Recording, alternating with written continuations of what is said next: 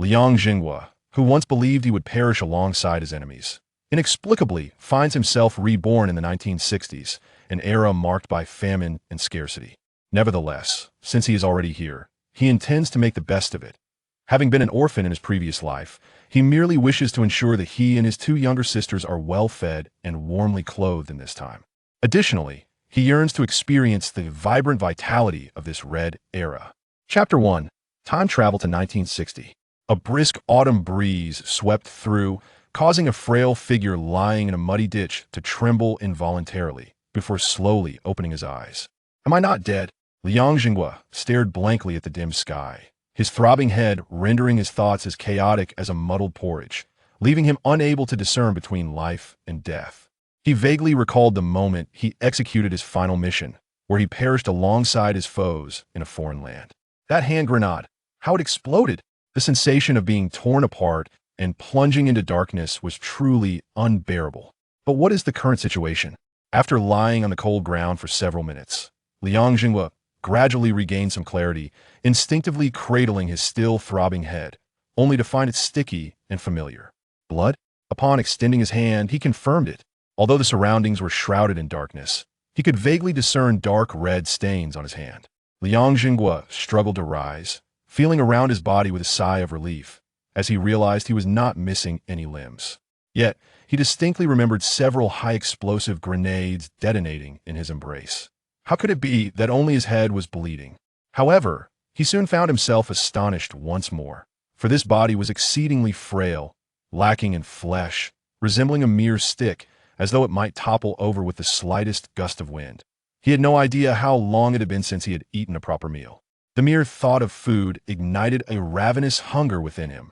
Scanning his surroundings, he discovered he was nestled within a muddy ditch, scrambling to climb out using both hands and feet. Where is this?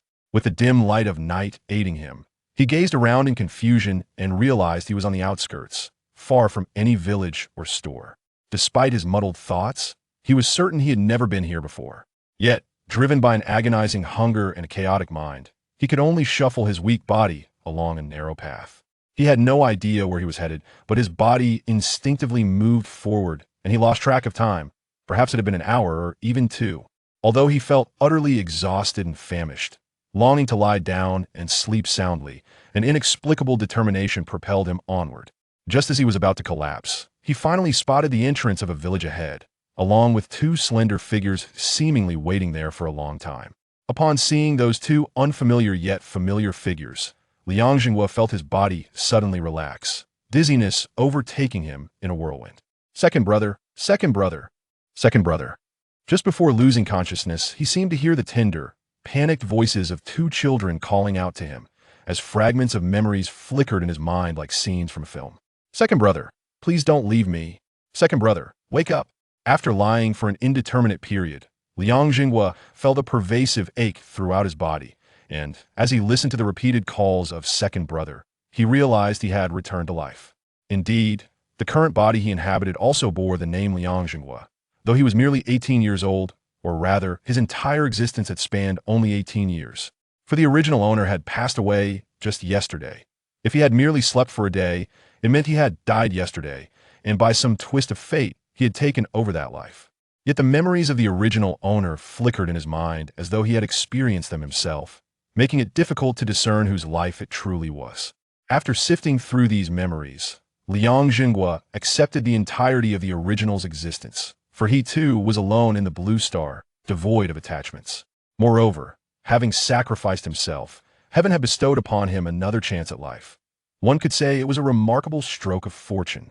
Through these memories, he also discerned the era he was now in, Huagua 1960, the second year of the Great Famine, an era fraught with suffering.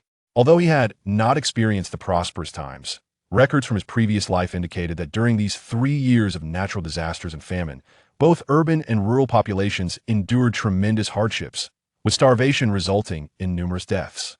Particularly in rural areas, most survived on meager rations. No wonder the original owner was as thin as a skeleton. Liang Zhenguo couldn't help but chuckle bitterly. "Second brother." The small, tearful voice echoed in his ears once more, and Liang Zhenguo snapped back to reality, attempting to open his eyes, but his eyelids felt unbearably heavy. "Sister, do not disturb second brother. He shall awaken shortly. Surely he will." A familiar, youthful voice emerged, its trembling tones serving to comfort both the younger sister and the speaker alike. The older sister is 7 years of age, while the younger is scarcely 4. Both are his beloved sisters, the closest companions in his life, though they also possess a biological father, a stepmother, and a half-brother born of that union. However, the consolation offered by the third sister, Liang Zhenguo, evidently bore little effect, as the sound of their youngest sister's suppressed sobs reached Liang Zhenguo's ears, her cries stifled in fear of being too loud. In response to the younger sister's distress, the third sister could not help but join her in tears. Listening to the weeping of his two sisters, Liang Zhenguo felt a sharp pang of anguish in his heart. Anxiously, he endeavored to pry his eyelids open, and at last, through sheer effort, they began to part ever so slightly. "You two worthless brats, be quiet. What are you crying for? Are you lamenting in advance?" A shrill, caustic voice suddenly roared from outside. Liang Zhenguo could distinctly feel the little hands of his two sisters clutching his arms tremble violently, their cries ceasing abruptly, revealing their genuine terror of the voice's owner. That voice was unmistakably that of his stepmother, Malan. In his recollections, Malan was brought home by his father less than a month after his mother's passing, and in the ensuing 2 years, she had never once shown kindness to him or his sisters, resorting instead to beatings and scoldings. Any household chores that the two little girls were capable of were invariably assigned to them. As for Liang Zhenguo's father, Liang Guozhu, he was a spineless man, devoid of opinions, paralyzed by fear of Malan, who allowed her behavior to go unchecked, showing no concern whatsoever. Initially, Liang Zhenguo would approach Liang Guozhu to voice his grievances, but all he received in return were harsh reprimands and slaps, accused of disrespecting his stepmother and lacking filial piety. In Liang Guozhu's eyes, regardless of Malan's methods of discipline, whether through blows or shouts, it was all purportedly for the sake of their family, and as the younger generation, they were obliged to heed their elders. Thus, within this household, it was the domineering and harsh Malan who held the reins, with Liang Guozhu relegated to the sidelines. The name Guozhu seemed utterly wasted on him. The head of the household has been lying there for nearly a day, and he bled so profusely upon his return that he is unlikely to survive. We should prepare for the funeral. Malan's grating voice echoed from the courtyard, her indifferent tone igniting a fire of rage within Liang Zhenguo. Yet, Liang Zhenguo was not surprised by her attitude. It was her true nature. If she were to utter words of concern, he would find that far more peculiar. At present, he was more interested in discerning his father's thoughts on the matter. This was pivotal in determining how he would address Liang Guozhu in the future. "Shall we not take him to the hospital for a checkup?" Liang Guozhu tentatively inquired, his voice slightly subdued. Although he harbored resentment towards his second son, who had consistently given him and Ma Lan the cold shoulder, he was equally unwilling to lose another son and thus sought to salvage the situation. It is worth noting that the original Liang Zhenguo had an elder brother who, 6 months prior, had accompanied several hunters into the mountains and was gored by a wild boar. Miraculously, he escaped with his life, having been carried back by Uncle Liang Hu. Nevertheless, Liang Zhenguo's elder brother sustained severe injuries. After all, the ferocity of a wild boar's charge is no trivial matter. As the old adage goes, 1 boar, 2 bears, 3 tigers. With wild boars reigning supreme, their combative prowess is readily apparent. However, given the extent of his elder brother's injuries, had he been taken to the hospital for treatment, his life would not have been in jeopardy. Yet, due to Malan's desire to save a few coins, she adamantly refused to allow a hospital visit, thereby forcing Liang Zhenguo's brother to endure his suffering at home, ultimately leading to his tragic demise. He suffered a painful death on the earthen bed. Chapter 2. A cowardly father and a malicious stepmother. Send him to the hospital? Liang Zhenguo, do you have an abundance of money? Just look at him. In such a pitiful state. I can assure you, I wouldn't even need to get halfway before he kicks the bucket. And you still want to take him to the hospital? Upon hearing that Liang Guozhu intended to take Liang Zhenguo to the hospital, Malan immediately pointed an accusatory finger at him, exclaiming, "I have no money to spare.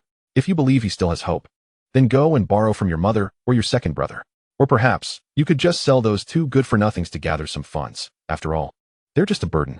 Malan's voice was loud enough for the 3 inside the room to hear her clearly. The uncontainable rage ignited Liang Zhenguo, causing him to open his eyes. The 2 little girls, frightened by their stepmother's words, clung tightly to their brother's arm, sobbing softly. The 2 young girls had yet to notice that Liang Zhenguo was awake. He too did not rush to comfort them, but instead fixed his gaze on his father outside the room. What chilled Liang Zhenguo's heart was the glimmer of emotion he discerned in Liang Qiaozu's eyes, even in the dim light.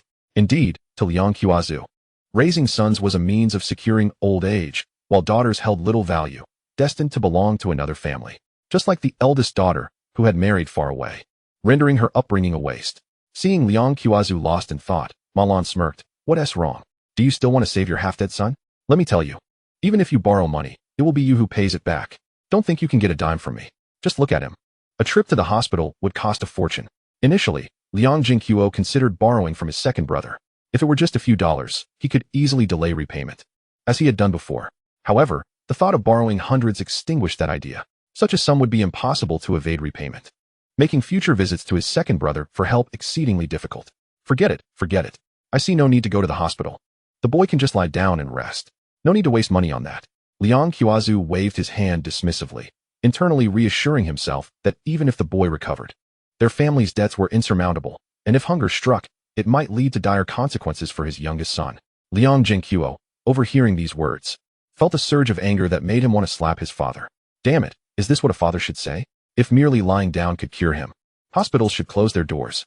It seemed that the original father had become increasingly subservient to Ma Lan over the past 2 years. Upon hearing this, Ma Lan's expression brightened. Indeed, why waste money? There are plenty of villages where people are dying, and I wonder what your dim-witted brother was up to late at night. I hope he hasn't brought trouble upon us. The two little girls had awakened Liang Qiaozu, and now he was puzzled about why Liang Zhenguo returned home injured and bloodied. Yet, he had no clue when his son had left, let alone what he had been doing. Most troubling was the fact that his son had concealed it from him. It was becoming increasingly unacceptable. This train of thought darkened Liang Qiaozu's countenance. Liang Zhenguo had never held any affection for the two, but now, hearing them dismiss him so readily, declaring he should fend for himself, and even suggesting selling his beloved younger sisters like mere commodities, left him utterly disillusioned. In his eyes, Liang Qiaozu was an abject failure as a father. Yet, even though he had regained consciousness, his body remained weak, forcing him to stifle his anger and resentment deep within. Urge, you're awake. I thought you were dead. His little sister, upon noticing the slight movement from him, looked up with tear-filled eyes, her voice trembling. She did not comprehend death, but knew it meant never seeing her brother again. The younger sister, upon hearing this, looked up in surprise, and soon joined in the soft weeping, calling, urge, urge. Liang Zhenguo, listening to their innocent voices filled with dependence, could not help but smile indulgently, reaching out to touch their slightly disheveled hair, a result of malnutrition. All right, urge is fine. I'm not going anywhere. Stop crying now. He gently reassured the two. Noticing their reddened eyes, it was evident they had been crying for most of the day. Liang Zhenguo, with his weary hands, pulled his little sister into the warmth of the earthen Kong beside him, allowing her to rest. Just as he intended to lift his other sister, Xiao, onto the Kong, he saw her rush out in a flurry. Outside, upon seeing the urgency in their youngest daughter, Liang Qiaozu and Ma Lan exchanged glances. Ma Lan furrowed her brow and scolded. Where are you rushing off to, you little brat? Is your brother on the verge of death? The little girl halted, fearfully glancing up at Ma Lan, and answered softly, Mother, no. Urge is awake. I'm going to get him some water to drink. Without waiting for Ma Lan's response, she dashed to the dilapidated kitchen, eager to fetch water for her brother, which she had prepared herself. Awake? Ma Lan's expression darkened instinctively as she followed her daughter with her gaze. Hearing her words, she glanced towards Liang Zhenguo's room just in time to catch his cold gaze, which sent an involuntary shiver down her spine. Although he still appeared sickly, there was an undeniable change in him. Upon a closer look, however, he still bore the same annoying demeanor. Perhaps she had merely misinterpreted his expression. Seeing that his second son had regained consciousness, Liang Qiaozu exhaled in relief. Saves us some money. As they entered the room, they found Liang Zhenguo staring at them with an impassive expression. Ma Lan, incensed, rebuked, What's wrong with you? Have you lost your mind? You wake up and fail to greet your own parents. Do you require something? Liang Zhenguo asked calmly, ignoring Ma Lan's outburst. Uncultured brat you. Ma Lan began, but Liang Qiaozu interrupted. Enough. He's just woken up. His mind isn't clear yet. You go keep an eye on Yangfu. He ushered Ma Lan out, not out of pity for his son, but to prevent her incessant nagging from becoming a nuisance throughout the night. Ma Lan shot Liang Zhenguo a glare before complying with Liang Qiaozu's wishes. It wasn't that she had suddenly become agreeable. Rather, she felt a chill at his cold gaze, one she had never encountered before. It was unlike the obedient and stubborn boy she once knew. Once Ma Lan exited, Liang Qiaozu sighed in exasperation, She is your mother. Is it so difficult to acknowledge her? You ought to know that she and I have been worried sick about you. Rest now. Once you're better, you can go work in the fields. Liang Zhenguo attempted to mend their relationship. However, seeing his son remain aloof, he muttered something about how it was pointless to continue speaking and returned to his room with Ma Lan, feeling that further discussion was futile. Liang Zhenguo silently scoffed. You're the only one who can spin tales. Even if he hadn't heard their conversation, he wouldn't fall for their fabrications. He was well aware of Ma Lan's temperament. Moreover, neither of them had bothered to inquire if he was hungry after lying in bed all day. They truly were a perfect match, not a family at all. Chapter 3. Two adorable younger sisters. Once Liang Zhenguo left, Liang Zhenguo finally had the opportunity to take stock of his surroundings. Above him were the warped beams and the darkened ceiling. The earthen Kong was pressed against the dull brown walls, devoid of any decorations. Not even a single piece of the traditional New Year paintings that were characteristic of the era. The area of the West House he resided in spans approximately 20 square meters, not insignificant by any means. However, apart from the earthen Kong, it harbored nothing more than 2 small wooden stools and a rickety table, with nary a thing else in sight. Oh, and there were some miscellaneous items nestled in the corner, which he had never bothered to inspect. Turning his gaze towards the quietly clasped arms of little Yue, he discovered that the young girl had fallen asleep at some point, her face still marked by unshed tears. Liang Zhenguo tenderly caressed her small visage. She appeared emaciated, lacking the baby fat typical of children her age. Gurgle. At that moment, his empty stomach voiced its protest, prompting Liang Zhenguo to sigh. He contemplated extricating his arm to rummage through the kitchen for something to quell his hunger. If he were to endure another night of hunger, he might not be able to rise the next day. Yet, he found his arm firmly gripped by his little sister, and prying it away would surely awaken her. Second brother, drink some water. Fortunately, at that moment, the third sister entered the room, carefully carrying a bowl of warm water. Liang Zhenguo leaned against the Kong, accepting the water with one hand and gulping down a substantial portion. Although hunger still gnawed at him, the warmth of the water provided immediate solace. It was no wonder that in later times, men often advised their wives or others to drink more warm water. There is indeed wisdom in that. Setting the bowl on the table, Liang Zhenguo affectionately ruffled the hair of the little girl beside him. At merely 7 years old, she exhibited a maturity that tugged at one's heartstrings. Xiao, come up and sleep. Brother feels much better now. The autumn nights were still quite chilly, and his third sister, clad in scant clothing, showed no resistance to the cold. Although there was another room in their home that lay unused, Malin forbade them from occupying it, claiming it was reserved for her son once he grew a bit older. Second brother, wait a moment, Xiao suddenly whispered, cautiously tiptoeing to the door to peer outside. Satisfied that their parents were absent, she scampered back, her small legs pumping energetically, and produced 3 dark, round items from her pocket, joyfully offering them to her brother. Second brother, eat some steamed buns. In her innocent and unpretentious understanding, she believed that as long as one could eat their fill, all ailments would be cured. Liang Zhenguo accepted the 3 buns from her hands, 1 whole and 2 that were mostly intact. Confusion flickered in his eyes as he looked at his little sister. These are from Ma? From father? He initially considered calling Malin by her name, but refrained, knowing it would be improper to address his stepmother so directly in front of the children. Yet, he could surmise how those 2 partially intact buns had come to be, and he was curious to inquire further. 2 of them were saved for you by me and my sister, for mother didn't prepare your meal, she explained, her words tumbling out. However, as she continued, her voice faltered, her gaze dropping as if she feared reprimand. Liang Zhenguo chose not to press her further, merely smiling as he continued to stroke her little head. When their biological mother had passed, his younger sister had been quite small, yet she had been raised well by her own mother. He trusted she would not engage in any petty misdeeds, especially in this era where food was more precious than life itself. How could a little girl possibly steal another's buns? Seeing that her brother did not pursue the matter and did not display the same sternness as their mother, Xiao relaxed and spoke in a hushed tone. One of the steamed buns is from my visit to sister-in-law's house, where I asked her for it. She hesitated, aware that her brother had taught her not to ask others for food, especially given the hardships everyone faced. Sister-in-law? Liang Zhenguo pondered, quickly deducing whom she meant. The sister-in-law she referred to was a young widow from their village named Qinwei. Her husband had perished 6 months prior while hunting, falling victim to a wild boar's tusks. Liang Zhenguo's elder brother had been among those who had accompanied him, yet his brother had met his end in bed, with no chance for a proper burial. It was a tragic tale. Her husband had come to their village fleeing from famine, with no relatives to turn to. Following his demise, she was left with only her daughter, who was about the same age as Xiao. Widows often attract gossip, particularly someone like Qinwei. who was quite comely, her complexion fair and unblemished, unlike that of a typical rural woman. Consequently, many men harbored desires for her, whether they were married or young bachelors. Though none had succeeded in their pursuits.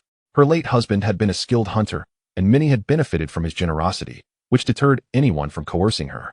Moreover, it was said that her father was also a hunter, yet her maternal family resided in a different commune, not close by. Reflecting on Qin Wei, Liang Zhenguo could not help but bitterly smile, recognizing the connection between his own misfortunes and hers. It was her past that had drawn the ire of the two ruffians from the neighboring village, who had frequently harassed her. The reason was straightforward. Her husband had once shared a close bond with those two, and when Liang Zhenguo's mother had passed away while Xiao was still young, Qin Wei had been nursing her own child, thus taking care of Xiao for a time. Consequently, after her husband's departure, he was among the few she could rely on. Those two ruffians, seeing Liang Zhenguo's closeness to Qin Wei and their attempts to obstruct his approach to her, had seized the opportunity to deceive him with tales of lucrative work in the black market, only to ambush him midway. Liang Zhenguo was not naive. He had simply been blinded by the promise of food. Had he managed to procure some, he and his two sisters could have filled their stomachs. However, the duo had not intended to kill him. They merely sought to teach him a lesson. Yet, when Liang Zhenguo could no longer tolerate their vile words against Qin Wei, he retaliated, resulting in his untimely demise. Had he not taken the precaution to inform his sisters before leaving, fearing they might awaken and find him gone, he might have perished outside the village upon his arrival. He speculated that the two little girls had ventured to the village entrance late at night, likely worried about his prolonged absence. Perhaps it was fate that had intertwined their lives together as siblings. With this thought, Liang Zhenguo could not suppress a smile. However, the original's uncharacteristic temper that had led to conflict hinted at a deeper connection with Qin Wei. Moreover, having absorbed the original's memories, he sensed that there were unspoken feelings towards her, feelings he dared not reveal. Regardless of whether Qin Wei would reciprocate those feelings, he knew well that his grandmother would never consent to him marrying a widow, a point he was acutely aware of. Yet, it was perfectly natural for a young man of 18 to harbor such thoughts. Through the original's memories, Liang Zhenguo held a favorable impression of Qin Wei, for she had shown considerable kindness towards his two younger sisters, having previously provided them with gifts.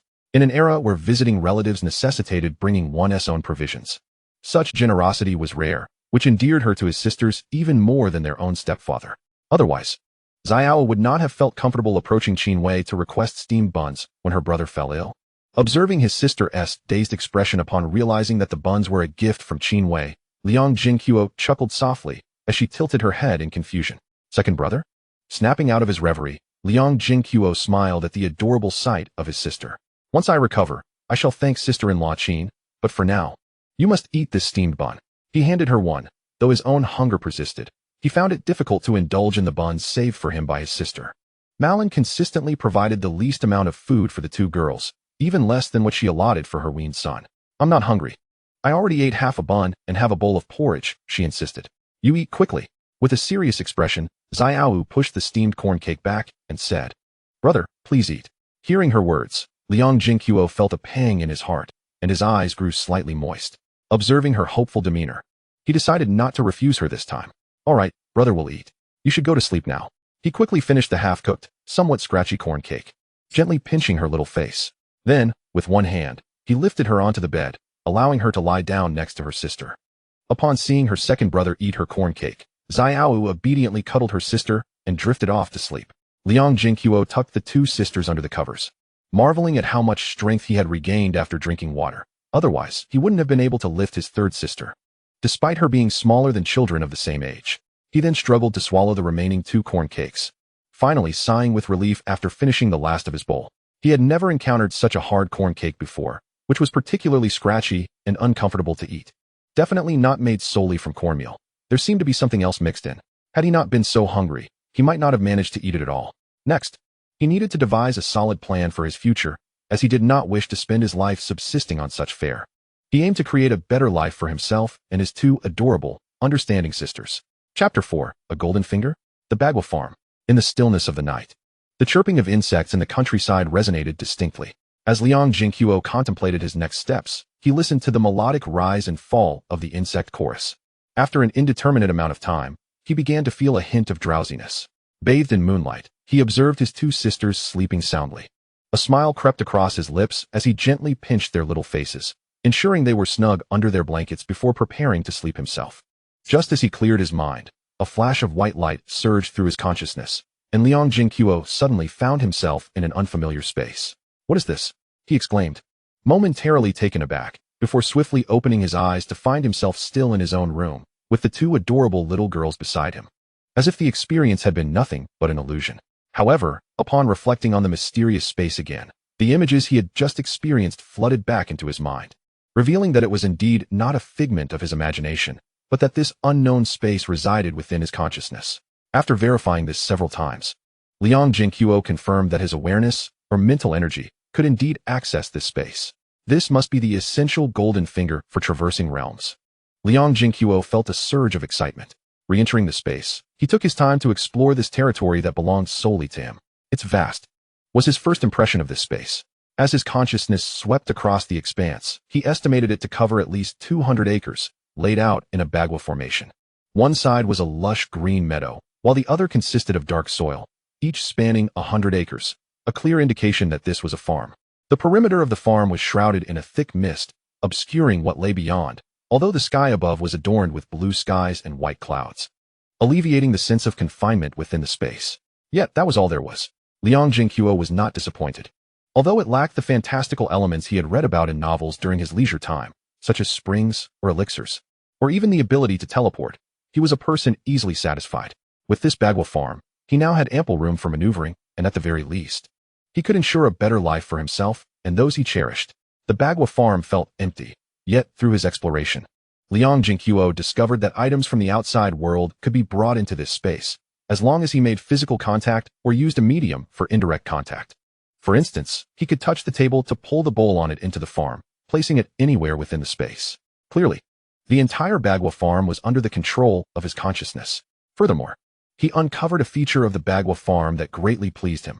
A circular area with a radius of 100 meters around him was enveloped by his mental energy, presenting a 360-degree radar-like view in his mind. For example, he could see Malin and his stepfather in the east room, as well as his half-brother Liang Yangfu on a small bed. This feature delighted him immensely. With it, the likelihood of being ambushed was significantly reduced, as he could observe what others were doing even when his back was turned. After playing around for what felt like an eternity, Liang Zhenguo sensed that his mental fatigue was setting in, and he fell into a deep slumber, cradling the little one beside him. The following morning, Liang Zhenguo awoke feeling a heaviness in his chest, slowly opening his eyes. His first instinct was to check his mind, and he breathed a sigh of relief. Thankfully, yesterday had not been a dream, and the bagua farm still existed. With that reassurance, he sleepily glanced down at the little fish resting on his chest. Just then, he caught sight of her round, bright eyes fixated on him. As soon as she noticed him awake, she began to wriggle with joy, calling out, "Ergua, Ergua." Gazing at the little girl before him, Liang Zhenguo felt an overwhelming sense of affection, his face breaking into a silly, fatherly smile. He playfully patted her little behind, saying, "How is it that you woke up so early, my dear?" Unable to resist, he planted a kiss on her small face, causing her to giggle with delight. Looking over at his third sister's spot, he realized she had left the bed at some point, and it was still only dawn. He wasn't surprised. His third sister usually woke around this time to help with chores, gathering firewood, starting the fire, feeding the chickens, washing dishes, and so on, while the original body would only occasionally assist after finishing work. If it weren't for her age preventing her from earning work points, Malin would likely have insisted she join the workforce as well. Recollecting his thoughts, Liang Zhenguo played with the little girl for a while before rising to embrace her. Upon lifting her, he noticed that little fish felt significantly lighter. He effortlessly cradled her in his arms. After weighing her in his hands, he realized it wasn't he that she had become lighter, but rather, his strength had increased. He appeared none the worse for wear despite having danced with death the previous day, and his power now rivaled that of a seasoned farmer. Even though his frame remained as slender as a reed, he felt his head. The previous bloodstains must have been wiped away by Xiao. Furthermore, he discovered that the original wound had vanished. He surmised that this was likely related to the bagua space, which seemed to subtly enhance his physical well-being. Liang Zhenguo felt a surge of joy as he carried the little girl into the yard, just in time to see Xiao entering through the door, her back laden with a bundle of firewood. Although it wasn't much, Liang Zhenguo's heart ached at the sight. He gently placed his little sister down and hurried to take the firewood from her. "Let me carry that, dear." Seeing her brother's eagerness made Xiao smile, and she willingly let Liang Zhenguo take the firewood. He piled the wood in the storage room, glancing at his third sister's pale little face. Immediately knowing she must be hungry after waking so early, he affectionately ruffled her hair and said, "Stop working for now. Go play with your sister." "Okay," Xiaowu replied obediently, as she always listened well to Liang Zhenguo's words. She then took her sister's hand, and the two squatted in the yard, whispering to one another. Liang Zhenguo observed them for a moment before moving to the water tank to wash up. At that moment, Malin emerged from the kitchen, her expression one of surprise at seeing Liang Zhenguo so agile. However, she chose not to comment. Since he's better, he can now earn work points, she thought to herself. Liang Zhenguo cast a sideways glance at her, and they both acted as if the other didn't exist, refraining from speaking. "Time for breakfast." Malin called out towards the east room. Once again, little Yu was spotted squatting in the yard, and immediately a stream of curses escaped from Ma Lan's lips. "You wretched girl, I told you to gather firewood, yet here you are playing instead. Do you wish to go hungry?" At the sound of Ma Lan's thunderous voice, little Yu reflexively stood up, her head bowed in fear, unwilling to respond. Just then, Liang Qiaozu emerged, cradling a snotty child, glancing around without uttering a word, and took a seat at the dining table, evidently accustomed to the situation. Liang Zhenguo furrowed his brow, but refrained from explaining. For Ma Lan would always find a multitude of justifications for her scolding. However, he approached little Yu and gently patted her head, whispering, "Your brother is here." He then took his two younger sisters and sat down, unceremoniously. Ma Lan would never call them for meals. The less they ate, the more she could indulge herself. Seeing this, Ma Lan said nothing, merely muttering under her breath. Liang Zhenguo felt a surge of irritation, yet he held it in. However, once Ma Lan had distributed breakfast to everyone, Liang Zhenguo's anger ignited upon inspection. His father's breakfast consisted of a bowl of sweet potato porridge mixed with sweet potato leaves, accompanied by 2 steamed buns, the quality of which was uncertain, one being leftover from lunch. In these times of famine, this was considered quite satisfactory. Ma Lan's portion was similar, albeit with half a bun less than his father's. Her son was served a bowl of egg custard and a bun. As for Liang Zhenguo and his 2 younger sisters, they too received a bowl of sweet potato porridge, but Liang Zhenguo was given only half a bun, while the 2 sisters shared a mere half. This was forgivable, but the crux of the matter was that their porridge was as thin as water, whereas Ma Lan's and his father's were thick and hearty, indicating that Ma Lan had only scooped out the sweet potato and leaves for them after her own serving. While Liang Zhenguo had no objection to them receiving more, given their need to work in the fields, he still felt the portions were inadequate. Yet, in matters of comparison, the meager amount of thin porridge allocated to the 3 siblings would surely leave them hungry before noon, treating them as mere servants. Liang Zhenguo was not bound by the same constraints as the original owner of this body. He had grown weary of Ma Lan's demeanor. Today, he was determined to confront her. Chapter 5. A fiery confrontation with the stepmother. Liang Zhenguo turned to Liang Qiaozu, then pushed his bowl of porridge toward the center of the table and directly addressed him. "Father, do you think it appropriate for my sisters and me to subsist on such scant provisions? The portions have always been minimal, but today's distribution is utterly excessive. Are we to live on dirt from now on?" Before his father could respond, Ma Lan slammed her hand on the table and reprimanded. "How dare you say such things? You didn't even work yesterday. It's a blessing you have anything to eat today. What more do you want?" "Oh, really? If that's the case, then what about those times you ran off to your mother's house while pretending to work? Every time you return, you feast more than anyone else. And I distinctly remember my labor points surpassing yours. What gives you the right to speak to me like this? Just because you have a large mouth?" Liang Zhenguo erupted, rising from his seat and directing his fury at Ma Lan. "What right do you have? Simply because I am your husband's son. Simply because I am your son." Ma Lan, infuriated by Liang Zhenguo's defiance, had never encountered such audacity from him before. "You ungrateful wretch. Is this how your mother taught you to respect your elders? Get out. You won't have any food today." Ma Lan, always domineering, could not tolerate Liang Zhenguo's resistance and raised her hand to strike him. But Liang Zhenguo was not one to passively receive blows. He swatted her hand away and retorted, "Enough. You are my father's wife, but you have no right to be my mother. You, Ma Lan, are not worthy of even carrying my mother's shoes." Another loud bang on the table echoed, followed by Liang Qiaozu's furious roar. The 2 younger sisters, having been frightened to tears by the heated exchange, were now sobbing uncontrollably at their father's outburst. Liang Zhenguo then noticed his sisters by his side. The anger dissipated from his face as he turned to them with a gentle smile, kneeling down to wipe away their tears. He addressed little Yu softly. "Xiao Yu, take your sister back inside to eat. I will join you shortly." Little Yu sniffled in response, and, taking little fish by the hand, they both returned to the inner room with their bowls. Once the sisters were inside, Liang Zhenguo rose and fixed a stoic gaze upon the still fuming Liang Qiaozu and the purple-faced Ma Lan. Observing Liang Zhenguo's unwavering stance only intensified Liang Qiaozu's ire. Why are you acting up so early in the morning? She is your mother, do you understand? How dare you address her by her name? You are so disrespectful. Liang Zhenguo met his father's gaze calmly. First of all, in this household, aside from her own son, who acknowledges her as my mother, is Xiaoyu or Xiaoyu's mother.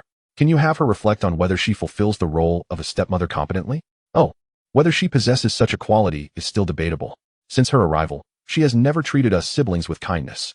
Is it simply because of her ugliness? Ugly people tend to cause trouble. Secondly, your accusation of me striking her is absurd. Did you not see that she intended to hit me first, and I merely defended myself? Thirdly, can you not see her blatant favoritism? My mother has been with you for over 20 years, while Xiaoyu and Little Fish are your children. Oh, and what about my elder brother? Our standing in your eyes pales in comparison to hers, allowing her to disregard us entirely and dictate every matter?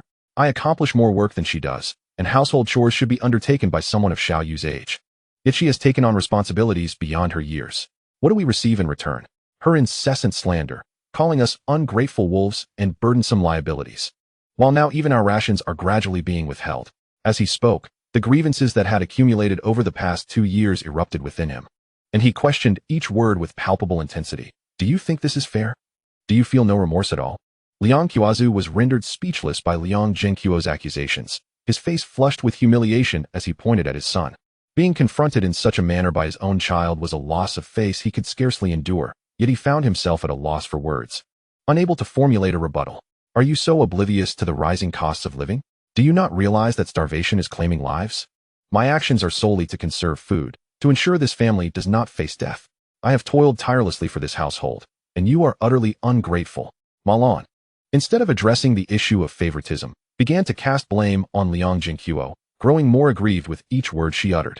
Noticing Liang Qiaozu nodding in agreement, as he was about to speak, Liang Zhenguo interjected with a mocking tone. What you say is quite reasonable. So, is this why you frequently raid your maternal family's resources, saving on my and my sister's rations to send to your family? It seems that the grain I earned through my labor is being used to support your family instead. Pray tell, are your relatives my sons or grandsons? During festivals, I never see them bowing or addressing me as father or grandfather. I'll kill you, you little wretch. Liang Qiaozu's outburst incited Ma Lan's fury, prompting her to lunge at him, but Liang Qiaozu intervened. As Little Yu and the others returned inside, villagers had already gathered at the entrance, drawn by the commotion. In a rural setting devoid of entertainment, they flocked to any hint of gossip. Their home, situated in the village's center, had attracted curiosity, and Liang Zhenguo even spotted an uncle peering in with a bowl in hand, eager not to miss the drama unfolding. Thus, today, their family had once again found themselves in the spotlight. Yet Liang Zhenguo, in a state of desperation, cast aside any semblance of shame, deliberately choosing to speak with such unabashed cruelty, intent on escalating the matter. For within the confines of his household, this troublesome affair could find no resolution, unless he were to endure it all in silence like his predecessor, a notion that was utterly implausible. At this juncture, Malin noticed the villagers outside, and her fierce demeanor softened. Tears flowed freely as she sank to the ground, throwing a tantrum while lamenting. Look at this ungrateful wretch. I prepare meals for him, yet he nitpicks and mistreats me, even cursing at his grandfather's side. Is this the behavior of a son? He is nothing but a little beast. Ah, Sister Ma, Airway is not at all like the person you describe, someone interjected. Indeed, Airway is quite a good child, diligent and hardworking, another added. However, when I first arrived, I seemed to hear Airway ask to be called father or grandfather. I wonder what that is all about? A chorus of voices erupted from the crowd at the entrance. Oh, Airway is just the nickname of the original character, another explained. The original character had left a positive impression on others. Thus no one hastily cast judgment without understanding the situation. What do you know? Some people can be quite domineering at home. This little beast has never given me a pleasant countenance, despite my tireless efforts to serve the Liang family. It feels as though my kindness has been squandered. My life is truly wretched. Liang Zhenguo chose not to refute her claims immediately, but instead observed her theatrics with quiet interest. The stepmother's performance was so impassioned that, were he not the one involved, he might have almost believed her. Humph, you from the third family, who are you calling a little beast? Just as Liang Zhenguo anticipated more of Malin's outburst, an elderly voice suddenly rang out from the entrance. Chapter 6. Grandmother. Liang Zhenguo turned to see an elderly woman, supported by a cane, emerging from the crowd. He hurried to her side, exclaiming, Grandmother, what brings you here? Their home was situated in the heart of Xiling village, while his grandparents resided at the far end near the rear mountain, so he was surprised to see her arrive so early in the day. After all, since Malin had entered the family less than half a year ago, there had been multiple quarrels with his grandparents, leading to a state of estrangement that was well known throughout the village. However, despite the discord between his grandparents and Malin, the original character frequently visited the elderly couple, who regarded him with great affection. Airway, yesterday, just before dusk, your grandfather went to gather firewood and encountered Chin girl. That is how I learned you were injured. So I came to see you, the grandmother said. Her previously frosty demeanor melted into a warm smile as she noted Liang Zhenguo's support, gently patting his arm. Her aged eyes scrutinized him, and upon confirming he bore no visible ailments, she nodded in satisfaction. Then her gaze turned cold towards Malin and her third son. If I had not arrived early, I would have remained ignorant of the fact that my precious grandchildren are living in this household as if they were mere servants. She exclaimed, Third son, do you not intend to provide this old woman with an explanation? In most cases, upon hearing a mother-in-law's inquiry, a daughter-in-law would hastily bow her head in contrition, for in this era, few daughters-in-law dared to defy their mothers-in-law. Yet Malin was an exception. She immediately denied any wrongdoing, stating, Mother, it's all the wild talk of your grandson. I have never mistreated them, and besides, we've already divided the family. This small matter is none of your concern. You yourself said we've separated, but not severed ties. As long as he is my grandson, I have a right to intervene. What? Does the third son wish to cut off relations with me? The grandmother was not one to be trifled with, directly accusing them of wishing to sever familial bonds, whether in the past or present. Malin and Liang Zhenguo would face the scorn of the villagers for daring to publicly sever ties with their own mother.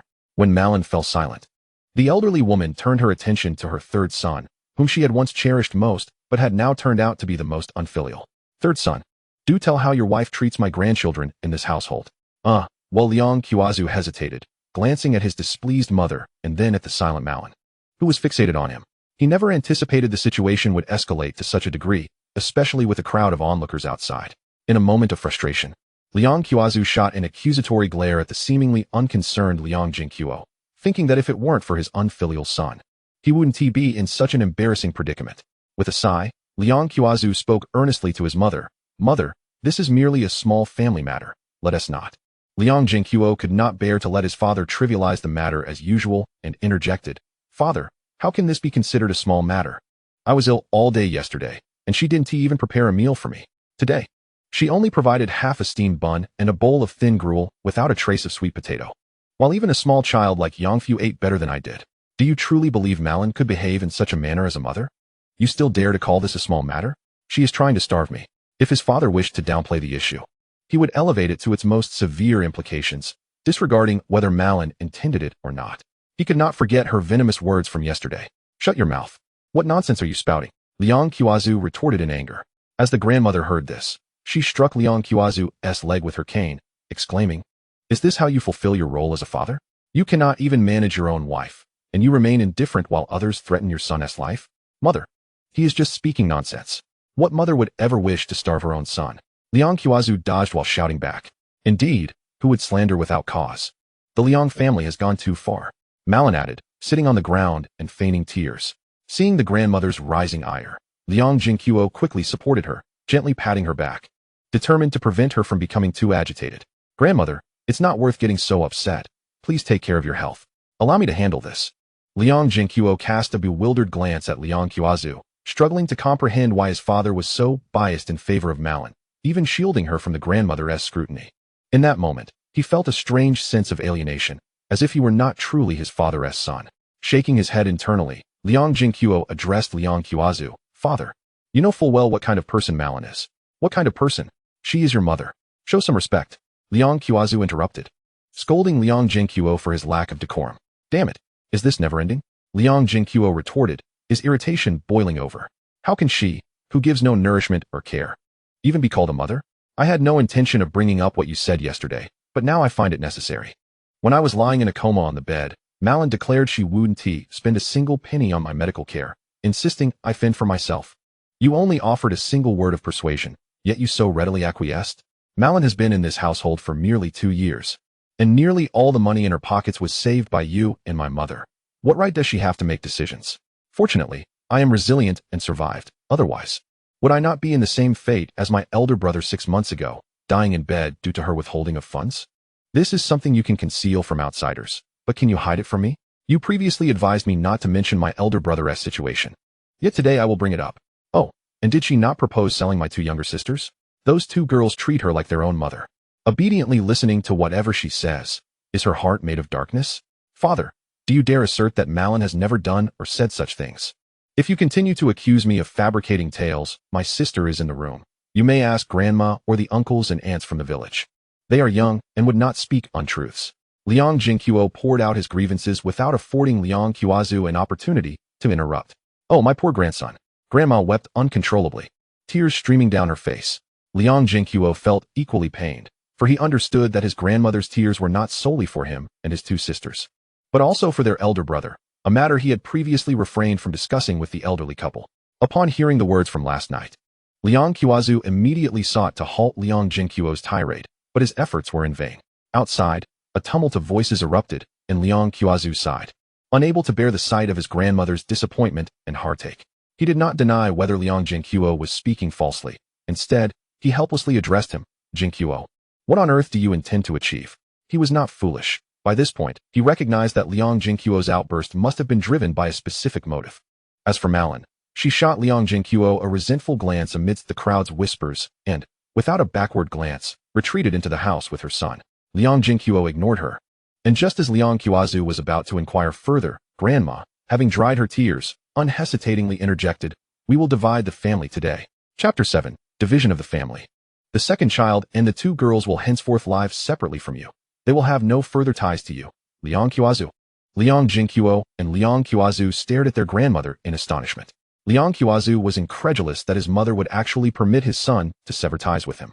The notion of a family division felt more like a complete break in their relationship, merely masked by the pretense of maintaining his dignity. Liang Zhenguo, on the other hand, was caught off guard by his grandmother articulating his innermost desires. His ruckus had been precisely aimed at liberating himself from this suffocating household. He feared that if he remained, he might find himself in a violent confrontation with Malin and his stepfather. The notion of striking one's father, regardless of justification, would render him irreproachable. And even if he struck his stepmother, it would bring about considerable trouble. No, mother, how can a son be disowned before establishing his own family? That would be a source of ridicule. Liang Qiaozu vehemently shook his head, having never considered that he would divide the family. His mother's words implied that his son would be severed from him, which would render all his efforts in raising him futile. As for the 2 girls, he was indifferent. Will not dividing the family leave the second child to suffer the same fate as the elder at the hands of that wicked stepmother? You must choose between a division or a divorce from Malin. Grandma remained resolute, thoroughly disheartened by her son. Liang Zhenguo was at a loss, turning to his son in hopes of persuading his grandmother to reconsider. Yet Liang Zhenguo paid him no heed, ignoring his pleading gaze. This realization struck Liang Qiaozu. His reckless son desired the division as well. Seeing that Liang Qiaozu was indecisive, Grandma turned to a middle-aged man in the crowd, saying, "Kuei, as the village head, you must serve as a witness and prepare a written statement, clearly outlining the terms." The village head, Lin Kuei, had rushed over, initially believing there was a serious matter afoot, only to discover it was merely a family affair. Thus he remained silent, opting to be a bystander. After all, such matters were not for outsiders to meddle in, and as long as they did not escalate, even he, as the village head, would refrain from intervening, as it was a thankless task. However, upon hearing Grandma's request, Lin Kuei felt compelled to act, as it was indeed his responsibility to manage matters of family division and divorce. All right, cease this gathering. Do you not have work today? Disperse at once. Lin Kuei stepped forward, dispersing the onlookers. Known for his fairness and respected in the village, the villagers complied with the village head's directive and returned to their homes, satisfied with the spectacle they had just witnessed. Once the crowd had thinned, Lin Kuei approached Grandma. Liang Zhenguo politely greeted him as Uncle Lin. As he was familiar with Lin Kuei, the village head smiled and nodded, a hint of surprise evident in his gaze as he recalled witnessing Liang Zhenguo's sharp and assertive retorts directed at his father, a side of him he had not previously recognized. "Auntie, perhaps you and Qiaozu could discuss this further. After all, dividing the family is no trivial matter. Zhenguo, do you agree to this division?" Lin Kuei attempted to persuade Grandma, then turned to Liang Zhenguo for his input. "I will abide by Grandma's wishes," Liang Zhenguo replied directly. Grandma nodded, then addressed Lin Kuei. "No need for further discussion. Kuei, you witnessed our conversation. Today, the division will take place. Thus, despite Liang Qiaozu's reluctance, he had no choice but to summon Malin to finalize the division with the village head. Malin, much like Liang Qiaozu, loathed Liang Zhenguo for the humiliation he had caused her, but was equally averse to the idea of a division, as it would mean losing a laborer and consequently a reduction in their share of grain. Though the two girls were seen as liabilities, they could still contribute, particularly the youngest, who could assist in caring for her son. However, all of this was swiftly suppressed by Grandma. Seeing that the situation was irretrievable, Malin resorted to claiming that the money had been spent. But under Lin Kuei's firm insistence, she begrudgingly agreed to part with 10 yuan. Ultimately, Liang Zhenguo and his two sisters moved in with Grandma, receiving 20 pounds of coarse grain and 10 yuan. Liang Zhenguo did not concern himself with the specifics of what he received. He simply sought time for adjustment, confident that he could thrive in the future, provided the family division was successful. Moreover, witnessing Malin's distress brought him a sense of satisfaction. After departing from the village head's residence, the four of them split into two groups, heading toward Liang Qiaozu's home. Upon arrival, Liang Zhenguo instructed Grandma to wait at the door, knowing she too was reluctant to enter this house, and he proceeded directly into the west room. Inside, he discovered his younger sister cradling the youngest on the Kong, both wearing anxious expressions. Upon his entrance, the two rushed towards him, pouting. Second brother, woo-woo. Liang Zhenguo's heart ached for them, and after comforting his two sisters for a moment, he gently inquired, Shall you, shall we go live with Grandma from now on? Will we still return to live with father? Xiao Yu, being the older of the two, had a faint understanding of the situation. Liang Zhenguo ruffled her hair, refraining from answering, We will no longer live here, and that woman, Malin, will no longer be your mother. Will you be all right with your brother? All right. Xiao Yu, though somewhat confused, nodded her head. Yes, we will follow second brother. Wherever he goes, we will go, Xiao Yu affirmed, needing little contemplation between her father and brother. Liang Zhenguo felt a swell of emotion. The feeling of being depended upon was entirely new to him, a sensation he had never experienced as an orphan in his previous life. However, if Liang Qiaozu were to witness this scene, one could only wonder if he would perceive himself as a failure of a father. Thus, Liang Zhenguo, accompanied by his two sisters, gathered their bedding, clothing, toiletries, and 3 sets of chopsticks, taking everything they could carry. In less than half an hour, they had packed their belongings, during which Liang Qiaozu placed the promised coarse grain and 10 yuan down, saying nothing, and returned to the east room with a stern expression. They had just requested leave from work, having recently endured the shame of public scrutiny. Liang Zhenguo naturally opted not to work either, having resolved to cease all labor henceforth, as the grain earned through work would not suffice for the 3 siblings and their grandparents. Grandma, upon exiting, the 2 little girls called out in unison upon seeing Grandma at the door, with the youngest, Xiao Yu, rushing forward to hug her grandmother's leg, her little face smeared with dirt. Oh, my little girl. Grandmother tenderly wiped the little fish's face and then gently caressed the little jade's head. Erwa, you have endured much hardship. Have you gathered everything? Grandmother gazed at Liang Zhenguo, who was struggling to carry blankets, clothes, and coarse grains by himself, and felt the urge to assist him. Grandma, no need. I can manage. Liang Zhenguo evaded her outstretched hand and smiled at her, saying, Grandma, once this troublesome matter is behind us, we shall forget it. Let us go. Life will surely improve, and I promise to be dutiful to you. Good. I will heed my obedient grandson, the old lady said, her previously melancholic expression brightening with joy at his words. She then took the little girl by the hand and walked ahead, while Sanmei carried the bowls and chopsticks, following Liang Zhenguo as they made their way towards the village's edge. Chapter 8. The reason. Now that it was working hours, the path back to Grandma's house was devoid of others, which relieved Liang Zhenguo of any social obligations. Before long, they arrived at their grandparents' home, their old abode. The yard of this old house was even larger than his father's, and apart from the room where Grandma and Grandpa resided, there were 2 additional rooms, one filled with miscellaneous items, while the other was just right for the siblings to inhabit. Grandpa. Upon entering the yard, Liang Zhenguo spotted the elderly man sitting beneath a large tree, fiddling with a bamboo basket. He called out while clutching the blankets. The 2 little girls, upon hearing their elder brother, joined in the call. The old man looked up at the sound, a smile instinctively forming on his face. But a flicker of confusion crossed it as he noticed the items they carried. Ah, Erwa, and 2 little girls. Is your health all right? Grandpa set down the basket and inquired. Grandpa, I'm perfectly fine, feeling great. Liang Zhenguo raised his hand to indicate his well-being. That's good. Erwa, you all take care of your belongings. I'll have a word with your grandpa. It seems he has questions, Grandma remarked, rolling her eyes at Grandpa's hesitant demeanor. Haha. All right. But Grandma, please don't get upset. Take care of your health. Liang Zhenguo urged, not wishing for the elder's emotions to fluctuate, as it would not bode well for their health. Understood, dear grandson. You take the two girls to busy yourselves, and I shall prepare some food for you shortly. All right, Grandma, Liang Zhenguo replied. Grandpa, let us chat later. He understood that Grandma wanted to discuss the recent family matters with Grandpa, so he led the two little girls to organize their room. Not long after, he heard Grandpa's raised voice from outside, indicating he was quite upset. After tidying up the room, Liang Zhenguo noticed Sanmei lost in thought on the bed, just as he was about to inquire about her musings.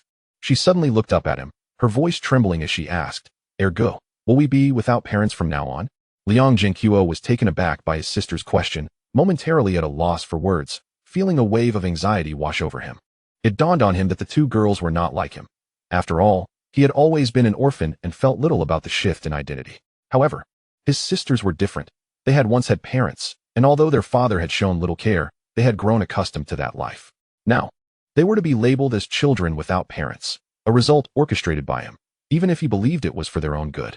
He pondered whether they would someday resent him for this choice. Realizing this, Liang Zhenguo understood why Grandma had interrupted him earlier when she mentioned the division of the family. She must have sensed his intentions but did not wish for it to tarnish his reputation, as the opinions of others could be quite daunting. Moreover, she did not want the two sisters to harbor any resentment towards him. Grateful for the old lady's perceptiveness, he looked at his tearful sisters and momentarily questioned whether he had made a mistake. However, he quickly reaffirmed his resolve. Remaining in that household would only lead to a more tragic fate for the two girls, given the presence of a cruel stepmother who was bound to ruin their lives. At that moment, seeing his sister cry, Xiaoyu also began to wail. Liang Zhenguo knelt before them, enveloping them in his embrace, patting their backs while gently saying, You have your brother by your side, no one shall bully you. I promise you will never go hungry. Whatever you wish to eat, I will bring it to you. If you want to eat meat every day, I shall ensure you have it. As he reassured them, he was also reminding himself. These two little girls regarded him as their world, and he must create a safe haven for them. After a while of crying, the sisters gradually calmed down. Perhaps it was the mention of meat that sparked little Fish's interest, for with tear-streaked cheeks, she blinked her watery eyes and exclaimed, Meat, ergo. I want to eat meat. She licked her lips, clearly awakened by the desire for meat. Little Jade, too, wore a reminiscent expression, having had her share of meat only a few times. However, being older, she understood the scarcity and refrained from voicing her wish. All right, brother will surely get you meat to eat tonight, Liang Zhenguo promised with a smile, planning to venture to the back mountains soon. With his skills in farming, he was confident he could procure some meat. Ergo is the best. The little girl beamed with inexplicable confidence in her brother, her earlier sorrow dissipating as quickly as it had come. Liang Zhenguo then took his sisters to the yard, where Grandpa had calmed down, though he appeared to have aged a few years. Child, your father has lost his mind, and it is you who must suffer, Grandpa sighed, disappointed. Liang Zhenguo comforted his grandfather, listening as he began to recount stories about his father and Ma Lan.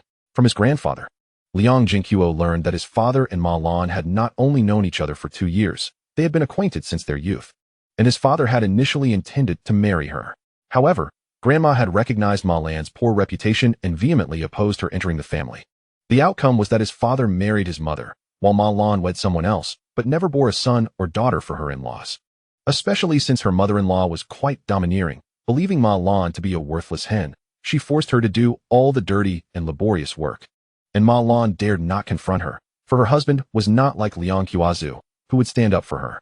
It was not until 2 years ago that Ma Lan divorced, coincidentally around the time when Liang Zhenguo's mother passed away. Upon learning of Ma Lan's divorce, Liang Zhenguo's interest reignited, and within a month, he secretly married her without Grandma's knowledge. Once married, Ma Lan seemed to unleash all the torment she had endured over the years onto Liang Zhenguo and his siblings. Convinced that their mother was responsible for her miserable existence of the past 20 years. She often complained to Liang Zhenguo about Grandma, who had always opposed their union. Particularly after discovering her pregnancy, she became increasingly reckless, daring to confront Grandma, knowing that Liang Zhenguo felt indebted to her and would always side with her. This further strained the relationship between Grandma and their family, to the point that Grandma no longer wished to visit them. After hearing his grandfather's tale, Liang Zhenguo was left speechless, but he said nothing, knowing that they would no longer be connected in the future. Subsequently, he deftly sidestepped the topic and engaged in casual conversation with the elder, while his grandmother had already busied herself in the kitchen preparing a meal for him. However, Liang Zhenguo was acutely aware that his grandparents did not possess a substantial stock of provisions, as they primarily relied on the support of Uncle Air's family. Out of concern for burdening them, they rationed their meals, often splitting one into two, which explained why Sanmei sought sustenance from Qin Wei instead of her own grandmother. Fortunately, they had brought along 20 pounds of sweet potatoes and cornmeal, sufficient to satiate both themselves and their grandparents for the time being. Good grandson, it's time to eat. His grandmother efficiently prepared a large pot of sweet potato porridge, evidently aware of his recent recovery from illness, thus indulging in a rare luxury to ensure they were well fed. Grandpa, Grandma, please eat together. Liang Zhenguo observed that the elderly couple merely retrieved 3 sets of bowls and chopsticks, realizing their intentions. You children eat. Grandpa and Grandma are not hungry. This polite refusal was feeble, for in this era, no one in the countryside could truly claim to be unhungry. Nevertheless, despite Liang Zhenguo's persistent pleas, the elderly couple remained obstinately resolute in their refusal to eat. Ultimately, it was a matter of poverty, Liang Zhenguo sighed. Yet, as long as he had ample provisions, such circumstances would not arise. As he ate, he pondered the situation. He consumed several large bowls before feeling his stomach moderately satisfied. His body was severely depleted. Even his 2 younger sisters had eaten quite a bit, especially after the meager breakfast they had and the emotional toll of their earlier tears. After they finished, Sanmei dutifully helped their grandmother wash the dishes while he played with his little sister for a while. After lulling her to sleep, he bid farewell to his grandparents and stepped outside. He had promised his little sister meat, which he could not procure while staying at home. Chapter 9. Ascending the Mountain. Upon stepping outside, Liang Zhenguo was instantly invigorated by the rustic charm of the village. He did not rush to the mountain, but instead strolled leisurely to the banks of the village's small river, which had significantly dwindled in water level during this drought-ridden year. This area was typically where the village women washed their clothes, yet now he found himself the sole idle figure present. In summer, this spot would be a playground for village children and, by night, a bathing area for the local farmers. Surely, there are no fish left in this river, he mused, gazing at the meager stream before him. Though he understood that if fish were present, they would likely evade him. He nevertheless persisted in probing the riverbank with his mental acuity. Alas, he found not even a solitary fish. Only the occasional sighting of a few minuscule river shrimp and crabs, the largest resembling the size of his thumb, offered any semblance of life. Catching them seemed hardly worth the effort, yet a few unfortunate crabs lingered beneath a stone by his feet. Adhering to his principle of not returning empty-handed, Liang Zhenguo bent down to capture them and placed them into his farming space. Using his consciousness, he excavated a small pond, 5 meters in length and width, at the edge of the farming space, and submerged his hand into the river, allowing the water to fill the small pond. This would serve as a modest venture to keep them alive out of sheer boredom. He did not wish to construct a grand lake within his farm just yet, as it would be imprudent to disrupt the river's flow, which could create unnecessary complications for both the village and himself. Contemplating fishing, 2 potential locations sprang to mind. One was a large reservoir situated less than 3 kilometers from their village, known for its sizable fish population. Residents from Xiling village and neighboring areas were aware of it, yet few engaged in fishing there. It was not due to a lack of desire for fish. As all meat was scarce in this era, even fish, devoid of substantial fat, was not readily accessible for purchase. The primary issue was the strict regulations prohibiting the extensive use of fishing gear in either rivers or reservoirs, with severe consequences for those reported. Of course, if villagers simply wished to catch a few fish to enhance their meals, that was permissible. However, fishing was no simple task, and it was common to spend hours without a single bite, an experience Liang Zhenguo could personally attest to. Moreover, during this collectivist era, without engaging in field work to earn labor points, there were no rations to be had, leading to few individuals making dedicated trips to fish. They would only do so on rare leisurely occasions. While fishing was a challenge for others, it had also proven difficult for him in the past. However, now he possessed a unique advantage, a cheat. Even without bait, as long as fish approached his hook within a certain range, he could directly summon them into his farming space through the medium of the fishing line and water. At present, Liang Zhenguo was not in haste to develop his aquaculture, as he lacked even the most basic fishing tools. Although he could catch fish with a piece of twine, there was no clear origin for such an approach. After all, he was not merely fishing for his own consumption. He intended to sell these fish in the distant Siju city, over 20 kilometers away, and hoped to secure a receipt while obtaining a letter of introduction from the village chief to purchase various seeds, thereby fully utilizing the planting space of his farming endeavor. Furthermore, this would not solely apply to fish. He needed a source for any future grains produced on his farm, even if just superficially documented. After all, without a clear origin, encountering someone envious could lead to a report that would unjustly accuse him of speculative practices, a serious matter indeed, with dire consequences. Having gleaned little from his current location, Liang Zhenguo chose to venture towards the back mountain.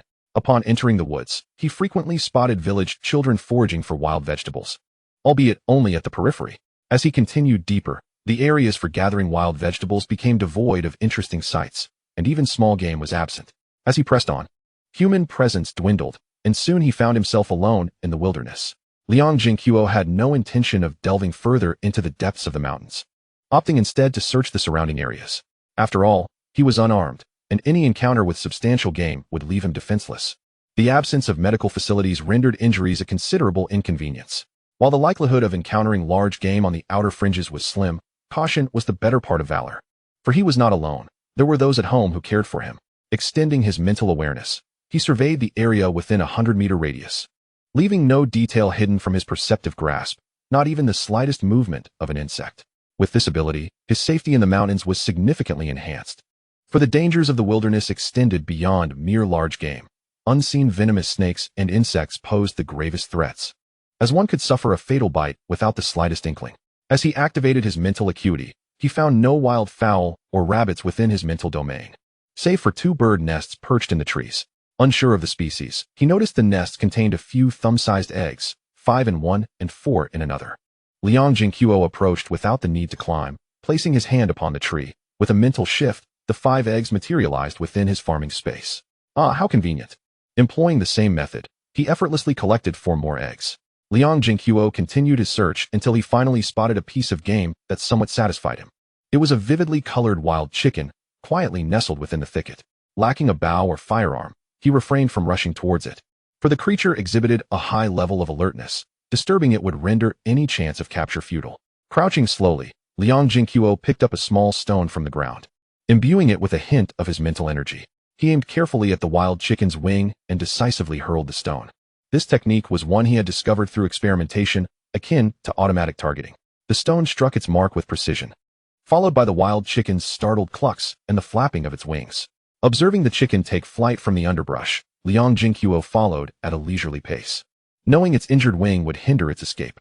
Indeed, it was just within a distance of fewer than 15 meters that I laid eyes upon it. And with a sudden rush, I lunged forward and seized it. Upon inspecting its wings, I discovered that the injury was not overly severe. With some care, it could recuperate. Liang Zhenguo then circled back to the thicket where he had found the wild chicken and was astonished to uncover several wild chicken eggs nestled within. He chuckled to himself. While domestic chickens were absent, wild chickens were a splendid find, and my culinary freedom depended upon you. With a triumphant grin, Liang Zhenguo placed the wild chicken and its eggs into the verdant expanse of the farm. He had just witnessed the wild chicken sitting on its eggs. Otherwise, the stone he had thrown would have struck its head. With such promising yields, his confidence soared. The entirety of the afternoon was spent wandering the mountainside, and only when the sky began to darken did he make his way back. Lacking a watch proved rather inconvenient, for he had no notion of the time. Liang Zhenguo lamented this minor inconvenience, realizing he had yet to acquire the ability to gauge the hour by observing the heavens like the elders. However, surveying the bountiful harvest in his possession instantly lifted his spirits. In total, he had captured 8 wild chickens. 5 of them had sustained fatal injuries, while the remaining 3 would be nurtured on the farm for breeding. He had also gathered over 30 wild chicken eggs, 10 of which were designated for hatching by the hens, while the rest were reserved for consumption. In addition to the wild chickens, he had uncovered a nest of wild rabbits, totaling 7, including both large and small specimens.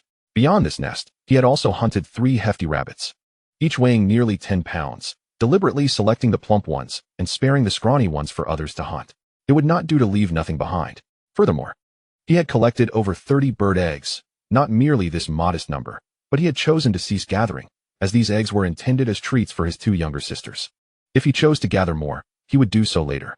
Lastly, he had captured 2 small birds, not for consumption, but rather drawn by their vibrant plumage. He thought of how his sisters had little in the way of toys, and thus decided to bring them home for their amusement. As he made his way back, Liang Zhenguo also gathered some timber to construct a chicken coop on the farm, ensuring that the wild chickens would not roam indiscriminately. As for the wild rabbits, he allowed them to burrow freely. The entire meadow could not starve them. Observing the small birds flitting about the farm, he effortlessly fashioned a birdcage to house them. Just as he was about to exit the mountains, he found himself clutching a wild chicken in one hand and a wild rabbit in the other. Except for those intended for breeding, The remainder were placed within his cultivated stillness, a novel function of his farm that boasted remarkable preservation capabilities. Remembering how his youngest sister often gathered firewood, he collected a substantial bundle. Thus, with 2 wild chickens and a rabbit in hand, and a bundle of firewood slung over his shoulder, he ambled towards his grandfather's home. Chapter 10. The Family of Second Uncle. Airway, you've returned from gathering firewood. Goodness. How did you manage to catch wild chickens and rabbits? Huazang, I was foraging for wild vegetables, and luck was on my side. With my grandparents' health in decline, this will serve to nourish them.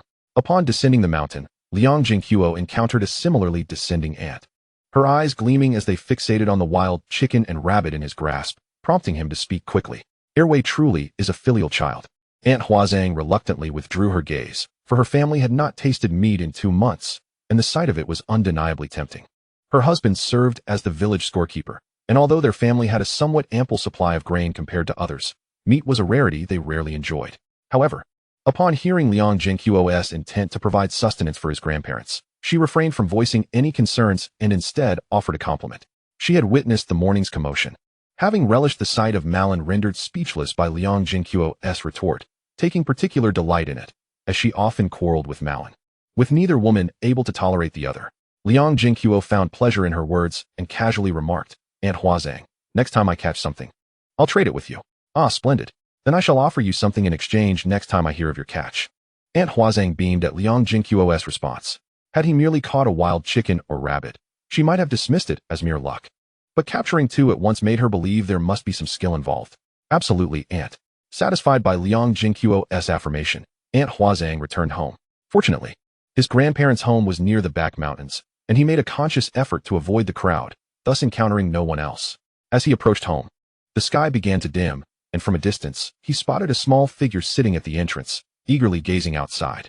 Upon catching sight of a familiar silhouette, the little one sprang to her feet and, with joyful strides, called out, Erquo, Erquo. Hearing her sweet, childish voice, Liang Zhenguo's heart soared, and a smile graced his face. Observing the little girl rushing towards him, he hastily set down the firewood and caught her in his arms as she leapt into him. Xiangwei, wait for your brother. The little girl nodded vigorously in his embrace, anxious to ensure he noticed her. Liang Zhenguo affectionately planted 2 kisses on her cheek, eliciting a cascade of giggles from her. He then set her down and presented the wild chicken in his hands. Look, what is this? Wow, big bird meat. The little girl, unfazed, extended her hands to receive it, curiously examining the lifeless wild chicken, before exclaiming gleefully, Haha, this isn't a big bird. It's a wild chicken, and there's a big fat rabbit too. Come on, let us go home and have Grandma make chicken soup tonight. With the firewood hoisted onto his back and the rabbit in hand, Liang Zhenguo led the little girl home, allowing her to carry the wild chicken herself. For it was light enough that she was delighted to do so. We're going home to eat meat. The little girl giggled, clutching the chicken's neck, happily trailing alongside her brother. Whether it was a wild chicken or a large bird was of no consequence. All that mattered to her was that it was meat. Grandma, Grandpa, Xiao. As Liang Zhenguo stepped through the door, he called out, only to discover a multitude of people gathered within. Second uncle, second aunt, and big brother Dalong, you are all here, he exclaimed, realizing it was indeed the family of his second uncle. The family of second uncle was also bustling with life, having welcomed 3 sons and a daughter. Liang Dalong and Liang Daiho, his 2 elder cousins, were already married and each had a son and a daughter, the eldest being of a similar age to Xiangwei, while the youngest was still nursing. Liang Xiaohu was merely a few months older than Liang Zhenguo, while the youngest cousin was of a similar age to Xiaohu, and the 2 girls often played together. In the courtyard, aside from the 2 sister-in-laws tending to the children, the rest of the family was present. Liang Zhenguo had initially thought that his grandmother and Xiaohu were busy cooking, which is why the little girl had been waiting at the door for him. It seemed that the little one had become quite attached to him. You young lad, with such a significant event occurring in your family, you didn't think to call me. If it weren't for Lin Kai-shu telling me while I was working in the fields, I would have remained oblivious. And when I came to find you at noon, you weren't home. Where did you run off to? Up the mountain. As soon as second uncle Liang Shoshan caught sight of Liang Zhenguo returning, he began to chide him, only to notice the rabbit in his grasp. His expression shifted from surprise to seriousness. Airway, what were you doing up the mountain? You weren't hurt, were you? The mountains are fraught with danger, not just from wild boars, but also from mountain spirits and bears. Upon seeing the rabbit Liang Zhenguo held, his grandfather's expression turned grave, emphasizing the perils of the mountains. Meanwhile, his grandmother hurried over to his side, anxiously checking him for injuries while murmuring concerns. Liang Zhenguo felt a warmth in his heart, knowing that his grandparents and second uncle genuinely cared for him. The children of the mountains inevitably ascend. And the reason for the strong reactions from Uncle Heir and the grandparents is due to the fact that his elder brother was injured while hunting in the mountains, ultimately leading to his demise. "Grandma, I'm fine, look," Liang Zhenguo exclaimed, bouncing up and down with the firewood on his back to demonstrate that he was unscathed. He continued to clarify, "Grandpa, Uncle Heir, I was merely wandering around the outskirts, not venturing deep into the mountains." Upon hearing this, the others relaxed, nodding in understanding, aware that he was not a reckless individual. Moreover, based on the events of that morning, they recognized that Liang Zhenguo possessed a strong sense of judgment. So they refrained from further admonitions. After all, he was of age, and in rural areas, many at his age were already marrying.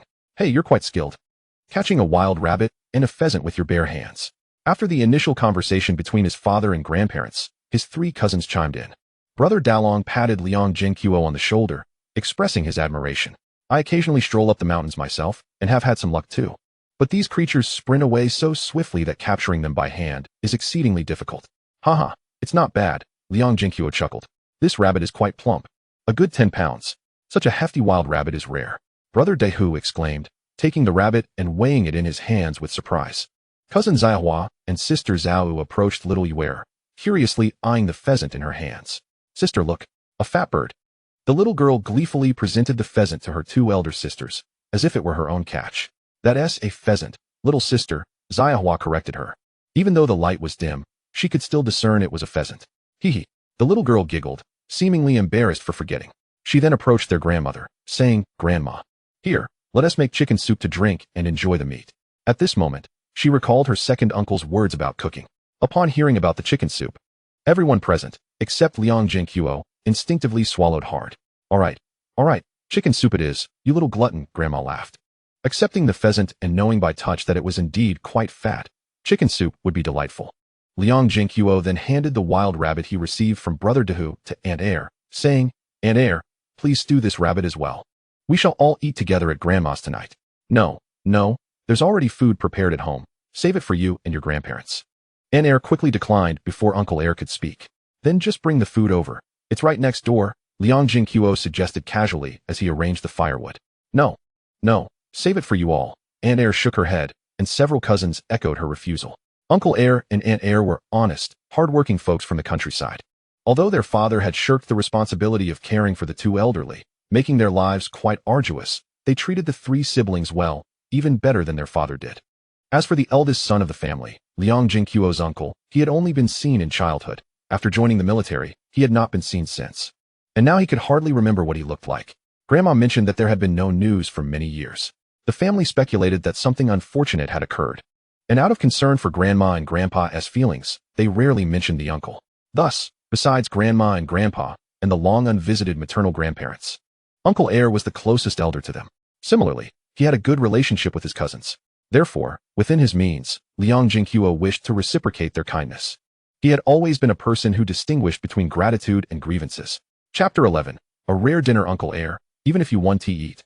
Consider Xiahua and my other nephews and nieces. They are still young and in need of nourishment, Liang Zhenguo urged, shifting his approach. Seeing Uncle Heir hesitate, he quickly added, "Isn't it normal for an elder brother to provide for Xiahua, and for an uncle to offer to his nephews and nieces as well?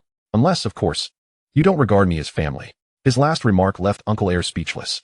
At that moment, Grandpa looked at Liang Zhenguo with pride and decisively stated, "All right, we'll follow what the second child says. Everyone will eat here tonight. Xiahua, Xiao, go call your sisters-in-law and bring the children over. But remember to keep your voices down." "Okay, Grandpa."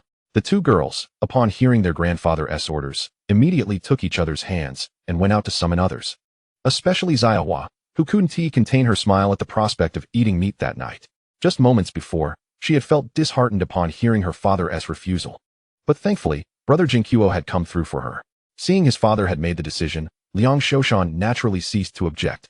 He too wished for his children and grandchildren to enjoy meat, but felt somewhat guilty about eating from his nephew.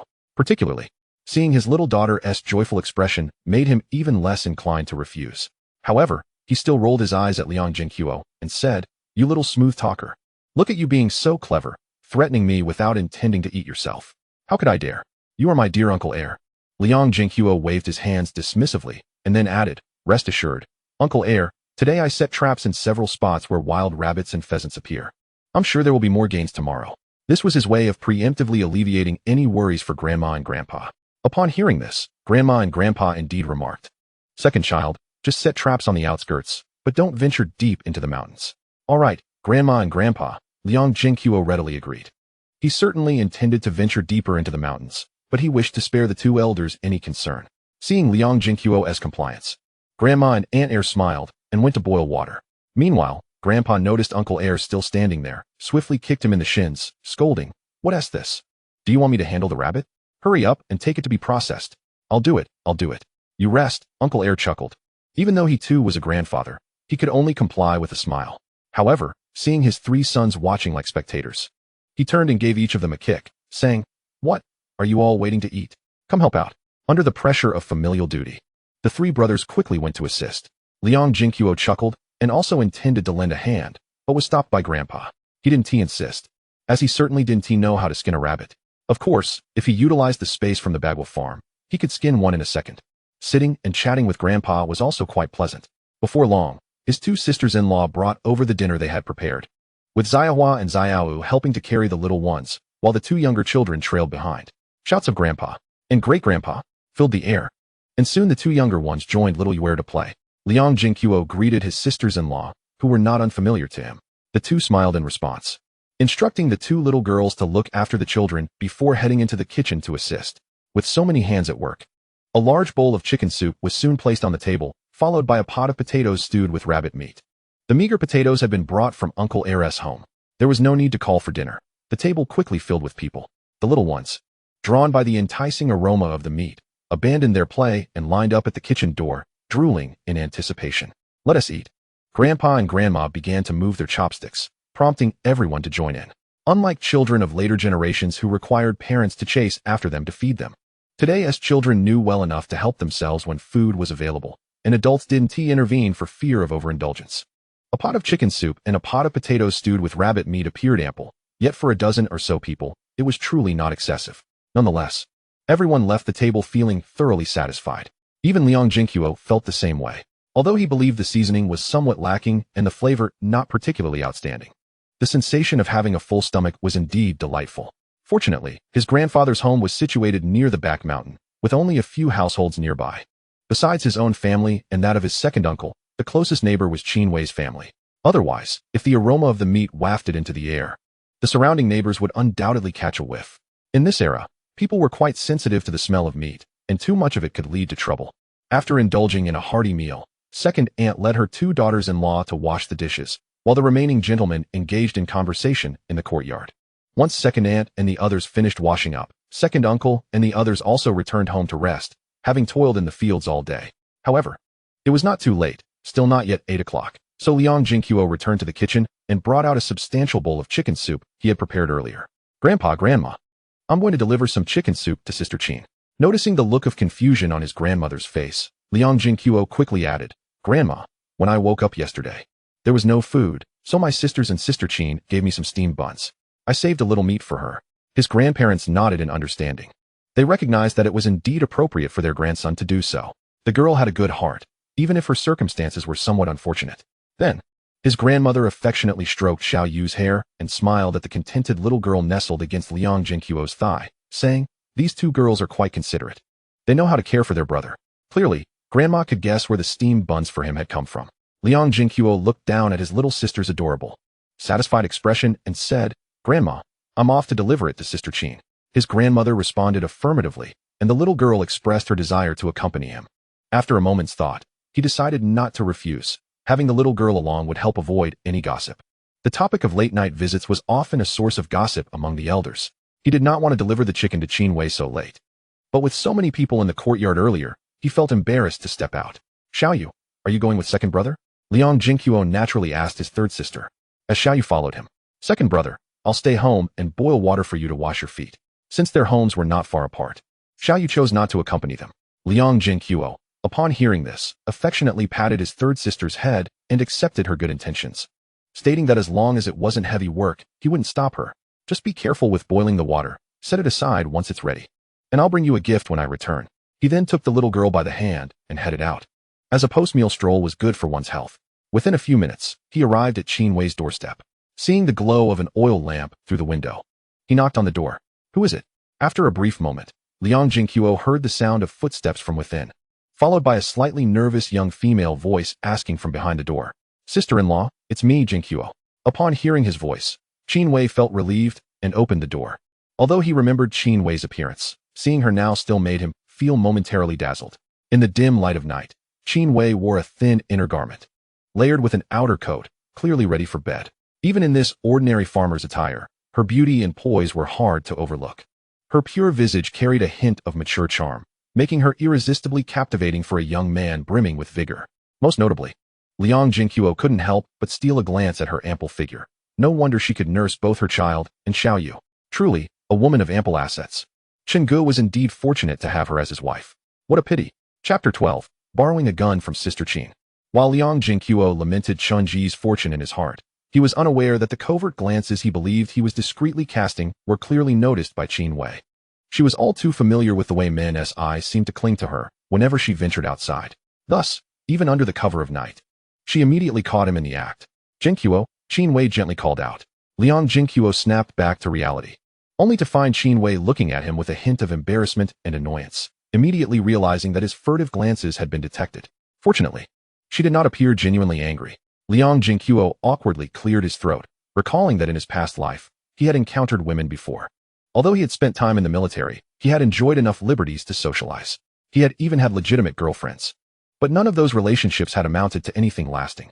However, he had never met anyone as enchanting as Qin Wei, which led him to inadvertently gaze a moment longer. Well, sister-in-law, the truth is, I ventured into the mountains today and caught a wild chicken to make soup. I saved some for you and Xiaolon." Liang Zhenguo intended to compliment her beauty but hesitated, fearing that in this era, such flattery might be misconstrued as flirtation. If those words slipped out, Qin Wei might very well think he was teasing her. Though they shared a good rapport, such jokes should not be made lightly. Consequently, he quickly retracted his compliment. Yet, it was evident that his attempt was in vain. Even without his full sentence, Qin Wei understood his implication, which only made her cheeks flush deeper. Had it been anyone else, she would have scolded them and shut the door, but their frequent interactions over the years had fostered a good relationship. Moreover, Liang Zhenguo had always come to her defense whenever she faced unwanted attention, so Qin Wei merely shot him a playful glare and waved her hand dismissively, saying, "No need. No need. Zhenguo, keep it for the old man and the others. Meat is too precious these days, and you have chicken soup as well. Sister-in-law, it's delicious. And there's meat too." At this moment, Xiaoyu stepped forward to hug Qin Wei's leg. Though still young, she instinctively felt close to her sister-in-law, especially since Qin Wei had always treated her well and had never scolded her. Qin Wei bent down to pick up Xiaoyu, affectionately pinching her small nose as she said, "Then shall we save it for Xiaoyu?" Xiaoyu pondered for a moment, then shook her head, giggling. "Hee, I'm full." Second brother said it was for sister-in-law. "Sister-in-law, go get a bowl to hold it. I've eaten your family's meat before, just yesterday. You gave Xiaoyu a steamed bun. Why are you being so polite with me now?" Xiaolon must have caught a whiff of the meat as well. That little girl must be craving it too. Qin Wei hesitated, her refusal stuck in her throat, as she vividly recalled the moment during dinner when her daughter had drooled at the scent of the meat. Yet, she lacked the means to procure meat herself. She had only had the chance to eat it when her father visited her in the past 6 months. "Then I'll accept it. Thank you, Zhenguo," Qin Wei said, her eyes glistening with gratitude. Liang Zhenguo couldn't bear to see a woman cry, so he joked, "Sister-in-law, please don't cry, or people will think I'm bullying you." "You little rascal, don't say such things. Come in." Qin Wei promptly pinched Liang Zhenguo's arm. Since it was inappropriate to converse at the door, she closed it behind him, as holding Xiaoyu made it impossible for her to fetch a bowl for the chicken soup. Liang Zhenguo chuckled, noting her desire to avoid gossip, and thought that if he were seen leaving her home at night, it would be impossible to explain himself. Following Qin Wei directly to her kitchen, Liang Zhenguo made himself at home, pouring the chicken soup into 2 bowls. "Zhenguo, are you feeling all right? Why are you out in the mountains instead of resting properly?" Qin Wei looked at Liang Zhenguo, her concern evident in her eyes. When Xiaoyu had come to ask her for steamed buns earlier, she had wanted to check on him, but it was already nighttime, and she feared what others might say if she went. Moreover, she didn't want to provoke his stepmother, known for her sharp tongue. "Sister-in-law, I'm fine now. Don't worry." "Mother, who are you talking to?" At that moment, a melodious voice resonated at the doorway, prompting Liang Zhenguo to turn his head and behold a timid little girl standing at the entrance. It was none other than Qin's Highland, the daughter of Qin Wei. Xiaolon. Before Liang Zhenguo could utter a word, the little girl nestled in Qin Wei's arms excitedly greeted her little companion, wriggling her body as though to indicate that she wished to be set down. Their camaraderie was evident, despite the generational gap between them. Oh, Xiaoyu. Xiaolon beamed upon seeing Xiaoyu, for previously, her father resided in the heart of the village, while Qin Wei's home was close to the back mountain, making their encounters infrequent without someone to accompany them. Come here and have some chicken soup, Liang Zhenguo coaxed, pinching Xiaolan's cheek gently as he handed her a bowl. Although she had already eaten, a little more chicken soup was hardly an issue. Hello, Uncle Zhenguo, the little girl chirped, her eyes glistening as she gazed at the meat within the soup, though she first sought her mother's approval. Upon receiving a nod from Qin Wei, she happily accepted the bowl, not forgetting to express her gratitude to Liang Zhenguo. It seemed that Qin Wei had indeed instilled good manners in her child. Liang Zhenguo extended another bowl to Qin Wei, saying, "Sister-in-law, this is for you." He was confident that had he not offered it, she would have certainly reserved it for her daughter. Qin Wei, seeing Liang Zhenguo's gesture, had no choice but to accept it. Yet she promptly shared the chicken pieces with her daughter. Observing Xiaoyu's eager eyes, she placed a morsel in her little hand for her to nibble on. Naturally, Xiaoyu, upon receiving the meat, felt no need for further formality, even though she had already had her fill that day. Once the three had finished their meal, Qin Wei, as expected, inquired about the events that transpired that morning. It seemed this matter had become common knowledge throughout the village. Liang Zhenguo, resigned, briefly recounted the incident to her. "If you ever need assistance, don't hesitate to tell your sister-in-law," Qin Wei said, her gaze filled with concern for Liang Zhenguo. It was disheartening to think that he had just come of age and was already contemplating separation from his family. How harshly had Ma Lan and his father treated their siblings in the past. "I won't stand on ceremony with you, sister-in-law. From now on, you mustn't be polite with me either. We shall support one another, understood?" Liang Zhenguo declared earnestly, his eyes fixed on Qin Wei's exquisite face. His words carried a certain intimacy that made her cheeks flush slightly, yet she nodded gently. After all, their relationship had always been quite amicable over the years. As time passed, Liang Zhenguo broached another topic. "Sister-in-law, do you still have your gun?" His visit was not solely to deliver chicken soup. He also intended to borrow a firearm. After all, venturing into the mountains without a proper weapon left him feeling insecure. The gun was, of course, his preferred choice. In this era, firearms were not banned, and many people in the community owned guns.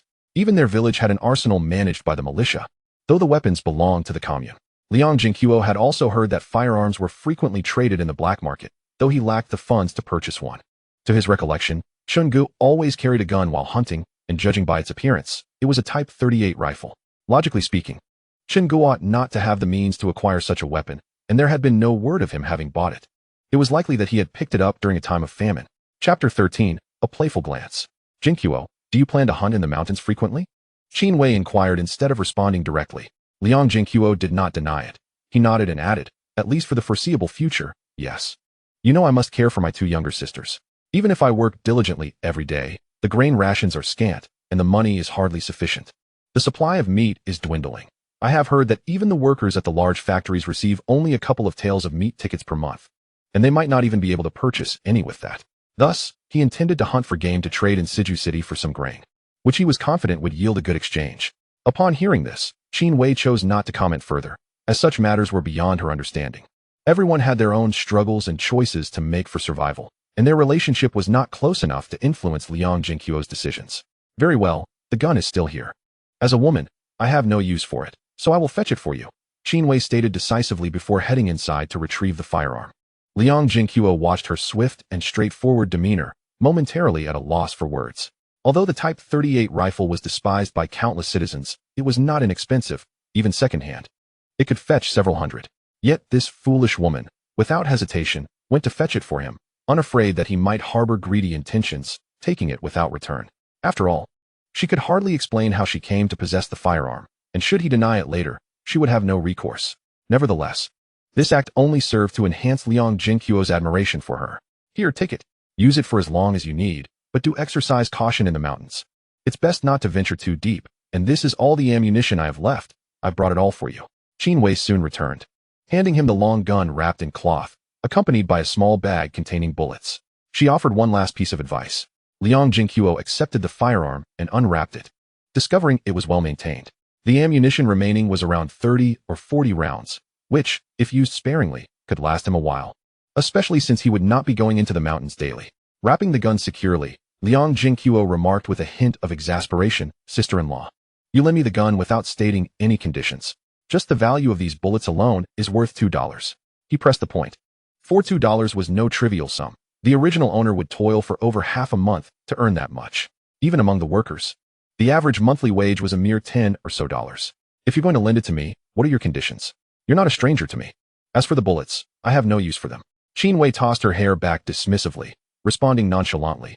If that's the case, then it's settled. You mentioned you wouldn't stand on ceremony with me.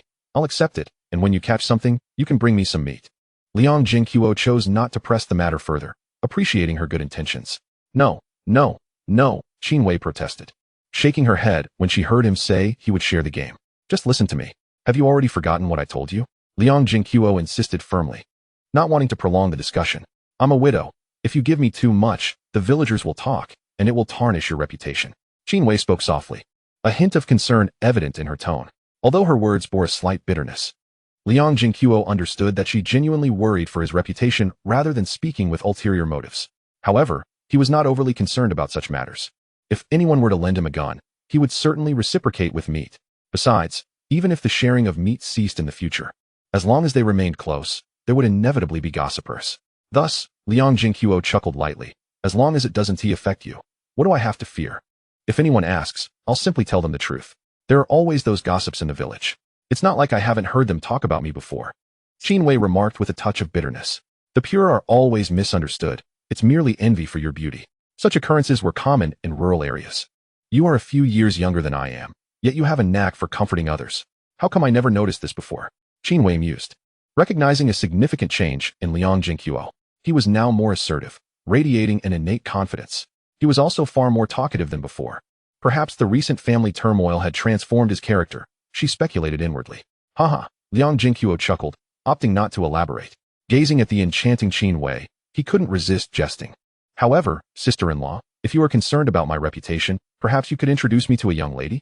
Well, my requirements are not too high. Just as beautiful as my sister-in-law will suffice. At this, Liang Zhenguo paused, emphasizing the word same with particular weight. Upon hearing this, Qin Wei rolled her eyes. Her cheeks slightly flushed. She had once again discerned a shift in his demeanor. His flirtatious banter had been more than a mere jest tonight. Yet, he was not as insufferable as those second-rate scoundrels. Is that really not too high of a demand? Rarely did Qin Wei exhibit such girlish emotions. Though she possessed no vanity, she was acutely aware of her allure to those insipid men. Then, she pivoted the conversation. But, you know, I actually do have someone. My younger sister is even more stunning than I am, and she is the same age as you. But let us see if you can meet my expectations. Expectations? The mention of that term at such a late hour sent Liang Zhenguo's thoughts spiraling.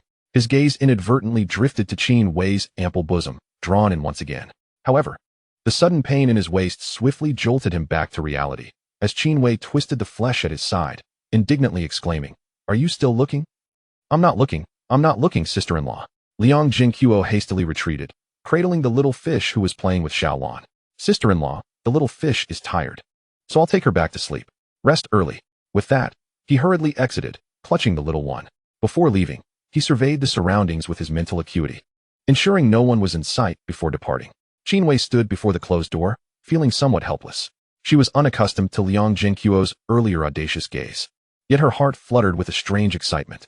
Liang Zhenguo, with a wry smile, rubbed his waist where she had pinched him. It seemed that regardless of the era, women had an uncanny ability to exploit a man's vulnerabilities. However, to tease such a beautiful sister-in-law was undeniably amusing. No wonder the saying goes, nothing is more delectable than dumplings, and nothing is more entertaining than cough cough. Reflecting on how she had truly been angry despite his blatant gaze, Liang Zhenguo couldn't help but smile. The thought of her mentioning a sister made him click his tongue. Although he didn't believe her claim that her sister surpassed her in beauty, the image of a pair of stunning sisters inexplicably surfaced in his mind. Yet, given his current state of financial and material deprivation, such thoughts were indeed unwarranted. He was unworthy. "Second brother, did you upset sister-in-law?" The little girl, now cradled in his arms, obediently nestled against his shoulder. "No, I didn't. Second brother, I saw sister-in-law pinch you." The little one possessed quite the discerning eye. "We were just playing around," Liang Zhenguo reassured her. As they approached the door, he gently set her down. "Little fish, close your eyes. I have a surprise for you." With her bright eyes blinking in curiosity, the little fish obediently complied. Observing this, Liang Zhenguo retrieved a pre-prepared birdcage from his spatial storage, while also storing the bullets from the cloth bag and placing the prepared quail eggs inside. All right, little fish, you can open your eyes now. Little bird, little bird. Upon opening her eyes, the little fish was immediately enchanted by the lively birds hopping within the cage, eagerly moving closer to observe. Do you like it? This is a gift for you and your sister. I love it. Liang Zhenguo chuckled. Children always had a fondness for adorable creatures. The little girl scampered into the house, clutching the birdcage in search of her sister. At this hour, their grandparents were usually fast asleep. Noticing that they had yet to return, the elderly couple remained in the courtyard. Grandma, you both should head back inside. There's no need to wait for me. It's chilly out here. Liang Zhenguo advised the two elders. He added, also, in this bag are quail eggs. I couldn't store them properly before, so I'll leave them in the kitchen cabinet. Remember to boil one for everyone tomorrow morning. All right, Grandma responded with a smile before heading back inside with her husband. As for how their granddaughter was clinging to the birdcage, they chose not to inquire. Given their age, they were unable to discern that Liang Zhenguo was still carrying a gun in the dark, or else they would have lectured him. After washing their feet, Liang Zhenguo and the two girls quickly succumbed to sleep. He had wandered the mountains for several hours, and as soon as he lay down, slumber enveloped him. Chapter 14. Back to the mountains. Waking up naturally, Liang Zhenguo found that the two girls had already risen, and remarkably, the little sister was not clinging to him.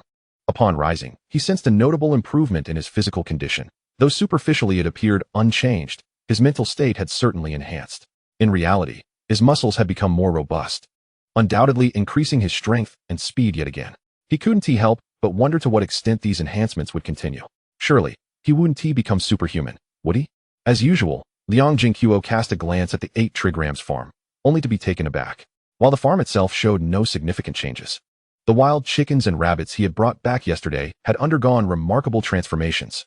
The wild chicken eggs had hatched, and they appeared nothing like mere hatchlings. They had grown considerably and were now foraging alongside the adult chickens.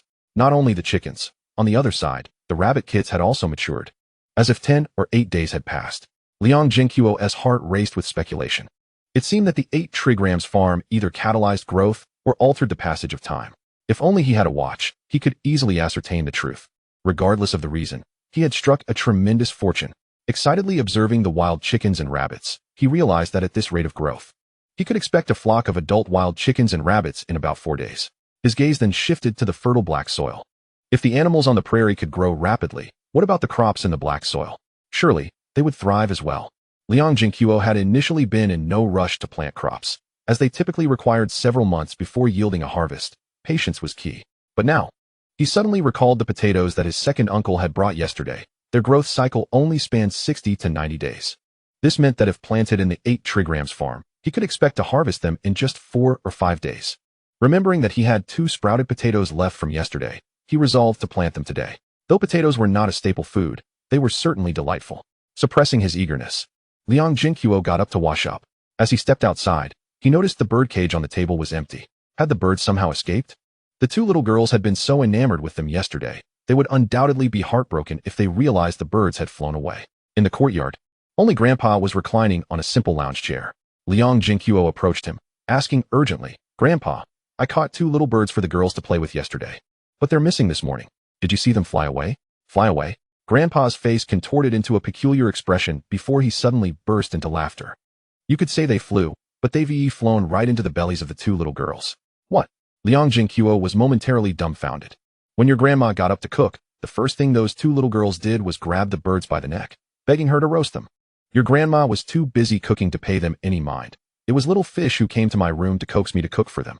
Liang Zhenguo couldn't help but laugh and cry at the same time. What was once a delightful plaything had tragically turned into a meal. Seeing how elated they had been yesterday, he had thought they were enamored with the beautiful little birds.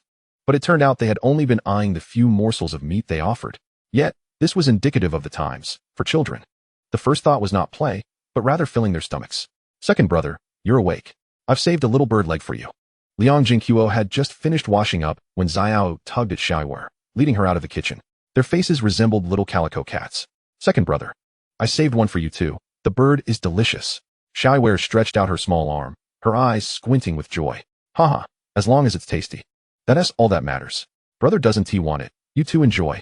Liang Zhenguo chuckled as he observed the 2 girls' dirty little faces. He couldn't help but smile and took his towel to wipe their faces one by one. Today's breakfast consisted of steamed buns, sweet potato porridge, and wild chicken eggs. However, Grandpa and Grandma had to share one egg between them.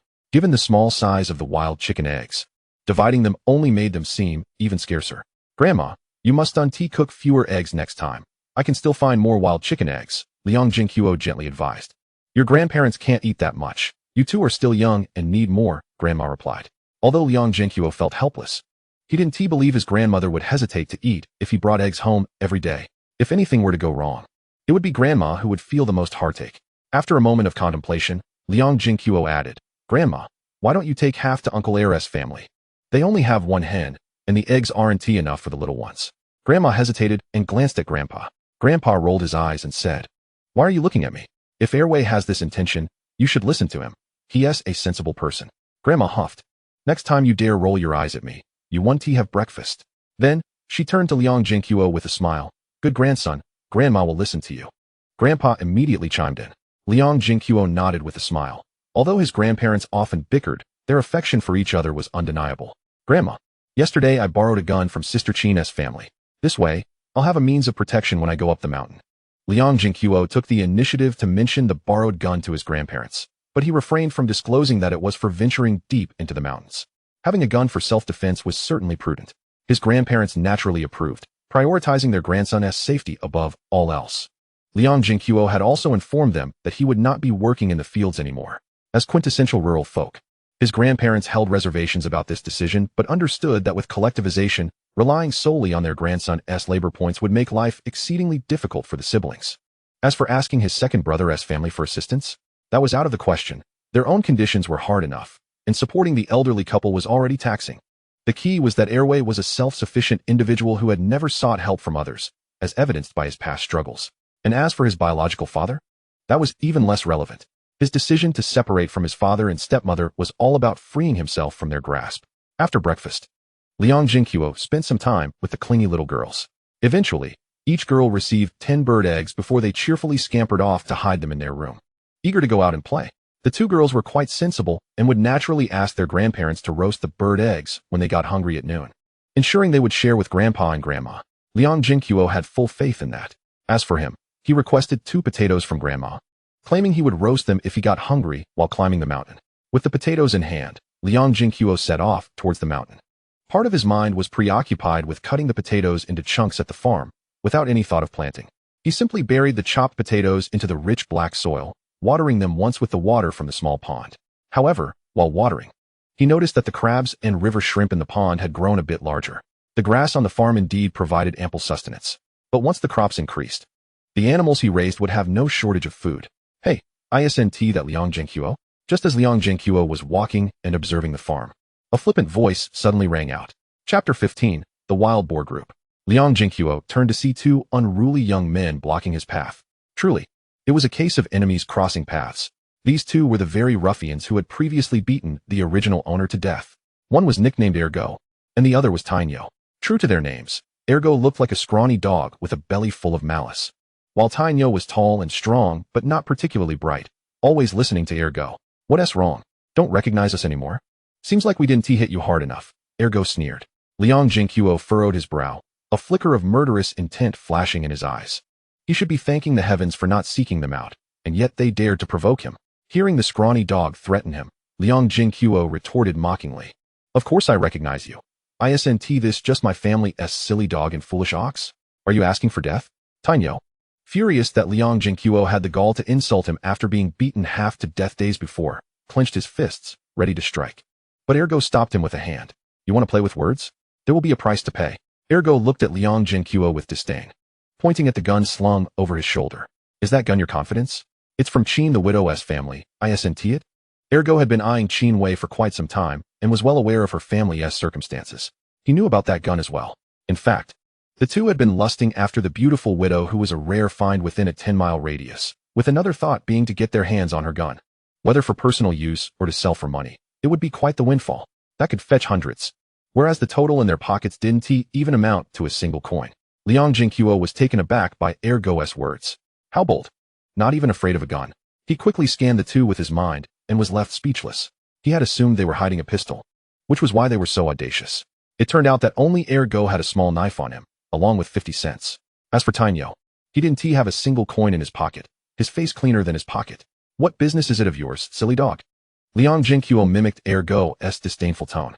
Calling him silly dog made Ergo's face darken, but he still restrained himself from lashing out. That wretched woman pretends to be so proper. Now that she has given you the gun, she has probably rolled in the sheets with you countless times already. That cheap woman. The more Ergo spoke, the more convinced he became. The thought of having been unable to touch her after so long, while this brat had succeeded, only fueled his rage. Liang Zhenguo shot Ergo a blank stare. Seeing he had no intention of making a move, Liang Zhenguo didn't wish to waste time engaging him in idle chatter, pushing him aside without hesitation. Good dogs don't block the way, don't you know? Silly dog. Ergo stumbled back, nearly losing his balance, while Tainyo, seeing his companion in trouble, tried to block Liang Zhenguo. However, Ergo pulled him back. Yet, Ergo's expression was far from pleasant. Dog brother, why don't we teach him a lesson? Are we afraid of his gun? Tainyo expressed dissatisfaction. What good is a gun? Does he dare to shoot? Ergo replied dismissively, then added, think about it. This is their village. If a fight breaks out and he calls for help, we'll be the ones getting beaten. Are we just going to let this slide? Let him get away with this insult? Not a chance. Ergo whispered with a sneer. Look at him. He is probably going hunting. We'll follow him to the outskirts and wait for him there. In these mountains, if we break his legs, no one will come to his aid. Besides, Ergo's excitement grew. The prey he hunts will belong to us. And most importantly, that gun will be ours. That's worth hundreds. As Tainyo listened to the words of Dog Go, his originally simple black face revealed a sinister smile. Not far away, Liang Zhenguo, with his back turned to them, also wore a satisfied grin. What a splendid plan indeed.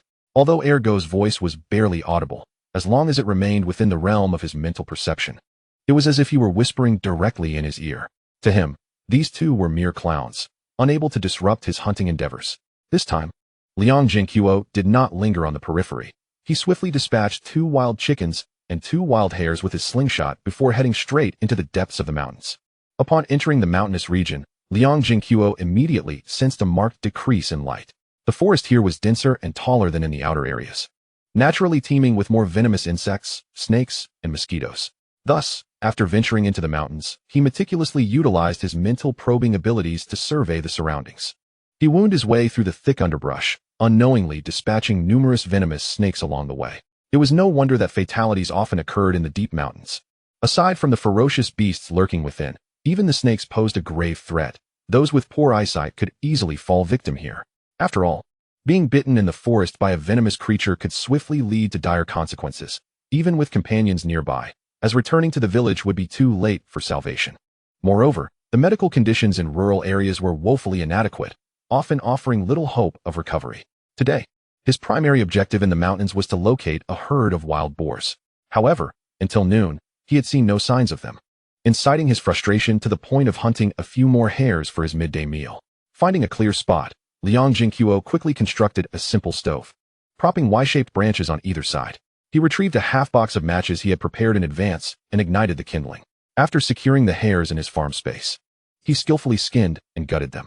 Using water from the farm to wash them, he skewered them on a wooden stick and placed them over the stove. This would serve as his lunch. Before long, one of the hares was perfectly roasted. Liang Zhenguo did not linger over his meal, swiftly finishing it. It wasn't that he was in a hurry, but rather that, without any seasoning, the taste was rather bland, merely sufficient to satiate his hunger. Yet, thinking of his grandparents and 2 younger sisters who would likely be eating mere bird eggs for lunch, he felt a pang of guilt. After his meal, Liang Zhenguo leaned against a large tree to rest, taking a moment to check on the potatoes he had planted that morning. To his delight, he discovered several tubers had already broken through the soil and sprouted tender shoots, a growth rate that pleased him immensely. As for those that hadn't emerged, they were essentially hopeless. Once he had recuperated, he took up his rifle and set off once more. In the afternoon, he began his transport operations. Within less than an hour, his mental probing revealed the presence of wild boars, specifically, a small herd. There were 6 in total, 2 adults and 4 young ones. Likely a family unit. The larger 2 weighed approximately 300 pounds and just over 200 pounds, while the smaller ones were all around 100 pounds. Liang Zhenguo did not rush to fire. Having finally spotted them, he aimed to capture the entire group. Losing even one would feel like a significant loss. After assessing the surrounding terrain, Liang Zhenguo quickly devised a plan. Relying solely on his rifle would not suffice to take down all 6 wild boars, as they were quick to sense danger and would flee. In the forest, he doubted his ability to outrun them. Therefore, He began by digging a large pit where he stood, conveniently flanked by towering trees. After camouflaging the pit with leaves, he circled around to the right and replicated the setup based on the terrain. With sufficient space, he didn't even need a shovel. He simply stored the soil in his farm space, making the excavation of several pits a breeze. Once the traps were set, Liang Zhenguo stealthily approached the rear of the wild boar group. He kept his distance, aiming from 50 to 60 meters away, and took aim at the largest boar. Bang! The bullet struck the boar squarely in the head. Remarkably, the creature's vitality proved to be tenacious. Despite being hit, it turned and charged in his direction. However, after barely a few meters, it succumbed and collapsed with a resounding thud. As the gunfire echoed, Liang Zhenguo promptly retracted his weapon and dashed uphill. The sound startled two of the young boars, causing them to flee in panic.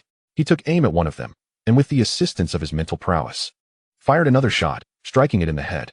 The remaining boar turned and dashed toward his traps. Unexpectedly, the mother boar following the other two young boars heard the cries of the injured one and charged towards him. However, there was ample distance between them. Liang Zhenguo remained unperturbed and ruthlessly fired again, causing the mother boar to meet the same fate as the male. Stowing his rifle in the farm space, Liang Zhenguo retrieved a long wooden stick used for clearing paths and prodded the mother boar before placing it into the still space. He then collected the deceased adult and young boar, returning to the spot where he had first encountered the wild boars. He could already hear the sounds of one of the trapped pigs. Fortuitously, all three had fallen into a pit. None had escaped. He didn't waste any bullets. Instead, he used the wooden stick to touch and collect them, placing the trio in a confined area on the grassland to prevent them from causing chaos. With 6 wild boars in his possession, Liang Zhenguo felt elated. 6 boars meant around 1,000 pounds. What a bountiful harvest. He filled in the pits to prevent any unfortunate creature from falling in and breaking a leg. He would not want to bear the guilt of such a misfortune. Though unaware of the exact time, the day was still young. Liang Zhenguo was in no rush to return. He opted for a different route back, continuing his hunt. After more than 2 hours, he accelerated his return. Although he had not encountered any wild boars or bears during this time, he unexpectedly captured 2 unsuspecting roe deer, contributing over 100 pounds of meat.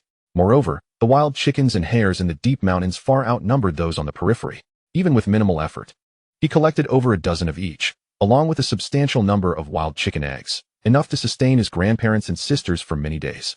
Having traveled quite a distance into the mountains, he hurried back with all his might. Even upon exiting the mountainous area, it took nearly an hour to navigate the difficult terrain, requiring constant vigilance.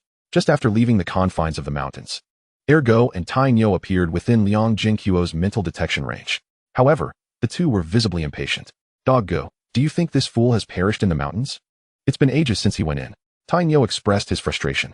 Who knows? Whether he lives or dies is of no consequence. Just don't let him lose my gun.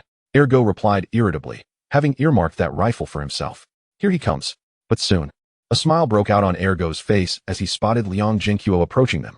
Unbeknownst to others, he appeared to share a close relationship with Liang Zhenguo. Look at the wild chickens and hares, and even the roe deer. As Liang Zhenguo drew near, the two were irresistibly drawn to the few game he had deliberately showcased, their faces betraying unabashed greed. Ha ha ha, splendid, splendid. Ergo and Tainyo laughed heartily as they ran toward him, brandishing thick wooden sticks. You two are quite considerate. Waiting for me, Liang Zhenguo replied nonchalantly, a calm smile adorning his face. Humph, we're not in your village now. You'll soon learn the consequences of arrogance. Although Ergo found it peculiar that Liang Zhenguo remained utterly composed, he did not dwell on it, especially since the latter had been nearly beaten to death just days prior. However, considering the few prey he had provided them, Ergo thought that as long as Liang Zhenguo obediently handed over his firearm, knelt before them, and called them father a few times, followed by allowing them to vent their frustrations on him, they would let him go. Ergo taunted, exuding an air of control, while menacingly brandishing a long stick. Otherwise, today, I shall break both your legs and leave you to fend for yourself in the mountains. Upon hearing this, Liang Zhenguo's smile widened. Shaking his head, he remarked, how truly cruel. Before Ergo could utter another word, Liang Zhenguo suddenly stepped forward and delivered a powerful kick to Ergo's abdomen. Liang Zhenguo's strength had grown considerably, far surpassing that of an ordinary farmer. Caught completely off guard, Ergo was sent flying several meters, clutching his stomach and howling in pain, his face turning a deep shade of purple, clearly unable to rise for a while. Damn it!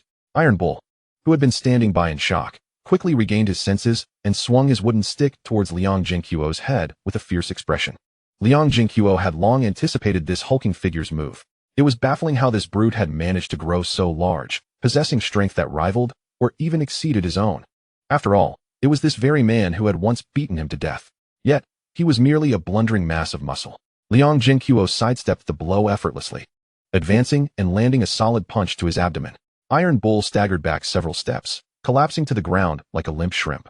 A strike of such force to that area would leave anyone feeling utterly powerless. In mere moments, both were dispatched, despite still being unable to stand. Ergo took a moment to catch his breath, continuing to spew threats. I'll be damned if I don't kill you today. If I die, I'll drag that wretched Qin Wei to your grave and make her perform for you. Quite the entertainer, Liang Zhenguo thought, bemused. Did he truly fail to grasp the gravity of the situation? Crouching before him, Liang Zhenguo, noticing Ergo's incessant prattling, delivered 2 resounding slaps to his face. Seeing the venomous hatred in Ergo's eyes, he suddenly laughed. You wish to kill me. Yet what shall I do if I wish to live, foolish dog? Then I shall certainly invite you to die. As soon as the words left his mouth, Liang Zhenguo swiftly grasped Ergo by the throat. Ergo struggled desperately, his expression shifting from rage to terror, then to pleading. Unfortunately for him, Liang Zhenguo was no longer the same person. He bore no psychological barriers when it came to taking a life, especially one as despicable as Ergo. Thus, Ergo was brutally strangled to death. Meanwhile, Iron Bull trembled in fear, nearly wetting himself at the sight before him. He never expected Liang Zhenguo would dare to kill, especially right in front of him. What did this mean? It meant Liang Zhenguo would not spare him either. Please, let me go. Don't kill me. I won't dare again. Though not particularly clever, Iron Bull was not so foolish as to disregard his own life. Thus, he began to crawl away desperately while pleading for mercy. However, Liang Zhenguo was far from merciful. Had he retained the temperament of his former self, his fate today might have mirrored Ergo's broken legs, left to perish in the mountains. Chapter 17. The plan to head to Siju City. Watching Iron Bull stumble away, Liang Zhenguo casually picked up a stone and hurled it at his calf. His precision with projectiles had become quite adept, and Iron Bull was predictably knocked to the ground. Liang Zhenguo approached, ignoring Iron Bull's pleas for mercy. Yet he did not execute him as he had Ergo. Instead, he stepped onto Iron Bull's back, and with a mere thought, Iron Bull vanished from sight. In the confines of the farm's space, Iron Bull looked around in terror at the unfamiliar surroundings. The moment Liang Zhenguo had stepped on his back, he found himself in this bewildering place. The incomprehensible scene only heightened his panic. He suspected that Liang Zhenguo, whom he believed he had killed days prior, had returned as a ghost to collect a debt. Liang Zhenguo smiled in satisfaction, utilizing Iron Bull as a means to conduct a small experiment, confirming that living beings could indeed be stored within the space without any adverse effects. Once he had extracted some utility from the useless brute, Liang Zhenguo decisively snapped Iron Bull's neck and buried him deep in the black earth. He also disposed of the deceased Ergo, burying them together as companions, which could serve to enrich the soil of his space. After cleansing the area of any evidence, ensuring not a trace remained, Liang Zhenguo hurried down the mountain. He felt no remorse for the 2 lives he had extinguished. After all, in the mountains, no one would know. Even if reported to the authorities, it would yield no results. Both men had checkered pasts, and any investigation would likely fizzle out with time. Besides, with no bodies to examine, how could they pursue the matter? Thus, Liang Zhenguo returned home with a sense of ease. Oh, my Erwa's back. Before he even reached his home, Liang Zhenguo spotted Aunt Hua approaching him with a radiant smile. Upon seeing the game he carried, her grin broadened. She had always believed in Erwa's ability to catch prey, and today he even came bearing a firearm. With a moment's thought, she surmised how he had acquired it, given that she had heard about the guns at Qin Wei's home. Aunt Hua was too preoccupied with thoughts of meat to ponder further. Liang Zhenguo had indeed outdone himself, bringing back 2 wild chickens, 2 hares, and a foolish roe deer. He also had a cloth bag slung at his waist, containing 20 wild chicken eggs. Liang Zhenguo smiled upon seeing her, recalling a casual remark from the previous day. He wondered just how long Aunt Hua had been waiting there. Not waiting for her to speak, he initiated, Aunt Hua, what a coincidence. I promised to trade you some meat yesterday, and this saves me a trip to inform you. Which would you prefer, wild chicken or hare? The roe deer needs to be delivered to the collection station in Siju City. Perhaps I can exchange it for some grain since my grandfather's supply is dwindling. All right. Thank you, Erwa. I'll take a wild hare, please. Aunt Hua was not so foolish as to expect the roe deer, weighing 60 to 70 pounds, to be within her means. She felt grateful that Liang Zhenguo allowed her to choose. Initially, she had considered swapping for a wild chicken, as chicken soup was quite nutritious. However, with many mouths to feed at home, a single wild chicken would yield little meat for everyone. In contrast, the hares Liang Zhenguo had hunted were substantial, with the smallest weighing 8 pounds and the largest 9. Conservatively rationing, it would provide several meals for her family. Liang Zhenguo had no objections and promptly selected the larger hare to hand to Aunt Hua. Here you go, Aunt Hua. Let us decide how to trade. Thank you. Erwa. Aunt Hua felt quite satisfied. This young man was indeed capable and generous. Let us trade this way. I'll give you 3 pounds of cornmeal and a large pumpkin, which my family sent recently. Does that sound fair? Upon hearing the offer of 3 pounds of cornmeal, Liang Zhenguo nearly snatched the hare back. 3 pounds of cornmeal was worth less than 30 cents, while his hare weighed 9 pounds. Although not as valuable as pork, it certainly commanded a price of 60 to 70 cents, at least at the collection station. On the black market, it would fetch even more, especially given the demand. However, upon hearing about the pumpkin, Liang Zhenguo's expression brightened. He cared little for the pumpkin's size. What mattered was that he could now cultivate pumpkins in his farm space. Besides, a pumpkin, no matter how small, would not be insignificant, and Aunt Hua was quite sincere. He wouldn't be too disadvantaged. Meat was indeed wonderful, but for rural folk, grain was the most indispensable resource. All right, Aunt Hua, I will heed your advice. You take the hare back first. I shall retrieve the cornmeal and pumpkin from your home later this evening. Aunt Hua nodded in satisfaction, hastily making her way home while glancing around anxiously, as if fearing theft. This time, Liang Zhenguo did not choose a less populated route to return home, thus inevitably encountering fellow villagers along the way. Their astonished expressions upon seeing his bounty were unmistakable. However, Liang Zhenguo merely acknowledged them with a nod, avoiding idle chatter as he returned home under the intense scrutiny of their gazes. This was not an act of ostentation. Rather, he was subtly asserting that, though he was currently unemployed, he possessed a firearm and was quite adept at hunting. Henceforth, whatever he brought home would carry a weighty significance. Each time he returned home, it seemed that the first to notice Liang Zhenguo was the little girl, Xiaoyu. No sooner had he pushed the door open than she scampered over on her short legs, clinging to his thigh like a rag doll, momentarily forgetting her longed-for meat. Liang Zhenguo affectionately ruffled her hair, dragging her along into the yard. Dear Airway, you have brought back such a bountiful harvest today, grandfather remarked, eyeing the 2 wild hens and 2 hares Liang Zhenguo had tossed onto the ground, along with a roe deer, his mouth agape in amazement. One of the hares had been retrieved just as he reached the entrance. Grandmother first checked to ensure Liang Zhenguo was uninjured. Then a smile of joy spread across her wrinkled face as she gazed at the spoils. In these times, it was not commonplace for someone to return with such a plethora of game merely by wielding a gun. Grandfather, I exchanged 1 hare with Aunt Hua for a large pumpkin, along with 3 pounds of cornmeal. Tomorrow, we can make pumpkin cakes. Excellent, excellent. Grandfather and grandmother nodded in agreement, relieved that no money had exchanged hands, thus avoiding any implication of profiteering. Let us keep the wild hens and hares for ourselves. I plan to take the roe deer to the city tomorrow to see if I can trade it for some grain. Liang Zhenguo articulated his intentions, and he aimed to barter not only the roe deer, but also the 6 wild boars, should the opportunity arise. Although the meat could last a couple of days in this weather, we could not consume it all. Perhaps we should trade it all in the city or have grandmother prepare some salted meat to save for later.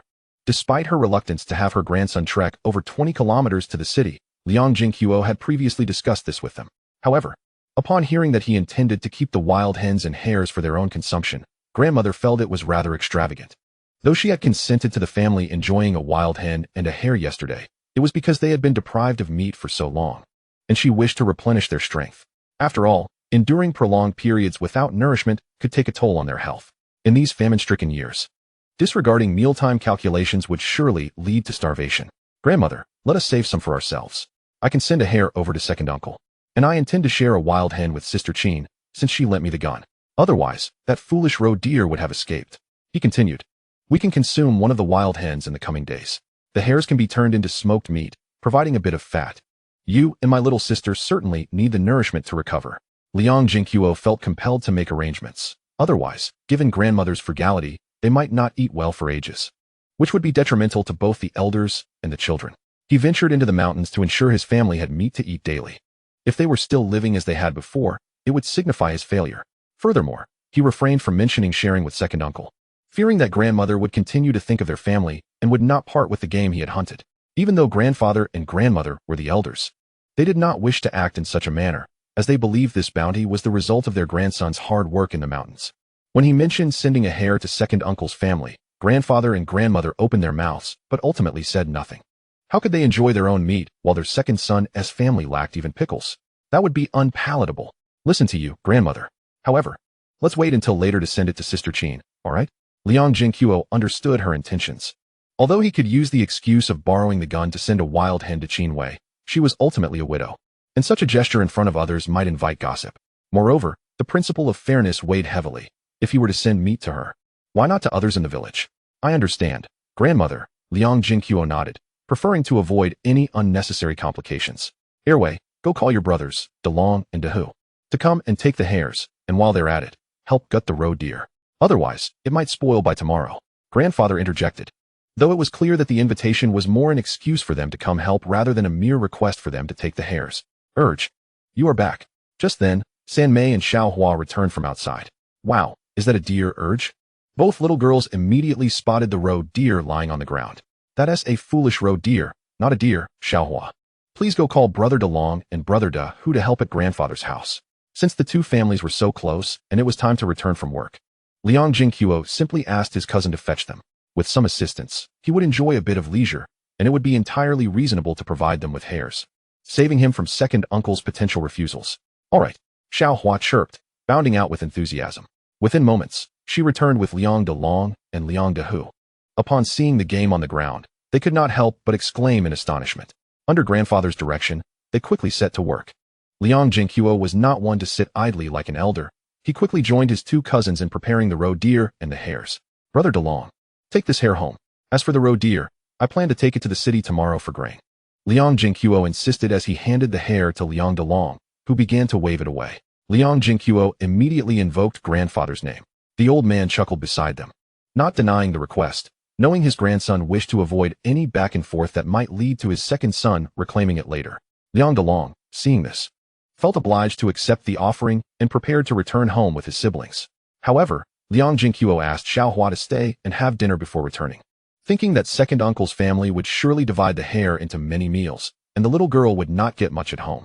It was better for her to stay at grandfather's house to eat, where she could keep company with Xiao Yu. As for his two cousins, he knew inviting them would be futile. They would not eat, given their own families awaited them at home. You are the best, Brother Zhenguo. Hearing Liang Zhenguo invite her to stay for dinner, Xiao Hua beamed with delight. Although she was young, she understood that meals at grandfather's house would surely be better than at home. Grandfather and grandmother remained silent, and naturally, DeLong and DeHu did not object. After all, their little sister was still small, and there was no need to worry too much, as it was still grandfather's home. Yes, Brother Airway is the best. The little girl, clinging to Liang Zhenguo's thigh, nodded earnestly, echoing her cousin's sentiments. She immediately pointed at the wild hen, clearly still yearning for the chicken soup from yesterday. The soup was delicious, and there was meat to enjoy. Liang Zhenguo was more than willing to indulge the little girl's wishes, and grandmother had no objections either.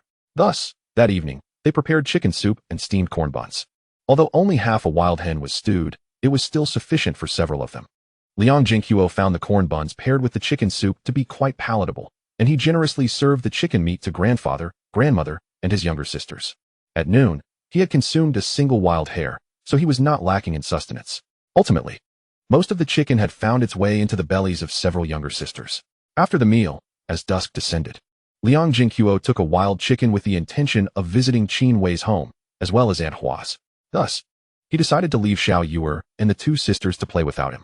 Once outside, Liang Zhenguo contemplated briefly and retrieved another wild hare from his storage, which he intended to present to the village chief's household. Although he had instructed Heir de Yi to discuss the work details with the village chief, he thought it prudent to pay a personal visit to avoid any potential criticisms. In the village chief's word carried significant weight, especially in Xiling village. While Liang Zhenguo did not need to curry favor, fostering a good relationship was indeed necessary, as the village chief could help quell any unfounded rumors in the future. Moreover, he could not remain in this small village indefinitely. With the establishment of his gossip farm, he would inevitably venture out to explore and experience the cultural landscape of his era. After all, spending an entire life in a small village would be exceedingly dull. As for his grandparents, there was no need to ask. They could never leave Xiling village, as it was their roots, and naturally, in their twilight years, they longed to return to their origins. Hence, this was another reason Liang Zhenguo sought to cultivate a good rapport with the village chief, considering his father was unreliable, and some matters were beyond Heir de Yi's resolution. Aunt Hua's home was not far from Liang Qiaozu's, both situated in the center of the village, in close proximity. The village chief Lin Kuei's residence was located in the front part of the village. However, Liang Zhenguo opted to take a detour and visit the village chief first. Upon arriving at the village chief's doorstep, he did not shout or make a commotion. He merely knocked a few times and awaited someone to answer. Who is it? The door was opened by the village chief's son, Lin Chao, who was 5 or 6 years older than Liang Zhenguo. Brother Chao, it's Zhenguo. Please come in. Lin Chao appeared somewhat surprised, but still warmly invited him inside. Upon noticing the wild hair Liang Zhenguo was carrying, his expression turned to one of confusion. He had heard earlier that Liang Zhenguo had hunted quite a bit today, but he never expected him to bring some home, especially considering it was meat. Uncle Kuei. Upon entering, Liang Zhenguo saw that the village chief's family had just finished their meal, and he felt a sense of relief. It would have been somewhat awkward to arrive during mealtime. After greeting Lin Kuei, he addressed everyone present who was older than him one by one. Erwa, have you finished eating? What brings you here at this hour? Lin Kuei was also surprised. He had intended to find a suitable time to discuss work with Liang Zhenguo, especially since Liang Zhenguo had separated from his father, making their lives even more challenging. Without work, how could they manage? However, just earlier, his son had mentioned that he had hunted many animals today, so he was taken aback by Liang Zhenguo's unexpected visit. Uncle Kuei, I've already eaten. I came mainly to inform you that I won't be working in the fields for the time being, and since I caught quite a bit today, I thought I'd bring you a hare. Liang Zhenguo stated directly, without any circumlocution. Are you foolish? In this day and age, who delivers meat to others? Take it back. Lin Kuei insisted. Despite the sparkle in his wife's eyes upon seeing the hare, he remained resolute. It was evident that Lin Kuei was not merely being polite, and Liang Zhenguo regarded him with newfound respect. No wonder he was well-liked in the village. He refused to take advantage of others, demonstrating his principled nature. However, this era took pride in being workers, and the vast majority of the populace, no matter how arduous their circumstances, toiled for the nation's development. In the harshest of times, the people remained the most genuine, selfless, and industrious. Chapter 19, Testing the Waters. Liang Zhenguo felt a moment of reflection. He believed he could hardly achieve such selflessness, even though he had been a soldier for the people in his past life. Although Lin Kuei had declined the offering, Liang Zhenguo was not inclined to take it back. He seized the opportunity to say, Uncle Kuei, please accept it as a token of gratitude for your assistance in securing 20 yuan for me a few days ago. Moreover, I have a small favor to ask, and it would be quite embarrassing if you refuse. What favor? Lin Kuei was curious about what Liang Zhenguo might need help with. Uncle Kuei, I wish to purchase some vegetable seeds to plant in my grandfather's backyard, and I was hoping you could help me with a letter of introduction. Liang Zhenguo aimed to acquire various seeds, and naturally, the seed store in the capital, Fernine City, had the most comprehensive selection, but without an introduction letter. He could not procure them no matter how persuasive he was. Lin Kuei hesitated. Generally, if the seeds for planting were insufficient, one could buy more. But it was usually done on behalf of the village. What is the issue? The backyard at your grandfather's house is quite small, and it's for personal consumption. So it doesn't require many seeds. It's not a significant problem. At that moment, Lin Shun interjected to support him, as she considered it a minor issue. Liang Zhenguo silently praised Lin Shun. He did not require many seeds, and with the space of his farm, once he obtained the initial seeds, the quantity would quickly multiply. Indeed, upon hearing this, Lin Kuei nodded in agreement, saying, All right, but Erwa, you must not make a fuss about this, and take the hare back with you. Rest assured, Uncle Kuei, I won't speak of it to anyone. Liang Zhenguo replied obediently, but he directly handed the wild hare to Lin Shun. Lin Kuei, though resigned, recognized Liang Zhenguo's determination to give and could only appreciate his thoughtful gesture in his heart.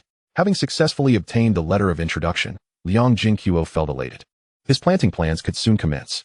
After carefully placing the letter of introduction in his storage, he proceeded to Aunt Hua's house to collect some flour and a large pumpkin. Upon arriving at Aunt Hua's home, she had already prepared everything for him, allowing for a smooth transaction. The pumpkin was indeed substantial, weighing approximately 15 pounds. Quite a catch. Liang Zhenguo did not linger, as he still needed to visit Sister Qin's home. Arriving earlier than the previous day, he took a moment to scan the surroundings with his mental perception, ensuring no one was nearby before knocking on the door. For some reason, during both visits to Qin Wei's home, he felt an inexplicable anticipation. Zhenguo? Qin Wei softly inquired from behind the door. Only upon hearing Liang Zhenguo's voice did she open the door. Liang Zhenguo swiftly entered and thoughtfully closed the door behind him. Sister, this is for you. He handed the wild chicken to Qin Wei while inadvertently brushing against her small hand. Qin Wei shot him a disapproving glance before looking at the wild chicken in her hands and saying, Even if you want to share meat with me, You needn't bring an entire wild chicken. A little would suffice for some soup. Sister, just trust me and accept it, Liang Zhenguo replied nonchalantly, waving his hand as he crouched down to pick up her little daughter, Xiaolan. Uncle, Xiaolan called out sweetly. Ah, Liang Zhenguo responded, planting a kiss on the little girl's cheek. He had always been fond of little girls, and this one was particularly adorable, having clearly inherited her mother's genes. She resembled his two sisters, who also took after their mother, as did he, all possessing striking appearances. Xiaolan giggled at the affection, instinctively wrapping her arms around Liang Zhenguo's neck. In her hazy memories, her father often showed her such affection, making her feel a sense of familiarity. Qin Wei watched Liang Zhenguo frolicking with her daughter, momentarily lost in thought. Noticing Qin Wei's silence, Liang Zhenguo turned to find her gaze somewhat dazed as she observed them, realizing that this delicate and beautiful woman was momentarily entranced. Sister? What did you say, Zhenguo? Qin Wei returned to reality, having thought she had not heard Liang Zhenguo speak. In the past, sister-in-law, you have shown such care for us siblings. If anything arises in the future, do not hesitate to seek my assistance. Do not fear any inconvenience. As the saying goes, a distant relative is not as valuable as a close neighbor, especially considering the bond we share. If you suffer any grievances and do not confide in me, it would truly sadden me. Liang Zhenguo, while teasing Xiaolan, suddenly cast a wistful gaze upon Qin Wei. This woman possesses a remarkable sensitivity. She felt deeply touched by Liang Zhenguo's overly familiar words, and her heart raced tumultuously. Yet, she replied, while it is easy to say such things, one must still be cautious to avoid misunderstandings. What misunderstandings? Even if they claim I have an inappropriate relationship with my sister-in-law, I can easily turn that fiction into reality. Liang Zhenguo spoke meaningfully as he gazed at Qin Wei's enchanting face. Upon hearing this, a blush instantly graced Qin Wei's cheeks, leaving her momentarily flustered. Although his words were vague, Liang Zhenguo's repeated implications did not escape her understanding.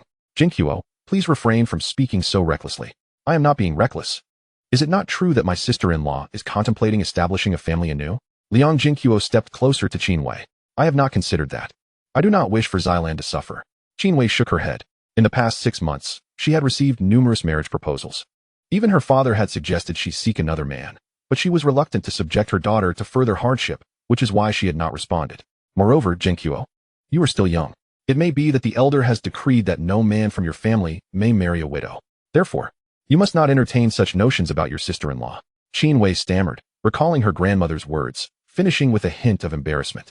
Liang Zhenguo pondered. Indeed, his grandmother had once stated such a prohibition, and it had been uttered in front of fellow villagers during a quarrel with Malin. Thus, despite his feelings for Qin Wei, the thought of marrying her had not crossed his mind due to this reason. If he were to wed Qin Wei, it would surely provoke his grandmother's wrath. Even if she harbored no ill feelings toward Qin Wei, disapproval was disapproval. However, the inability to marry did not preclude him from desiring her. Let it be. Liang Zhenguo gently handed the quietly resting Xiaolan back to Qin Wei. Although Xiaolan was merely the size of his younger sister, children naturally listen to adults. So there were certain things he dared not express in front of her. Otherwise, should she inadvertently spill the beans while playing outside, it would become fodder for the gossips of the village women beneath the great tree. Seeing Liang Zhenguo fall silent and return Xiaolan to her, Qin Wei felt a mixture of relief and disappointment. He was one of the few in Xiling village who genuinely cared for her. Previously, she had regarded him as a younger brother, but after the death of her husband, amidst the surrounding malice, she appeared strong on the surface, yet felt utterly helpless within. Therefore, Liang Zhenguo's unwavering support inevitably fostered a dependence and some feelings she ought not to harbor. Moreover, after experiencing his teasing the previous day, her emotions were in turmoil. It was challenging to dislike or reject someone who was handsome and genuinely protective of her and her daughter, especially when her own thoughts were so disordered. The fact that Liang Zhenguo was the only person from the village allowed to freely enter her home and room further emphasized his unique position in her heart. Her earlier statement was meant to convey that their relationship could yield no favorable outcome, which was unfair to him. After all, she was a widow. Chapter 20. Your son is named Liang Yangfu, not my Yangfu. Just as Qin Wei was lost in thought, assuming Liang Zhenguo would take his leave, he unexpectedly grasped her delicate hand as she held Xiaolan.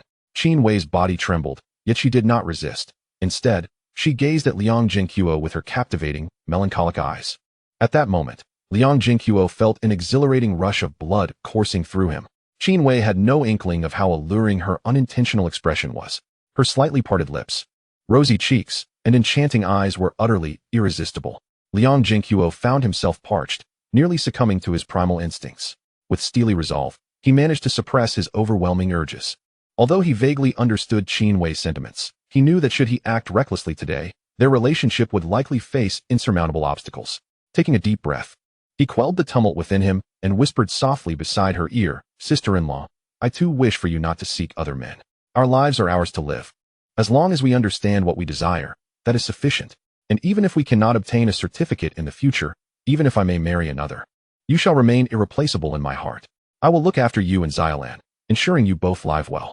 With that, Liang Zhenguo released her tender hand, only to find Qin Wei's face flushed like a ripe apple, tempting enough to want to take a bite. The words, "You are irreplaceable in my heart," echoed in Qin Wei's mind, causing her heart to tremble as she pressed her lips together in silence. Liang Zhenguo offered a faint smile and made his way toward the door. I will not seek other men," she murmured softly as he closed the door. Turning quickly while cradling Xiaolan, she left Liang Zhenguo with a captivating silhouette that ignited his imagination.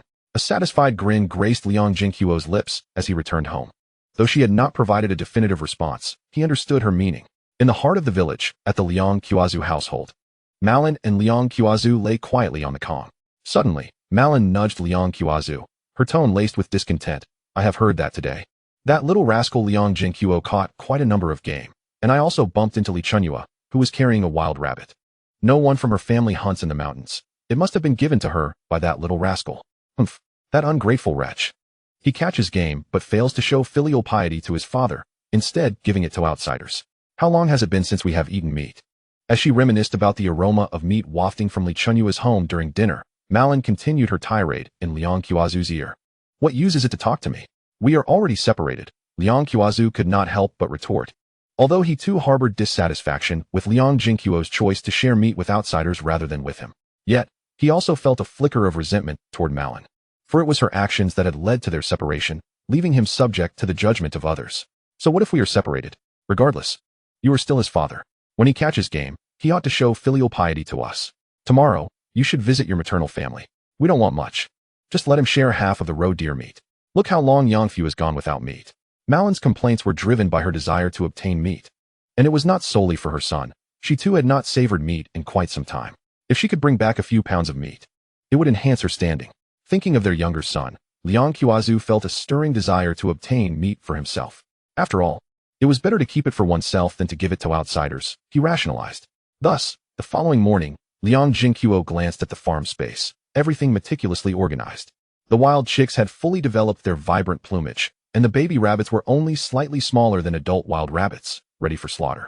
Additionally, the hen had laid over a dozen eggs. It would not be long before there would be another flock. The potatoes had also sprouted leaves, indicating a harvest was imminent in the next couple of days. At the break of dawn today, Liang Zhenguo rose early to prepare breakfast with his grandmother, making pumpkin pancakes. Xiao assisted, while Wei, seeing her older siblings helping, insisted on lending a hand as well. The result was that her eagerness only added to the chaos, and eventually, she was carried out by her grandfather amidst her grandmother's calls. Having collected a bountiful harvest of wild chicken eggs yesterday, Liang Zhenguo decided to make 2 bowls of steamed egg custard for his younger sisters. In their previous home, they had always covertly watched Liang Yangfu eat, drooling in envy. Initially, he intended to make enough for the entire family, but his grandmother, unwilling to part with them, limited his offerings to his sisters. While he and his grandparents each enjoyed 1 egg, this was a matter he would not allow his grandmother to dispute. After finishing breakfast, Liang Zhenguo packed the freshly processed roe into a woven bag and set off. Of course, to soothe his clingy younger sister, he promised to bring her some treats, which allowed him to depart with a contented heart. This little girl certainly had a penchant for food. To leave Xiling village, he had to traverse the entire village. Along the way, Liang Zhenguo encountered several villagers headed to work. Without exception, they inquired about the woven bag on his back, and he cheerfully replied that he was bound for the capital, Sijukan. There was nothing to hide. It was not a matter of shame. However, it wasn't long before the smile on Liang Zhenguo's face faded. Approaching him were Liang Qiaozu and Malin, clearly seeking him out. "Zhenguo, where are you off to so early?" Liang Qiaozu greeted him with a friendly smile. "To Sijukan," he replied tersely, not wishing to engage them but aware that nearby villagers were observing, so he offered a nonchalant response. He intended to circumvent them, wishing to live his life without further entanglements. Yet, Liang Qiaozu called out to him again. "What are you carrying? Your father wants to talk to you." "Ro, if there's something to say, please do so quickly. I'm in a hurry," Liang Zhenguo responded with an air of indifference. Liang Qiaozu frowned momentarily but quickly relaxed. Malin, who had been quietly observing, suddenly spoke up. Are you going to sell the row in Sijukan? That's inadvisable. Trading is risky now. We should keep it for ourselves. Who said I intended to sell it? I'm going to trade it for grain. I can't let my family starve, can I? Liang Zhenguo shot her a glance, irritated by her meddling and her pretense of concern. Zhenguo, perhaps you should reconsider. There is inherent risk involved. Liang Qiaozu began to advise. Just say what you mean. What exactly do you want? Liang Zhenguo retorted impatiently. He was tired of their veiled attempts to take advantage of him under the guise of concern. Liang Qiaozu felt embarrassed. Leaving Malin to speak up again, her tone assertive. Sijukan is quite far. Don't sell the row. You and your grandfather can't possibly eat it all. Just give half to your father as a gesture of filial piety. Liang Zhenguo was taken aback and laughed in disbelief, pointing at her in anger. You think you can just demand half of my row? On what grounds? Just because you have a big mouth? Huh. When it comes to filial piety, anyone can claim that virtue. But you, Malin, have no right to say it. Tell me, in the past year, have you ever sent a single grain to our grandparents? Not even one. You've offloaded all your responsibilities onto your second uncle's family. You don't even support your in-laws. So how dare you talk to me about being filial? Now you want to scheme to take my row for grain? Are you trying to starve us? After unleashing his tirade on Malin, he turned to Liang Qiaozu, saying earnestly, Father, let me call you father once more. I know it was Malin who incited you to approach me. Do you follow whatever she says? Can't you see what a mess she has made of this family? You need to remember, you are the head of the household. She married into our Xiling village, not the other way around. Yangfu is named Liang Yangfu, not my Yangfu, understand? Having vented his frustrations, Liang Zhenguo felt a sense of relief. He strode past Malin and Liang Qiaozu, making his way out of the village. Chapter 21. Sijukan, Tiananmen. Liang Zhenguo's outburst left Malin and Liang Qiaozu seething, their faces flushed with anger. The villagers present were left dumbfounded. Those who had previously witnessed Liang Zhenguo's fiery temperament were somewhat accustomed to it, but for the unacquainted, it was a spectacle to behold. Among the crowd was Qin Wei, who had never seen Liang Zhenguo in such a light. As she watched him walk away, her eyes sparkled with intrigue. Once Liang Zhenguo had departed, the villagers began to murmur amongst themselves, their opinions on his actions divided. After all, confronting one's father and stepmother so publicly was indeed inappropriate, especially the way he had treated Malin without any semblance of respect. Their relationship was evidently worse than rumored, practically at freezing point. As for Liang Qiaozu, although he hadn't uttered any harsh words, the implications were clear: weak, indecisive, ineffectual, and a failure, none of it flattering. It was evident to the discerning that Liang Zhenguo had little respect for Liang Qiaozu and Malin. However, to label him as ungrateful would be misleading. His ire was not for personal gain. It stemmed from his commitment to support his grandparents and younger sisters, hunting to trade for grain in Sijukan. Who could fault him for that? Who could claim he lacked respect for the elderly or the young? As for the villagers' varied reactions, Liang Zhenguo remained unfazed. His tirade against Malin and his father was a clear message: do not seek to provoke me. Should they attempt to confront him again, he would respond with equal fervor. He was indifferent to their judgments and would not allow himself to be morally shackled. Once he had left Xiling village, ensuring no one was watching, Liang Zhenguo stored the row in his space. It weighed a hefty 60 pounds, certainly too cumbersome to carry for the entire journey. After all, Xiling village was over 20 kilometers from Sijukan. At least 5 or 6 hours of walking lay ahead. Ah, how I miss having a bicycle. Liang Zhenguo lamented as he walked. Xiling village had no bicycles whatsoever. Otherwise, he would have shamelessly sought one to borrow. After walking for nearly an hour, he came across a large reservoir, the biggest in the area, rumored to be home to sizable fish. He contemplated the situation and headed toward the reservoir, not to fish, as he had no equipment, but to expand the water pool within his space while the coast was clear. After a few minutes, a small lake formed in his farm space, covering about 2 acres, which was sufficient for his needs.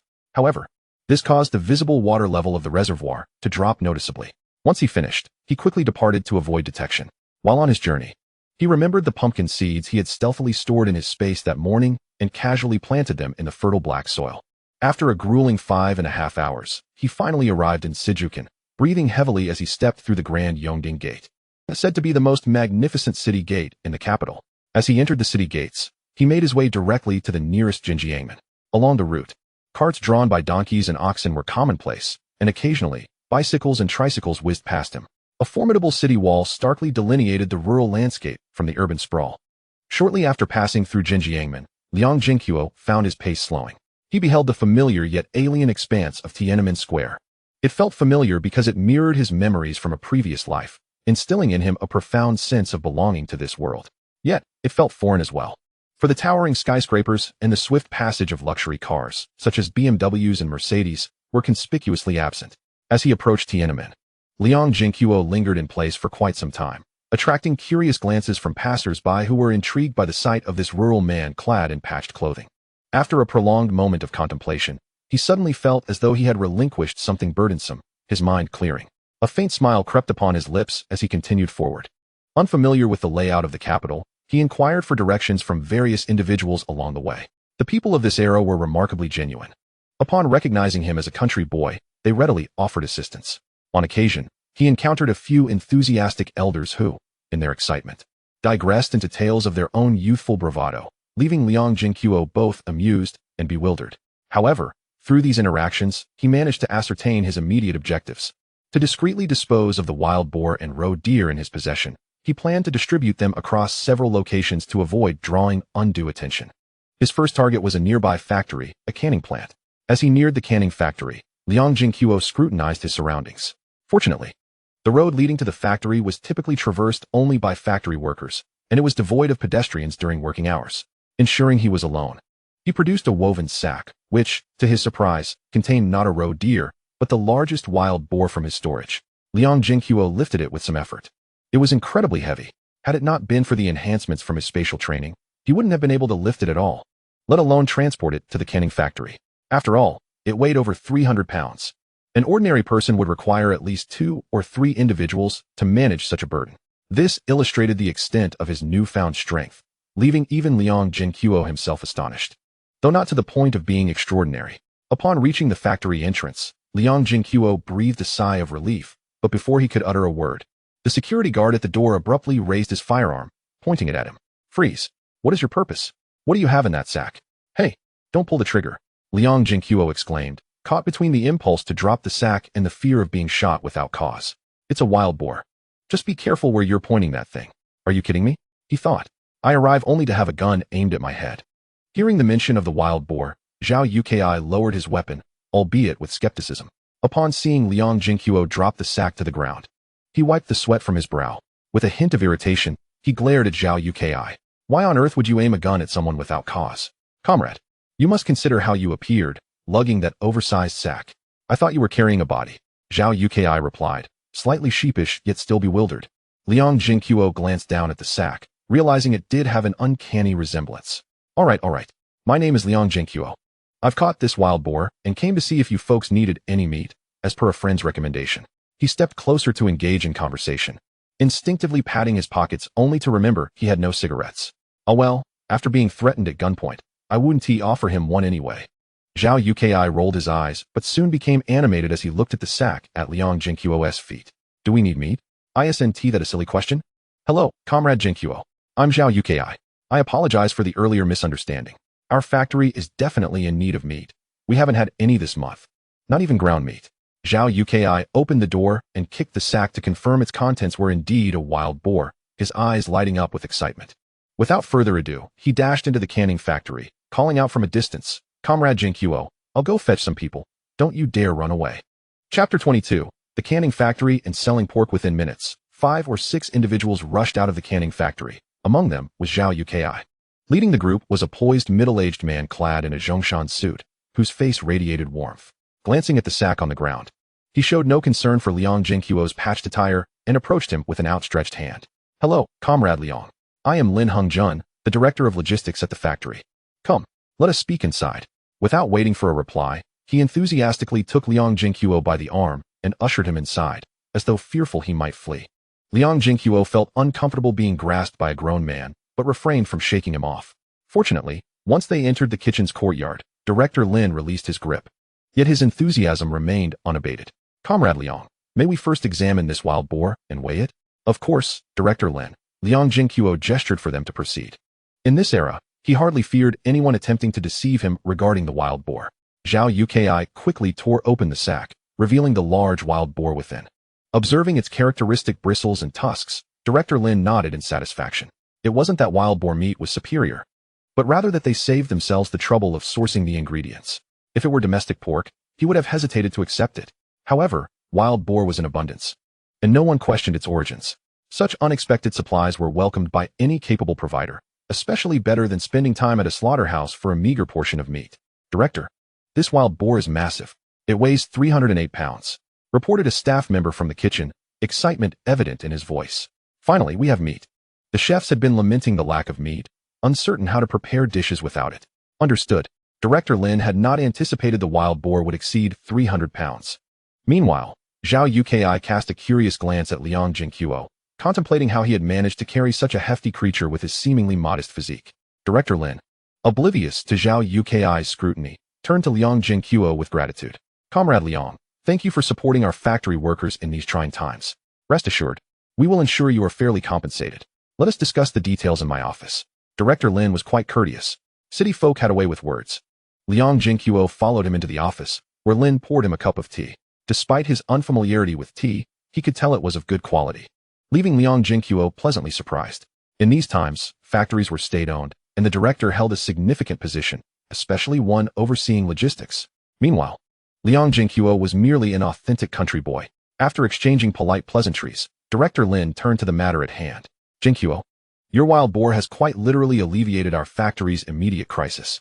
We have had no meat recently, and although I haven't asked, I am aware that many workers have been feeling discontent. Therefore, should you have any wild game in the future, do not hesitate to bring it to our factory. I assure you, you will be satisfied with the price. The market price for pork is around 86 cents per pound. However, we will offer you a rate of $1.88 per pound. How does that sound? The price was nearly a yuan higher than that of the procurement station, aligning closely with Liang Zhenguo's expectations. Although the black market could fetch prices exceeding 2 yuan and 5 jiao, the inability to obtain a procurement certificate rendered such funds impractical for lavish spending. One must find contentment to experience enduring happiness.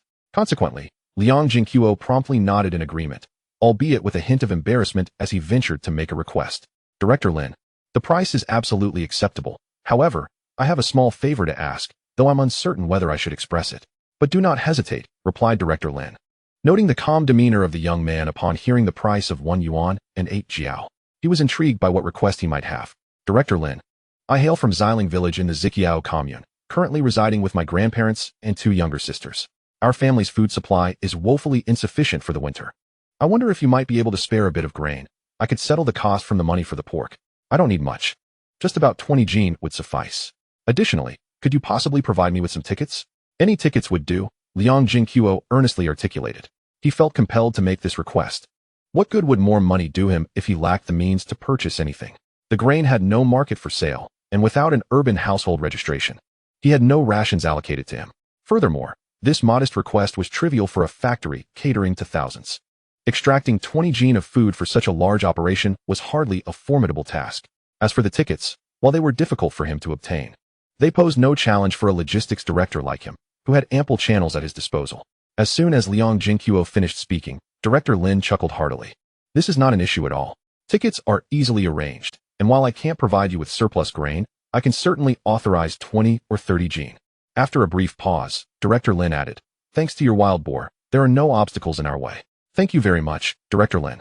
I am acquainted with several hunters, and should they catch any wild boars in the future, I will surely deliver them to you. Liang Zhenguo readily addressed him as Uncle Lin while patting his chest in promise. Director Lin felt a surge of fondness for Liang Zhenguo. The lad was sharp, courteous, and responsible, embodying the virtues of filial piety and family devotion, far more agreeable than his own son. After concluding their discussion, Director Lin invited him to sit in the office for tea while he made the necessary arrangements. After a long journey, Liang Zhenguo was both thirsty and hungry. Thus, once Director Lin departed, he indulged in cup after cup of tea. Quite delightful. Within a quarter of an hour, Director Lin returned with tickets for him to select. Liang Zhenguo glanced over the offerings. There were scarcely any substantial tickets available. No bicycle, radio, or sewing machine tickets. Fortunately, there was a watch ticket. Otherwise, he would have been left empty-handed. Yet, Liang Zhenguo was content. It was his first transaction, after all. He chose the watch ticket first, then began to peruse the rest.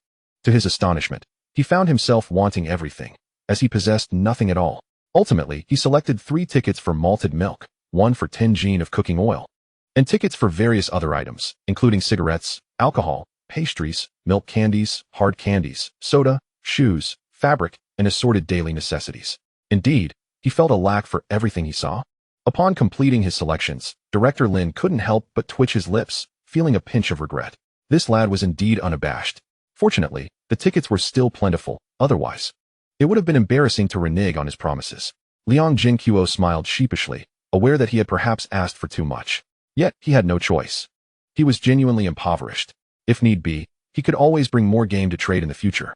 In the end, Director Lin generously provided him with 30 jin of flour, white flour, not cornmeal.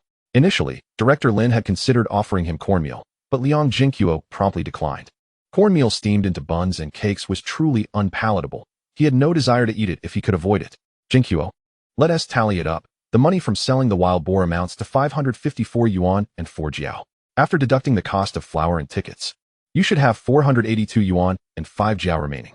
Please, take a look. Director Lin handed Liang Zhenguo a stack of cash, which included small denominations and relevant receipts, even a certificate for the flour, demonstrating his thoroughness in handling affairs.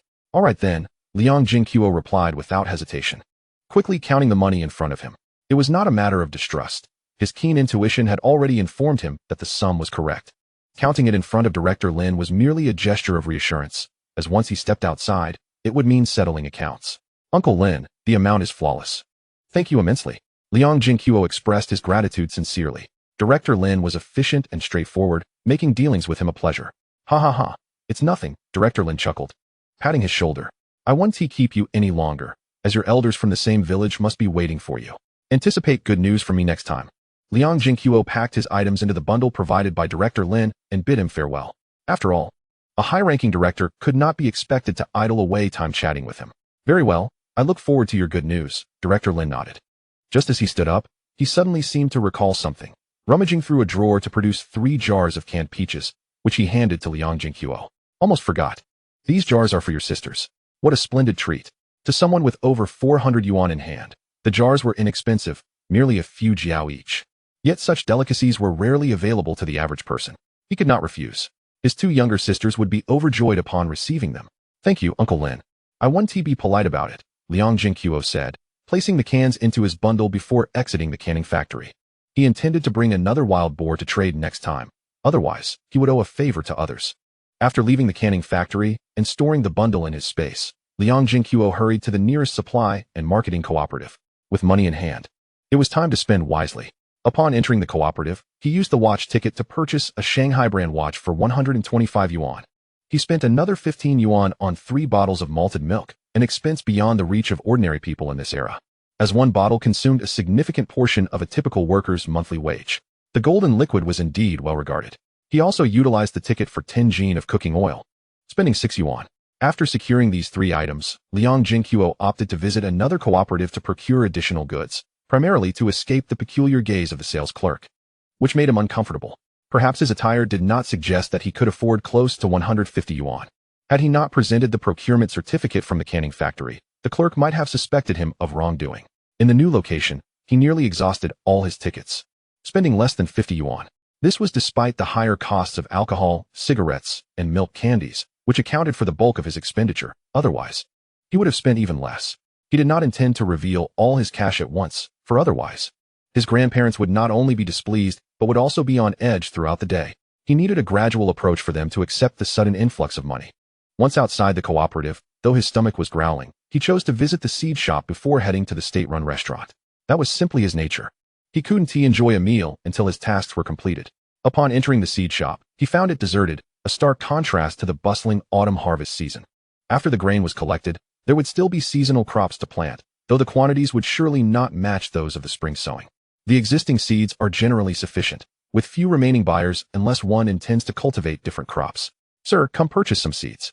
Liang Zhenguo called out to the staff member lounging behind the counter, a man in his 50s.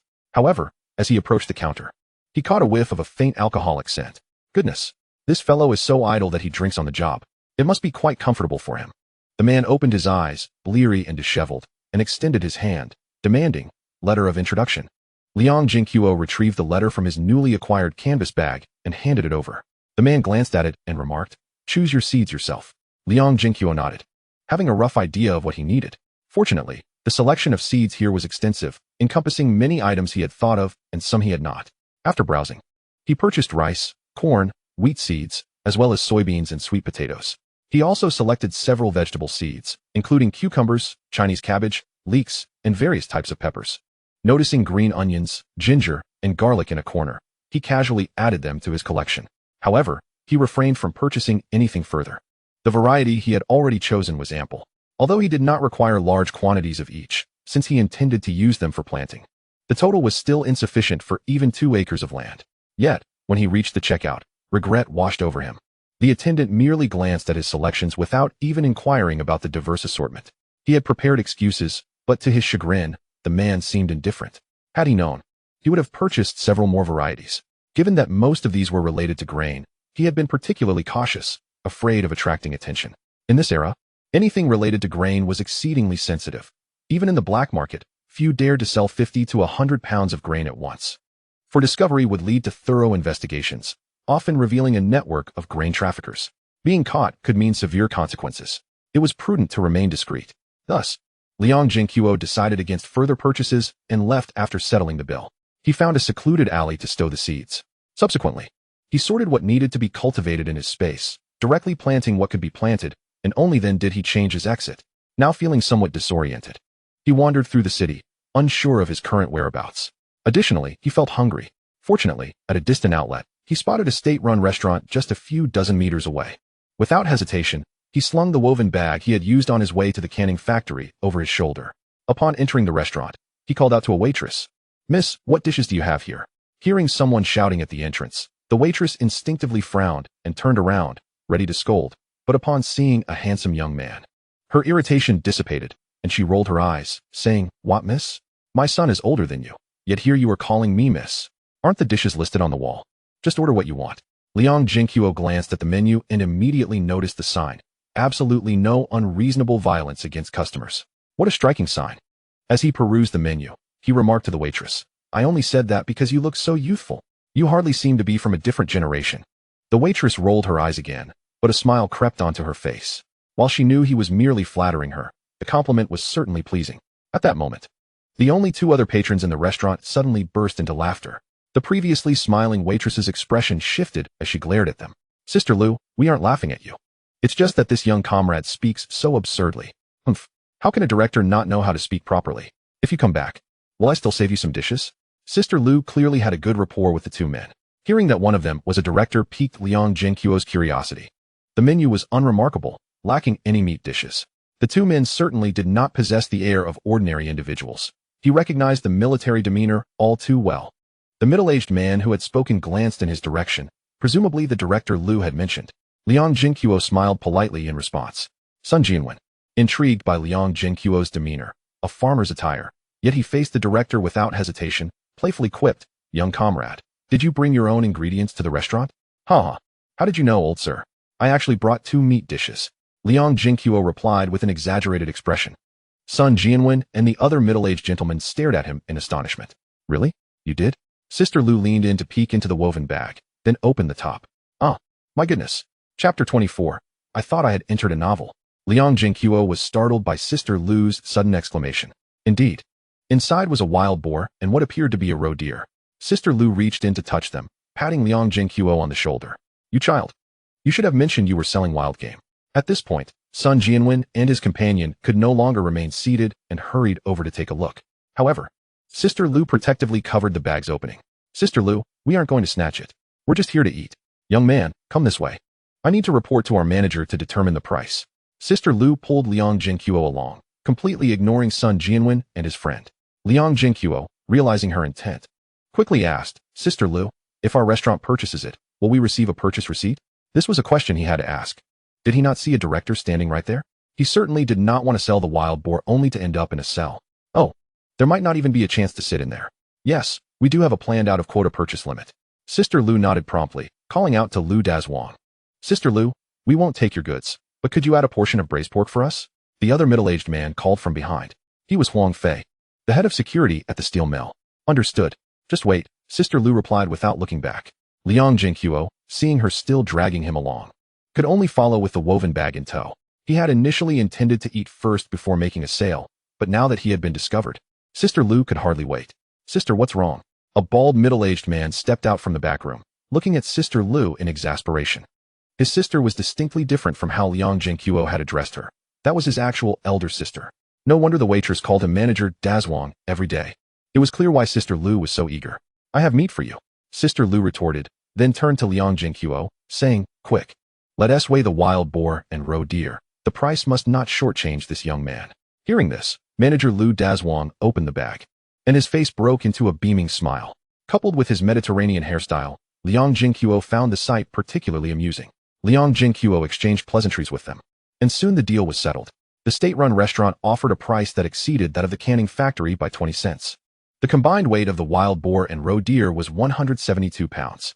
However, Liang Zhenguo requested to keep 5 pounds of pork for the restaurant's chef to prepare braised pork for him to take home. And he also asked for 20 pounds of marinade. Manager Lu readily agreed. At long last, Liang Zhenguo accumulated a total of 334 yuan. And with the remaining 20 yuan from today and the family division, he now possesses a substantial sum of 630 yuan in savings. This is indeed a considerable amount of money, surpassing the annual wages of a laborer who subsists without food or drink. Grateful for Manager Lu's kindness, Liang called out, "Aunt Lu, please bring me 3 buns, a serving of scrambled eggs, a portion of cabbage dumplings, and a plate of smashed cucumbers, and also pack 10 buns to go. The young lad is famished." After settling the bill, Liang Zhenguo offered a wry smile. "Sure thing, young man. Take a seat and wait. Your order will be ready shortly." Aunt Lu replied cheerfully. Although the meat was purchased from a restaurant, she could still afford to buy a little for herself, which naturally uplifted her spirits. Upon returning to the dining area, Liang took a seat adjacent to Sun Jianwen and his companions. "What should I call you, comrade?" Sun Jianwen inquired, taking a sip of his drink. "Leader, my name is Liang Zhenguo," he replied with a smile, relishing the rare opportunity to converse with a director during this idle moment. "No need to call me leader. I am Sun Jianwen, the director of the Gilu police station." He gestured dismissively, casting a glance at the bustling Aunt Lu. He leaned in and whispered, "Comrade Liang, should you ever catch a wild boar, feel free to bring it to our station." Liang Zhenguo nodded, exchanging jovial banter, considering that forging good relationships never goes amiss. However, he inwardly chuckled at Sun Jianwen's cautious demeanor. Aunt Lu certainly wielded a formidable influence. "You, a director, are even engaging in procurement," Huang Fei interjected. "Comrade, if you have any wild game, bring it to our steel mill. Our prices will surely surpass those at the station. By the way, I am Huang Fei, the head of security at the steel mill." It was no wonder they found themselves in each other's company, a department head and a station director. Liang Zhenguo mused that the saying about casually tossing a stone in the city of Beijing and hitting a government official was indeed accurate. However, when he heard about the steel mill, he felt a stir of curiosity and tentatively inquired, "Director Huang, is there a chef in your factory named Shaju, or rather, he Yuzhu?" "I don't believe so," Huang Fei pondered. "What about a machinist named Yi Zonghai? He is quite remarkable." "No, not him either." "How about Lu Heizhong?" "I don't think so." "Well, it seems I may have overthought it." Primarily, when the steel mill was mentioned, it reminded me of a certain television series and novel from my previous life, filled with countless characters. These individuals are undoubtedly talented, and if they were at the steel mill, Director Huang would surely have some recollection of them. He thought he was reading a novel, but it was merely coincidence. Noticing the look of confusion on Huang Fei's face, Liang Zhenguo quickly fabricated an excuse to change the subject. Both men were well aware that today was a rare occasion for meat, hence they dined leisurely, awaiting their braised pork. They exchanged light-hearted conversation, for familiarity with game would lead to thoughts of their respective units. Despite their positions as a director and a department head, they too wished to secure some benefits for their subordinates. Before long, Liang Zhenguo's dishes arrived, and he could no longer afford the luxury of idle chatter with Director Sun and the others. He swiftly picked up his chopsticks and devoured his meal with fervor. 5 minutes later, he contentedly patted his belly. It had been ages since he had eaten so heartily. Although there was no meat, the meal was flavorful and delectable, far superior to the bland steamed buns. Moreover, the chef's skills were truly commendable, indicative of a culinary legacy. After a brief respite, he proceeded to the counter to settle his bill, which amounted to just over 1 yuan plus 2 ration tickets. Although Aunt Lu mentioned that Manager Lu was treating, he was not particularly concerned about such a trivial expense. After waiting for over half an hour, Liang Zhenguo's braised pork was finally ready, the tantalizing aroma proving irresistible. He handed Aunt Lu the lunchboxes he purchased from the supply and marketing cooperative for packing. 5 pounds of braised pork filled 4 lunchboxes. The alluring, rich hue of the meat compelled Liang Zhenguo to sneak a taste. It was succulent, yet not greasy, and thoroughly infused with flavor. The culinary expertise was beyond reproach. While he was also capable of cooking and did so quite well, he could never rival the chef's skill. After placing the lunch boxes and the 10 large buns into his bag, Liang Zhenguo bid farewell to director Sun and the others, as well as Aunt Lu. He had just glanced at the time, noting that it was already 2:30 in the afternoon. The journey home would take him 5 to 6 hours. Upon exiting the city, he fortuitously spotted an ox cart and spent 5 cents for a ride part of the way. Once the route became inconvenient, he was left to return on foot. He hurried along, finally reaching Xiling village just before 7:30 in the evening. Chapter 25. The second child grows up as he approached the village entrance. He retrieved 30 pounds of white flour from the canned food factory, along with 3 jars of canned peaches, a can of malted milk, 5 pounds of peanut oil, 2 pounds of peach crisps, a pound of hard candy, 2 pounds of white sugar, and 30 feet of fabric.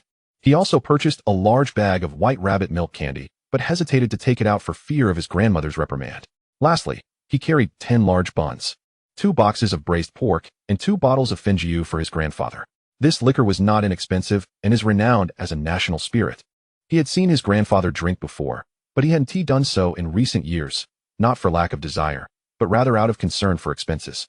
Now that he had money, he was naturally inclined to bring a few bottles for his grandfather, especially since he had more in his supplies. The assortment of items filled both his bag and his hands to the brim. Fortunately, darkness had fully descended, and no one was out wandering the village, for otherwise, his plethora of goods would surely attract envious glances. Upon arriving home, even before he stepped inside, he could hear the cries of his little sister, Xiao Yu. He quickly pushed open the ajar door. "Grandpa, Grandma, what's wrong with the little girl? Why is she crying so fiercely?" "Second brother." The third sister rushed forward, her anxious expression instantly relaxing. At that moment, the little girl also scampered down from their grandmother's lap and, arms outstretched like a penguin, lunged at him. Seeing that the little girl seemed unharmed, he breathed a sigh of relief. He set down his belongings and picked up the still sniffling little girl.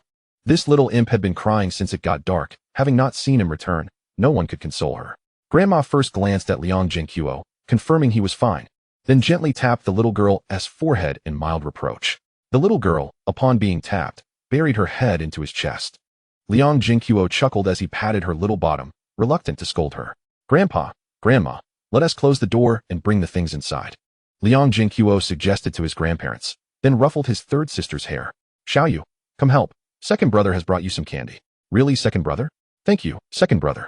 Xiao Yu joyfully bounced forward to assist. Since moving in with their grandfather, the little girl had become a bit more vivacious, no longer the timid child she once was. "Candy, candy, candy." Upon hearing the word candy, the little girl immediately popped her head out. "Ha ha ha, you can have the candy later. Your brother has brought other treats as well." Liang Zhenguo planted a kiss on the adorable little girl's cheek, and, with one hand carrying the peanut oil, followed into Grandma's room. "This is all white flour," the elderly lady exclaimed, lighting the kerosene lamp. Upon realizing the contents of the bag, she gasped in astonishment.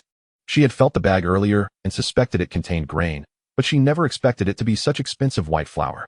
"Grandma, this is what I exchanged for at the canned food factory," Liang Zhenguo explained as he placed the oil on the table, smiling gently. "This is about 30 pounds. Isn't it? If it were cornmeal." Grandmother began to tally up the items. "Grandma, there is no need to switch to cornmeal. You and Grandpa are getting older, and consuming too much coarse grain is not beneficial for your health. Little you is still young. We should stick to white flour, and perhaps indulge in cornmeal occasionally." Moreover, the director of the canning factory mentioned that in the future, any game could be exchanged for white flour, which they have in abundance. While meat is a rare treasure in their city, so rest assured, I will manage to procure food supplies. Noticing that grandmother seemed to entertain the thought of switching to white flour, Liang Zhenguo hastily interjected. He genuinely did not wish to eat coarse grain. If grandmother was unwilling to enjoy such quality white flour, what would become of the food stored in his space?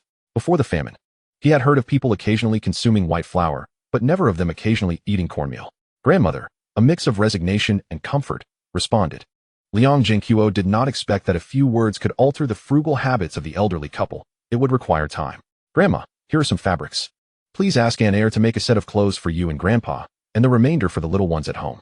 And these peach crisps, you and Grandpa, as well as the girls, can snack on when you feel hungry. This wheat milk, it is nutritious. You and the 2 little girls can drink it mixed with water. And these canned goods." Liang Zhenguo revealed each item, causing his grandparents to wear expressions of heartfelt concern. Seeing him so cheerful, the elderly couple suddenly felt a pang of sympathy. Their little boy had grown up and could now support the family. Grandmother rubbed her reddened eyes. Although Grandpa said nothing, he nodded appreciatively. Noticing the sudden melancholy of his grandparents, Liang Zhenguo feigned a light-hearted demeanor. Grandpa and Grandma, rest assured, our family will not lack food or meat in the future. Whatever I bring back, you can eat without worry. If there is too much, just take a piece and set the rest aside. We must not waste food. At these words, grandmother immediately playfully scolded Liang Zhenguo with a gentle tap. Dismissing her earlier concerns, Liang Zhenguo chuckled, placing the little girl down. He then retrieved 2 bottles of Fenjiu from his bag. Grandpa, this is for you. You can enjoy a few sips occasionally. Is this wine? Good, good. Then I shall accept it. It will warm me in winter. Grandpa glanced at it without hesitation, a smile spreading across his face like that of a youthful child. He did not care for the other items, but with the wine before him, he could not refuse. Grandmother shook her head and cast him a knowing glance, aware of how her old companion craved alcohol. At that moment, the little girl tugged at Liang Zhenguo's leg, her pitiful expression drawing sympathy from all. Let us eat now, dear little one. Grandmother affectionately patted her head and proceeded to the kitchen with the oil lamp. They had not yet dined, partly to wait for Liang Zhenguo and partly due to the little girl's persistent cries. Liang Zhenguo scooped her up, not bothering to set down his backpack as he followed her into the kitchen. When he saw the old lady about to bring the steamed buns to the table, he hurriedly produced the oil paper and lunchbox from his bag. Grandma, we will have this tonight. Liang Zhenguo unwrapped the paper, revealing 10 white flour vegetable buns, and opened one of the lunchboxes. These buns are enough for us, and here is the braised pork I packed. It smells delightful. The sight of the braised pork made everyone subconsciously swallow. Its color and aroma were irresistible. You little rascal, why do you spend money so lavishly? Grandmother remarked, unable to suppress her comment despite her cravings. Money is meant to be spent, Grandma. Rest assured, I am mindful of it, Liang Zhenguo replied nonchalantly, placing the drooling little girl onto a nearby chair. He then invited his younger sister and grandparents to sit down for a meal. Although they had feasted at noon, the journey had drained their energy, and he too felt hungry. The 2 little girls held buns as large as their faces in one hand, while the other clutched pieces of braised pork. Brother, this braised pork is incredibly delicious. It's the best meat I've ever had. Little Yu exclaimed after tasting a piece, her face glowing with delight. The youngest girl also murmured in agreement, shaking her head as she stuffed her mouth with meat. Even Grandpa and Grandma nodded enthusiastically after tasting it. The entire family was captivated by the chef's culinary skills. Chapter 26, The Absence of Milk. For this dinner, the 5 of them consumed only 7 buns. He had 2. Each girl had 1. And Grandpa and Grandma shared 1.5. This was still with him insisting they eat. Otherwise, they would not have touched the extra half. As for them, not being hungry was sufficient, and they preferred to save. As for the remaining box of braised pork, it was kept aside, justified by the notion that good things should be savored over multiple meals. Nevertheless, everyone felt quite satisfied after the meal. The following day, little Yu rose early as usual. When Liang Zhenguo awoke, he discovered a small figure sprawled across his chest, resembling a tiny kitten, even managing to cover herself with a blanket. The little girl had eaten too much the previous night and could not sleep, resulting in her now lingering in bed. He found himself somewhat exasperated with her. He intended to find a proper job in Sijukan, and regarding work quotas, he believed that as long as there were enough wild boars, he could handle many of them. It was just that he had yet to decide what kind of work to pursue. Working in Sijukan would mean he would need to settle there, only returning to Xiling village during holidays. Given the degree of her attachment to him, leaving her in Xiling village would surely lead to her crying uncontrollably. The same could be said for his younger sister, who was only 7.5. However, if he took both her and the little girl to Sijukan, he would leave only the 2 girls at home while he was at work, which would leave him uneasy. As for bringing Grandpa and Grandma to Sijukan, he did not wish to impose upon them to take care of the girls. First of all, the elderly couple did not wish to leave Xiling village, and they still had their son, grandson, and great-grandson at home. How could they bear to part? Furthermore, Uncle Air was an elder. He would never allow his own parents to rely on his nephew for support. That would invite scorn from the villagers, wouldn't it? Even if he wanted his grandparents to move, who could predict what others would think? It was a headache. Sigh, one step at a time. As usual, he inspected his space, finding everything in good order. Last night, he had planted the breeding crops, and they were thriving beautifully. Liang Zhenguo glanced down at his chest. The little girl's drool had soaked a considerable patch of his shirt. Little lazy pig, it's time to wake up. Liang Zhenguo playfully tapped her little bottom. The girl let out a few whines before suddenly smacking her lips, as if dreaming of something delicious. Time to get up for meat. Seeing her reluctance to rise, he resorted to his ultimate tactic. This phrase seemed to activate the girl's wake-up button, as she immediately opened her big eyes in a daze. Huh, meat? Yes. Time to get up for meat. Liang Zhenguo, unable to resist the adorable sight of the little girl, teased her for a while longer before dressing her properly and taking her outside. The weather was getting cooler as winter approached. Fortunately, there were plenty of clothes at home, providing some warmth, albeit with a few patches. Airway has woken up. Grandpa sat under the tree in the courtyard, his spirits noticeably brighter than before his arrival. Since he had come, there was meat to eat at home every day. Grandpa, you must wear more clothes now. Keep warm. The little girl echoed Liang Zhenguo's sentiments. Mimicking his tone, she still stumbled over her words, primarily because she had conversed so little. In their previous home, Marin would not teach her. It was mostly the third sister who took care of her. When he worked in the fields, he only had time to play with her after finishing his labor. Otherwise, a nearly 4-year-old child, with her learning capabilities, could express herself quite fluently. All right, Grandpa chuckled, his eyes squinting with joy. Subsequently, the two siblings squatted by the small pond in the yard, ready to brush their teeth with the new toothpaste and toothbrush he had bought. The previous rudimentary toothbrush had long since worn out. Usually, they would rinse with plain water or use tooth powder, but they had never used toothpaste before.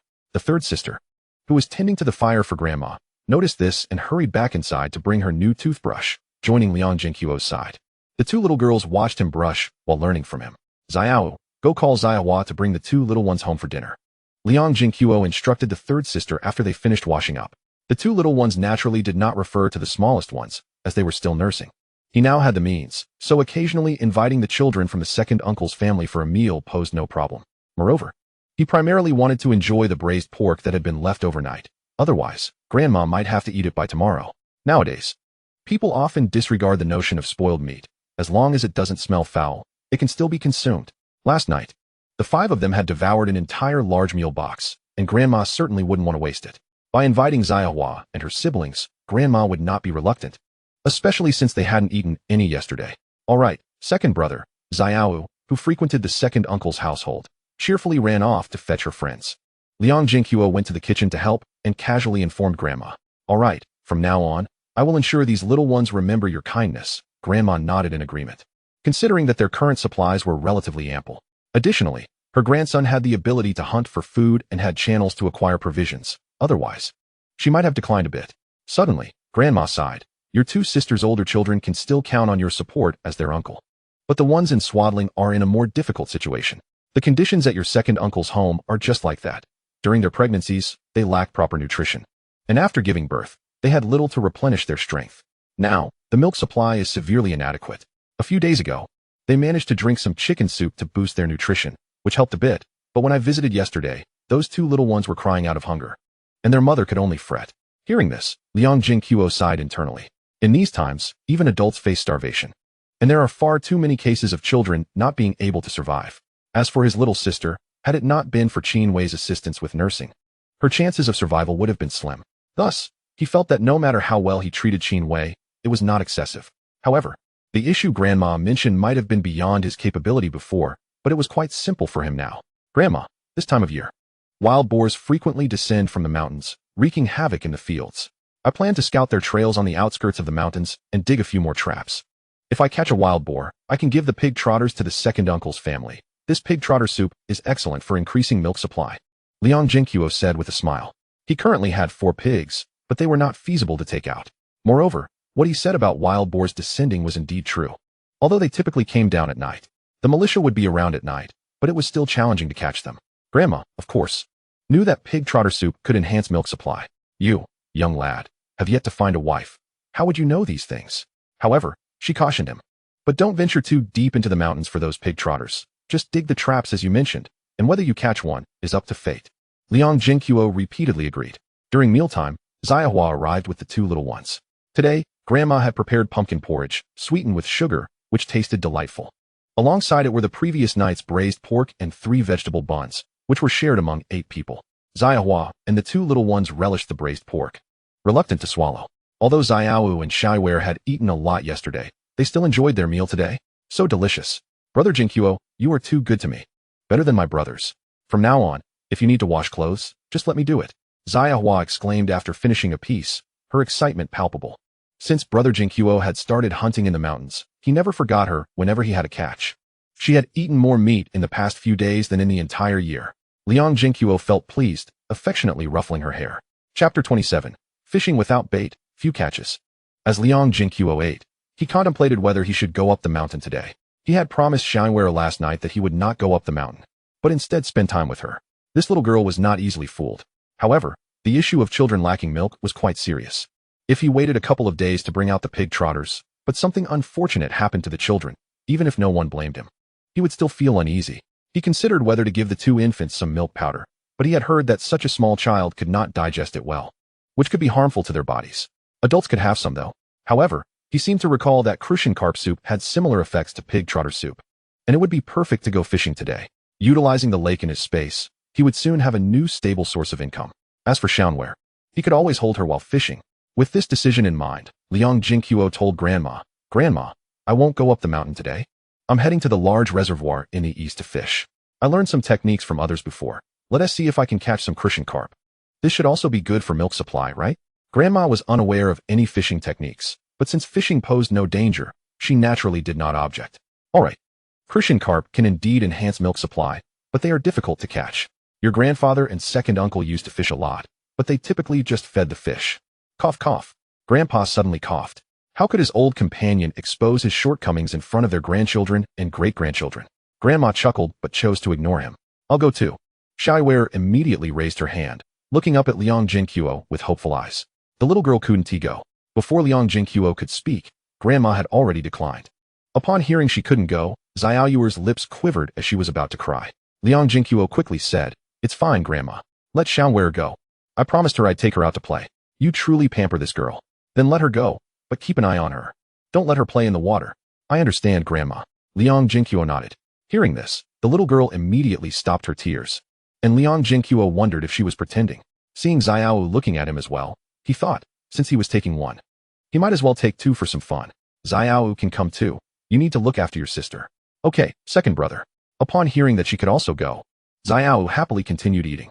Xiaohua also overheard Grandma and brother Zhenguo's conversation, pondering for a moment before bowing her head to continue eating. After finishing their meal, each child received a handful of candy before Liang Zhenguo returned indoors to grab his bag. He took out the fishing hooks and lines he had bought yesterday from his space, quickly tying them together. He had fished several times before, so he was adept at this. Considering he would use them frequently in the future, he decided to prepare several sets, as he had bought quite a few hooks. Once everything was packed in his bag, he set out with his two younger sisters, one of whom, Xiao, had somehow acquired a large net cage, perfect for keeping the fish. He assumed it was a gift from Grandpa, considering he had tended to fish before. Arriving at the second uncle's door, he noticed Xiaohua and Liang Zhenguo seemed to be waiting for him, as Xiaohua was holding a small bucket. "Zhenguo, do you have any extra fishing hooks?" Liang Zhenguo was indeed waiting for him. After Xiaohua returned home from her meal, she straightforwardly told her father that she wanted to go fishing with Liang Zhenguo. It was mentioned that brother Zhenguo promised to give the family the crucian carp he caught, although she was uncertain of what a crucian carp actually was. The name lingered in her mind.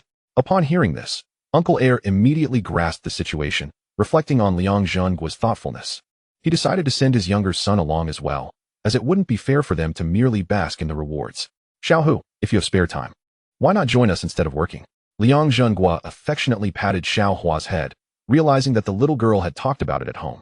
He initially thought she was too preoccupied with her meal to have heard anything. Xiaohua giggled and walked over to Xiaoyu, taking little Yuer by the hand on either side. "Dad granted me a day off, so I won't be working today. Let's go fishing together. I've never fished before." After 18 years, it was indeed his first time, and thus, he felt a surge of anticipation. "Alright, let's go together. Once we arrive, I'll give you some hooks and fishing lines. I bought quite a few yesterday." It was better to have more people, otherwise, with Xiaohua tagging along, it would just be 3 little girls, which he couldn't manage alone. Xiaohu nodded with a smile.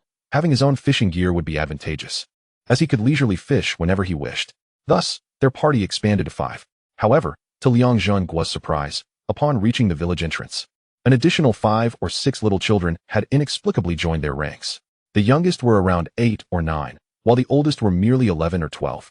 All drawn in by the prospect of fishing, they refused to return home, and Liang Zhenguo sighed, realizing he had no choice but to let them inform their families, lest he be tasked with searching for them later. Since most of them were children, Liang Zhenguo and Liang Xiaohu slowed their pace, strolling leisurely. For it was only a little past 7, and they had ample time.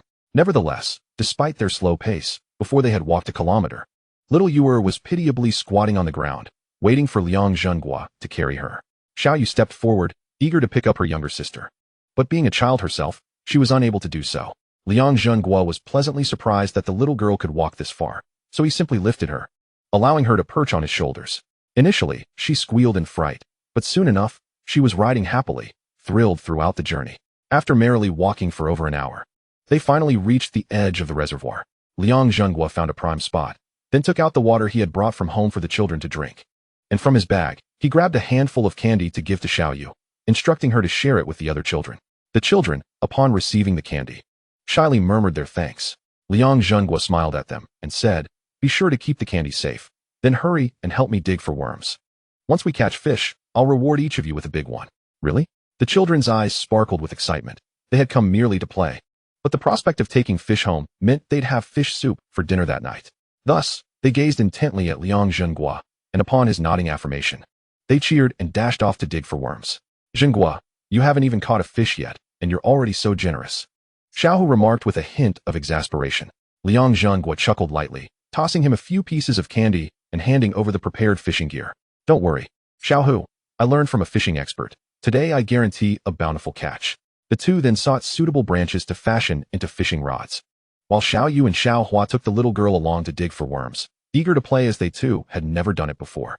Before long, Liang Zhenguo had found a suitable branch for his fishing rod, and, while Liang Xiao, who was distracted, discreetly retrieved some rabbit entrails from his storage space, having already crushed them. When Liang Xiao returned, he was greeted by the sight of a blood-red mass in front of Liang Zhenguo. "What is this? Why does it smell so foul?" Tossing the entrails into the reservoir, Liang Zhenguo explained, "This is animal entrails. Haven't you ever heard? You need to bait the spot. Otherwise, you'll catch very little." Chapter 28. Grilled fish. Liang Xiao gazed at Liang Zhenguo, bewildered, thinking that his cousin was remarkably knowledgeable. Surely, he wasn't just boasting. However, if he only knew that this individual had once been playfully dubbed Air Force Nation in a past life, it would be intriguing to see his reaction. After setting the line, the children had managed to dig up quite a few worms, so the two friends wasted no time and began fishing. After casting their lines, Liang Zhenguo remained unhurried. The pungent scent of the bait had already dispersed, proving to be an effective lure. Indeed, it wasn't long before a school of fish began to appear. Liang Zhenguo marveled, thinking that had he had access to such resources in the past, he might have earned the moniker Air Force Nation. Yet, shortly thereafter, his expression darkened. Despite having bait in the water, he watched as the fish swam past, completely ignoring his offering. Fortunately, Liang Xiao was also not landing any fish, which offered him a modicum of comfort. However, he was not inclined to wait any longer. With the water serving as a medium, any fish that ventured within a meter of his bait was within the range of his collection, allowing him to directly draw in any fish weighing over 2 pounds into his storage lake. The resources in this lake were indeed plentiful, boasting an array of species including crucian carp, perch, carp, grass carp, and blackfish, along with sizable catfish weighing in at dozens of pounds. Though they were beyond his collection range, the bait seemed excessively effective. Within just 10 minutes, he had already collected no fewer than 50 large fish, along with numerous smaller yellow catfish, and a good number of small white bait, delicious when fried. In truth, he preferred the taste of smaller fish, as many larger fish tended to have less desirable textures. Of course, the exorbitantly priced ones from the sea were an exception. However, people of this era generally favored larger fish, as at the buying station, all fish were essentially priced the same. "I've got one." Suddenly, Liang Xiao's excited voice broke through. Liang Zhenguo turned to see his fishing line taut with a catch. The little children rushed over to watch. While feeling happy for him, Liang Zhenguo quickly released the 6-pound carp he had just collected, hanging it directly on Xiaohu's hook. "I've got a fish. This one is definitely over 5 pounds. I can't lose." "Bro, you caught one too." "Wow, big brother fish." The adoring voices of his two younger sisters were undeniably his greatest motivation, and Liang Zhenguo couldn't help but beam with pride. Neither of their catches was particularly large, and soon they had reeled them in. Liang Xiao's fish was a carp weighing just over 3 pounds, but this alone kept him elated for quite some time. After placing the fish in a keep net, the two continued fishing. Meanwhile, the worm-digging team, witnessing their success, felt even more motivated to continue. Perhaps it was the aura of beginner's luck. Over the next 3 hours, Liang Xiao managed to catch more than a dozen fish, albeit varying in size, totaling around 15 pounds. Liang Zhenguo, on the other hand, didn't catch as many, but his were considerably larger. He reeled in a total of 8 fish, each weighing over 3 pounds, not including those in his storage. The largest was the first carp. With each catch, his younger sisters cheered, gratifying Liang Zhenguo's once vanished sense of vanity.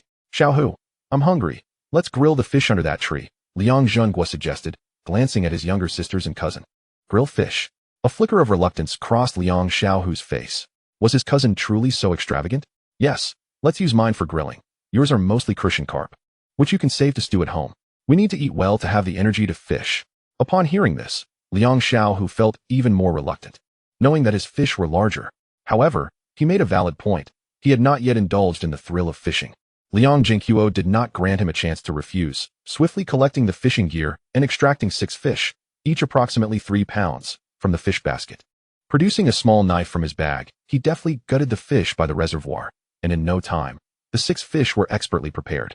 Little ones, wait for the grilled fish, we'll share one each. The children cheered, following him like little ducklings. Xiahua and Xiao giggled as they helped him carry the fish, while the other 6 children watched enviously. Liang Zhenguo chuckled and shook his head. Stop standing around. Hurry and gather some firewood.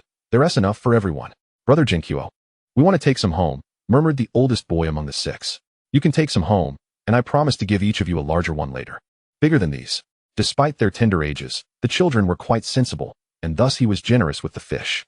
Hearing Liang Zhenguo's promise of even larger fish delighted them, and they scurried off to gather firewood. The area was abundant with trees, providing ample firewood.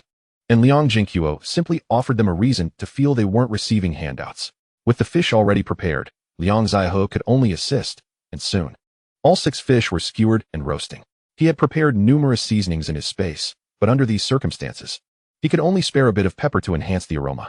Zhenguo, your bag seems to contain everything, Liang Zaihe remarked curiously as he observed him rummaging through it. Fishing hooks, bait, a small knife, sugar, and now pepper. He was intrigued as to what else he might produce. I'll conjure up something else for you to see. Liang Zhenguo grinned, though his bag contained merely some sugar and nothing else. However, hearing his words, he retrieved some peach crisps, dividing them among the children. Having bought 5 pounds at the supply store, of which only 2 pounds were allotted to his family. Thank you, Brother Zhenguo, the little ones expressed their gratitude in unison. Their affection for this village elder who provided them with fish, sweets, and now city snacks soared to great heights. This is delicious. Yes, this is tasty too, brother. Liang Zaihe, distracted by the treats, no longer pondered why Zhenguo's bag seemed so full. Munching on a peach crisp with one hand while the other rested thoughtfully under his chin, lamenting any crumbs that fell. Witnessing their joyful faces lifted Liang Zhenguo's spirits. The grilled fish, seasoned with pepper, was extraordinarily fragrant. He distributed 3 to the 6 children, while he and his 5 siblings each took 3. However, most of his share went to the 3 girls, as he and Liang Zhu merely sampled a few bites before setting aside their portions.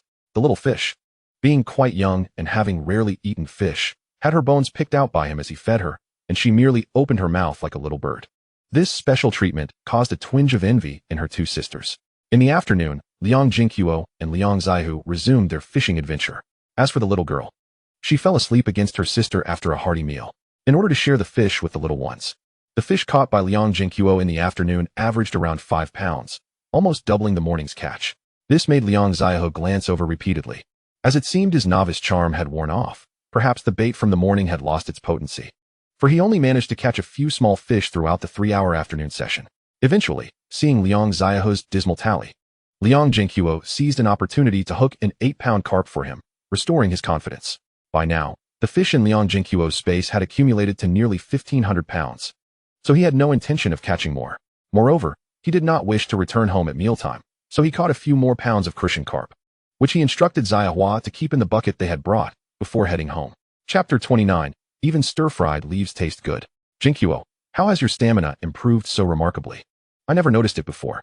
Just before reaching the village entrance, Liang Zaihe could no longer contain his curiosity.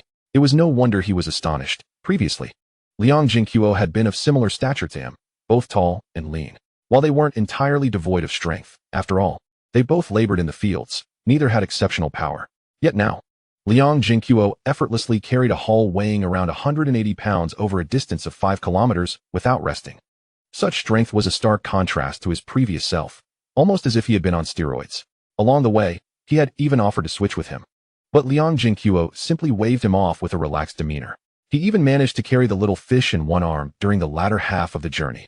I suppose I never had enough food before to have any strength. Now that I eat well, perhaps my body is developing again, Liang Zhenguo replied vaguely. For he couldn't very well disclose that the farm space was subtly enhancing his physique every day. However, Compared to the first day, the changes were not as pronounced. Nonetheless, they were still effective. His current physique was incomparably stronger than in his previous life. Indeed, he could easily outmatch his former self. After a brief diversion, he retrieved 5 sizable fish from the fish basket, each weighing between 5 and 6 pounds. Come, everyone. Each of you take one and hurry home. Don't let anyone snatch them away. After distributing the fish to the 6 little ones, Liang Zhenguo cautioned them. They excitedly responded, cradling the fish to their chests as they rushed home, fearing the possibility of being robbed as he had jest. Yet he was merely teasing them. Although life was tough for everyone in the village, it was unlikely that anyone would resort to theft, especially from a group of small children. You're quite generous, aren't you? 30 pounds of fish just like that, Liang Zhenguo remarked, somewhat amazed. After all, they still had over 60 pounds of fish left. Not counting the crucian carp in the bucket.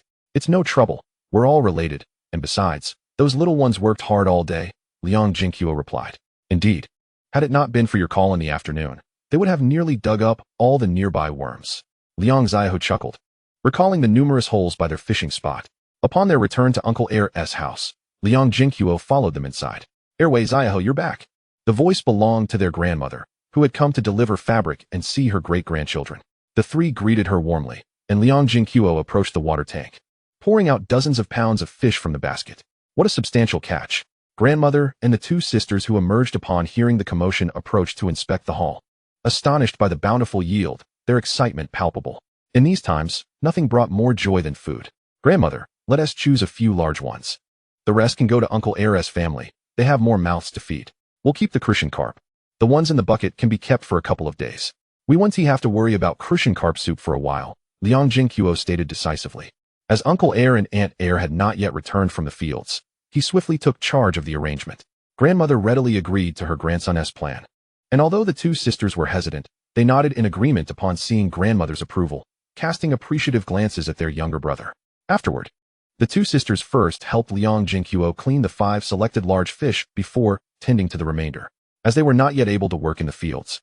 Most household chores, including cooking, fell to them, while grandmother often assisted them in caring for the children. Sisters, brother Zhenguo, we're heading back now, Liang Zhenguo said contentedly, waiting for the sisters to finish cleaning the fish before returning home with grandmother and his younger sister. Upon returning, Liang Zhenguo assisted grandmother in salting 4 of the large fish, keeping 1 for the kitchen. He then said to grandmother, Grandmother, I'll prepare dinner tonight. You can sample my cooking. No need for that. Let grandmother handle it. You and the little girl should go play, she replied. Grandmother shook her head resolutely, fearing that her grandson might waste food. Grandma, I've learned a few tricks from the chef. You and Grandpa can just wait for the feast. Liang Zhenguo gently but firmly ushered his grandmother out of the kitchen. Although his grandmother's cooking was not unpalatable, it typically leaned towards the bland side. Second brother, let me assist you. My sister is with Grandpa. As soon as Zhenguo saw him enter the kitchen, she slipped in to offer her help. All right, Zhenguo. Please start the fire and crack 4 eggs into a bowl. Having a little helper was indeed a pleasant surprise. Liang Zhenguo had envisioned preparing a grand banquet, but the finest ingredients were tucked away in storage. Thus, he settled for steaming a fish, albeit a rather large one. He opted to steam half while using the other half to make fish soup, and he prepared a simple scrambled egg dish. Typically, his grandmother would never indulge in such extravagance. 2 words, wasteful. It smells delightful, Zhenguo exclaimed, inhaling the fragrant aroma wafting through the air. Liang Zhenguo chuckled and offered her a piece of scrambled egg. Second brother, a sudden voice called from the doorway, and he turned to see the little girl sniffing the air curiously. It appeared she had followed the enticing scent. Liang Zhenguo could only offer her a piece of scrambled egg, but when he attempted to usher her outside, she remained steadfast. Fortunately, she did not clamor for food, so he allowed her to sit on the threshold and wait. With 3 dishes prepared, he decided against making anything further and simply steamed a few plain buns to complete the meal. By the time he finished, it was just about time for dinner. Liang Zhenguo called for his grandparents to join him. Upon entering the kitchen, his grandmother's expression shifted to one of dismay. Although she had caught a whiff of the savory oil from the yard, seeing the plate of scrambled eggs and the gleaming surface of the steamed fish made her heart ache. Oh dear, Airway, why did you use so much oil? Grandmother's mouth opened in protest, but she couldn't bring herself to scold him. If it had been any other grandson, she would have already wielded the broom against him. It's delicious, Grandma, Zhenguo piped up, defending her second brother. Grandmother gently pinched the little girl's cheek. With so much oil, even tree leaves would taste good. Zhenguo shook her head. Even at her young age, she knew that tree leaves were not palatable. Observing his grandmother's distressed expression, Liang Zhenguo quickly helped her to a seat and playfully remarked, "Grandma, we can indulge occasionally. I'll bring you back 10 pounds of oil next time." You.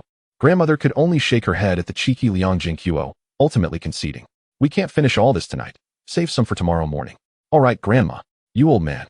Without saying a word, you just know to sit down and eat. Grandmother could do nothing with her grandson, so she turned her attention to Grandpa. Grandpa silently regarded his wife, knowing full well why she directed her ire towards him after a lifetime together.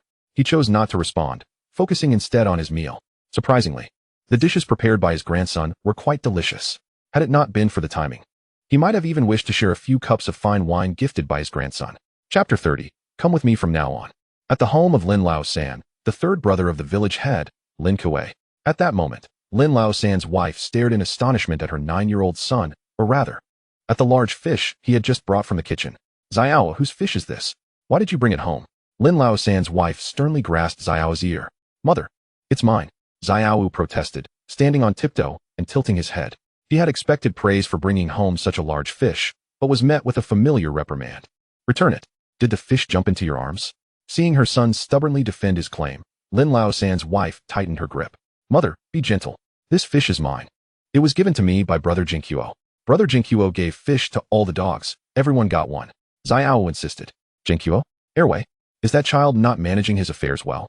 Lin Lao San's wife murmured, realizing the improbability of such a large fish being given away freely, and quickly released her grip upon seeing her son's ears redden. "We helped Brother Zhenguo dig for worms, so he shared the fish with us. Brother Zhenguo caught many fish. They are much larger than what Xiao caught. Plus, he even grilled 6 big fish for us at noon. Mother, let us grill fish too. It's so delicious." With his mother no longer gripping his ear, Xiao chattered on excitedly. "With your measly worms, you couldn't even buy half a fish head." Lin Lao San, who had been watching his wife scold their son, shook his head and couldn't help but reflect, that's just Brother Zhenguo's kind heart. Who else would share fish with a bunch of little kids? Indeed, and such a big fish at that. That child is so good. Yet those gossips dare to say he lacks respect for his elders. Lin Lao San's wife chimed in, defending Liang Zhenguo. "Well then, what about the fish? Just accept it. If you hear anything about the little squabbles between our families, just say something nice and keep the tongues at bay." He was always content to observe the commotion. But if someone gifted him a fish, he felt compelled to say something kind, especially since he saw no fault in Liang Zhenguo's actions.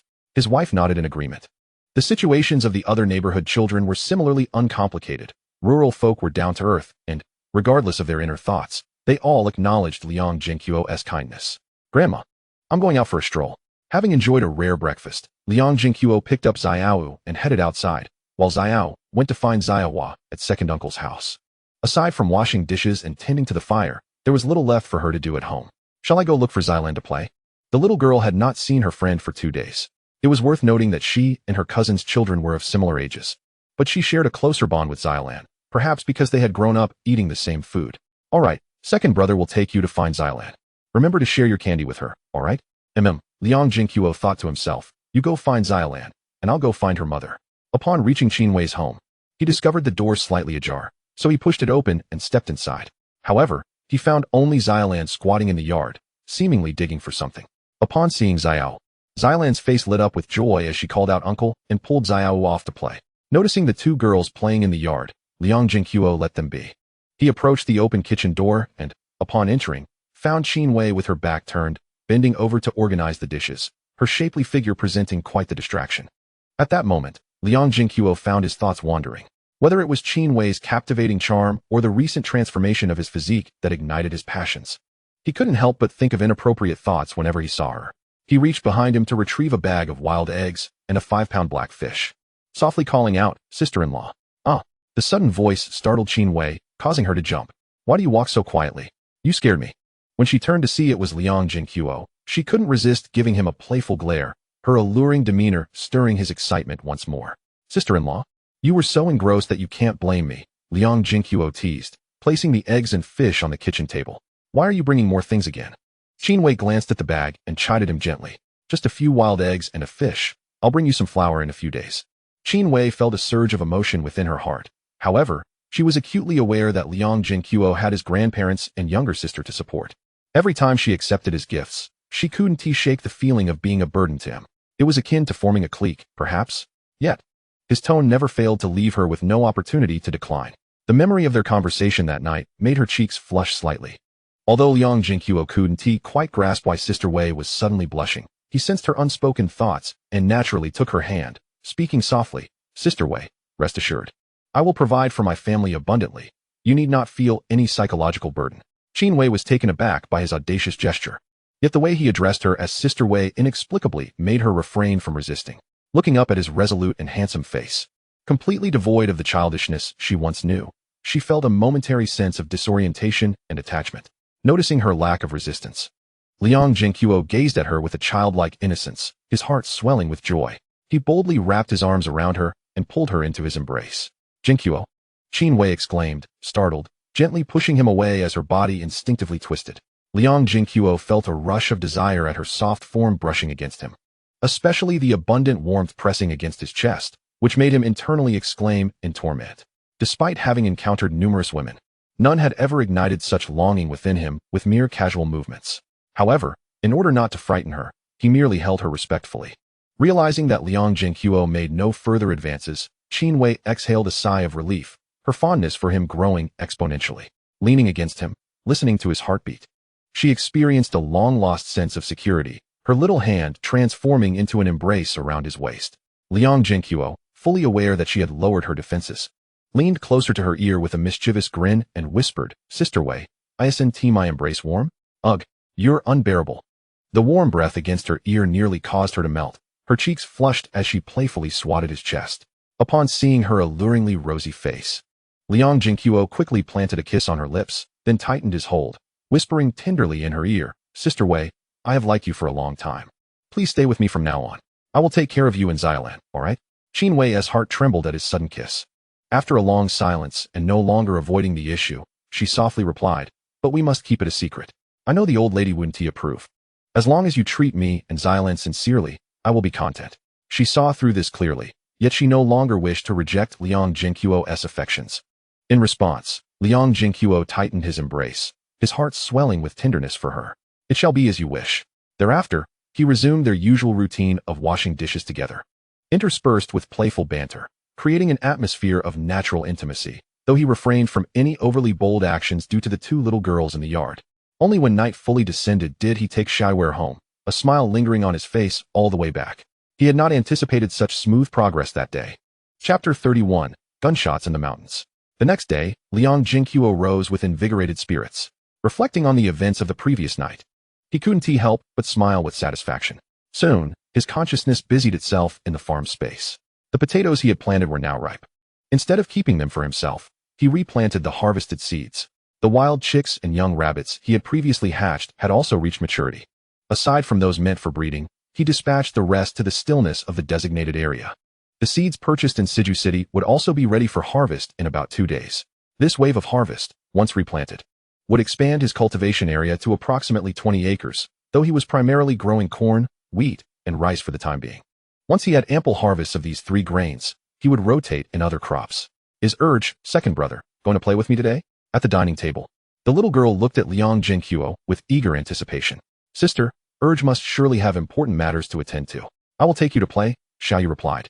Turning to the little girl, fully aware that Urge was heading to the mountains, Liang Zhenguo ruffled the little girl's hair, saying, "Let your sister take you to fine Xiaolan to play. I'll go get you some meat to eat." "Okay, fine." The little girl's enthusiasm waned, but she did not press further. "Grandma, make sure you drink the malt milk essence at noon. Don't hesitate, or it will spoil." "It can spoil. Then let us drink a little every day." Grandma looked at him in surprise, and Liang Zhenguo nodded sheepishly. While malt milk essence does have a shelf life, it is still relatively long, but he feared the old lady might only indulge during festivities otherwise. After finishing his meal, he dashed straight into the depths of the mountains. Upon entering the mountainous edge, he didn't rush to hunt. Instead, he found a spot to take out the pot he had purchased in Siju City and began to prepare marinated meat. He had previously requested over 20 pounds of marinating ingredients from the state-run restaurant, perfect for marinating a small wild boar's head. With no opportunity to marinate yesterday, the mountain was indeed a more convenient location. After processing the pig's head in the space, he also cleaned the stomach, tongue, ears, and intestines, all of which would make for delicious marinated dishes. Following the steps, he completed the preparation and entered a waiting period. However, with time to spare, He took out 5 prepared wild chickens from the space and seasoned them with the purchased spices, making a dish of beggar-esque chicken right there. The aroma of both dishes was sure to be intoxicating. After over 2 hours, he finally finished the beggar-esque chicken and the pig-esque head meat. Sampling a piece of the pig-esque head meat, Liang Zhenguo nodded in satisfaction. The marinade indeed lived up to its reputation. As for the beggar-esque chicken, with 5 to spare, he devoured one on the spot. His appetite had more than doubled, and he found that Grandma's breakfast hardly filled him, necessitating this little endeavor. However, today's beggar-esque chicken was extraordinarily delicious. These 5 wild chickens had all been hatched and grown in the farm space, and their meat seemed far superior to the wild chickens from before. Liang Zhenguo mused, astonished that the farm space had such effects. The crops and vegetables grown there must also be better than those in the outside world. Yet, this was a good thing, and he didn't dwell on it. After tidying up, he finally took out his gun and officially began his hunt. Today, instead of following his previous route, he changed direction. Unperturbed by the fear of getting lost in the mountains, thanks to the space, he had no intention of hunting any more wild chickens or rabbits. The ones in the space could sustain themselves, and besides, they tasted better than those outside, making it not worth the effort. After more than an hour, he fired his first shot at a sizable target. However, it was not a large game, but rather a big hedgehog. Initially, he hesitated to shoot, as its cry resembled that of a child, sending shivers down his spine. He decided to end its life with a single shot. In later times, hedgehogs were protected animals. He had never tasted one, but he had heard it was similar to dog meat. It might be worth keeping to try, for in a few decades, if he wished to taste it, he might have to prepare for a 5-year wait. After the hedgehog, Liang Zhenguo continued his hunt. Just 10 minutes later, he spotted 2 moose at his descent point, each weighing over 200 pounds. He couldn't let this opportunity slip by. Without employing any tricks or traps, he fired 2 shots and secured them. Is this deer antler? Looks like I'll make a small profit. Previously, he had not scrutinized them closely. But after collecting them into his storage space, Liang Zhenguo realized that these 2 deer possessed antlers, amounting to over 300 grams in total. Although not as valuable as the antlers of the Saga deer, their worth was still considerable. He was merely uncertain of the current price at the herbal medicine shop. By noon, he had also hunted 2 badgers, reasoning that he had never tasted them before. After indulging in a few pieces of peach crisp and half a box of braised meat, he continued to roam the mountainous terrain. The wild boar population in these hills was abundant, and he could hardly believe he would not encounter any. Suddenly, a gunshot rang out ahead. At the sound, Liang Zhenguo instinctively crouched down. In the mountains, danger stemmed not only from wild beasts, but also from humans. After a careful assessment, he discovered that the shots were not directed at him, though they were alarmingly close. Bang! Bang! 2 more shots followed in quick succession. After a moment of contemplation, Liang Zhenguo stealthily moved toward the source of the gunfire. While he could not discern the type of firearm from the shots alone, he could ascertain that all 3 shots were fired from the same weapon, and the urgency of the gunfire indicated that the shooter was in a dire situation. It seemed likely that they had encountered prey. As he approached, another gunshot echoed, accompanied by a panicked cry. A woman? Liang Zhenguo was taken aback. Although he had yet to see anyone, the voice was unmistakably that of a young woman. However, it was indeed a rare occurrence to bring a woman hunting in the mountains. Liang Zhenguo peeked out from behind a tree, glancing down toward the source of the gunfire. Within his mental detection range, he spotted a young woman with her back to him, and a middle-aged man, who appeared to be around the same age as his second uncle, further away. Yet, the situation they faced was perilous. A massive wild boar was charging toward the woman with reckless abandon, its formidable tusks resembling artillery. The woman wielded only a worn machete, and there was not a single tree nearby to provide cover. Confronting the beast would likely prove futile. If that petite frame were to be struck, it would surely meet a gruesome fate. As for the middle-aged man, his predicament was equally dire. Despite possessing a firearm and having already taken down 2 wild boars lying on the ground, 3 more were advancing towards him, though these were smaller than the enormous boar. One of them was a male, while the other 2 matched the size of the sows on his farm, making it a challenging encounter for him. Given the gravity of their situation, Liang Zhenguo had no time to ponder. Seeing that the woman could not evade the beast, he raised his gun and fired. Guided by his mental detection, the bullet grazed her ear before striking the boar's head. With 1 shot to the skull, he feared the colossal beast might not succumb instantly. So he fired again, aiming for its eye. Thankfully, Liang Zhenguo's caution prevailed, and the boar stumbled, collapsing at the woman's feet. Chapter 32. Old Qin. Upon witnessing the enormous wild boar fall before her, the woman, gripped by fear, dropped to the ground, exhausted and trembling. In the face of such a ferocious creature, her mind had gone blank, and her feet felt as though they were cemented to the earth. Just when she thought her life was at an end, She noticed the wild boar had fallen at her feet. Taking a breath of relief, she hastily rose and ran toward the middle-aged man, determined to divert the boar's attention. Otherwise, her father would not last much longer. Observing her brave act, Liang Zhenguo felt a mixture of admiration and disbelief. He could not stand idly by while aiding someone in need. Before she reached him, he swiftly dispatched 2 more wild boars, the distance still within his mental detection range, ensuring nearly no margin for error. With Liang Zhenguo's intervention, the remaining boar was easily taken down by the man. Judging by his proficiency, he appeared to be an experienced hunter. Yet, no matter how seasoned, even the most adept hunter could be caught off guard in such a situation, especially with a woman adding to the chaos. Seeing the middle-aged man panting heavily, Liang Zhenguo approached, keeping his gun at the ready. Although their appearances did not suggest they were ruthless bandits, one could never be too cautious, even after helping them. After all, 6 wild boars lay dead on the ground, a tempting sight indeed. However, the man was straightforward. Upon seeing Liang Zhenguo advance with his weapon, he promptly dropped his firearm to the ground. Once he had regained his breath, he sincerely expressed, "Young brother, thank you for saving us. Otherwise, my daughter and I would have perished in these mountains." Without a doubt, Liang Zhenguo's sharpshooting had averted disaster. He had witnessed the man's remarkable marksmanship, each bullet finding its mark with precision. The man cast a fearful glance at his daughter, realizing how close they had come to losing their lives to the wild boars. "It was merely a trifling effort," Liang Zhenguo replied, holstering his weapon. "Thank you. Thank you for saving us." The woman, or more accurately, the girl beside the man, gazed at Liang Zhenguo with gratitude. At her words, Liang Zhenguo took a closer look at her face, feeling a spark of surprise. Previously, with her back turned, he had assumed she was an ordinary woman. He had not anticipated her striking beauty. Her innocence was captivating, stirring a protective instinct within him. She appeared to be around his age, yet in all the right places. She was pleasantly plump, unlike what one would expect at her age. However, he could not shake the feeling that her face was somewhat familiar, even though he was certain he had never encountered her before. Noticing Liang Zhenguo's unabashed gaze, the girl blushed and lowered her head. After all, it was rather impolite for a stranger to stare so intently.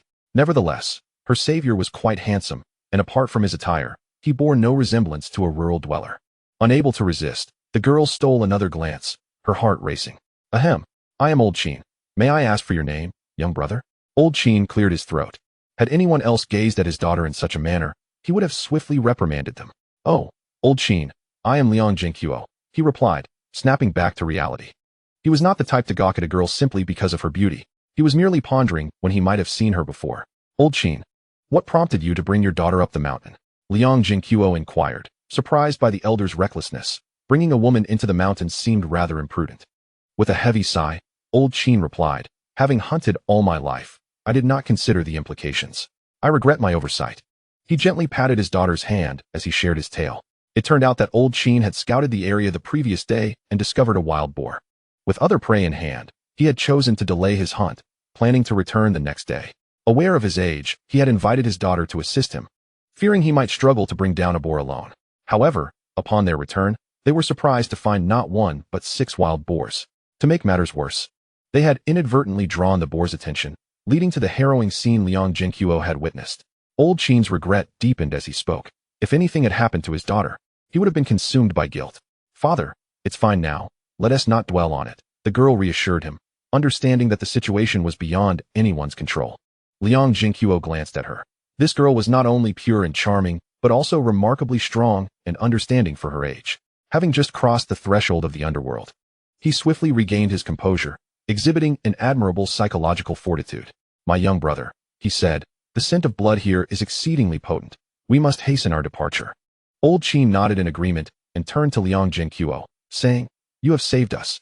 These wild boars are now yours. You may call for assistance to carry them down the mountain while we keep watch from the trees." Liang Zhenguo shook his head, gesturing toward the 3 wild boars on the ground. "I claim these 3 that I have hunted. The ones you have caught, Qin Yi, rightfully belong to you." Though Old Qin's reasoning was sound, Liang Zhenguo was not driven by greed. Moreover, the 3 he had taken were the largest of the 6. And today's bounty was more than sufficient. Old Qin cast a surprised glance at him. His statement was not made in jest. Liang Zhenguo had rescued both him and his daughter, so it was only fitting that the wild boars belonged to him, and he felt no reluctance about it. After deflecting the offer a couple more times, Old Qin, realizing Liang Zhenguo was sincere, resignedly suggested, "How about this? The 2 I hunted will be ours, while the other 4 are yours." We can easily carry back 2 of them. He pointed to a makeshift stretcher nearby, indicating that once the boars were secured, he and his daughter could drag them down without difficulty. Very well, then, Qin, you may head back first. I came with fellow villagers, and they will come once they see the signal. Liang Zhenguo, no longer feeling the need for formality, acknowledged that while he found old Qin's daughter pleasing to the eye, this was not the time for idle chatter. If they did not leave, he would be unable to store the boars in his farm space. Then we shall cease our watch, old Qin remarked, taken aback to learn that Liang Zhenguo had come with villagers. Indeed, venturing alone into the mountains was perilous, especially for a young man of his daughter's age. Soon, the father and daughter secured the 2 wild boars to the stretcher with some slender branches. By the way, Liang Zhenguo, which village are you from? If you don't mind sharing, old Qin suddenly inquired before they departed. He intended to visit when he had the chance. For this was a matter of life and death. Liang Zhenguo had even left 2 wild boars for them, and he ought to express his gratitude. Xiling village. Liang Zhenguo replied casually, not pondering the significance of his words.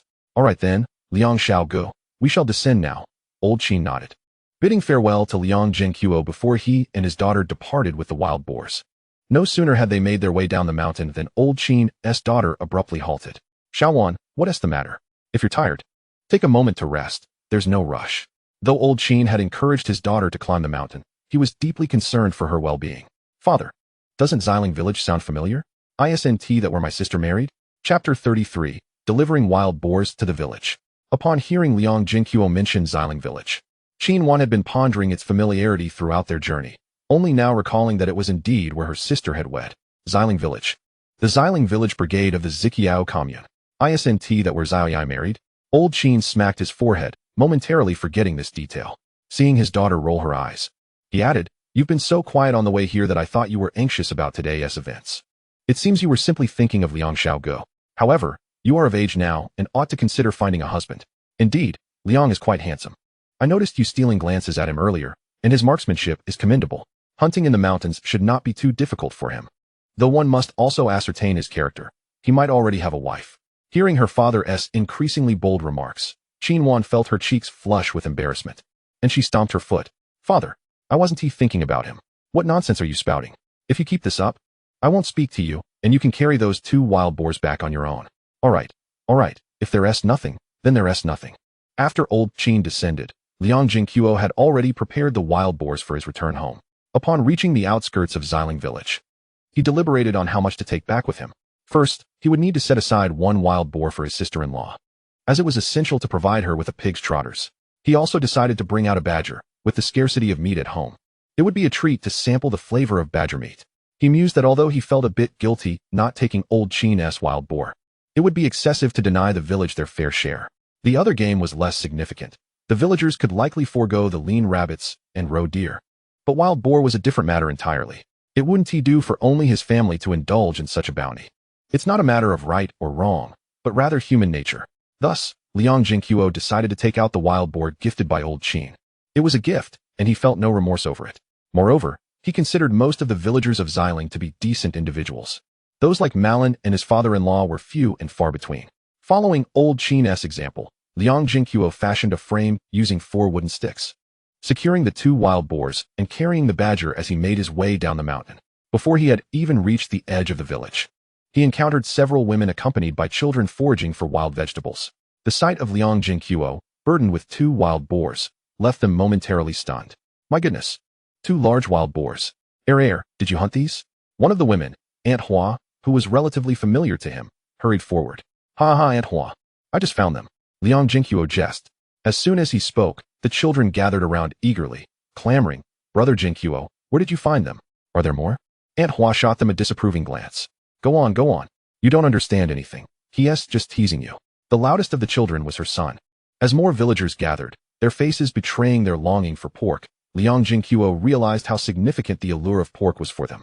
Fortunately, he was prepared, and the villagers merely observed without asking for anything. This was a relief, regardless of their inner thoughts. At least they refrained from acting in a manner that would have irked him. Had they approached him demanding a share of the pork right away, he would have been inclined to give them nothing. Clearing his throat and surveying the crowd, Liang Zhenguo called out to the women and children, Ladies, today, I was fortunate enough to capture 2 wild boars. I intend to donate 1 to the village. Who will go fetch the village chief? The murmurs around him quieted momentarily as his words settled in, followed by a chorus of jubilant cheers from the children. The women exchanged excited glances, confirming whether he was jesting. "I'll go fetch the village chief." Several eager youngsters raised their hands and dashed toward the village. Go ahead, Aunt Hua. Please assist in explaining this to the village chief. I fear they might not convey it properly." Now realizing that Liang Zhenguo was serious, the women rushed forward to help him with the stretcher. "Ah, heir, you truly are a good child," Aunt Hua remarked, before sprinting after the children. If it were her, she would never have been willing to share the wild boars with others, especially not those weighing nearly 300 pounds. Seeing the women abandon their vegetable foraging to lend a hand, Liang Zhenguo stepped aside, allowing them to manage the heavy loads themselves. Gender distinctions aside, the excitement of the women overshadowed all else, and they jostled around him. Before long, Lin Kuei arrived with several villagers in tow. He first glanced at the wild boar before excitedly shaking hands with Liang Zhenguo. "Heir, is it true what Aunt Hua said? You've gifted a wild boar to the village?" Though he had faith in Aunt Hua's words, he felt compelled to confirm, lest the villagers be led to premature joy. Liang Zhenguo awkwardly withdrew his hand. After all, what was the point of two grown men clasping hands? "Uncle Kuei, it's more genuine than gold. However, I need to take the other half to Shizhu City, so for the village's boar, I only require 5 pounds of fatty meat and 5 pounds of lean. Also, I do like the pig's offal and trotters. The rest, you can manage as you see fit." The value of gold paled in comparison to the meat. Lin Kuei beamed with delight. He wouldn't contest Liang Zhenguo's spoils, but he was taken aback by his political awareness. This not only benefited the villagers, ensuring every household enjoyed meat, but it also enhanced his standing as the village chief in the commune. With meat on the table, life held promise, and work would be done with renewed vigor. This was indeed a splendid affair. "Very well, we shall proceed as you suggest. But are you certain you want the offal? It can be quite pungent." Liang Zhenguo's request for 10 pounds of meat was minuscule compared to the nearly 300-pound wild boar. Who would dare to object? Moreover, the wild boar was entirely his. "Yes, Uncle Kuei, you can have this wild boar taken away, and if you could send someone over, I'll take the remaining one home. The offal, once cleaned, would taste delightful, perfect for pairing with liquor for grandfather. Upon returning with the wine, grandfather would likely be reluctant to indulge, especially with no snacks to accompany it. Tonight, he would prepare something special for him." "No problem, T2. You two help Airway carry his wild boar back, while the rest of you take this one to the dining hall. Then, gather the wives from home to divide the meat. We'll make a broth from the bones." With fewer than 800 residents in Xiling village, around 100 households would mean each could receive over 2 pounds of meat, quite a bounty. Without hesitation, T2 and his companion lifted the wild boar and departed with joy. Liang Zhenguo could only offer a helping hand before following suit, unconcerned about the village's portion. He trusted that Lin Kuei, the village chief, would handle everything adeptly. Chapter 34. Braised Badger. T2 and his friend brought the wild boar directly to the courtyard, expressing their gratitude to Liang Zhenguo and the elderly gentleman before dashing towards the dining hall to partake in the meat distribution. "Airway, you truly caught a wild boar." "Oh, and there's a badger too," the elder exclaimed with delight, kicking the ground to emphasize his surprise at the wild boar and badger. This morning, his grandson had confidently proclaimed he would return with a wild boar, and the promise had materialized almost instantly. Such a sizable creature must be worth a fortune. Yet, why were T2 and his friend thanking him for simply lending a hand? The elder was still somewhat bewildered. Liang Zhenguo explained to his grandfather about gifting a wild boar to the village, to which the elder nodded in approval. "Ah, I see. We're all fellow villagers. Contributing to the community is beneficial, and it will lessen the envy from others when we bring home meat and grain." Being of advanced age, he understood these matters well and would not blame his grandson. Second brother, second sister. Hearing the commotion in the village, their grandmother emerged, leading 2 younger sisters back from Uncle Air's house. "Airway, why are you being so generous? Even if it's for the village. We should take at least 10 pounds for our family." "Why only 10 pounds? Though their grandmother was not short-sighted, she couldn't help but feel a pang of regret at the thought of such a large wild boar being given away. "Grandma, we still have a badger and a portion of offal. I've learned how to prepare it from the chef, and I assure you it will taste delicious. Oh, and I'll keep the trotters for Uncle Air's family. They'll be brought over later." Liang Zhenguo was prepared for his grandmother's concern. Such a large boar. The little girl looked at the wild boar on the ground without fear, eager to climb onto its back. Liang Zhenguo swiftly lifted her, cradling her in his arms. "It's filthy and teeming with bacteria. You mustn't touch it, understand? Meat, braised meat." The little girl pointed at the wild boar, recalling the deliciousness. "All right, I'll prepare braised meat for you shortly." Liang Zhenguo affectionately kissed her cheek. The improved meals over the past few days had made the little girl plumper and even more adorable. Little Yu, too, no longer looked as frail as before. The improved diet brought Liang Zhenguo a sense of comfort. But let us try the badger today and see how it tastes. He pointed to the badger on the ground, which weighed around 25 pounds, enough to feed them for several days. Okay, second brother. Little Yu immediately grabbed one of the badger's hind legs and headed to fetch water. Liang Zhenguo and their grandmother exchanged smiles. His sister was truly resourceful. To her, these catches were simply delicious meat. No wonder little Yu was so fierce. She must have learned it all from her older sister. Liang Zhenguo set the little girl down and, along with their grandfather, dragged the wild boar to the side before jointly processing the badger. Just as they finished, Aunt Hua arrived with the portion of pork for their family. Knowing that everyone would be cooking at this hour, Aunt Hua didn't linger, exchanging a few words before departing. Liang Zhenguo discreetly avoided his grandparents' gaze. Stashing the offal in a space to wash clean, washing outside would be time-consuming and, more importantly, smelly. He then urged his grandmother out of the kitchen, instructing her to send the trotters to Uncle Air's family while he took charge of the cooking. After all, his grandmother was reluctant to use too much meat, not wanting to waste any of the ingredients. He had never tasted badger before, and today he was determined to make braised badger meat. Moreover, without using spices in the offal, the pungent odor would linger, making it inedible. It took nearly 2 hours for him to prepare the braised badger and stir-fried pig offal. The aroma wafted through the house, drawing the two little girls to the kitchen like moths to a flame. Airway, why are you making so many dishes? Their grandmother exclaimed upon seeing 2 large plates of delicious dishes, her face filled with concern. How much oil must this require? Grandma, if there's any left, we can eat it tomorrow. This stir-fried pig offal is just right for grandfather to enjoy with his drink. We'll have a couple of cups together. Liang Zhenguo grinned. With grain and meat at home, his burdens felt lighter, and he longed to share a few drinks with his grandfather tonight. At your age, drinking already. Take these 2 girls out. I'll steam the buns. Their grandmother didn't oppose his drinking, knowing he was now an adult. However, she was concerned he might waste flour, so she wouldn't give him the chance to steam buns, opting to make fewer instead. Liang Zhenguo decided not to argue this time, taking a bowl to fill with braised badger meat. This was meant for Qin Wei and her daughter. He didn't hide anything from his grandparents, explaining it was in return for borrowing their gun, having already gifted a wild boar.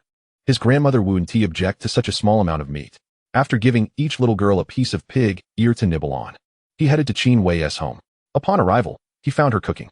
Zhenguo, you're here. Qin Wei's face lit up with a gentle smile upon seeing him. Sister-in-law, this is braised badger meat, made by my own hands. You and Xilan should try it. Thank you, Zhenguo. Qin Wei accepted the bowl, her eyes sparkling with warmth. What kind of relationship do we have that you need to thank me? If you're too polite, I might just spank you. Liang Zhenguo pretended to be dissatisfied. Taking advantage of Xilan not being around, he directly pulled Qin Wei into his arms and lightly patted her on the raised part of her body with his palm. Smack. Qin Wei couldn't help letting out a soft sound. Liang Zhenguo immediately lowered his head to look at her and saw that her face was already red. Sister-in-law Qin, you're really sensitive. The feeling is really great. The saying that women are made of water really makes sense. Liang Zhenguo looked at her red lips and saw her lightly biting her lower lip. That expression was extremely tempting. He took a deep breath and immediately lowered his head to kiss her. Qin Wei's eyebrows trembled, then she closed her eyes. After a long while, when Qin Wei was almost out of breath, the two finally separated. Qin Wei looked at him with emotion. After this boy opened up, he became bold and a little rogue, but she couldn't help being attracted to him. Sister-in-law, can I come to see you tonight?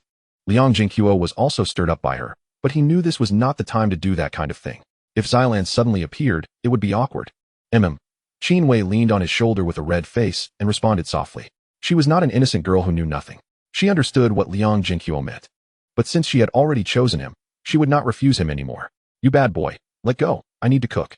Qin Wei suddenly rolled her eyes at him charmingly. Liang Zhenguo squeezed once more, then smiled and moved his hand away. His hand seemed to have a radar, always finding the most comfortable place automatically. Come after Xilan falls asleep. I'll leave the door open for you. Qin Wei chatted with him while cooking, just like a married couple. All right, I'll listen to you, sister-in-law. Liang Zhenguo nodded happily, stayed with her while she cooked, and only went home to eat after Xilan returned from the canteen. Tonight, he was full of anticipation. Chapter 35, finally eating meat. This meat is really delicious. At the dining table, after taking a bite of badger meat, Xiao's eyes lit up. Xiao kept nodding, oil still on the corner of her mouth. Then which do you think tastes better, the braised pork last time, or what your second brother cooked today? Liang Zhenguo asked while putting another piece into their bowls. Second brother's cooking is better. The little girl answered immediately, without hesitation. Liang Zhenguo laughed. He had tasted it too. The badger meat did taste better than wild boar. But his cooking skills were not as good as a professional chef's, so he personally felt the braised pork last time was better. Still, hearing the little girl say that made him very happy. Xiao didn't think she was lying at all. She just felt her second brother's cooking tasted good. Last time was good too, but we can't eat it now. What's in my mouth now smells the best. Grandpa, today's dishes go well with wine. Let Xiao go call second grandpa, and we'll drink a couple of cups with you. Liang Zhenguo said near the end of the meal. Grandpa first looked at Grandma. Seeing she didn't object, he stood up immediately. I'll go get the wine. I've wanted to drink with this dish for a long time. Xiao, go call your second grandpa after you finish eating. Before he finished speaking, he had already gone inside to get the wine. Grandpa, I'm full, I'll go now. Xiao patted her belly and went out to call him. That old drunk has been staring at those bottles every day, wanting to drink them for a long time. Grandma smiled and shook her head, then picked up Xiao after feeling she was full. The little girl leaned against Liang Zhenguo's leg, rubbing her belly happily. Before, she was hungry every day. Now she could eat enough and even have meat every meal. She felt extremely happy. When your sister comes back, go wash up obediently, okay? Liang Zhenguo rubbed her head. She nodded obediently. Soon, Xiao came back with second grandpa, and the three brothers followed behind. Liang Zhenguo smiled. They probably heard there was drinking and came along. Fortunately, he had made plenty of dishes. Grandpa took out a bottle of Fenjiu. He couldn't bear to open the other one today. You youngsters just taste a little. Grandpa's wine can't handle big drinks. He poured everyone a cup and put the rest between himself and second grandpa. Liang Zhenguo took a sip. Not bad. Worthy of being called a national liquor. After selling the wild boar tomorrow, he planned to take out a few more bottles. There were also 2 bottles of Maotai in the space. He could take one out. He had never drunk it in his previous life. Zhenguo cheers. Thanks for the pig trotters. Dalong and Daho clinked glasses with him. Recently their children had no milk to drink, and they were worried sick. Liang Zhenguo had given them fish and pig trotters, which made them very grateful. Second grandpa ate a piece of liver and looked at them with satisfaction. We're family. No need to be polite. Liang Zhenguo shook his head and smiled. To him, it was just a small effort. They drank and chatted until after 8, then dispersed. After 9, Liang Zhenguo put the 2 little girls to sleep and quietly slipped out. On the way to Qin Wei's house, he kept using his mental detection. After confirming no one was around, he pushed open the half-closed door. Who is it?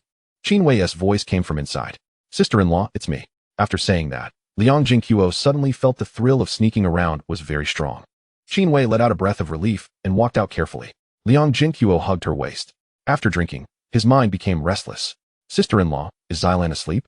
That single word felt like an order.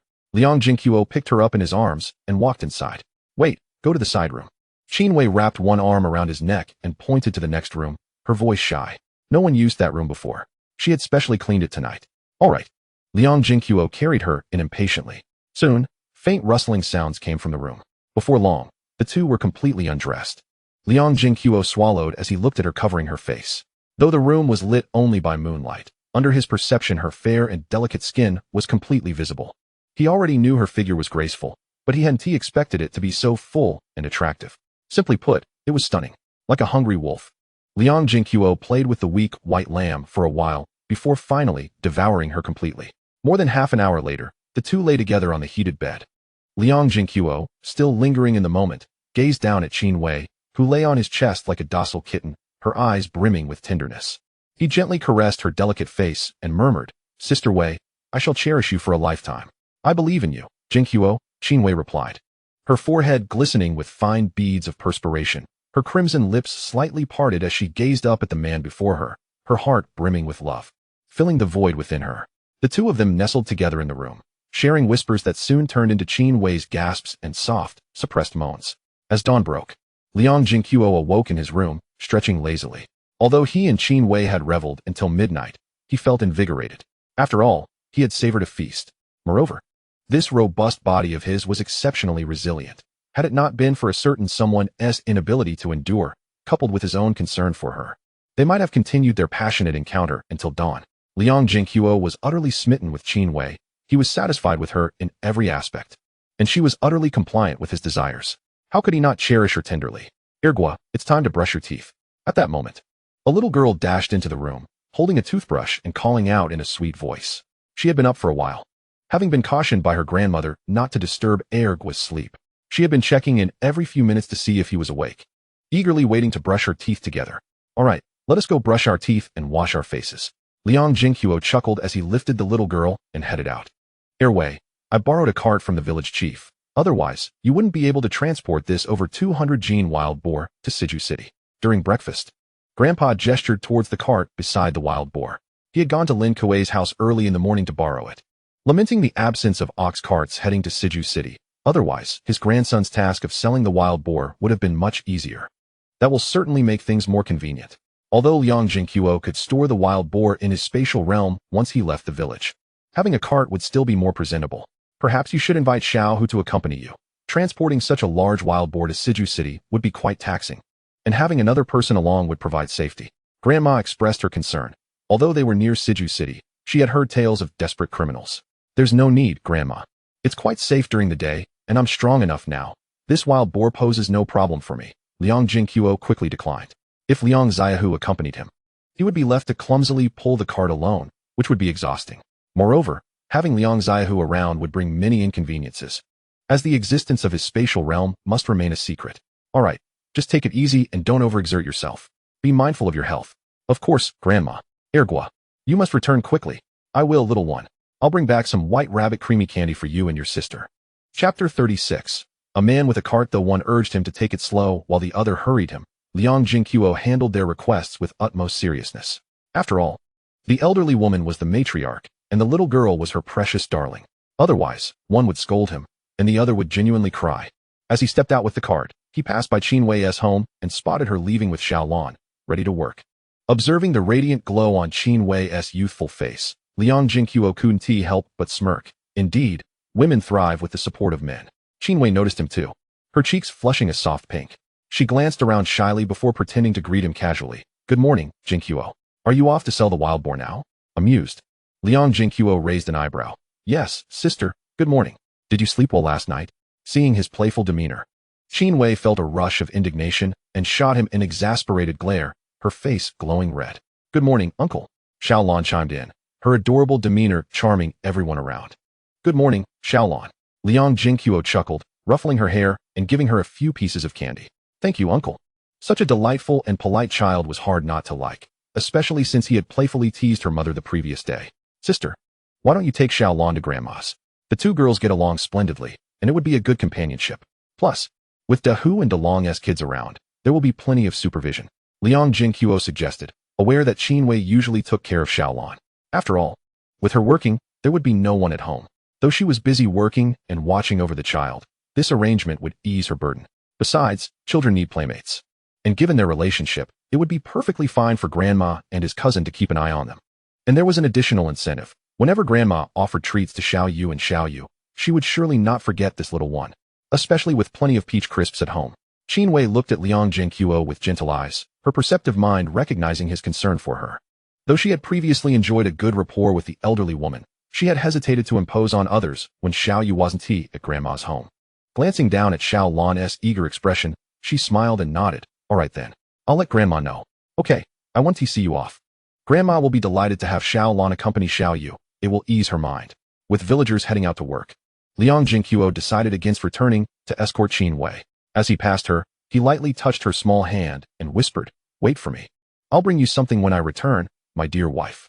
He then took hold of the wild boar and departed with a flourish. He didn't need to look back to know that the woman behind him was likely blushing once more. He had discovered that despite her previous marriage, Qin Wei was easily flustered. Several hours later, Liang Zhenguo arrived once again at the entrance of the canning factory. Early on, in a secluded alley, he had extracted the largest of the wild boars. Initially, he had intended to bring 2 wild boars for the factory, as Director Lin had treated him well last time. However, this colossal boar weighed over 400 gene, surpassing the combined weight of 2 ordinary wild boars. This time, he did not conceal anything, directly bringing the wild boar to the entrance. Peering inside, he saw that the gatekeeper was still Zhao Yuki. Zhao, open the door. I've brought you another wild boar. Liang Zhenguo called from the entrance.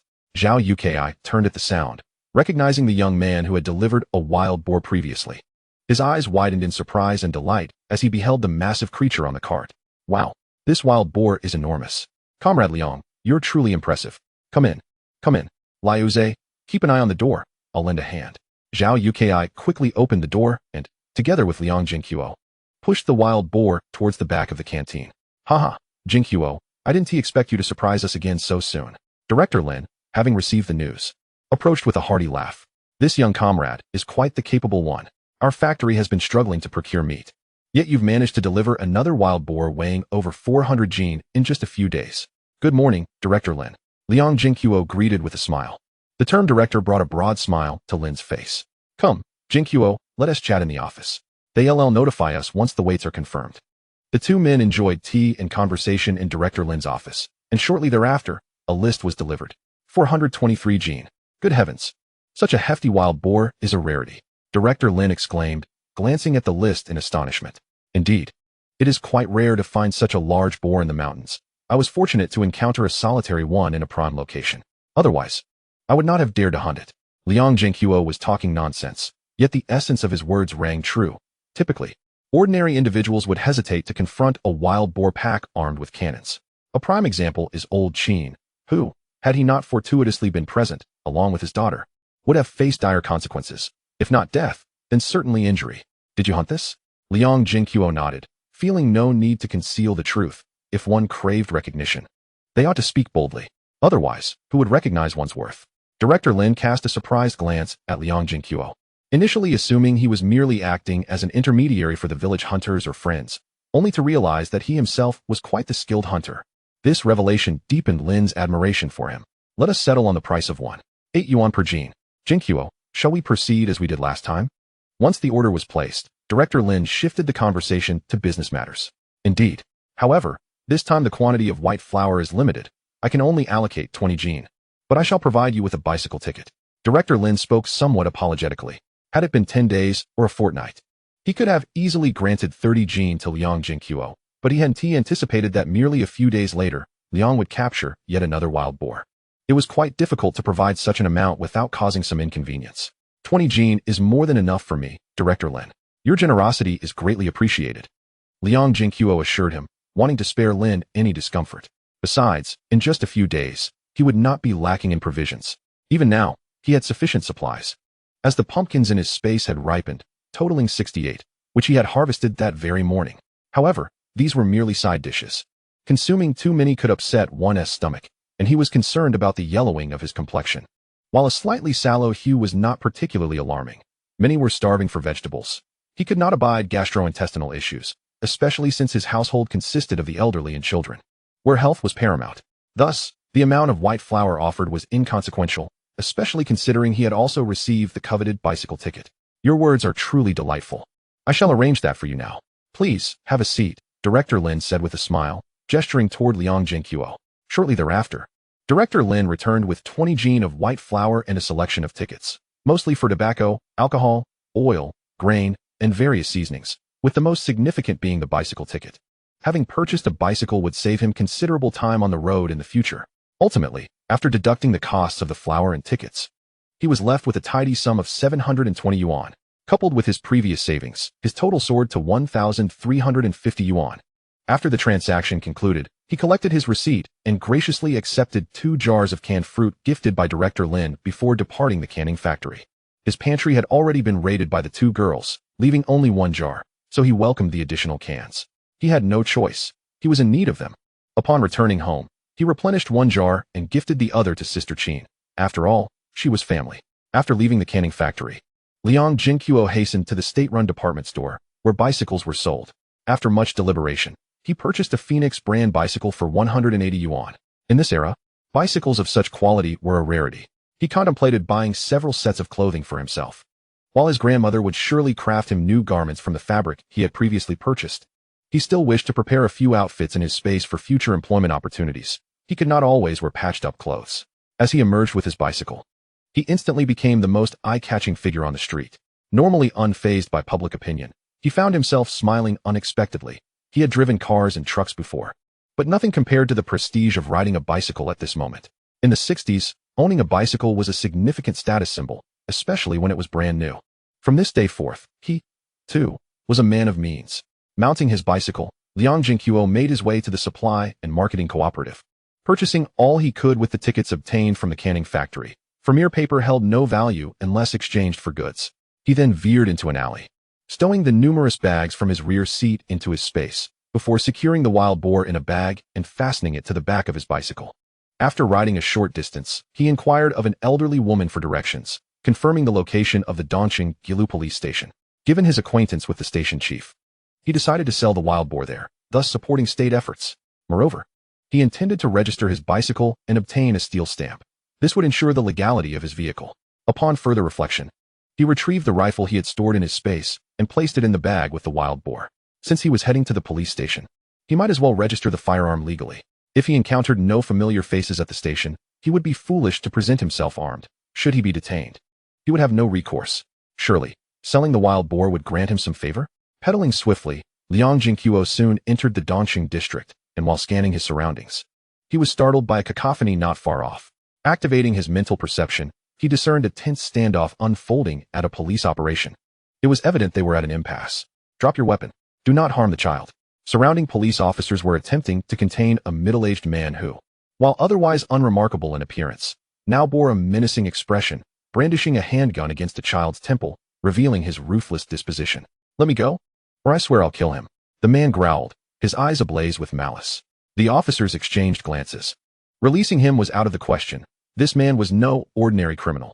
Intelligence reports clearly labeled him a spy, one linked to numerous investigations. If they let him slip away, not only would they face severe repercussions, but their station chief would, too. Yet, during their attempt to apprehend him, a child had escaped, and now found himself in the clutches of the captor, placing them in a precarious situation. Should anything happen to that child, they could not bear the weight of such a consequence, whether professionally or personally. Having assessed the situation, Liang Zhenguo hesitated not, quietly maneuvering his bicycle to the side and rear of the assailant, unnoticed due to the distance of about 70 to 80 meters. His intentions were not driven by a sense of heroism, but rather a desire to assist the police within his capability. Coming to a halt, Liang Zhenguo picked up a small stone from the ground, briefly refining it within his space until both ends were slightly sharpened, before gripping it firmly. Maintaining his mental observation on the assailant's finger poised on the trigger, the moment it relaxed, Liang Zhenguo hurled the stone with remarkable precision. With a cry of anguish, the assailant dropped his weapon to the ground, his wrist having been pierced by the projectile. The officers, taken aback by this unexpected turn of events, rushed forward, one pulling the crying child to safety while the others secured the assailant firmly to the ground. After delivering the assailant a set of silver handcuffs, the officers turned their attention toward Liang Zhenguo, who stood beside his bicycle, observing them. Two officers exchanged glances before approaching him. Comrade, we are immensely grateful for your timely assistance. However, could you elucidate how you accomplished that? One officer expressed his thanks, acknowledging that, while they hadn't heard a gunshot, they were certain it was Liang Zhenguo who had intervened. Thus, the inquiry continued, though in a remarkably courteous tone, devoid of the usual aggressiveness characteristic of interrogating a suspect. After all, it appeared that this young comrade was indeed assisting them. Flying stone, Liang Zhenguo uttered, gesturing towards the projectile that had pierced the robber. The two public security officers were taken aback. This comrade possessed such extraordinary skills. They had not even caught a glimpse of the stone moments ago. And now his palm had been perforated, demonstrating the immense force he wielded. The precision was astonishingly accurate. One of the officers followed Liang Zhenguo's direction and soon discovered the bloodied stone, instantly believing his words. Comrade, this is it. Zhongli. The officer who had picked up the stone gave Liang Zhenguo a thumbs up and tucked the stone into his pocket. However, we must trouble you to accompany us to the station. We need to report to our superiors, who will certainly express their gratitude for your willingness to assist. No problem. But which police station are you from? Liang Zhenguo inquired casually, aware of the necessary procedures. Zhongli. At that moment, three uniformed officers approached from another direction. The leader, upon seeing the subdued spy, immediately sighed in relief and smiled at the others. Fortunately, there were no mishaps. Well done. Everyone has contributed today. Director Sun. Liang Zhenguo was astonished to recognize the leading officer as Director Sun Jianwen, with whom he had a previous acquaintance. Oh, it's you, young man. How did you come to be here? Sun Jianwen, momentarily elated, seemed not to notice Liang Zhenguo standing beside him. Director, this young comrade has been of tremendous help to us. Zhang Li interjected, recounting the recent events in detail while praising Liang Zhenguo, causing Sun Jianwen to take notice. Good lad. Well done. Sun Jianwen clapped Liang Zhenguo on the shoulder, his eyes brimming with admiration. Liang Zhenguo smiled faintly, feeling somewhat speechless, indeed. His current physical prowess was astonishing. Otherwise, with his previous frail constitution, Sun Jianwen's hardy pats could have easily toppled him over. Noticing his unwavering composure, Sun Jianwen's eyes flickered with a hint of surprise. Director, it was merely a fortunate coincidence, and within my capabilities, I felt it only right to lend my assistance. Liang Zhenguo stood tall, radiating an aura of righteousness. At this moment, he recognized the importance of seizing the opportunity to showcase himself before his superiors. Indeed. Young people should embody such spirit. However, your skill with the flying stone must have been honed over considerable time, becoming quite the remarkable technique. Liang Zhenguo smiled, neither confirming nor denying. Well, it has indeed been a while. I've been practicing for several days, particularly while hunting birds. His strength was now extraordinary. Yet mastery and accuracy depended on mental focus. Otherwise, he would not dare to employ a flying stone to rescue someone. Let us proceed to the station for further discussion. Sun Jianwen beckoned Liang Zhenguo to follow, while the others escorted the spy back for interrogation, eager to capitalize on their achievements. Another officer accompanied a frightened child home. The child, terrified by the gun, pointed at him. All right, Director Sun, I've brought something good for you, Liang Zhenguo announced, nudging his bicycle and patting the wild boar resting atop it. Oh, what good fortune is this? It wouldn't be the wild boar, would it?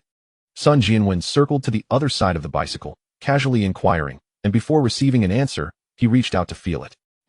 It truly is a wild boar. Good lad. After a few moments of exploration, Sun Jianwen's eyes lit up with astonishment. His voice was not quiet, causing the nearby officers to turn their heads. Eyes fixated on the boar on the bicycle's rear seat. Director, is it really a wild boar? Is this comrade selling it to us? The officers eagerly questioned. But Zhang Li, wanting to approach for a closer look, was promptly silenced by Sun Jianwen's glare. No more gawking. We must hasten back. We cannot allow others to see and come to our station for a free meal. Otherwise, don't blame me if your share diminishes. Moreover, the urgency of their task took precedence. After sternly reprimanding Zhang Li, Sun Jianwen turned to Liang Zhenguo, his countenance instantly transforming into a warm and friendly smile. Today is indeed a day of double blessings. Comrade Zhenguo, you truly are a harbinger of good fortune. Since I have previously promised the director, I must certainly fulfill it. Liang Zhenguo replied with a chuckle, harboring a fondness for military personnel due to his past life as a soldier. The last time I casually mentioned it. I did not expect you to remember, and now you bring me a wild boar. Director Sun, you have not forgotten this favor. At this moment, Sun Jianwen genuinely recognized Liang Zhenguo. Previously, he had perceived him merely as a capable hunter, unaware of his character. However, today, Liang Zhenguo's acts of bravery, positive political ideals, and his upright, sincere, and enthusiastic nature made him a quintessential example of a good socialist youth. What favor are you speaking of? You are too kind, Director Sunday. Liang Zhenguo, though filled with joy internally, feigned modesty with a wave of his hand. In the future, if you require anything, just speak to your Uncle Sun, provided it does not breach any regulations. Sun Jianwen declared outright, evidently appreciating Liang Zhenguo's character. Liang Zhenguo opted not to respond further, merely nodding with a smile. Through their exchanges, he had gained some insight into Sun Jianwen's personality. A few humble words sufficed, for excessive flattery would likely displease him. Upon returning to the Gilu police station, Director Sun instructed Liang Zhenguo to wait in the courtyard while they secured the spy in the interrogation room. Liang Zhenguo understood the priorities. The intelligence from the spy was of utmost importance, and they must act swiftly to interrogate him. Shortly thereafter, Director Sun emerged, and Liang Zhenguo, puzzled, regarded him. Had it been resolved so quickly? Sensing Liang Zhenguo's confusion, Sun Jianwen smiled and explained, the task has been assigned to specialized personnel. We must quickly transport the wild boar to the kitchen, lest the bureau personnel arrive and demand half. Then you can manage that, Director Sunday. I'll wait here for you. Liang Zhenguo replied, indifferent to the price of the wild boar, as he had ample funds at his disposal for the time being. Moreover, being in the police station, he could not wander indiscriminately, especially during such a sensitive period. However, Director Sun, I do have an official matter to address. What matter? Do you have a case to report? Sun Jianwen inquired curiously as Liang Zhenguo rummaged through the rear seat of his bicycle. No. I merely wish to trouble the station to register my firearm and my newly purchased bicycle, which is yet to be stamped. Liang Zhenguo produced the Type 38 rifle from his bag and gestured towards the bicycle. Sun Jianwen exhibited no surprise at the sight of the gun. He had already felt it while inspecting the wild boar. However, he refrained from commenting, recognizing that it was quite normal for a hunter to possess a firearm, albeit not openly carried. All right, I will arrange for someone to handle your registration, but remember the rules. It must not be misused. Of course, Director Sun, I understand. Sun Jianwen summoned several officers. Two gleefully carried the wild boar away, while the others followed his instructions to register the information and apply the stamp. Indeed, having connections in the upper echelons facilitated the process. Had he come alone, not only would the speed of service have been questionable, but he would have been fortunate if his firearm had not been confiscated, although there were matters still at hand. Sun Jianwen nonetheless led Liang Zhenguo to his office to wait. Zhenguo, your commune is quite distant from the capital city. Have you set off early this morning? Indeed. Do you have any relatives or friends residing in the capital? None at all. My family has been engaged in agricultural labor for generations. Liang Zhenguo and his companion engaged in casual conversation. However, upon mentioning this, a thought struck him, prompting him to inquire, Master Sun, is it possible to purchase a house in the capital without employment? Certainly, one can register the property with the local street office. Most houses are state-owned, aside from a few self-built ones, but the land remains under government ownership. Nevertheless, in a few years, allocated houses can transition to private ownership. Since he harbored aspirations of working in the capital, it was only natural for him to seek accommodation. Generally speaking, that is unlikely, especially since many workers are awaiting housing allocations. Sun Jianwen shook his head. Other places may be better, but currently, the housing in the capital is severely insufficient for distribution. Without employment, one cannot hope to be considered, unless one seeks to rent from a small private landlord, but typically, such options are not accessible to the average person.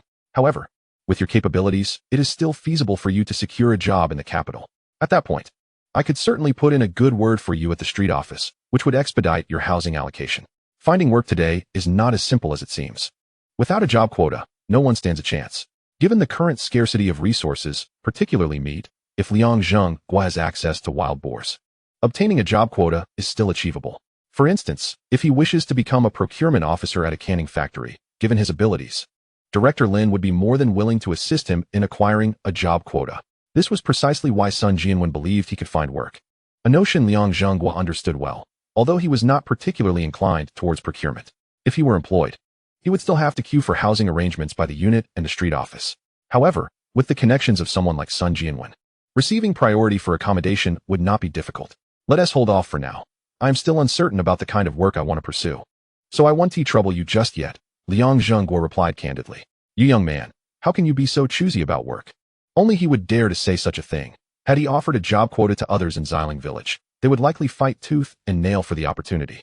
Mainly, I wish to venture out and explore. I'm unsure what kind of work would suit me, Liang Zhenguo chuckled, revealing his desire for such employment for two reasons: to experience the diverse aspects of this era, and to utilize the work opportunities to procure some resources within the bounds of regulations. After all, he would need an excuse for the items he would later extract from his spatial storage, just in case. With a farm space at his disposal, he had no desire to endure a life of hardship, struggling to make ends meet with his sister and grandparents. And then there is Qin Wei and her daughter. To venture out? Sun Jianwen looked at him in surprise, shaking his head. This lad was indeed different from the ordinary. In these times, people were grateful just to have enough to eat. While the benefits of work-related travel were appealing, the exhaustion was genuine. Running around for several days, even weeks, could hardly be easy. After some thought, Sun Jianwen suggested, if that is the case, the only suitable jobs would be those on trains, such as railway police or water supply personnel. Oh, and there are also drivers at the grain transport station, but that requires technical skills. Even apprenticeships depend on opportunity. Additionally, there are security personnel responsible for escorting goods at various factories. These jobs come with their own risks. Liang Zhenguo pondered over this. The most fitting role, in his view, was that of a railway police officer, which was also the least strenuous. However, securing such a position would require connections, and he would need to leverage relationships, especially if an older officer retired without a successor. After all, the number of such positions was generally fixed, and they could not simply be increased at will. The water supply role was also appealing. In 30 years, it would undoubtedly be in high demand, given the convenience of traveling with the vehicles. By then, the regulations would likely not be as stringent as they are now. As for the grain transport driver position, he could easily adapt, having driven trucks before, but explaining his skills as a mere farmer would pose a challenge. Well, apprenticeships could work, after all. He has a natural talent for quick learning. Chapter 39, Savings of 2000. Master Sun, should you come across any leads in this regard, please do keep an eye out for me. Anything that can be handled with wild boars is not an issue, Liang Zhenguo declared confidently, gesturing grandly. This information certainly pertained to those specific jobs. All right, your old master does have some connections. I'll keep an ear out for you, and even make introductions where I can.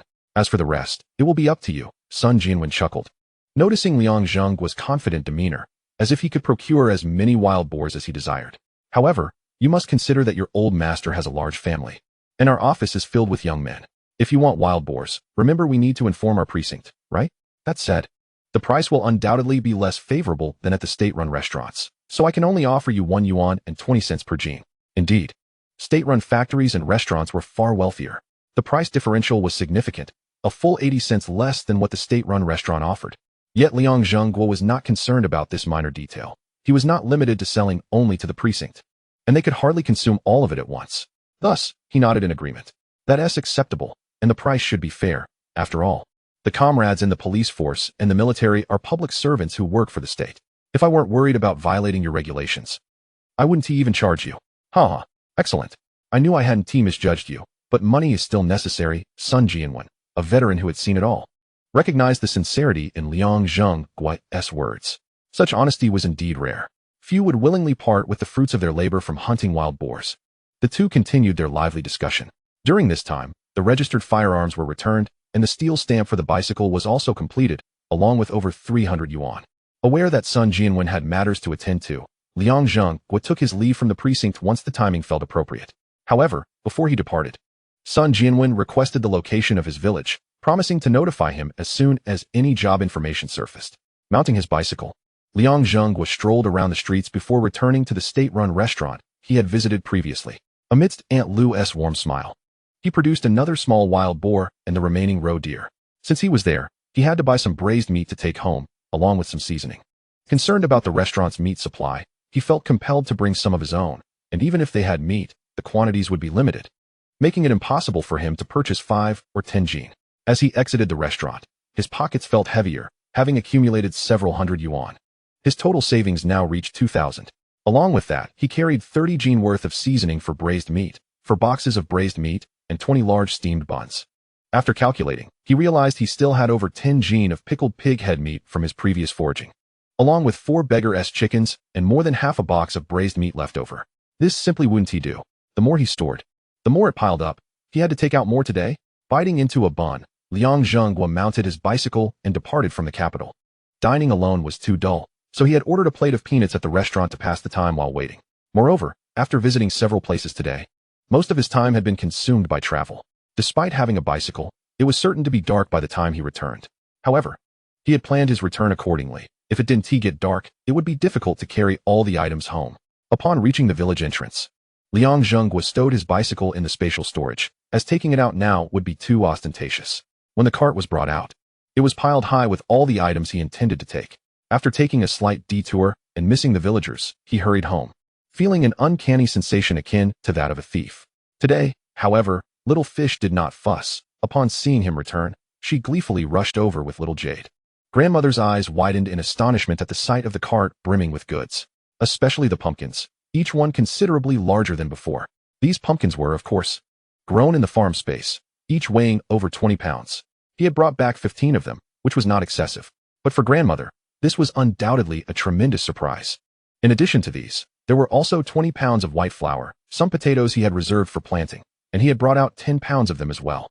He replenished 5 pounds of peach crisps, and brought a pack each of fruit candies and white rabbit milk candies, which made the 2 little girls dance with joy. Not to mention the 2 bottles of finjiu and 1 bottle of mutai for grandfather. Upon seeing the mutai, grandfather's eyes sparkled with delight. Although he was unfamiliar with the finjiu, he recognized the emblem of mutai. He carefully cradled them back into the house. The remainder consisted of various food items and miscellaneous odds and ends.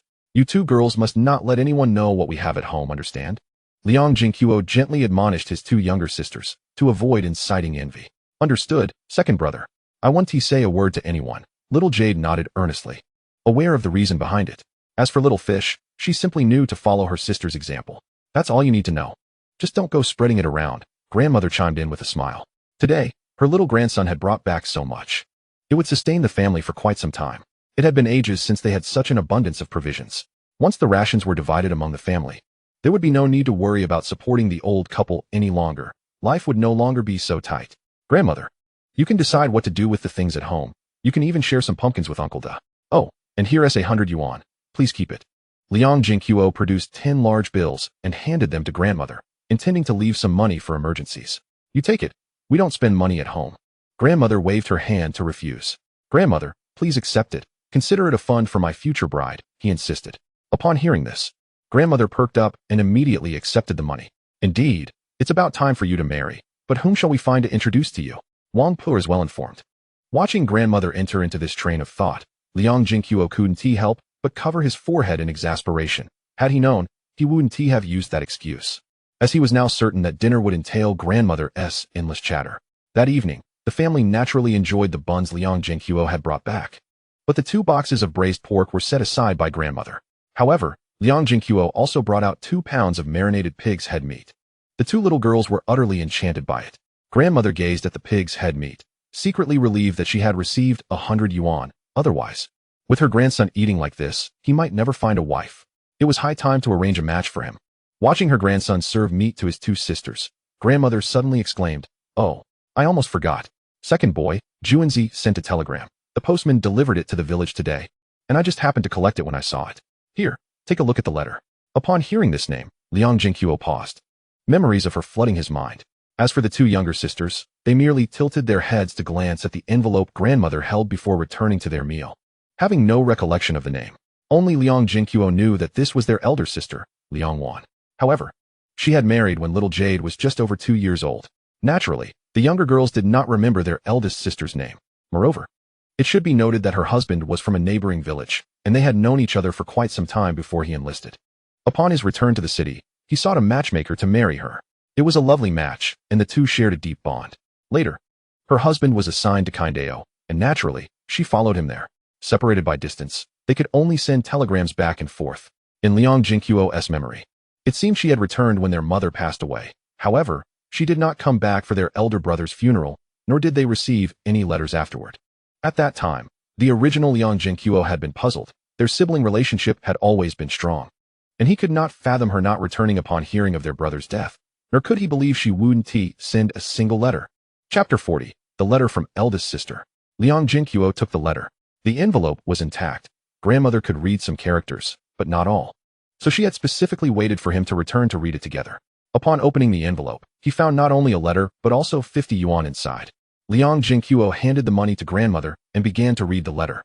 Within 2 minutes, he finished reading the entire letter, releasing a sigh of relief.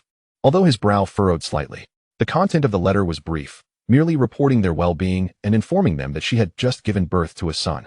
Through the words, he could sense his sister's joy. He felt happy for her. Having a son would undoubtedly give her more standing in her in-laws' household. Simultaneously, the letter conveyed her concern and longing for her younger siblings. But lamentably, she had no opportunity to return. At first glance, there seemed to be no issues. However, when she inquired about their well-being, she had included their elder brother in her queries. This clearly indicated that she was still unaware of his passing. How could this be? It had been over 6 months. Second boy, did Juanzi mention anything? Is something wrong? Grandmother asked anxiously, noticing her grandson's troubled expression. Grandmother, it's good news. Eldest sister has had a son. That is wonderful. That is wonderful. Having a son means she won't be mistreated in her in-laws' house. But why the frown? Is there something else? Grandmother, while elated, pressed on, having noticed her grandson's evident concern. Liang Zhenguo pondered for a moment before directly stating, it's nothing else. But from the letter, it seems eldest sister still doesn't know about brother. Both grandfather and grandmother furrowed their brows upon hearing this. I instructed your father to write to Juanzi. Didn't he send it? Didn't he receive it? Or was it never written at all? Liang Zhenguo leaned towards the latter. After all, sending a telegram costs money, and given those 2's nature, it was quite possible they would neglect such a task. Especially since Malin had a particular disdain for his eldest sister. The reason was simple. Eldest sister married better and lived better than her, which left her feeling envious. Let us not dwell on it for now. Juanzi just had a baby, and knowing this might affect her recovery, grandfather suggested. Grandmother nodded in agreement. Liang Zhenguo had no objections, but his mind was still preoccupied with thoughts. After dinner, he hesitated for a moment before speaking. Grandmother, what if I go visit eldest sister? It's been years since we last saw each other, and it's a good opportunity to check in on her. How can that be? You're still young and have never traveled far. Grandmother instinctively refused.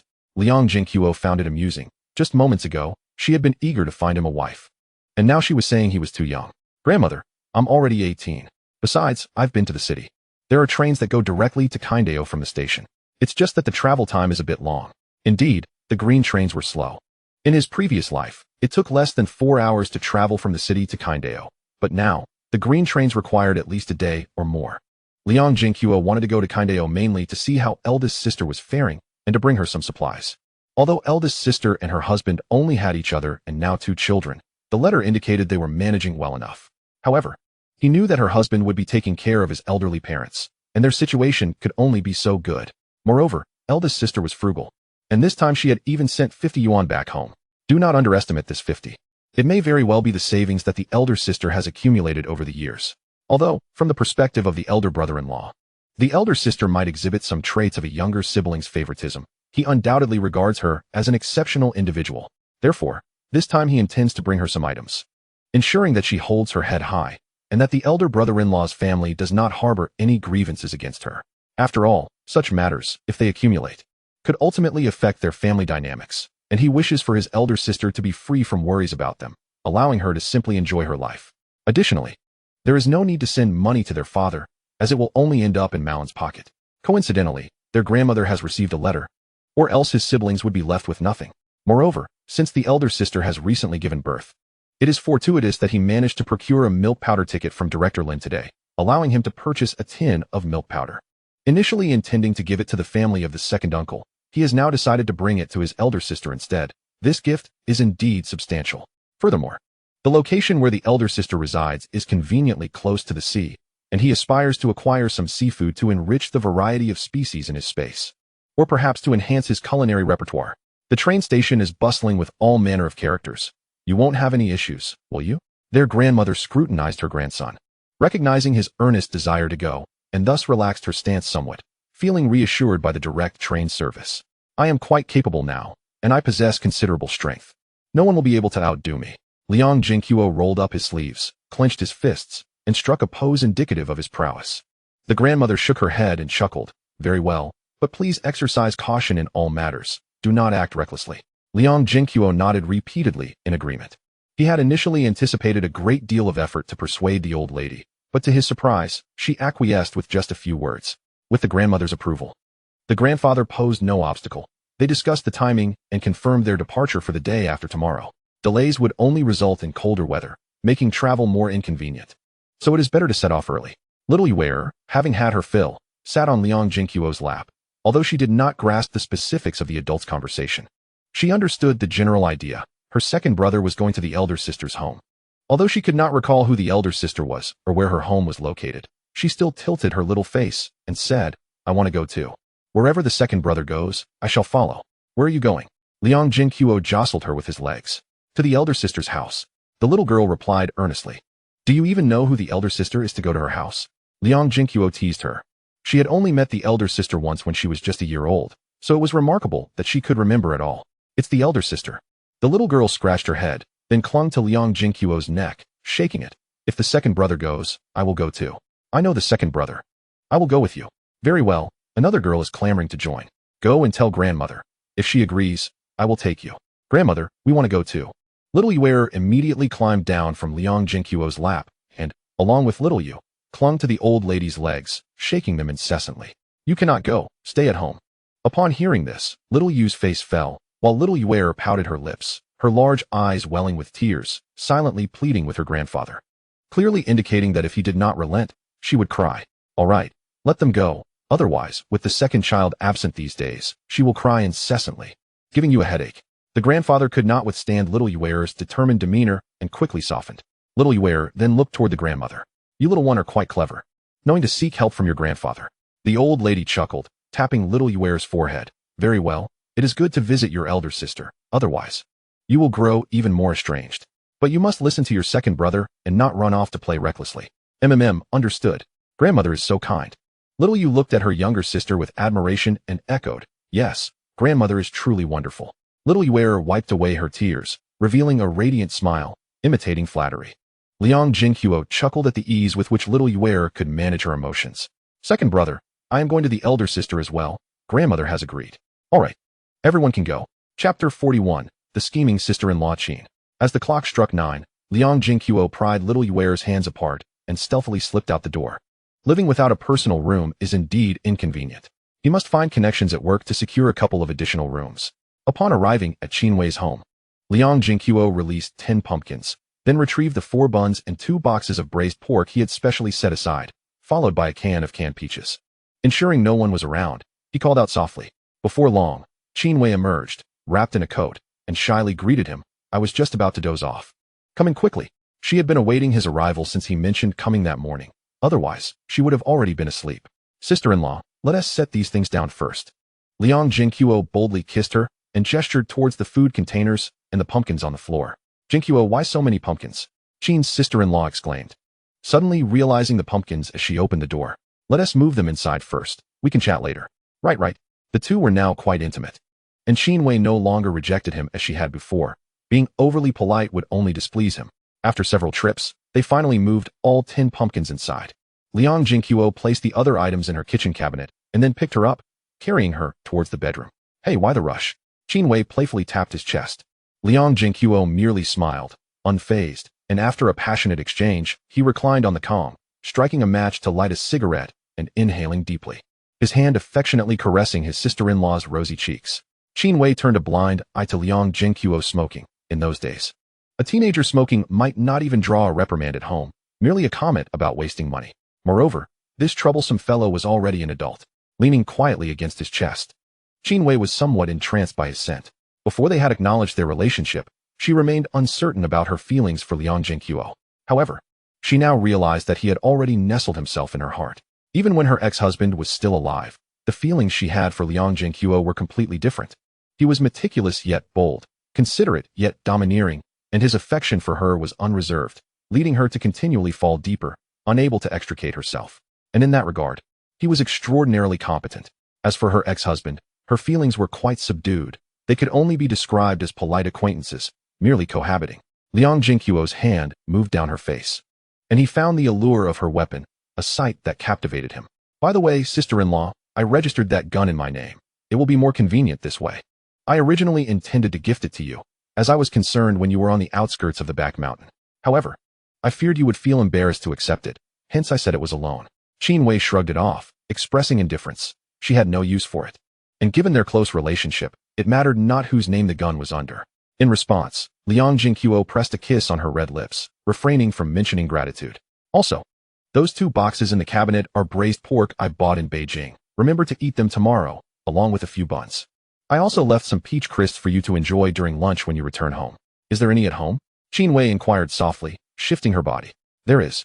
We have 2 boxes at home as well, Liang Zhenguo confirmed, knowing she meant their grandmother's house. Then 1 box will be enough? It's just me and Xiaolan. Qin Wei felt a surge of gratitude but was not greedy, understanding that his family had many members. It's fine, I brought back 2 boxes last time. And there are other items at home. You can take what your man provides without worry. In the cupboard, there remains a jar of delightful canned peaches, which are quite delectable. Little Yuer surely adores them, and I believe Xiaolan would enjoy them as well. You should try them when the time comes. Acknowledging this, the mischievous Qin Wei couldn't help but plant a kiss on his cheek. In this era, expressions of affection between men and women are rather subtle, and she would seldom act so boldly.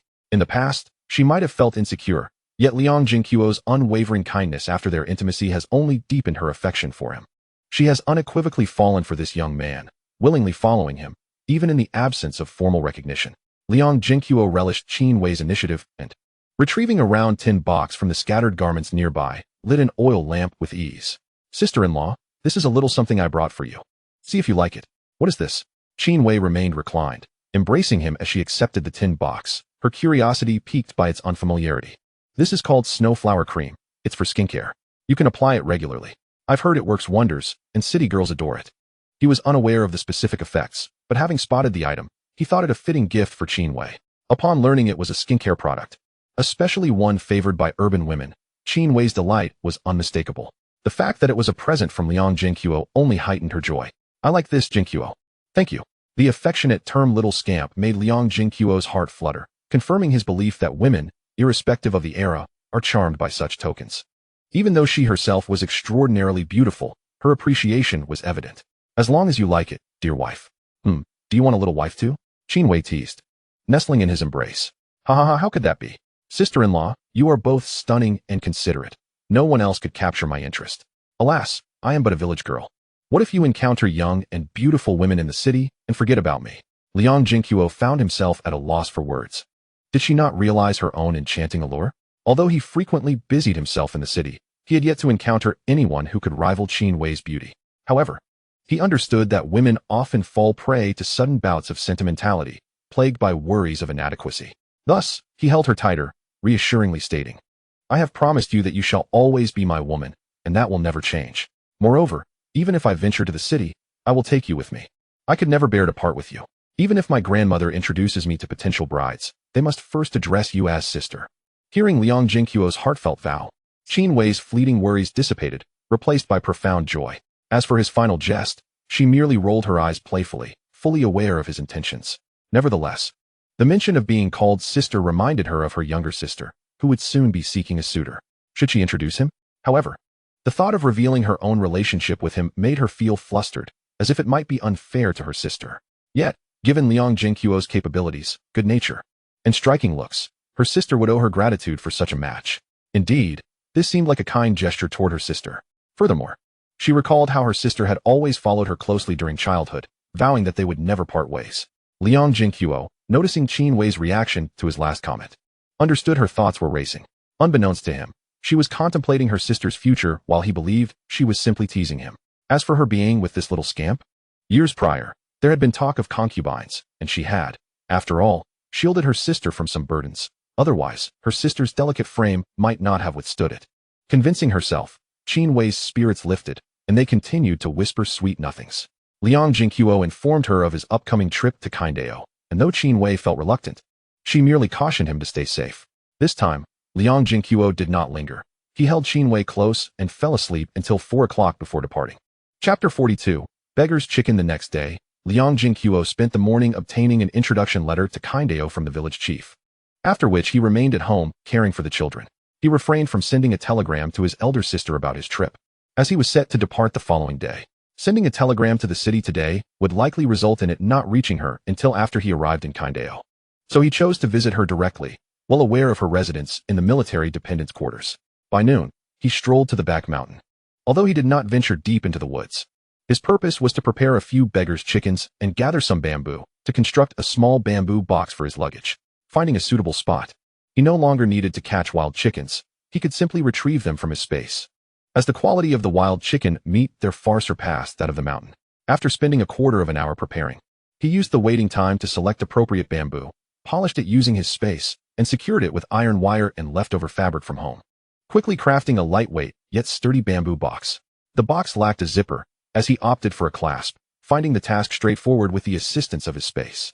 On his way back, he carried a wooden box, 3 clumps of dirt, and a live wild chicken. "Airway, this box you made is quite impressive.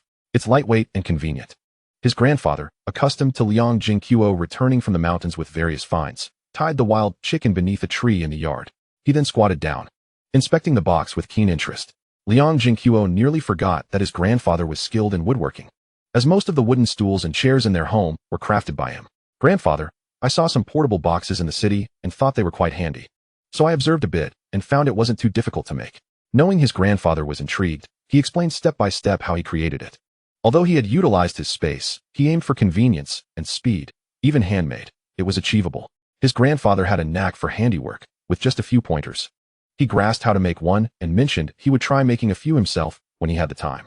Liang Zhenguo was pleased that his grandfather had something to occupy himself with, as it was not strenuous and aligned with his grandfather's interests, allowing him to work joyfully.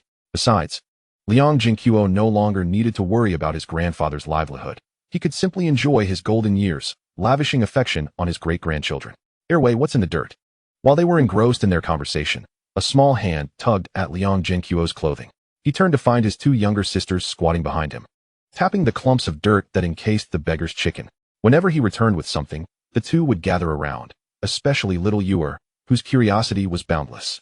Seeing her elder brother had brought back 3 clumps of dirt, they approached to investigate.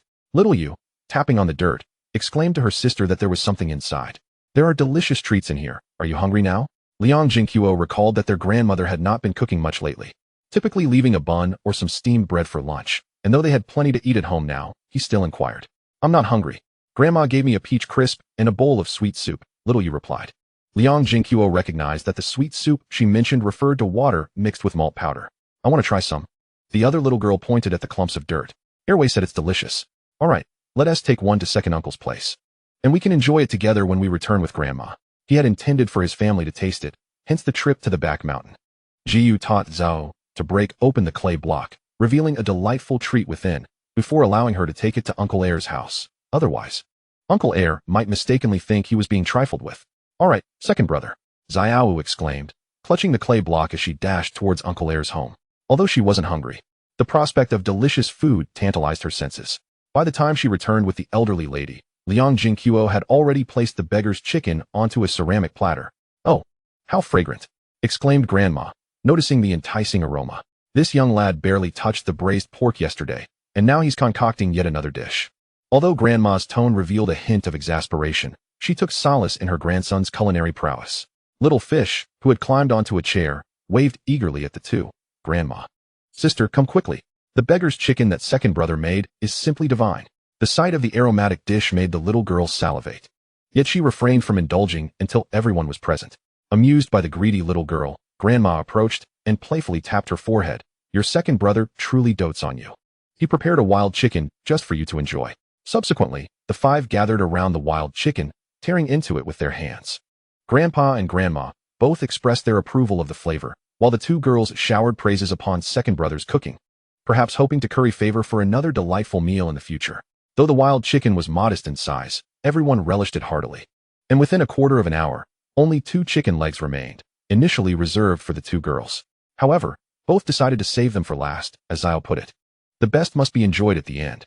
Liang Zhenguo had initially contemplated finishing the leftovers, but was stopped by Grandma, who could not bear the extravagance of consuming 2 wild chickens at once. Moreover, given that the elderly had already eaten something light for lunch, they were not particularly hungry.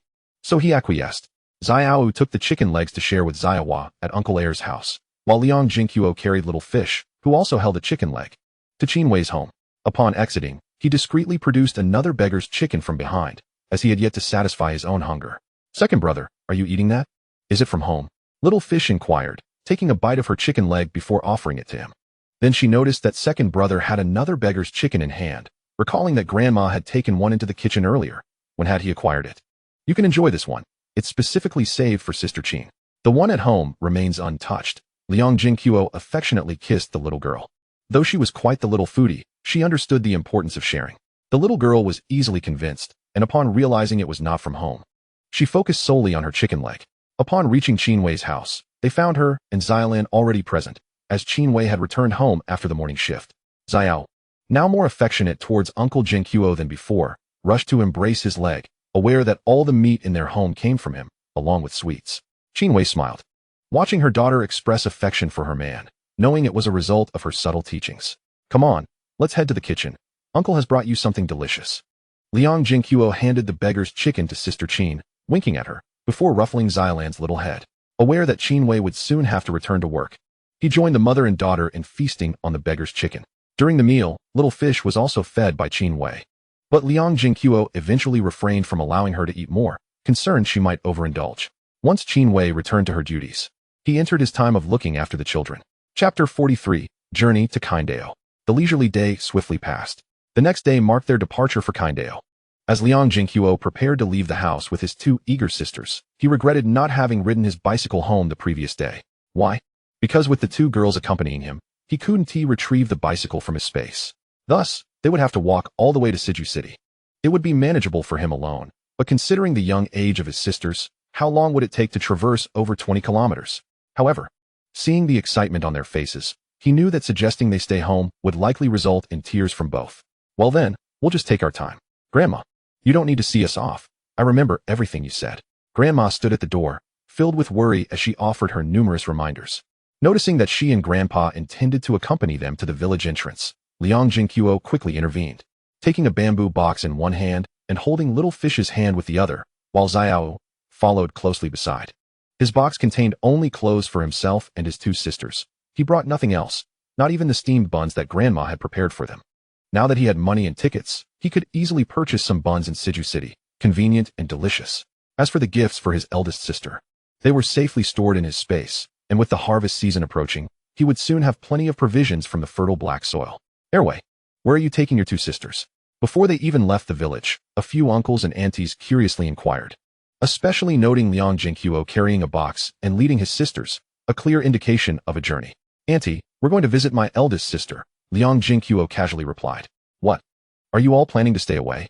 Several aunties expressed confusion, as the entire village was well aware of their family situation. Assuming Liang Zhenguo was taking his sisters to live with his eldest sister. If that were the case, they would feel a twinge of sadness. Especially since this boy had recently gifted the village a wild boar and was known for his deep ties to family. Ladies, that's not the case. My sister just had a baby boy, and I'm just going to visit before returning. I could never bear to leave Grandma and Grandpa. Liang Zhenguo quickly clarified. Aware that these aunties could easily spin tales, fearing they might suggest he was fleeing to his sister's home due to grievances at Grandma and Grandpa's. Oh, so Juanzi has given birth. I thought Airway didn't want to stay in our Xiling village anymore. As the aunties began to chat among themselves, Liang Zhenguo interjected. We're in a hurry, so we won't chat any longer. With that, he and his sisters departed the village. Fortunately, their luck was good that day. Shortly after leaving, they encountered an ox cart from a neighboring village heading to Siju City. Although the cart was piled high with goods, the elderly driver, persuaded by Liang Zhenguo's 50-cent offer, managed to free up a spot for the two sisters to sit. Throughout the journey, the two girls chattered excitedly, recalling that the farthest they had traveled before was to the reservoir for fishing with Liang Zhenguo. Now, sitting on an ox cart for a trip was exhilarating. Upon arriving in Siju City, it was already noon. To save time and effort, he paid for a tricycle to take them to the state-run restaurant in the East District where he intended to sell the wild boar. Coincidentally, he knew someone there, making purchases convenient, and the train station was also located in the East District. Just as he was helping Little Fish, who was hesitant to disembark, out of the tricycle, Aunt Lu spotted him at the entrance. Although he hadn't brought a wild boar this time, Aunt Lu still greeted him warmly. Little brother Liang, are you here for a meal? Are these two adorable little girls your sisters? At that moment, a crowd in the restaurant gawked at Aunt Lu, who was all smiles, as they had seen her adopt a rather indifferent demeanor when they arrived to eat earlier. In this era, waitstaff were known for their strictness, and the restaurant's wall bore a notice: no unjustified assault on customers. Yes, Auntie. Liang Zhenguo smiled as he chatted briefly with Aunt Lu before ordering several small dishes and dumplings, and asking her to pack up 20 buns. Aunt Lu had grown accustomed to Liang Zhenguo's lavishness, as he always left with a substantial amount of food. Understood, you can take your sister to sit down. It will be ready shortly, she said, noticing the two girls clinging shyly to their brother's leg. She reached out to pat their hair, understanding their discomfort in the presence of strangers. I apologize for the trouble, Aunt, Liang Zhenguo said as he led his sister to a seat. Soon, although they had arrived the latest, their table received the dishes first, while others merely cast curious glances without comment. Clearly, they had witnessed such occurrences before. Their curiosity piqued by Liang Zhenguo, who did not appear to be a leader but rather a relative of the staff. Liang Zhenguo, unfazed, encouraged the two girls to begin their meal. Brother, do you know that lady? Xiao Yu inquired, glancing at Aunt Lu by the counter. She is quite warm-hearted. Previously, it was your brother who sold wild boar to them, and yesterday's braised pork was made by that gentleman in the kitchen. After distributing the dumplings, Liang Zhenguo casually replied. Oh, it was their first time dining out, and although there was no meat, the two girls were thoroughly satisfied, especially with the dumplings, leaving none behind. After lunch, he placed the packed buns into a box, which he actually stored in his space, and then the three of them headed toward the train station. He was uncertain about the train schedule to Qingdao, but fortuitously, upon arriving at the station and inquiring with a few people, he learned that a train to Qingdao would depart in half an hour. Had they arrived any later, he would have had to wait all day in the capital. Thus, he hastily purchased tickets and led his two younger sisters to a less crowded area to wait. Big brother, are you also going to Qingdao? A man nearby, holding a 5- or 6-year-old child, caught Liang Zhenguo's attention, prompting him to strike up a conversation. The man turned to glance at him with a blank expression, nodded slightly, and then returned his gaze elsewhere. Sensing the man's disinterest, Liang Zhenguo decided not to press further. However, as his eyes fell upon the sleeping boy in the man's arms, he casually remarked, your son seems to have played hard and is sleeping soundly. Yet, the man did not respond, and Liang Zhenguo appeared oblivious to his indifference. What a cute little fellow, he added, and before the man could react, he playfully pinched the child's cheek. Don't touch my child. The man recoiled, glaring at Liang Zhenguo. In that fleeting moment, Liang Zhenguo discreetly pinched the child's arm. I apologize, big brother. I merely found him as adorable as my sister, he said, repeatedly expressing remorse while his gaze flickered momentarily, acknowledging the situation before reverting to normalcy. Chapter 44, Human Trafficker. Although their exchange was brief, the sudden commotion drew the attention of several nearby individuals, who speculated there had been a conflict. Liang Zhenguo's apologies did not alter the man's demeanor. He still regarded him with displeasure. Resigned, Liang Zhenguo shrugged and led his sisters a bit farther away. The man remained silent, but through his mental probing, Liang Zhenguo discerned that the man had been watching him intently until he noticed him conversing with his sisters, at which point he withdrew his gaze. Second brother, what kind of train are we taking? Is it like that one we just saw? Oddly, Xiaoyu seemed particularly eager about riding a train. Recalling her reluctance to disembark from the ox cart and tricycle earlier, Liang Zhenguo couldn't help but smile. Not quite. We will be taking a long train that travels faster than the tricycle. Wow. Seeing the excitement in the little girl's eyes, he smiled again, grateful that his sisters were easy to manage. Despite their awe at the surroundings, they obediently followed him, their wide eyes scanning everything. As they chatted and laughed, Liang Zhenguo momentarily forgot the earlier incident. Half an hour passed swiftly, and the train departed punctually. As railway police in uniform called out, the crowd began to push towards the train. Liang Zhenguo did not rush to join the throng. Instead, he instructed his sisters to watch over their belongings and to call out if they needed anything. He then discreetly maneuvered himself next to the man from earlier. Surrounded by people, the man failed to notice him. Observing the noisy environment, Liang Zhenguo noted that the child in the man's arms showed no signs of waking, further solidifying his suspicion that this scoundrel was involved in child trafficking. While he might ignore petty thieves, he would certainly not let this despicable individual escape unpunished. Thus, as he positioned himself beside the man, feigning a shove, he swiftly snatched the child away. In the man's moment of shock, he delivered a swift kick to his abdomen and shouted to the railway police, "Officer, this man is suspicious."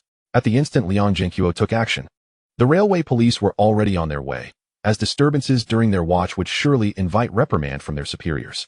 Upon hearing his shout, they quickly realized this was no mere altercation and rushed over, guns drawn. Passengers who had been eager to board the train halted. For nothing was more riveting to the public than witnessing a spectacle.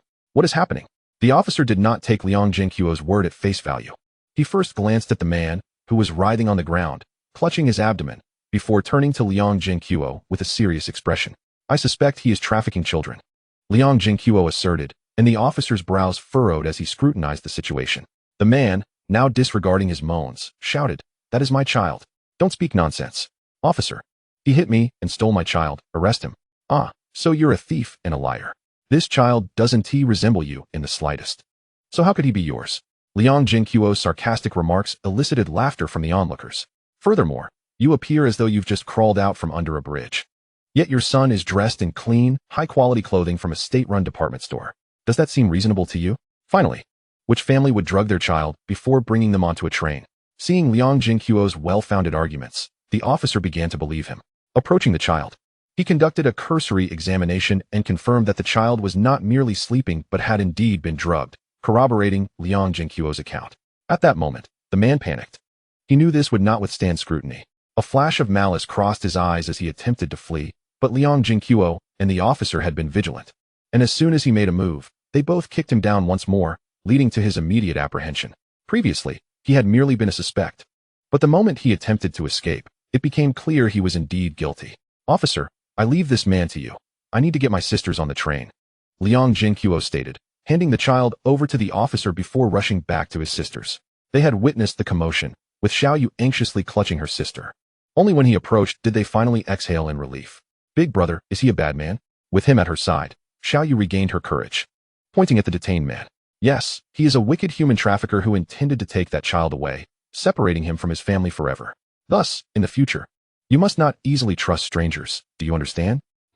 Understood, the two girls replied with earnest expressions, gazing up at their elder brother with admiration. "Such good girls. Come, stay close to your brother and get in the car." Liang Zhenguo affectionately patted the heads of his two younger sisters, hoisting the luggage as he prepared to board the vehicle. "Wait a moment, comrades." At that moment, a police officer rushed over, while the traffickers and children were escorted away by other arriving officers. "What is it, officer? Is there something else?" Liang Zhenguo inquired. "Just a minor matter. We need to gather some details and register your information. Should there be any rewards after our report, we will send them to you. Additionally, if the child's family inquires, we will have information to provide," Liang Zheng explained with a smile. All right. Liang Zhenguo was not particularly concerned about the reward, but he could not refuse the registration. So he recounted the events in detail, briefly mentioning his own situation as well. "Ah, we are indeed related. Hello, my name is Liang Zheng. Once again, I appreciate your assistance. The vehicle is about to depart, so I won't delay your boarding." Liang Zhenguo shook his hand, contemplating for a moment before adding, "Officer Liang, that trafficker should not be a mere petty criminal. You might want to investigate further. Liang Zhenguo nodded solemnly, taking note of this observation. From what he had gathered, this comrade exhibited remarkable perceptiveness, and he would certainly keep this advice in mind. An additional investigation would not require much effort. Furthermore, should they uncover more information, his accolades would only increase.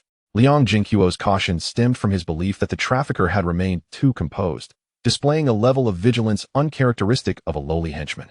He was likely a small-time leader at the very least. After offering this reminder, Liang Zhenguo boarded the vehicle and settled into their seats. The two young girls, still too young to require tickets, were nonetheless provided with them, simply to ensure they had a place to sit. However, the seats were quite rigid, making for an uncomfortable experience. To endure such a journey, my backside shall suffer. Liang Zhenguo shook his head with a wry smile. Yet, the two girls were completely unfazed, leaning eagerly against the car window, their excitement overshadowing the earlier tension. Chapter 45. Arrival at eldest sister's home. After spending an entire day and night on the train, Liang Zhenguo felt utterly unwell. The train car was filled with an array of odors, foul and foot odors that nearly overwhelmed him. The girls' excitement had waned, and they appeared quite listless, with the younger one, Xiao Yuer, already asleep in his arms. With nothing to occupy his mind, he delved into the farm space, discovering that the 20 acres of crops were ready for harvest. He had primarily planted corn, wheat, and rice, 8 acres of rice and 6 acres each of corn and wheat. The yield from each type of grain exceeded 1,000 pounds per acre. With advanced seeds from future generations, the output would be even greater.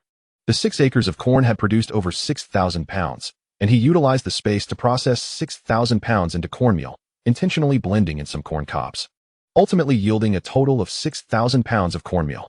The rice was directly processed into nearly 7,000 pounds of white rice, while the wheat yielded 5,000 pounds of flour. He retained enough seeds to replant nearly all of the fields, leaving just 5 acres for other crops such as vegetables and sweet potatoes. This harvest would sustain their family for many years to come. From now on, he need not worry about food. With grain in hand, he felt a sense of security, knowing he simply needed to prepare an excuse for its retrieval in the future. Observing the bountiful food in his space, Liang Zhenguo felt his spirits lift. After more than an hour had passed, Liang Zhenguo noticed the train slowing down, indicating their imminent arrival. Checking his watch, he realized it was only around 2 o'clock, making it convenient to head directly to his eldest sister's home, thus avoiding the hassle of finding accommodation. Urge, are we almost there? Xiao Yu rubbed her eyes, sounding drowsy. Yes, we're almost there. Wake up. Liang Zhenguo gently pinched her cheek, then roused the still sleeping Xiao Yuer. After a few whimpers, she awoke, revitalized upon disembarking from the train. He did not rush to exit the station. Instead, he found a corner and took out some buns for the 3 of them to eat. It was not that he had been hungry on the train, but the unpleasant smells had made eating unbearable. After satisfying their appetites, the 3 siblings departed. His eldest sister did not reside within the city, but with a little inquiry, he discovered the way. They boarded a bus this time, and Liang Zhenguo soon realized that the train had been relatively comfortable. The 30 to 40 kilometers jolted him about so violently that he felt as though his very spirit was being dislodged. It was as if the driver navigated directly into every pothole without a hint of deceleration. Upon reaching their destination, he quickly ushered the 2 girls off the bus, still feeling uneasy as he watched the vehicle bounce away. Urge, I feel dizzy, Xiao Yu remarked. I'm feeling a bit lightheaded as well. Let's rest for a moment, Liang Zhenguo suggested, leading the slightly sluggish Xiao Yu to sit under a tree. Observing Xiao Yuer's bright, wide eyes, he could not help but note that she seemed entirely unaffected by the journey. While they rested, he retrieved 50 pounds of cornmeal, 10 pounds of wild boar meat, and a can of milk powder from his space, discreetly placing them into a bamboo box, knowing that his sisters had not paid attention to the contents while he packed. Once Xiao Yu had sufficiently recovered, the trio set off again, and before long, they arrived at their destination. Noticing soldiers on guard at the entrance, Liang Zhenguo surmised that his brother-in-law held some rank in the military, for the family of a private would not reside here. Hello, comrades. I am here to see Guo Hongjun. Liang Zhenguo approached the entrance and directly inquired. You seek Deputy Commander Guo?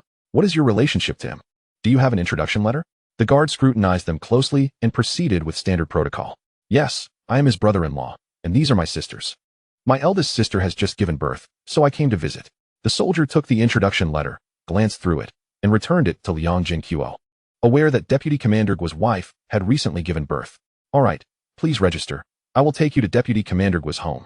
Conveniently, he is off duty today. Great. Thank you, brother. You're welcome. I assume this is your first visit? Indeed. As they conversed, the registration was completed quickly, and the soldier led the three siblings inside. Xiaoli, whose family does this belong to? The group naturally drew attention during the day. This is the brother-in-law of Commander Guo. Liang Zhenguo smiled and nodded in acknowledgement. The family compound was quite spacious and housed many residents. Oh, so you came to visit Juanzi. This young man is rather handsome, and those two little girls are adorable. It seems your family is quite good-looking. A matron remarked, observing the three siblings with a smile, clearly familiar with his eldest sister. Before long, they arrived at a row of small, private courtyards, which resembled those in their village, albeit smaller and more orderly.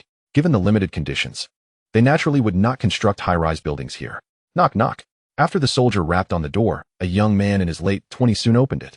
Xiaoli, Commander Guo, this comrade claims to be your brother-in-law, here to visit you. The soldier saluted and reported. Brother-in-law, Liang Zhenguo greeted with a smile. Recognizing the young man before him, who, although now more composed and possessing sharper eyes, still bore a resemblance he could identify. Is that you, Zhenguo? Guo Hongjun scrutinized the figure before him, uncertainty evident in his voice. Their encounters had been few and far between. And with a considerable stretch of time since their last meeting, coupled with Liang Zhenguo's notable transformation, he could only vaguely discern who he was. It's my brother-in-law. Liang Zhenguo replied with a smile, gently stroking the heads of the two little girls clinging to his legs. Quick, call out, he urged. The timid voices of the two girls echoed, brother-in-law. Indeed, it is you. You've truly changed. Guo Hongjun exclaimed. Ah, this is the first time I've met these two little ladies. Come in. I apologize for the trouble, Xiaoli, Guo Hongjun said, his face lighting up as he patted Liang Zhenguo's shoulder, expressing his sentiments. He nodded at Xiaoli, who waved dismissively, not a bother at all. Since they are your family, I shall take my leave. After confirming there was no mistake, Xiaoli departed. Guo Hongjun noted that Liang Zhenguo's smile appeared genuine, reflecting his happiness at their visit. Xiaowan, come see who has arrived. Guo Hongjun called as he closed the door behind him. Who is it? Came a voice from within, followed by the sound of footsteps approaching. A young woman, bearing some resemblance to Liang Zhenguo, emerged, flanked by two little girls. Upon seeing the trio behind Guo Hongjun, she froze in astonishment. Is it, Zhenguo, big sister? The utterance of this term sent tears streaming down the woman's face as she rushed forward to embrace Liang Zhenguo, laughing and crying in unison. It took some time for Liang Wan to regain her composure. Having recently given birth, her emotions were understandably volatile, especially with family visiting for the first time, stirring memories of home and intensifying her excitement. You've grown taller and stronger, she remarked, observing her brother as he wiped her tears away, noting the significant changes in him. Unbeknownst to her, Liang Zhenguo's transformation had only begun a mere fortnight prior, previously a slender figure. He had since become robust from a period of nourishment. Big sister, Xiao Yu chimed in, and upon hearing her sister call out, Xiao Yu echoed the sentiment. Oh, I nearly forgot about you two, Liang Wan exclaimed, squatting down to embrace the two girls, who were nearly the same age as her own daughter. You came with your second brother. Why didn't your eldest brother join you? She affectionately patted the heads of her younger sisters while casually inquiring. At this question, Liang Zhenguo felt a sinking sensation. Sure enough, upon hearing the query, Xiao Yu instinctively glanced at her second brother, while Xiao Yu, with a downcast demeanor, simply replied, Eldest brother is gone. I haven't seen him in a long time. The moment the words left her lips, Liang Wan was struck dumb, staring blankly at Xiao Yu before turning to Liang Zhenguo, seemingly hoping for a denial. Guo Hongjun's brow furrowed in concern. While the little girl might not grasp the full gravity of death, her words inevitably led to that somber reality. He glanced worriedly at his wife before asking, Zhenguo, what is going on? With a weary sigh, Liang Zhenguo realized that if he were asked directly, he might have managed to conceal the truth for a while longer. But he anticipated his sister would question the younger girls. Xiao Yu was aware of the conversations held with their grandparents, but Xiao Yu remained oblivious. However, he knew that further deception was no longer an option, so he spoke bitterly. Eldest brother has been gone for 6 months. Liang Zhenguo recounted the tale of his brother's hunting accident, the injuries sustained, and how their father and stepmother had failed to help him in his time of need. He divulged everything, including the difficult life that followed when their father married Ma Lan and how he had severed ties with him. As the words unfolded, Liang Wan stood frozen, before suddenly bursting into tears. Liang Zhenguo knelt beside her, offering comfort, his own eyes glistening with unshed tears. Having been raised by their elder sister, the bond between them was profound, and the news of their brother's death struck her deeply. The fact that she hadn't even had the chance to bid him farewell made her grief all the more unbearable, a reality he understood all too well. Perhaps moved by their sister's sorrow, the two younger sisters also began to weep, their tears mirroring their mother's anguish. Seeing this heartbreaking scene, Liang Zhenguo felt a profound sense of helplessness. A moment that should have been filled with joy had turned sorrowful due to Xiao Yu's inadvertent slip of the tongue. In the courtyard, Guo Hongjun found himself at a loss, sighing heavily as he squatted down to gently pat his wife's back. The toll of childbirth had already taken a toll on her health, and now, with the sudden influx of such tragic news, his concern for her well-being grew. After what felt like an eternity, Liang Wan's sobs subsided, though her eyes remained red and puffy. Liang Zhenguo signaled to his brother-in-law, and together they helped Liang Wan into the house to rest. Perhaps the catharsis of a good cry would bring her some peace. It wasn't long before she drifted off to sleep. The two younger sisters, exhausted from their journey and the emotional outpouring, lay down beside their sister and succumbed to slumber. Meanwhile, Liang Wan's daughters perched at the edge of the bed, watching over her. Stepping outside, Liang Zhenguo and Guo Hongjun settled on the doorstep. From a canvas bag, Liang Zhenguo pulled out a pack of Dakiaman cigarettes, offering one to his brother-in-law before lighting his own.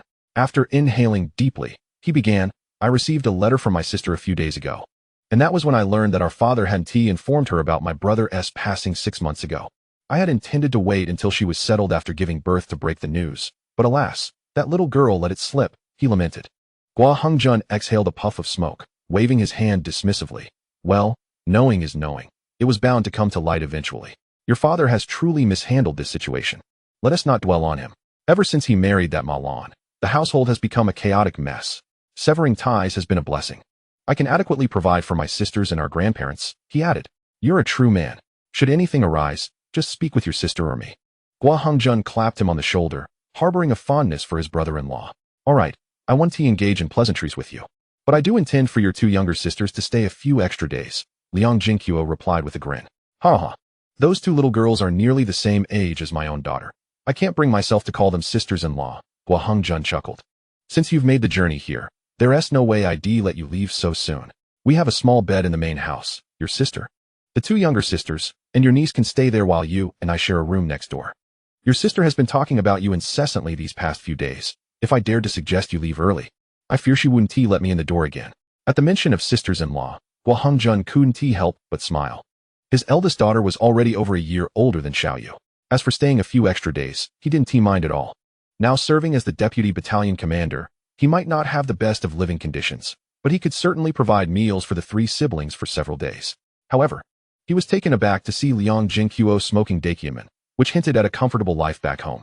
Liang Zhenguo smiled, noting his brother-in-law's words and planning to bring him a few packs of cigarettes later, recognizing the ease with which he handled them. A clear sign of a seasoned smoker. Once they finished their cigarettes, Liang Zhenguo stood and turned to head back inside, casually adding, "Oh, by the way, brother-in-law, I brought some things for you all. I almost forgot to take them out amidst the commotion." "What did you bring?" Guo Hongjun followed him into the yard. Liang Zhenguo laid a bamboo box flat, and before opening it, he placed a small bag of fruit candies and 3 packs of Dakiaman beside it.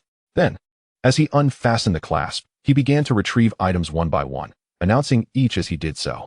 Guo Hongjun, pinching a cigarette between his fingers, stood in stunned silence, utterly astounded by the array of items his brother-in-law had presented. In that bag, which weighed at least 50 pounds, was cornmeal, not millet flour. Furthermore, even if it were millet flour, it would not be so easily procured in such quantity, let alone cornmeal. Besides that, he had even brought along 10 pounds of wild boar meat. However, what astonished him the most was that last jar of milk powder. This was something he did not possess. After all, this place was not like the capital, where everything was scarce. If he wanted to purchase it, he could, but it would require asking someone for help, inevitably creating a debt of gratitude. Moreover, within the military, there were certain inconveniences that made it easy for others to find fault with him. Coming back to reality, Guo Hongjun fixed a serious gaze upon Liang Zhenguo. "If this is truly just a small amount, then my brother-in-law will accept it, but this is far too much. You must take it back with you on your return journey. Also, you haven't done anything illegal, have you? These items are not easily obtained, after all." As he spoke, Guo Hongjun's expression turned grave, regarding Liang Zhenguo with an intensity that implied any wrongdoing would not go unnoticed. Liang Zhenguo, caught between laughter and tears, replied, "I haven't mentioned this to you before, but recently I hunted some wild boars and roe deer, which I exchanged for cornmeal at a canning factory in the capital, along with some receipts, one of which was for milk powder, hence the jar I bought for my elder sister. As for the wild boar meat, it all came from my own hunting. I even gifted a several hundred-pound boar to the villagers. This is nothing to be concerned about. I have receipts for everything." I know better than to engage in shady dealings. Rest assured, brother-in-law, even our grandparents are aware that I am bartering with the canning factory. Bartering through hunting? Gua Hongjun looked at his brother-in-law with surprise, but seeing the coherence in his story, he was inclined to believe him. His brother-in-law possessed the skill to hunt? From his description, it seemed he had quite a bounty, enough to share with the village. However, while he trusted the origins of these items, their value was too great for him to accept with a clear conscience, even if the jar of milk powder tempted him greatly. As Gua Hongjun opened his mouth to speak again, Liang Zhenguo anticipated his words and interjected, "Brother-in-law, this is not for you. It is for my elder sister. So your refusal is futile.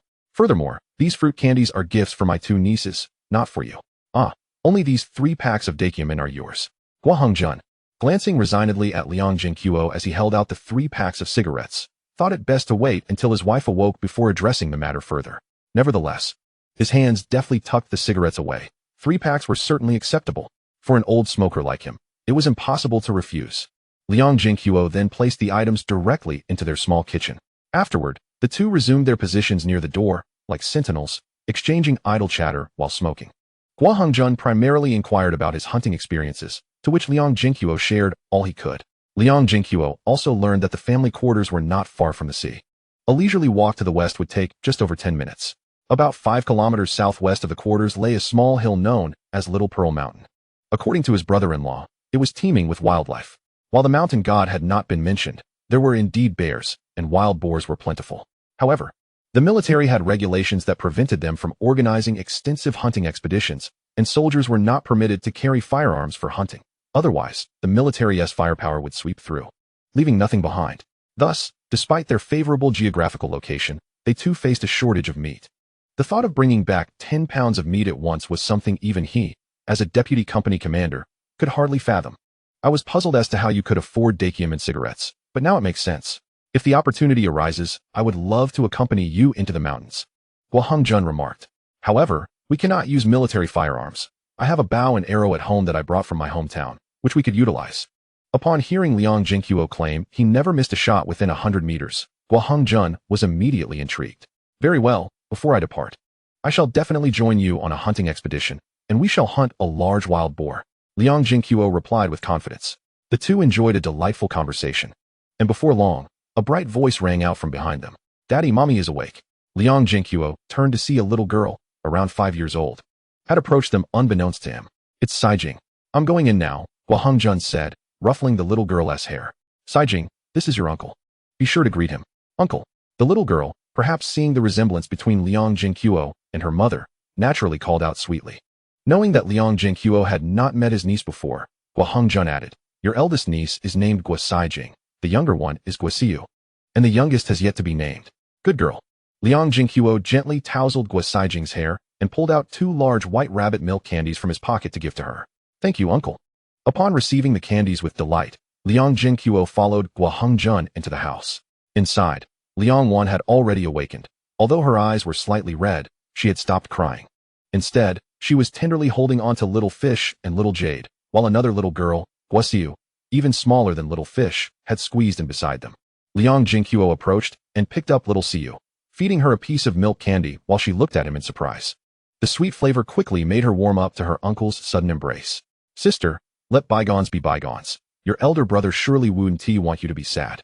Don't dwell on it too much. After just giving birth to a nephew, you must take care of your health.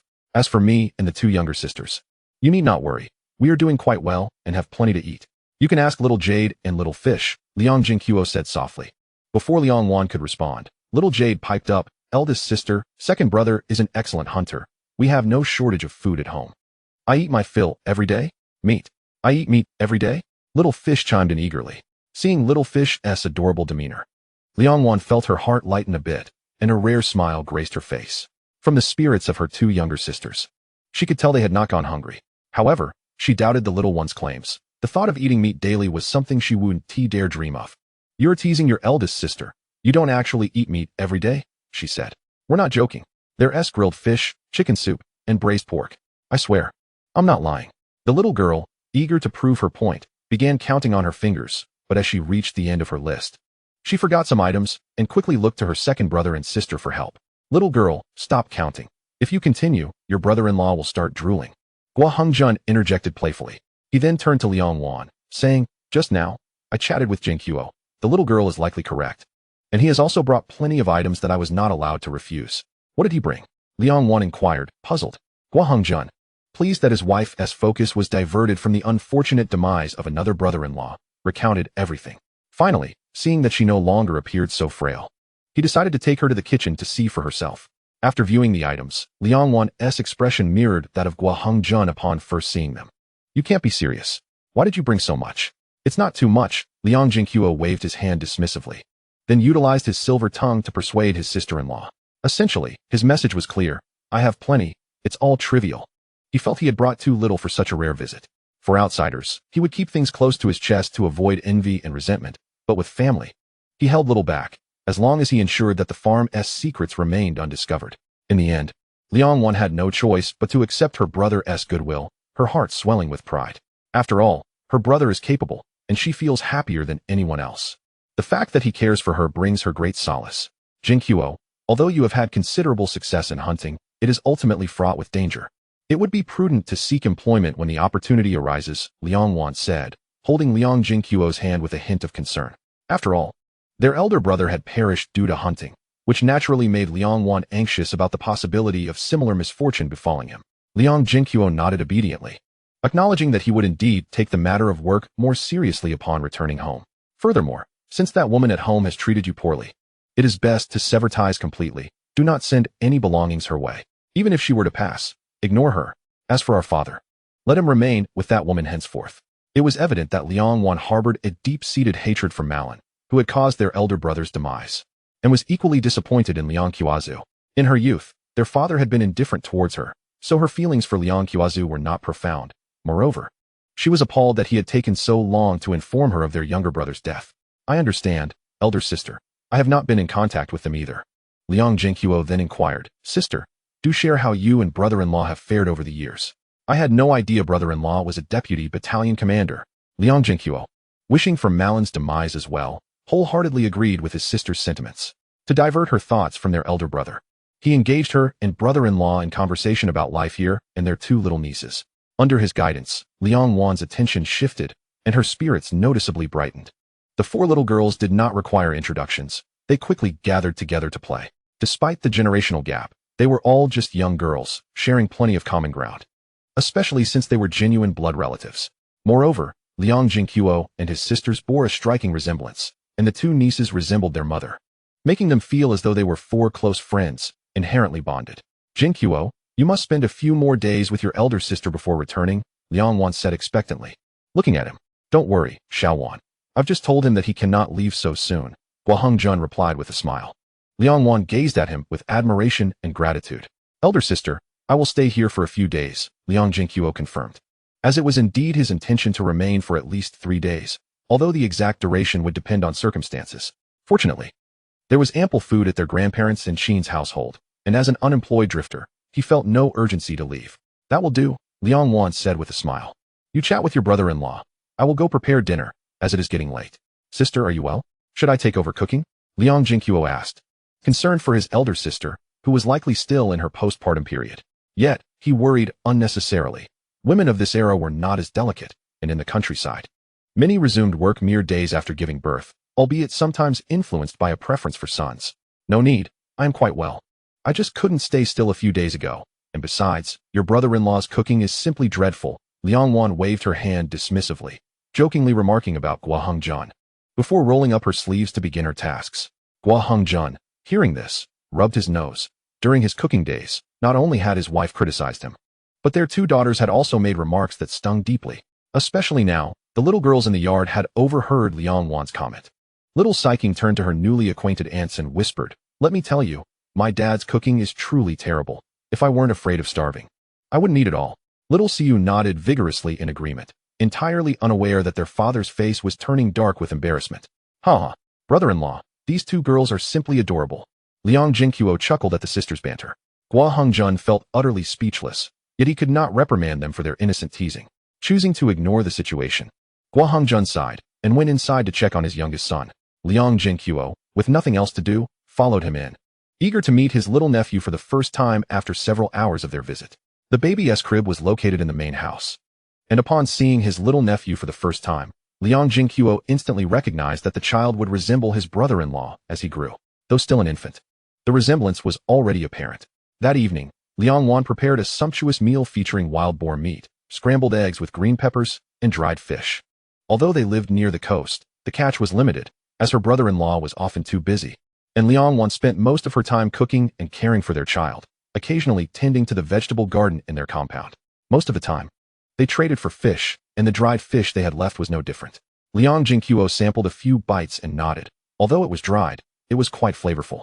As they dined and conversed, the atmosphere grew lively with the children's chatter. However, that night, Liang Zhenguo struggled to find rest due to the thunderous snores of his brother-in-law. Not only were the snores loud, but he also fell asleep the moment he lay down. In his previous life in the army, he had grown accustomed to the symphony of croaking frogs after training, but this was his first encounter with such a loud snore, leaving him restless and turning until the sun had risen high in the sky. As the sun beamed down, Liang Zhenguo opened his eyes to find little Siyu playfully scratching his face. After sleeping separately for the first time, she had come to snuggle with him again this morning, seeking him out right after Guo Hongjun left for the day. Now, she was waking him up, exclaiming that she couldn't sleep any longer. Liang Zhenguo glanced at the clock, realizing it was nearly 10 o'clock. This marked the latest he had ever gotten out of bed, as he typically rose at 6 or 7. Perhaps with fewer worries in life, he had succumbed to laziness. Shaking his head, Liang Zhenguo gently lifted the little girl off the bed, saying, "All right. Second brother is getting up now. You go and play with your sisters." As he donned his shoes and stepped outside, he noticed Liang Wan was busy entertaining the child. Feeling a bit sheepish, he called out. Being at his elder sister's home, he would have faced criticism from other relatives for sleeping in so late, as it could be seen as inconsiderate. Liang Wan did not scold him for rising so late. She had always pampered her younger brother and simply smiled. Pointing at little Siyu, "This little one is closest to you." The moment she woke up, her first thought was to find you, and she hasn't even had breakfast yet. You should wash up and take her to eat something. Sure thing, sister, Liang Zhenguo replied, helplessly ruffling the little girl's hair. Having thought she had already eaten breakfast, but realizing she had been sleeping in with him instead. As Liang Zhenguo prepared to wash up and have breakfast, 3 visitors arrived at Qin's household in Xiling village. It was her father, old Qin, her mother, Mrs. Wu, and her innocent younger sister, Qin Wan, who had met Liang Zhenguo once before. "Father, mother, Wanner, what brings you here?" Qin's sister, who had just been called back from the fields, was pleasantly surprised to see her family visiting her. This was somewhat unusual, as her parents rarely visited together, especially not with her sister in tow. However, despite her curiosity, Qin Wei was genuinely happy to be visited by her family. "Your father just had a good harvest in the mountains a few days ago, so he brought you some smoked meat," old Qin said, smiling as he held up a bundle. Although the 2 wild boars could not be transported to the nearest Siju city for sale due to lack of connections, they nonetheless provided the family with a significant amount of grain in the village. Furthermore, there remained a considerable quantity of meat at home, most of which had been cured into bacon.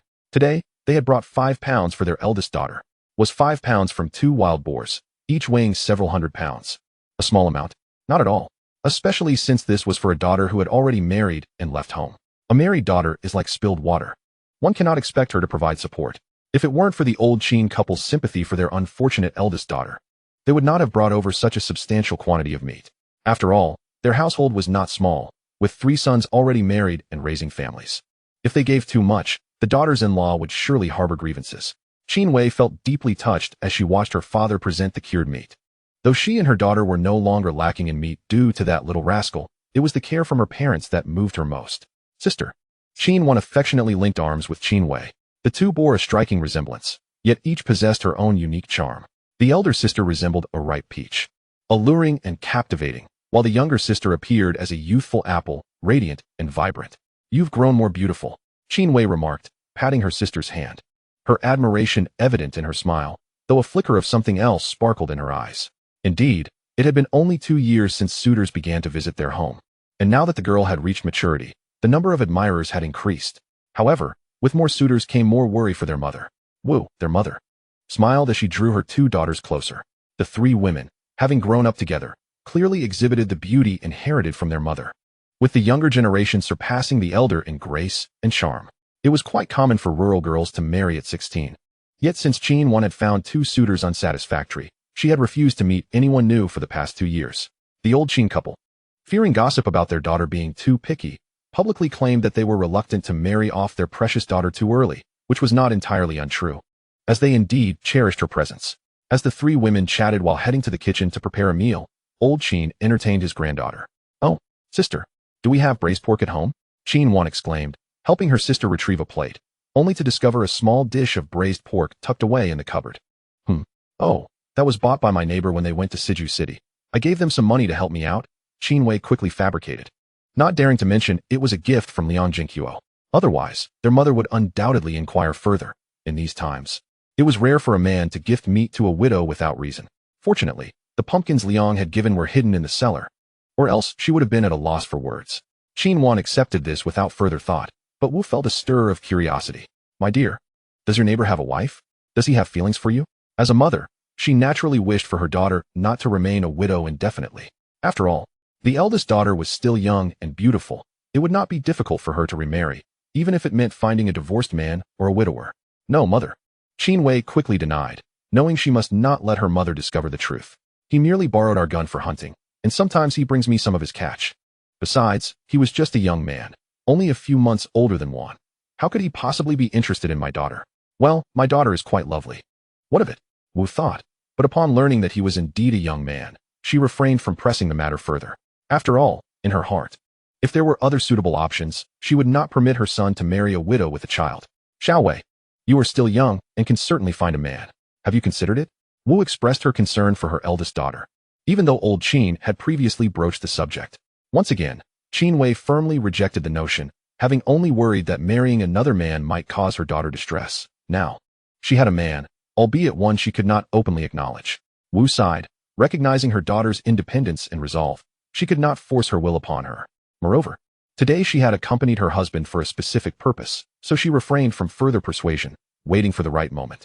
"Since you have your own thoughts, I shall not press you, but if things become unbearable, do come home. There will always be food for you and Xiaolan." "Yes, I know, mother," Qin Wei softly replied, then noticed a bundled cloth bag on the table. "Mother, what have you brought with you?" Wu glanced at it and replied, "It's also cured meat, a pig's hind leg meant for someone else. We came today not only to see you, but also to express our gratitude to your father and Wan's savior." "Savior?" Qin Wei looked at her mother in confusion. "Last time, your father and sister encountered a group of wild boars in the mountains, and a young man from Xiling village helped your father." Otherwise, Wu recalled the trepidation she felt upon hearing the description of their return, casting a smile at her quietly listening youngest daughter. Thankfully, no accidents had occurred. While she wanted to thank that young man, she also wished to see what the man who had captured her daughter's heart looked like. "Mother, that's not true." Qin Wan, who had been quietly listening, suddenly blushed and hurried to deny it. Though the trope of a hero saving a beauty was cliched, it had indeed left a favorable impression of Liang Zhenguo on her. Thus, while at home, whenever her father mentioned him, she couldn't help but speak highly of him, leading her parents to have certain thoughts. After being teased by her father and brothers-in-law, it could be said that Liang Zhenguo had frequently occupied her mind these past few days, leaving her uncertain if she truly harbored feelings for him. However, one thing she was certain of was that she found Liang Zhenguo's appearance quite satisfactory. Unlike the rugged men of their village, his demeanor and eloquence suggested he was educated. Had he not claimed to be a villager from Xiling, she would have assumed he was an urban intellectual. Men are often drawn to beautiful women, and women likewise develop affections for handsome men. Meanwhile, Wu had heard from old Qin that the young man who saved them was decent, capable, and not unattractive, which piqued her interest. In previous instances when her daughter met other suitors, she had inquired about their shortcomings, and Qin Wan had always hesitated, merely stating that they did not catch her eye. Therefore, Wu interpreted this as a lack of physical appeal. As they discussed the young man, it became evident that he was indeed worth considering. Although her daughter had exhibited a degree of shyness, she had never attempted to dissuade the idea of meeting him. Qin Wei, observing her sister's bashful demeanor and her mother's knowing gaze, realized they intended to investigate if that young savior was available and suitable. However, she noted that no one from Xiling village had been hunting in the mountains lately. The number of hunters in Xiling village had already been scarce, and since the last incident 6 months ago, no one had ventured deep into the woods. It was only recently that some villagers had occasionally wandered into the outskirts after hearing about Liang's successful hunts of wild boars, pheasants, and hares. This knowledge had come to her while chatting with the other women during her work. "Liang." Qin Wei suddenly felt a spark of realization and tentatively asked, "Mother, do you know the name of that young man from Xiling village?" "His name was Liang something," Wu mused. "Liang Zhenguo," Qin Wan interjected. "Yes, Liang Zhenguo. Xiao Wei, do you know him?" Wu's eyes sparkled with curiosity. Upon hearing the surname Liang, Qin immediately recognized that it was that little troublemaker. As for their familiarity, having shared a bed, could one not consider that a form of acquaintance? For a moment, Qin emotions became quite intricate. On one hand, she felt an overwhelming sense of gratitude and affection towards Liang Zhenguo for rescuing her father and younger sister in the mountains. It seemed like fate, as it was indeed a remarkable coincidence that Zhenguo encountered her father and sister in such a vast wilderness. Yet, there was also a tinge of bitterness, as her sister and mother had chosen him as a suitor for herself, mingled with an inexplicable joy and pride. Although she had originally intended to introduce Liang Zhenguo to her sister, when the moment arrived, she could not help but feel a slight pang of jealousy, albeit just a smidgen. This outcome was indeed the best, saving her from the trouble of playing matchmaker, and a hero rescuing a damsel in distress. Was that not also a twist of fate? Mother, you are speaking of Zhenguo, are you not? His home is just a tad above ours, and the braised pork you mentioned was indeed brought by him. Qin remarked with a smile as she returned to the moment. Huh, what a coincidence. The very person we were just discussing. Xiao Wei, tell mother about his character. How many family members does he have? Share everything you know about his reputation in the village, Wu Shi inquired, eager to see if he was a suitable match for their Xiao. Upon hearing that he had previously provided meat for her eldest daughter, Wu Shi's first impression of Liang Zhenguo was quite favorable, yet she felt the need to delve deeper. Marriage was a significant matter. Although Qin felt bashful, she leaned in attentively, ready to listen. Zhenguo has a wonderful character. He is quite filial and cares for his family. His relationships with the villagers are commendable. One might say the entire village holds him in high regard. Our families have a good rapport as well. He has an elder sister and 2 younger sisters, the youngest of whom is akin to Xiao Lan and whom I nursed, so we have always kept in touch. Whenever I faced trouble, it was he who assisted me in driving away the nuisances. Moreover, he is diligent and capable, Qin elaborated, sharing all the positive attributes she could think of. For several minutes, Wu Shi did not hear a single negative remark, were it not for the presence of her eldest daughter.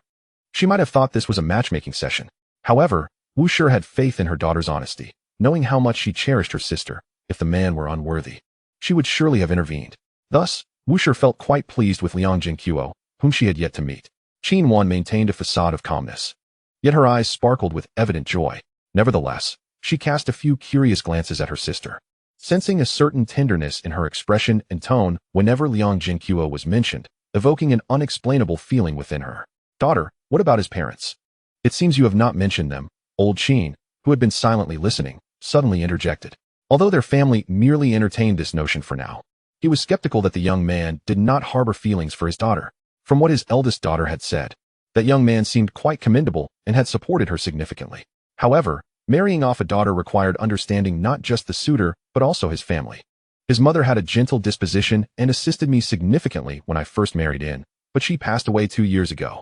As for his stepmother, she is rather difficult to deal with, and his father largely defers to her, treating his siblings with harshness, often resorting to scolding or punishment.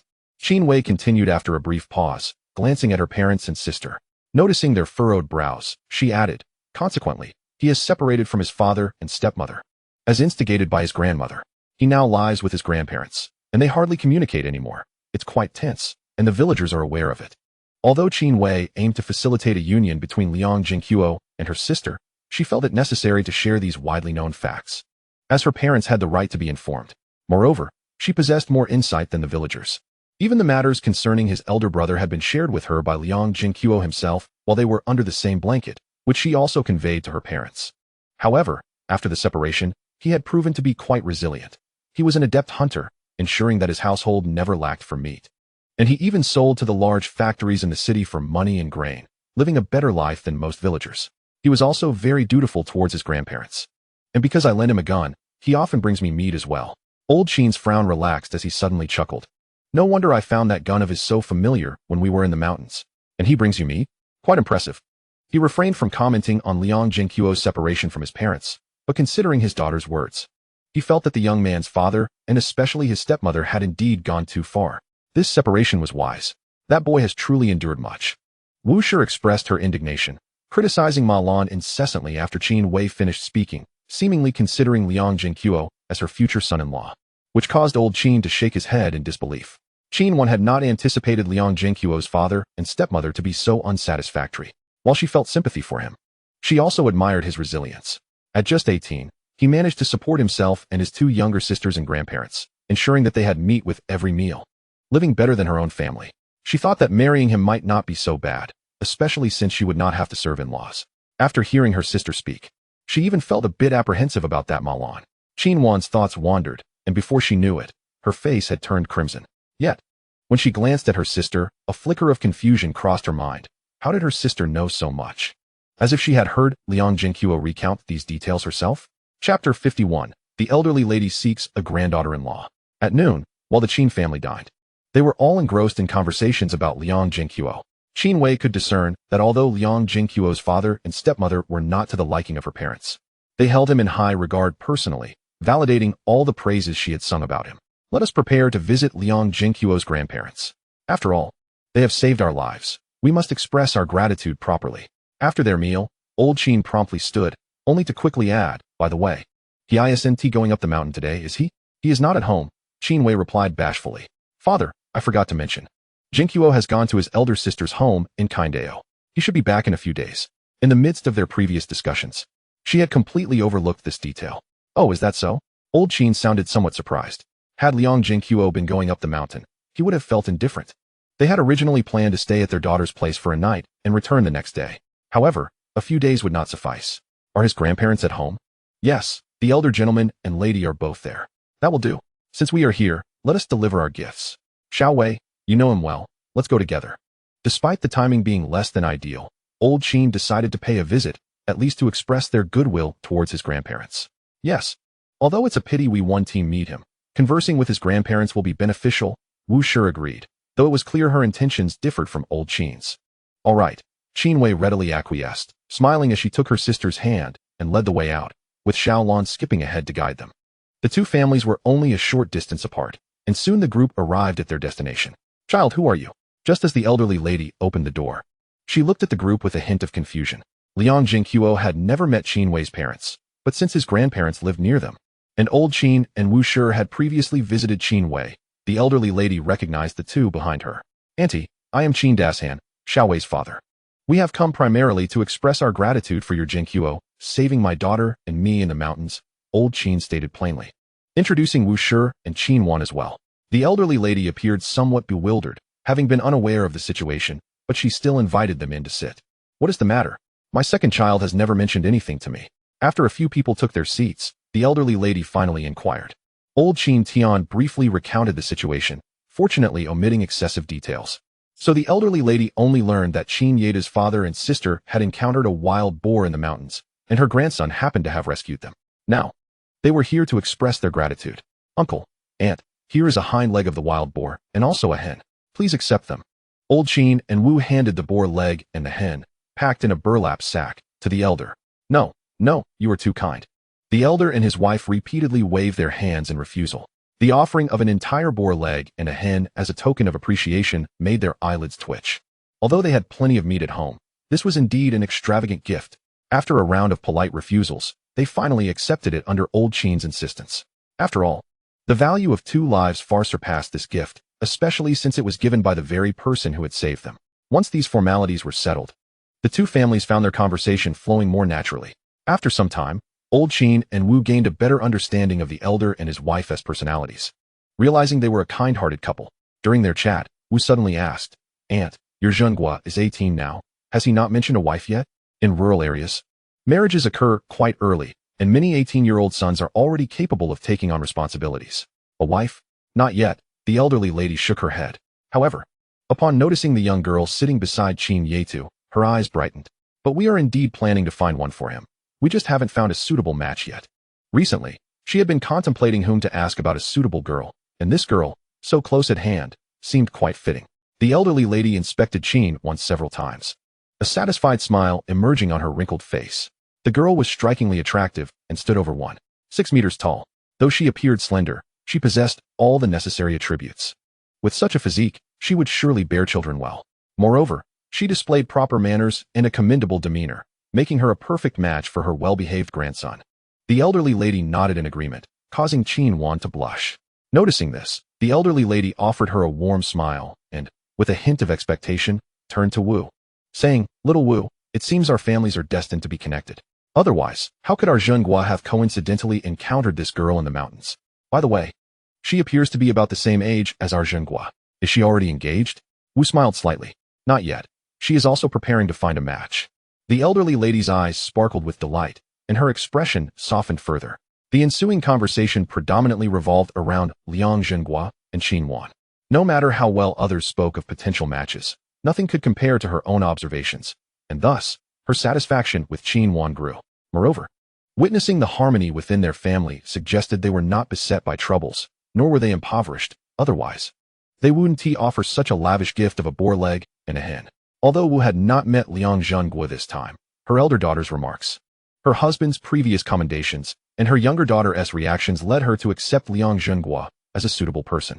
Additionally, if Xiao Wan were to marry in Xiling village, she could also support her sister, which was one of her motivations, as she worried about her elder daughter not having anyone close in Xiling village. The only concern Wu had was Liang Zhenguo's father and stepmother. However, since they had separated, the child's ability to support himself made this less significant.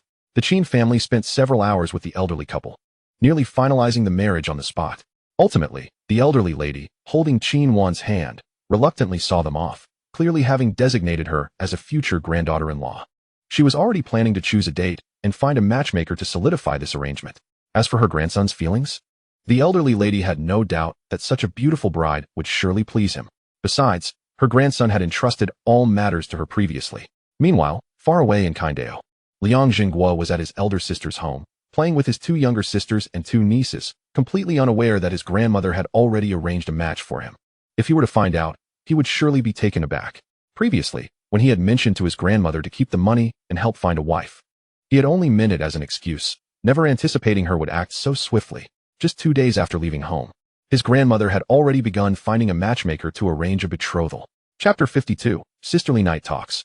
Throughout the day, apart from wandering around the family compound, Liang Zhenguo mostly stayed at his elder sister's home. His 2 nieces were now quite fond of him. Uncle, uncle, they called incessantly, unable to resist. He occasionally treated them to large pieces of white rabbit candy, making him a more favored uncle than their father. Eventually, Liang Wan could no longer bear it, leaving each child with only 2 pieces while temporarily confiscating the rest. She was genuinely concerned that her daughters would become spoiled, treating candy as a staple. After all, their uncle was quite indulgent.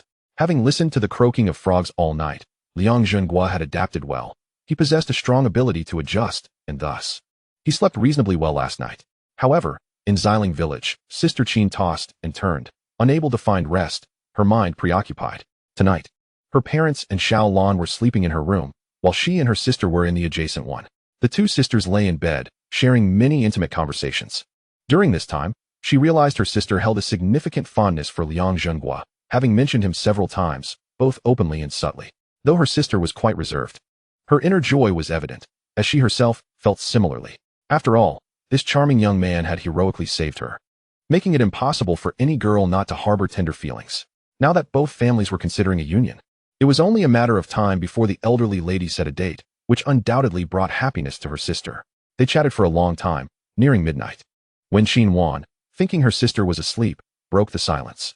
Sister, are you quite familiar with Liang Zhenguo? You seem to know him exceptionally well. Sister Qin's heart raced at the unexpected question, and after a moment's silence, she replied softly, Yes, I know him quite well. I do not wish to deceive you. Our relationship is rather special. Once those words were spoken, Sister Qin felt a weight lift off her shoulders. She had not intended to keep secrets from her sister, but had been unsure how to approach the subject. Since her sister inquired so directly, she could not bring herself to deceive her. He treats me very well.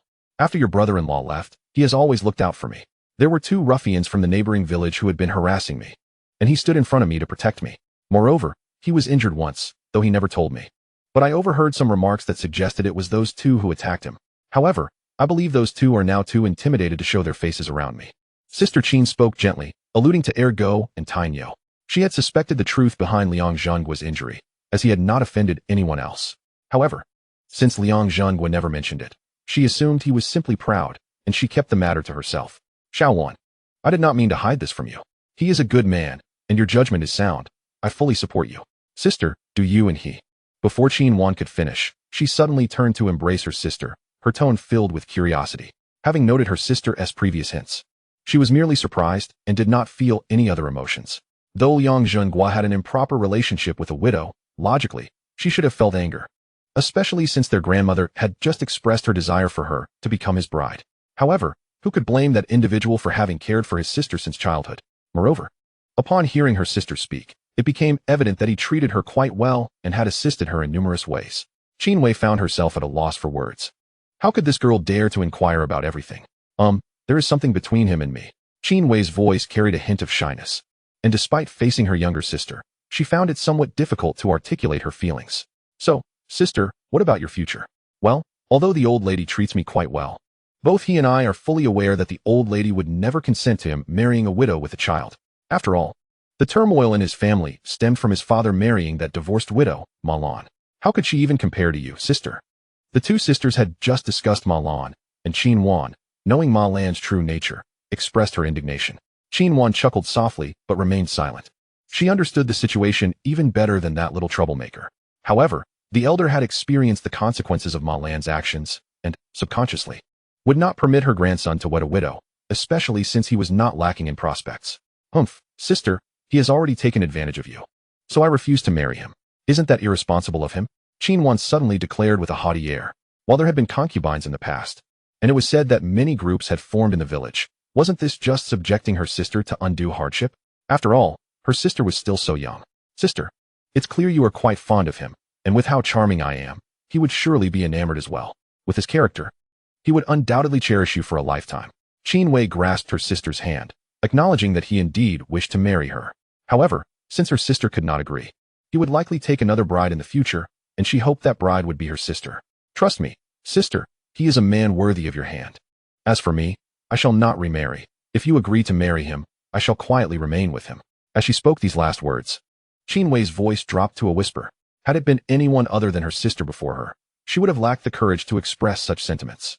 Upon hearing this, Qin Wan finally understood. So, her sister truly wished to stay by his side. Was he truly that wonderful? Sister, does he know how you feel? Yes. I have spoken to him. He said that you would always be his. Qin Wan fell into a prolonged silence. If she were to marry him, then her sister would also remain with him. That seemed quite agreeable. This way, her sister would have a support system here and could live alongside her. She couldn't help but recall how he had descended from the heavens with a gun, rescuing her in her most helpless moment. Yet, Qin Wan ultimately huffed, her expression turning fierce. Then I cannot allow him to marry any other girl. What if she bullies you in the future? If he finds me suitable, I shall marry him. If he dares to mistreat us, I shall bite him to death. Qin Wei let out a laugh, amused by her sister's usual quiet demeanor being replaced by such fierce determination. However, her heart felt a great sense of relief, knowing her sister understood her and agreed with her sentiments. The next day, Liang Zhenguo, in high spirits, rose alongside his brother-in-law, Guohengzhan. It was not appropriate for him to continue sleeping in his elder sister's home, as it would be rather embarrassing. I heard your sister say you're going fishing by the sea today? Guohengzhan casually inquired at the dining table. Indeed, I have brought my fishing hooks and lines. Liang Zhenguo replied with a nod. He had indeed mentioned it the day before. As staying at home was rather dull, it would be good to procure some supplies. Just wait for fresh fish for lunch. Haha, I shall await your return. Whatever you catch, I will gladly take care of it. His brother-in-law chuckled. Although the resources here were fairly good, catching fish from the sea was not an easy task. All right, but don't expect my sister to assist. Liang Zhenguo shot a glance at Guohengzhan, confident in his abilities. Just a few fish, and I won't need any help. Chapter 53, At the Seashore. Liang Wan smiled as she watched the two. Second brother, may I go too? I have never seen the sea, Xiaoyu piped up, her round eyes sparkling with excitement as she looked at Liang Zhenguo. Having heard Saiking and Siyu speak of the seaside the day before, she was eager to see it for herself. Go ahead, but stay close to your second brother and don't run off, Liang Zhenguo instructed. Understood, I'll stick with you, sister. Xiaoyu replied. Liang Zhenguo didn't need to hear more. He understood her intent with just a word. All right, Liang Wan nodded. Since her children wanted to join, she looked at them and then at their uncle. Sister, if they wish to come along, let them. Just ensure they don't venture into the water, Liang Zhenguo agreed. Having noticed the girl's little antics, herding a single sheep is no different from herding a flock. Fine, just as long as the tide is low. But you all must pay attention to safety. Keep an eye on the girls, all right? Liang Wan reiterated, aware from previous experience that her daughters were relatively easy to manage, not overly adventurous. Despite her sister claiming she was merely going for fun, Liang Zhenguo nodded. As long as they remained within his sight, he had no concerns. If they were boys, he would certainly be less at ease, for boys can be as unruly as wild horses, impossible to rein in. His brother-in-law said nothing further. Content as long as someone was accompanying them. After breakfast, and allowing time for digestion, Liang Zhenguo slung his canvas bag over his shoulder and grabbed a large fish net from home. Xiao Yu carried a bucket and 2 small shovels, claiming they were for gathering seafood, unsure if she had heard it from her cousin or her aunt. Sister, we probably won't be back for lunch. We'll eat grilled fish. We have snacks in the bag, Liang Zhenguo called out as they were about to leave. With that, he took the lead, followed by the 4 little ones marching proudly behind him. Little Liang, off to the seaside for some fun? Just before reaching the door, they encountered a neighborly aunt. Yes, Aunt Wang, I'm going fishing and taking a few little girls along for some fun, Liang Zhenguo replied. He had taken a stroll around the yard the day before, and Aunt Wang had left a strong impression on him due to her loud voice. Fishing, huh? If you catch any fish, remember to trade some with me. Of course. Liang Zhenguo knew she was just being polite, so he answered cheerfully. They then exited the residential area, heading straight for the seaside. Before arriving, his sister had given him directions, and although little Siking was small, she knew the way, so within a few minutes, they reached the beach. Liang Zhenguo looked around and noticed numerous fishing boats. However, as his sister had mentioned, most of the fishing here was organized by the commune, with catches surrendered for work points. He was not concerned about that. As long as he was not required to submit his catch, he was content. He had arrived at a fortuitous time. The tides had not risen for several days, and the weather was pleasant, though the sea breeze carried the briny scent of the ocean, which would surely become clingy after a while. As soon as the girls reached the beach, they were visibly thrilled. Liang Zhenguo did not allow them into the water, but permitted them to play in the shallow pools, rolling up their pant legs and letting them enjoy themselves. After some consideration, he dug a large pit in his rural space, roughly the size of the freshwater lake in his space, contemplating whether he could cultivate sea fish. Given that the sea was abundant with salt water, after strolling along the shore, he filled the saltwater lake in his space, collecting some rocks and aquatic plants to replicate the coastal environment as closely as possible, even imitating the shallow areas. After spending half an hour, he was satisfied with his efforts. Next came the task of procuring supplies. Looking back at the 4 little girls, he saw them pairing off. Xiao Yu and the youngest, Xiao Xiu, were busy digging in the sand, especially Xiao Yu, who had never been to the seaside before and found everything fascinating. As Xiaowu and Xiaosiking diligently searched for treasures along the shore, engaged in the delightful pursuit of gathering sea life, Liang Zhenguo took his time, opting not to rush into fishing just yet. Upon approaching them, he discovered that they had indeed made some modest gains, with a bucket containing small crabs and various sea snails. Among these were primarily a type known as spicy snails, which he had previously encountered at a seafood market. They were edible and quite palatable. Utilizing his mental acuity, Liang Zhenguo discerned a wealth of snails nestled beneath numerous stones, primarily large sea snails, fragrant snails, and spicy snails, with fewer instances of cat's eye snails and wind snails. The rest were unfamiliar to him, and he remained uncertain about their edibility. To enhance the experience for the 2 girls, he made his way to a rocky outcrop where larger snails were likely to be found. With a gentle lift, he raised a sizable rock and called out to them, Xiaosiking, come here. There are snails to be gathered. Okay, uncle, responded Xiao, as she and Xiaosiking hurried over, their curiosity piqued. Are there really big snails? Upon hearing his voice, they approached eagerly. Indeed, these are much larger than what we collected, they exclaimed in excitement, as they eagerly pried several large sea snails from their rocky abode and deposited them into their bucket. Of course, your uncle would never deceive you. Come, let me guide you to collect more, Liang Zhenguo said, waving his hand, prompting the 2 girls to follow closely behind, their enthusiasm palpable. For the next hour, they explored the rocky area, Liang Zhenguo lifting stones while the girls eagerly gathered snails, their bucket filling rapidly. By the end, Xiao's bucket was nearly overflowing with snails, and Liang Zhenguo had taken over carrying it, as it had become too heavy for the girls. In truth, he had also collected a fair number of snails within his spatial realm, discreetly depositing them in the Saline Lake's rocky zone. Although they had amassed quite a bounty, he had intentionally allowed them to select the larger specimens, reserving the smaller ones for reproduction, adhering to the principle of sustainable gathering. That should suffice. You 2 can play here on the beach with Xianwei while I go fishing, he instructed, carrying the bucket to the sandy area where Xianwei and the others were playing. Noticing that the girls still seemed eager for more, he playfully pinched their cheeks and smiled. After nearly an hour of gathering, they were undoubtedly weary, yet their excitement remained undiminished. After all, the thrill of a successful beachcombing expedition was a joy that few could resist. Okay, Xiaowu and Xiaosiking nodded vigorously. Just then, Xiaowei and the youngest, Xiaosiu, spotted them and scampered over, gasping in awe at the sight of the bucket brimming with sea snails. Liang Zhenguo, amused by their delight, pondered whether they truly understood what they had found. Very good. Did you not bring your little shovels as well?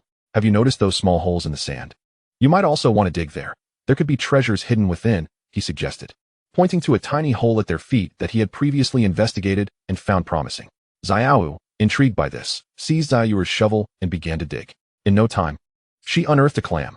What a peculiar creature, Xiao exclaimed, examining the clam with curiosity. This doesn't resemble a snail or a crab at all. It looks quite strange. This one is edible too. I've seen my mother bring these home. Zaya Saiking chimed in immediately, recalling her previous experiences, despite never having dug for clams herself. Yes, it is indeed edible. You can continue to play and dig here while I go fishing. If you get hungry, just call for me, and I shall prepare some grilled fish for you, he reassured them. All right. The four of them replied in unison before merrily splitting up to continue their clam digging. Chapter 54. A rabbit mistaken for a bird. Clams are best when stir-fried, but given the exorbitant price of oil at present, his elder sister might not be inclined to expend such resources on a dish featuring clams. Thus, Liang Zhenguo was not particularly enthusiastic about gathering clams. They were merely an optional bounty. With a smile, he prepared for his fishing endeavors.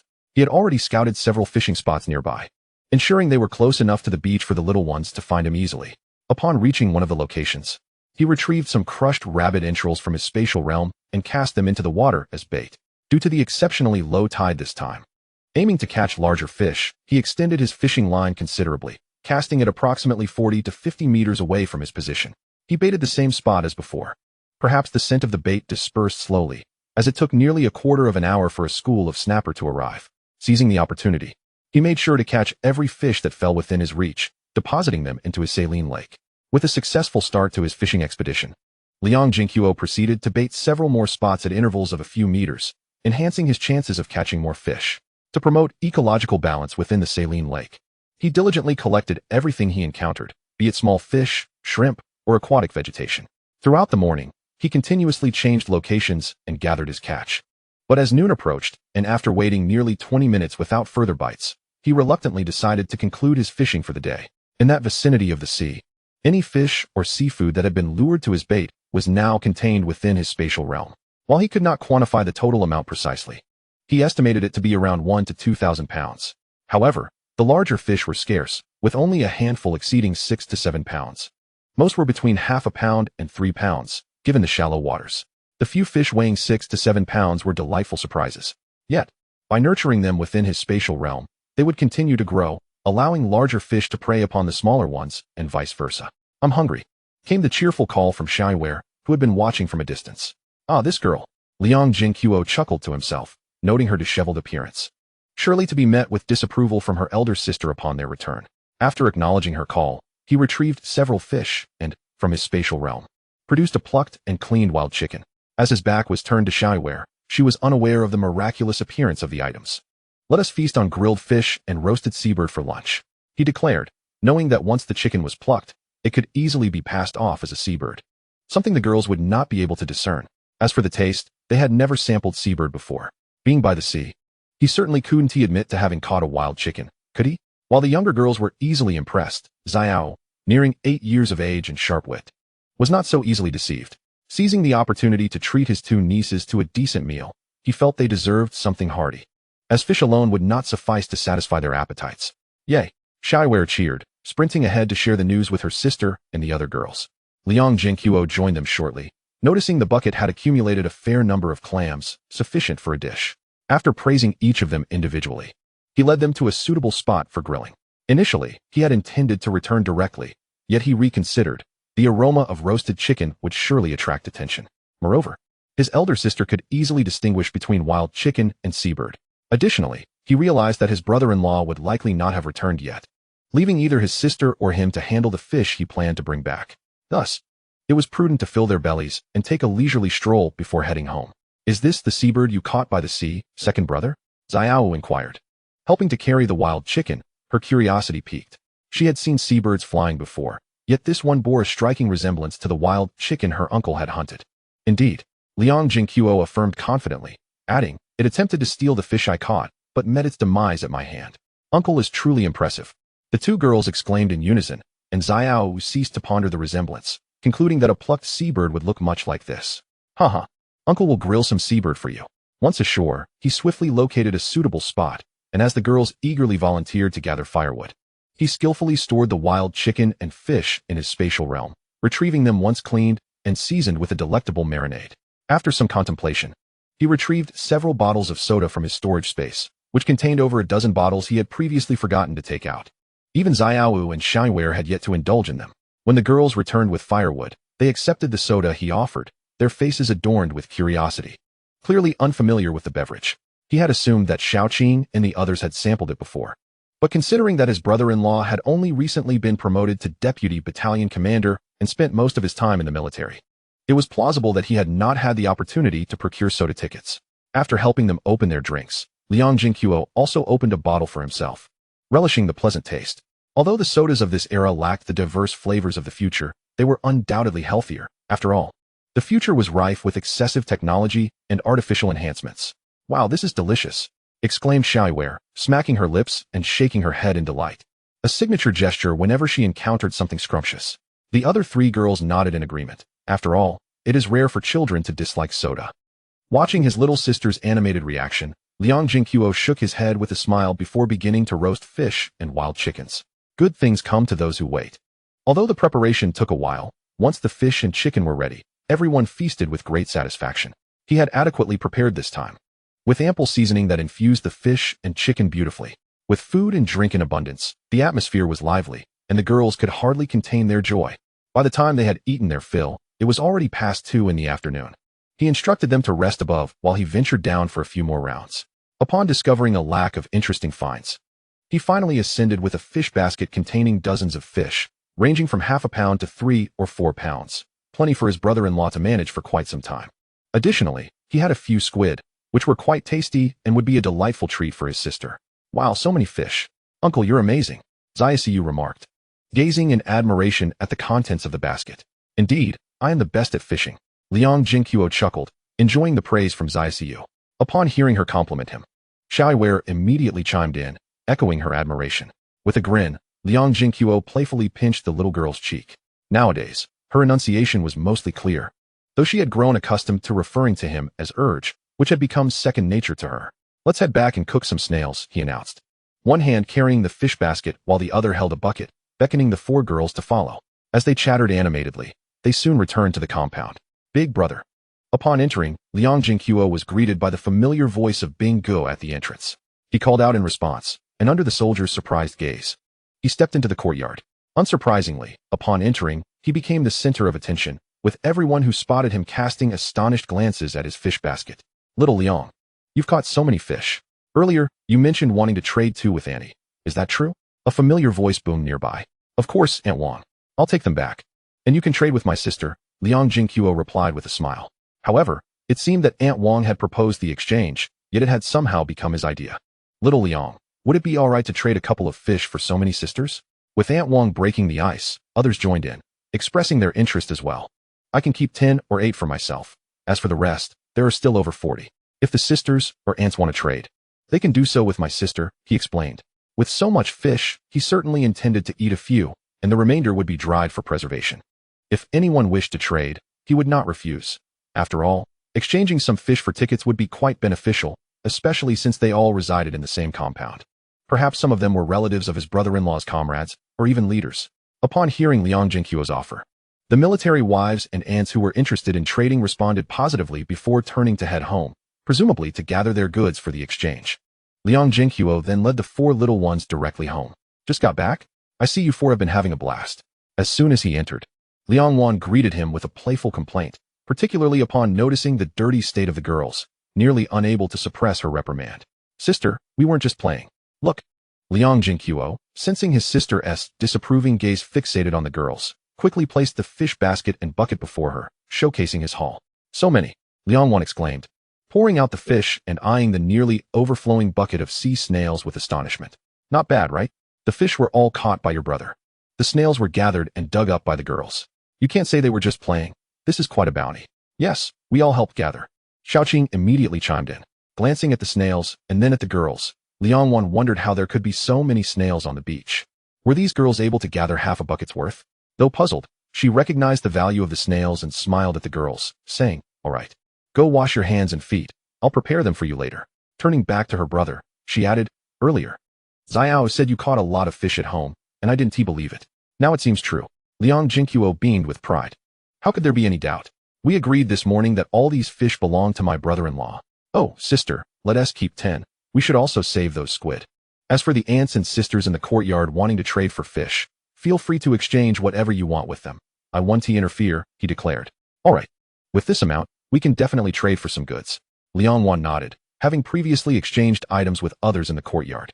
Since her brother had agreed, she would naturally not oppose or offer any polite refusals. As for the rest, she would leave it to her brother-in-law to handle, treating him like a child. Liang Wan selected the fish she intended to keep and set them aside, rolling her eyes at Liang Zhenguo. He chuckled and went to wash his hands and feet, feeling sticky from the seawater. As for why he let his brother-in-law deal with the fish, it was simply because he didn't want to tire out his sister, and he himself was reluctant to handle the task, leaving it to his brother-in-law instead, since he had already agreed to it. Not long after Liang Wan set the fish aside, visitors arrived to trade for the fish. Some brought bathing tickets, soak tickets, and other tokens, while others had homegrown vegetables to exchange. Liang Zhenguo glanced at the commotion before retreating to the house to watch over his little nephew. Wow, you really did catch this many fish. He teased his little nephew for a while until his brother-in-law returned. Guo Hongzhen looked at him in astonishment, having initially thought his brother-in-law was merely boasting that morning, yet here he was, having caught so many fish in just one morning. Upon returning and seeing so many people in the house, he was startled, fearing something had happened. However, upon closer inspection, he found his wife beaming as she traded fish with the neighbors, creating a scene reminiscent of a fish market. Liang Zhenguo smiled. Brother-in-law, you're off so early today? Well, I haven't had a proper break for a while, and this month has been a bit more relaxed. Plus, the leadership knows your sister just had a baby, so they let me come home, Guo Hongzhen explained with a wave of his hand. Liang Zhenguo nodded in understanding. I'll probably be back even earlier tomorrow. Shall we take a stroll up the mountain then? Guo Hongzhen's interest was piqued, eager to see if his brother-in-law truly possessed the hunting prowess he had boasted about. The only drawback was that the military didn't allow firearms on the mountain. Otherwise, he would have loved to see if his brother-in-law could hit his target within 100 meters. After all, he was quite skilled with a firearm, though he wouldn't dare claim to hit every shot. Sounds good. Liang Zhenguo readily agreed. While he excelled in marksmanship, the added advantage of his spatial awareness made him even more formidable. However, he had also dabbled in archery in his past life, achieving commendable accuracy, and with the assistance of his space, he could indeed be considered an expert. Furthermore, having stayed with his sister for 3 days, he planned to return home soon and would gather some wild game for her, ensuring that life would be a little more comfortable. As the two conversed casually, a sudden shout echoed through the courtyard. Stepping outside, they discovered not only a woman exchanging fish, but also 2 middle-aged men at the entrance, clad in uniforms that unmistakably marked them as military leaders. It was one of these men who had just called out, "Commander, political commissar, what brings you here?" Guo Hongzhen exclaimed in astonishment. Didn't we just conclude a meeting? What's the matter? Concerned that the political commissar and I might steal your fish? One of them chuckled. Commander Chun, I assure you, I've already saved a few fish for you. Liang Wan interjected with a smile, revealing that this was not their first visit. Ha ha. Then many thanks to Xiao Wan. However, what is due must still be given. But we did not come today to seek out Hongzhen, Commander Chen remarked, turning his gaze towards Liang Zhenguo. Hongzhen, is your little brother named Liang Zhenguo? Yes, Guo Hongzhen nodded, his expression a mixture of confusion and curiosity. It's his first visit. How could you two possibly know him? Liang Zhenguo offered a polite nod and smile, though he too was puzzled. Then there's no mistake. We are indeed here for comrade Liang Zhenguo, the 2 men affirmed, noticing the puzzled expressions on everyone's faces as they handed Liang Zhenguo an official letter. Hongzhen, your little brother possesses commendable capabilities. This is a letter of commendation and a monetary award from the railway system of Siju City. Since it was sent to us, I took the liberty of reviewing it. Realization dawned on Liang Zhenguo. It must pertain to the incident with the human trafficker. He had indeed mentioned staying here for a few days while providing information. However, the arrival of the commendation letter, along with a monetary reward, indicated that this trafficker was no ordinary catch. A letter of commendation? A monetary award? Liang Wan and Guo Hongzhen exchanged bewildered glances, puzzled about how their brother, who was simply skilled at hunting, had come to be associated with such accolades. Upon seeing the expressions of Guo Hongzhen and his wife, Commander Chun and the political commissar recognized their ignorance regarding the matter. It seems Comrade Zhenguo has not shared the details with you. The letter merely states that Comrade Liang Zhenguo apprehended a trafficker, a key figure, and following his lead, the Public Security Bureau managed to dismantle a large human trafficking ring. This is a significant achievement. Both Guo Hongzhen and his wife looked at Liang Zhenguo in astonishment. Sister, brother-in-law, it is indeed true. But I was merely fortunate to have encountered him, Liang Zhenguo explained. Expressing gratitude to Commander Chun and the political commissar, I never expected a commendation letter would arrive here. We simply happened to be passing by. Your brother-in-law just left when the letter arrived. Moreover, the delivery of this letter to us is a stroke of good fortune. It also reflects positively on your unit, as the nominee is your brother-in-law, which brings honor to all. The political commissar smiled, adding, furthermore, the child you saved is not from an ordinary family. His uncle holds a significant position. Commander Chen mused, though he refrained from disclosing the rank, implying that the connection would be advantageous for the young comrade. Liang Zhenguo was taken aback. He had not anticipated this. However, the letter made no mention of the child, and he surmised that Commander Chen's knowledge stemmed from their own sources. The tone suggested that the child's relative held even greater authority than his own. Yet, he did not dwell on this revelation. At that moment, his motivation had been solely to prevent the trafficking of children, regardless of the child's background. He had no aspirations for power or status, for such matters held little significance for him. As he tucked the letter back into its envelope, he discovered 10 bills inside, presumably the monetary reward. 100 yuan, a generous sum indeed. Liang Zhenguo accepted it with satisfaction, reasoning that since it had been sent to him, he had every right to keep it. I hadn't anticipated this, but that little fellow looked quite well off, Liang Zhenguo remarked with a calm smile.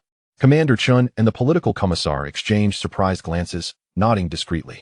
Though young, Guo Hongzhen's brother-in-law did not resemble an ordinary rural youth.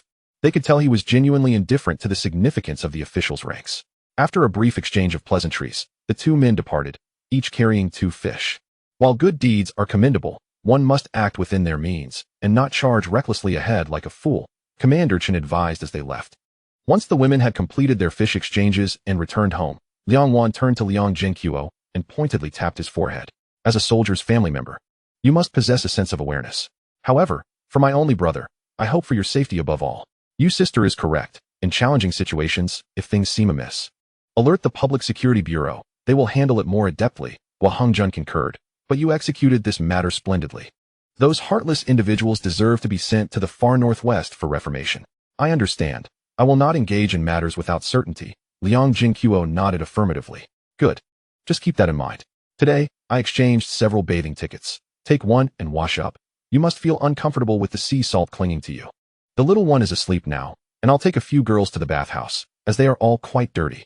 As Liang Wan handed Liang Zhenguo a bathing ticket and gathered clothes for the girls, she instructed Guo Hongzhen to attend to the fish. Understood, Guo Hongzhen replied, glancing at Liang Zhenguo before heading inside for a knife. Liang Zhenguo raised an eyebrow and smiled before retreating to fetch his clothes, preparing to wash up himself. As he felt rather unwell, upon stepping outside, he spotted his brother-in-law squatting in the courtyard, preparing the fish. With 10 fish and a few squid, it would not take much time. He mainly disliked the lingering odor of fish on his hands afterward. By the time Liang Zhenguo finished his bath, his brother-in-law was already done, amusing the awake little nephew inside the house. However, his sister and the 4 girls had yet to return, and with 1 elder and 4 younger ones, it was bound to take considerable time. After settling down and organizing the supplies within his space, he noted nearly 20,000 jin of flour and rice. With another harvest approaching in a few days, he would no longer need to worry about food. He also carefully regulated the quantity of wild chickens and rabbits in his space, as overpopulation would lead to waste, especially since trading was currently not an option. The leaves from those crops were utilized to feed the fish in the freshwater lake, ensuring they would grow plumper. As for the saltwater lake, he would monitor their condition, providing food only if necessary. Having completed his tasks, he lay down and soon fell asleep.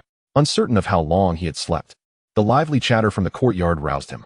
Glancing at his watch, he realized it was already 5 o'clock. As Liang Zhenguo stretched his neck, feeling more refreshed after his nap, he reflected on how being outdoors for most of the day, combined with frequent visits to the farm space, had left him quite fatigued. However, it was unusual that the little girl, Xiaoyu, had returned without seeking him out. Second brother, how did you fall asleep? Such a lazy bones, she exclaimed. Spotting him immediately, Liang Zhenguo chuckled, ruffling her hair. I only rested for a moment. How can I be a lazy bones? I'm going to help sister cook. Later, I'll prepare sea snails for you all, he added. From the kitchen, Liang Wan poked her head out, waving her hand. Don't worry. The little one didn't bother you, did she? I'll handle dinner, so just wait. Dear sister, I did not wake Ergua. It was Ergua who stirred on his own, the little girl exclaimed. It appeared that she had been admonished by her elder sister not to disturb him.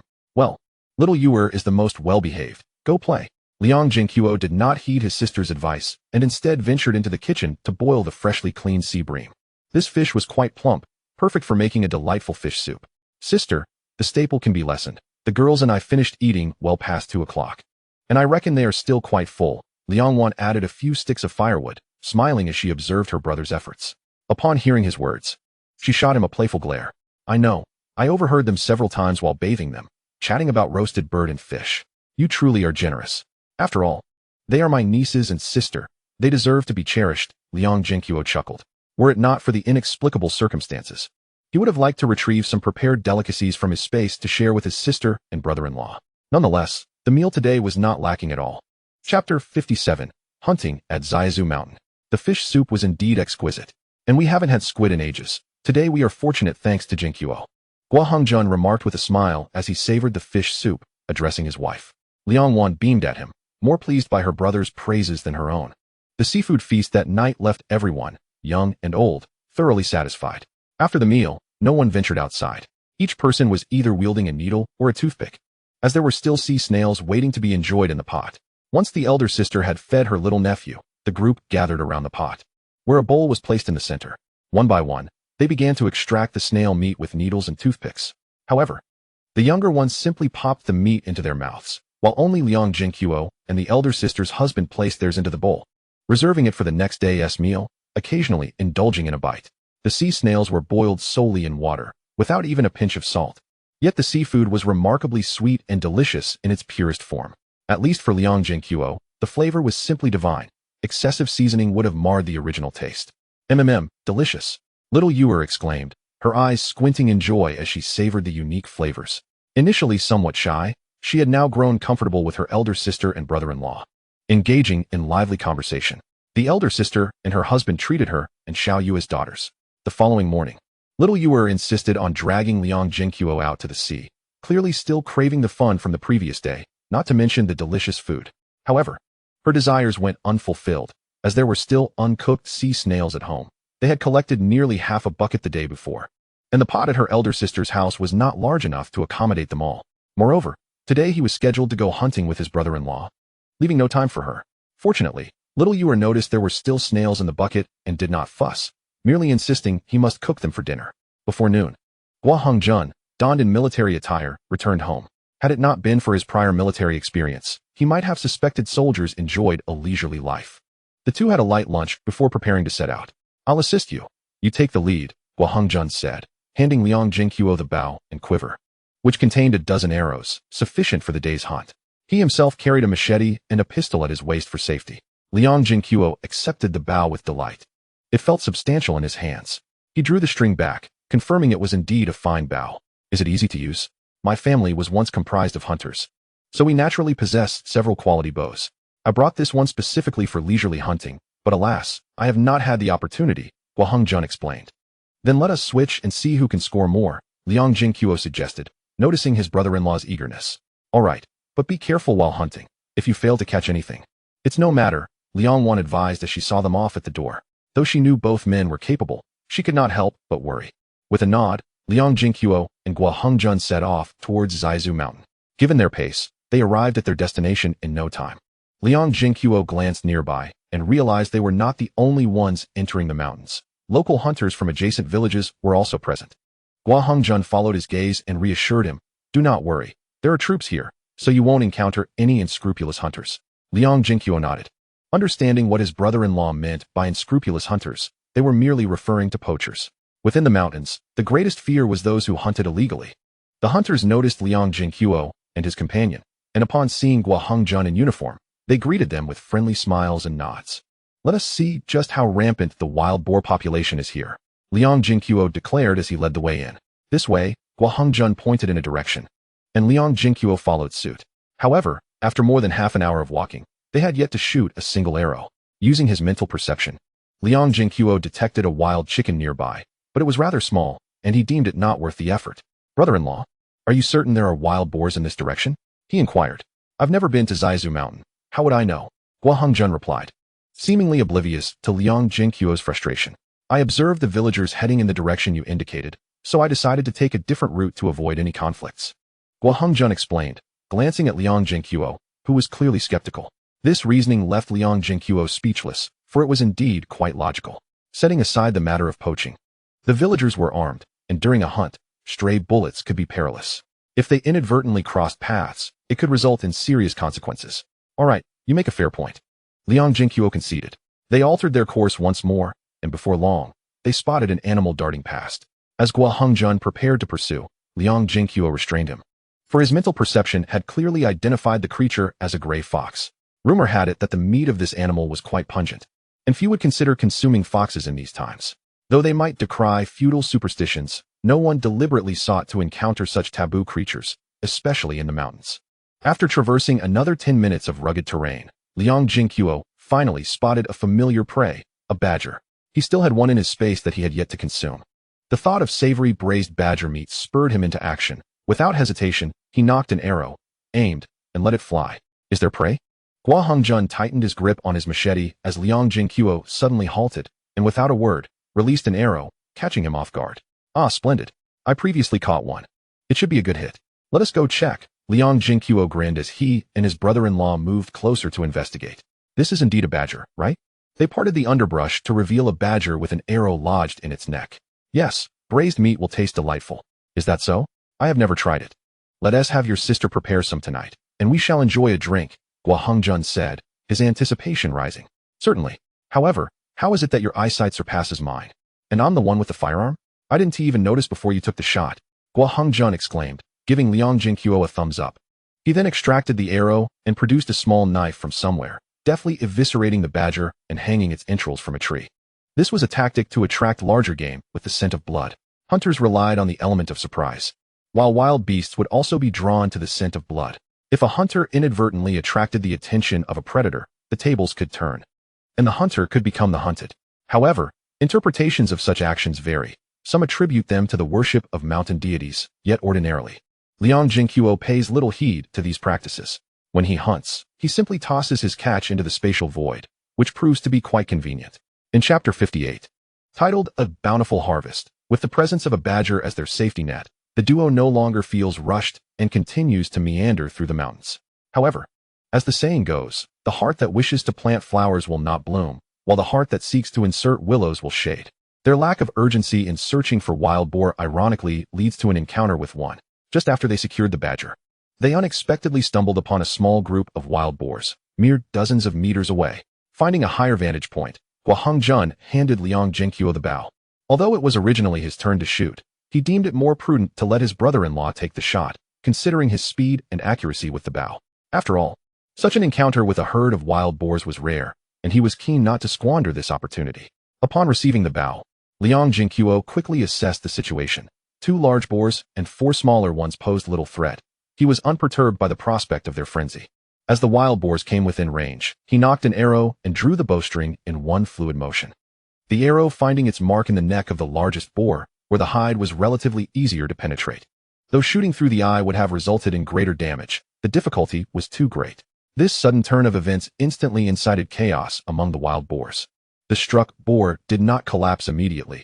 Instead, it let out a pained cry and fled in panic, prompting the others to scatter in disarray. Liang Zhenguo, unfazed by the wounded boar, swiftly nocked another arrow, but the other large boar had already vanished from sight, leaving only a smaller boar, weighing around 70 to 80 pounds, within his range.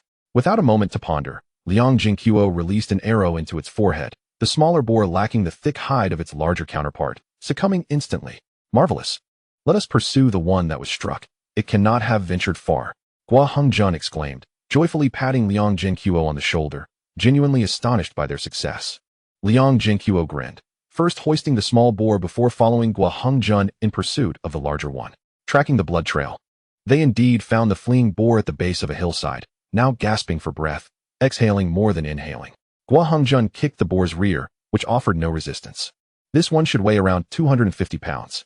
Is that sufficient, brother-in-law? Should we continue hunting? Liang Zhenguo inquired, nodding in agreement. This was no cannon. Over 200 pounds was commendable. Let us return. We cannot carry more. We shall construct a frame to drag it back. Guo Hongjun shook his head, concluding that further hunting would not yield returns, thus opting to end their expedition early. With experience on his side, Liang Zhenguo completed the task in mere minutes. On their way back, He handed the bow to Guohengzhen while he himself dragged the wild boar and the badger.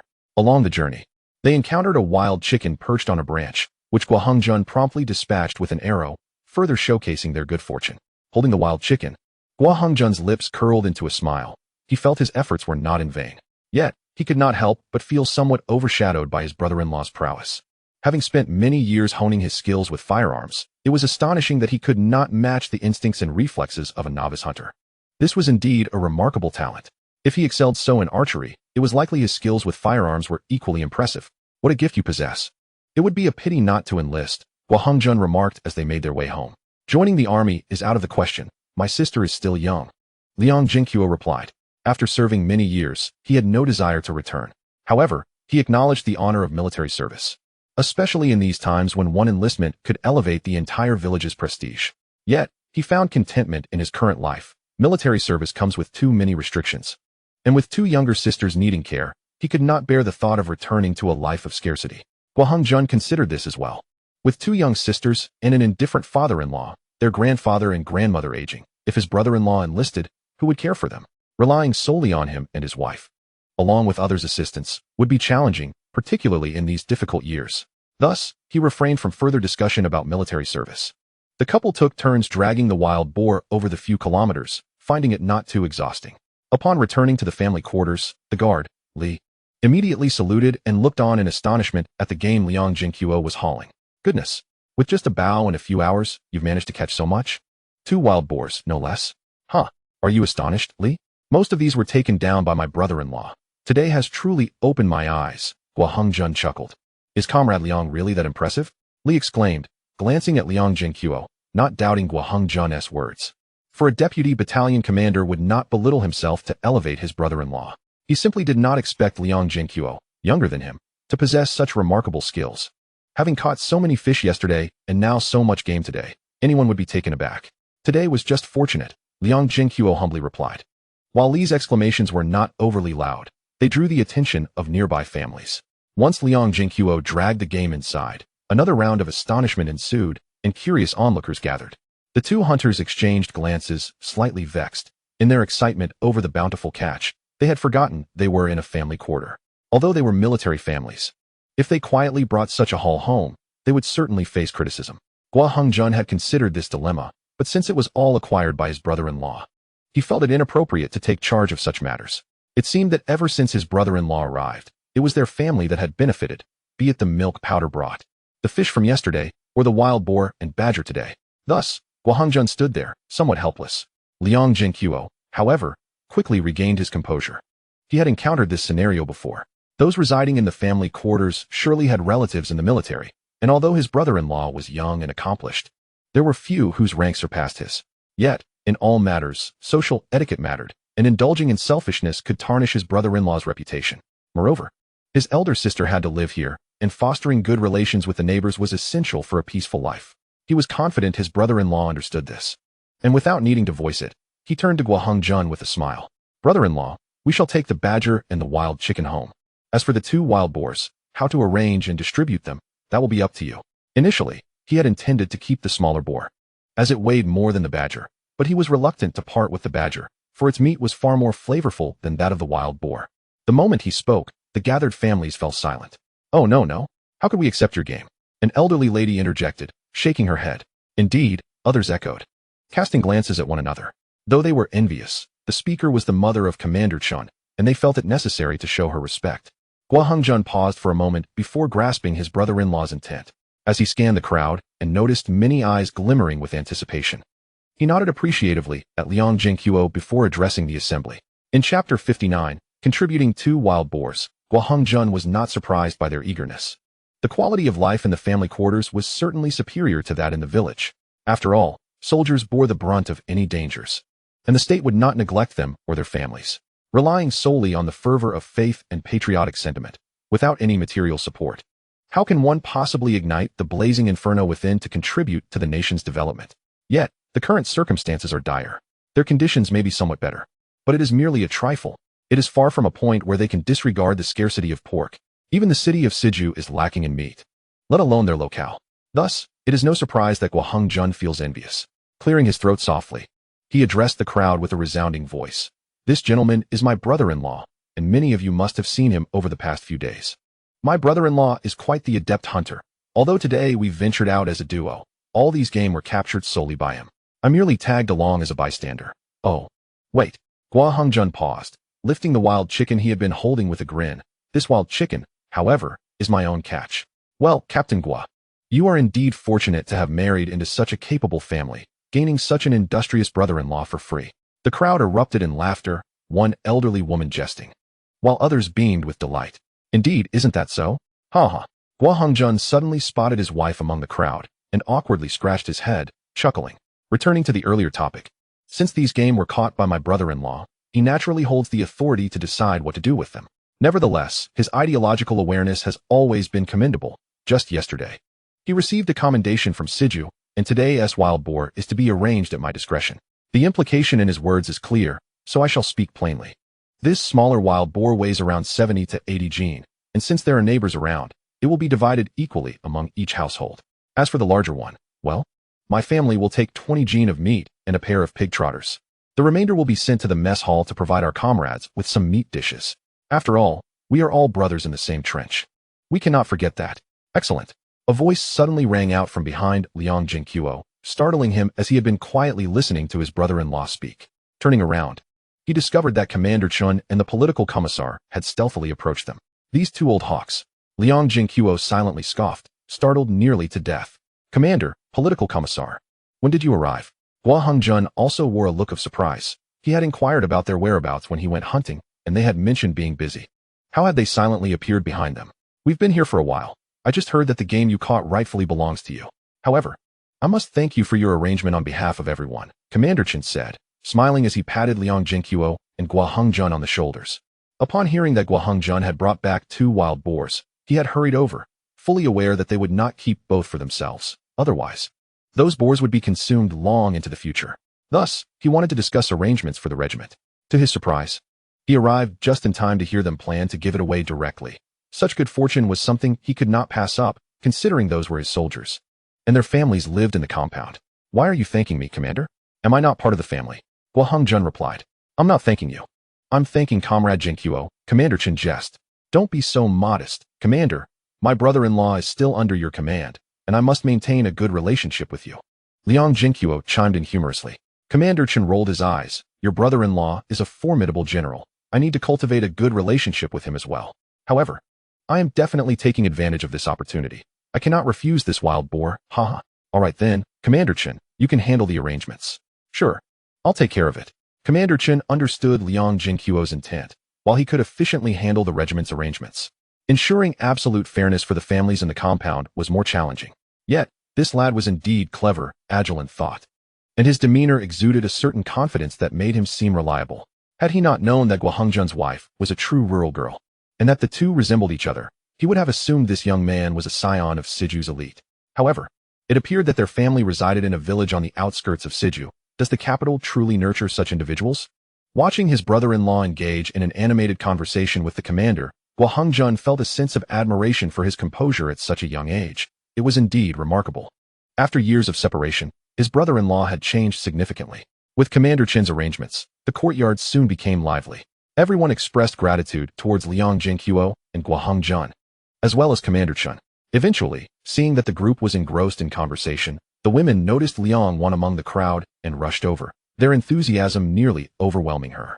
Yet, the smile on her lips betrayed her immense pride, though she felt a pang of regret when hearing her husband mention giving away the 2 wild boars. Wishing she could cover his mouth, she found solace in knowing he would keep 20 jin of pork, and thankfully, her brother had secured the badger and wild chicken in advance. Otherwise, she would have spent the night restless with worry. Under Commander Chen's direction, Shaoli soon brought in several soldiers, dividing into 2 groups. One carried the large wild boar to the regiment's mess hall, while the other transported the smaller one to the stone slab at the public well for the on-site butchering. The children, large and small, gathered around in curiosity, and Liang Zhenguo spotted his sister and 2 nieces. He could not fathom what was so fascinating about the bloody scene. Particularly, little Yue, who had initially wanted to run over, quickly followed her sister to watch upon realizing they were slaughtering a pig. Engaging in conversation with Commander Chun and others, Liang Zhenguo waited until the wild boar meat was distributed before the families returned to their homes. He He then hurriedly approached the soldiers with the badger, requesting their assistance in skinning and chopping it.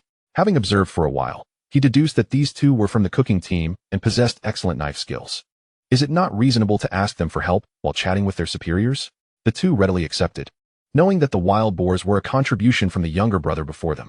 You are quite the clever one, the political commissar remarked with a smile as Liang Zhenguo returned. Well, I noticed how adept those two were with their knives. In a short time, they accomplished what would take me and my brother-in-law half an hour. Liang Zhenguo chuckled, adding, everyone should share in the bounty. Commander Chun and the political commissar should take some back. This badger meat is tastier than pork. Commander Chun and the political commissar shook their heads, laughing. After the two soldiers finished processing the badger, Commander Chun and his team departed, but ultimately, they declined the badger meat. This was entirely expected by Liang Zhenguo. After all, he had already contributed 2 wild boars, and they would naturally partake in that, but would not accept the badger meat. He was not unaware that they would refuse, hence, he had mentioned the shared bounty. Chapter 60, Farewell. That evening, at the request of little Yuer and his brother-in-law, Liang Zhenguo personally took to the kitchen, preparing a large platter of braised badger meat. Xiao Siking, Xiao Siyu. Tell me, isn't my second brother's cooking delightful? This is the braised badger meat I told you about previously. The elder cousin, little Yuer, spoke with an elder's demeanor to her 2 nieces. Yet, the grease at the corners of her mouth and the proud expression on her face, along with her tilted head, unmistakably revealed her as an adorable little girl. Little aunt, the meat uncle made is truly delicious, 1,000 times better than what dad cooks. Little Siyu exclaimed, chewing on the meat, her little head nodding vigorously. She had swallowed countless times when little aunt had previously spoken of it, and now she was finally tasting it. Yes, it is indeed far tastier than what dad makes. So much better than pork. Little Siking chimed in, nodding in agreement. As for little Yu, she perceived that her brother had outdone himself this time, finding the braised badger meat even more delectable than before. Clearly, today's dish had won over their appetites. Unintentionally pierced by the heartfelt words of his daughter, Guohengzhan, along with Liang Wan, was quite pleased.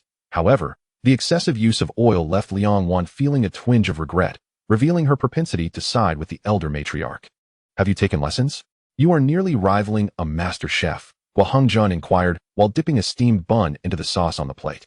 Well, a chef from the state-run restaurant offered some guidance. I picked up a few tips, but I am still far from their level, Liang Zhenguo replied honestly.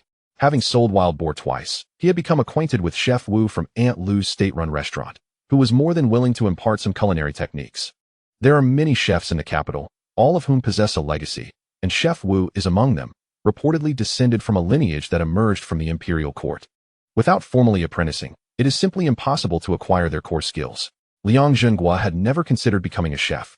Acquiring a few techniques and mastering some seasoning combinations sufficed for him, as his culinary abilities were already commendable, being a man of considerable appetite. Not bad at all. Your cooking surpasses that of my sister. I wonder which fortunate girl will marry my brother. Liang Wan chuckled, her face beaming with joy. Today, numerous little sisters asked me if you have a girlfriend, they wish to introduce someone to you. Oh, that is quite enough. I am preparing to return. I certainly want to be seeking a wife here, Liang Zhenguo replied with a wry smile, shaking his head. Why do these women always bring up such topics? Are you heading back soon? Liang Wan inquired, a hint of reluctance etched on her face, though she understood her brother's roots lay elsewhere, with their grandparents and the second uncle waiting at home. As for their biological father, that was a different matter altogether. Why not stay a bit longer? Can't you extend your visit by a few days? Guohengzhan chimed in, and Liang Wan exchanged glances with Liang Zhenguo. Even the young girls at the table slowed their eating to listen. All right, I shall stay another day and return the day after tomorrow at noon, he conceded. This visit was not his last, after all. The journey from the capital to Qingdao only takes a day. Sister, I will come whenever I wish. You are not inconvenienced. I plan to return home after gathering some meat for you. Yet, upon witnessing the expectant expressions on his sister's and the young girl's faces, he found himself postponing his departure by another day.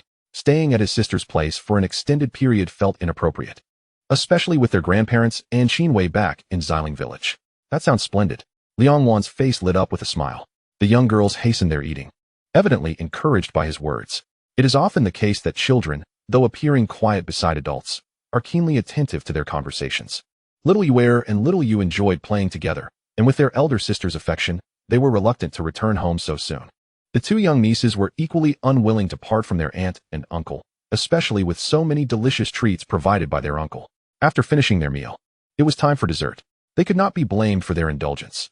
After all, The sea snails they had collected the previous day would spoil if not cooked, leading to a regrettable waste.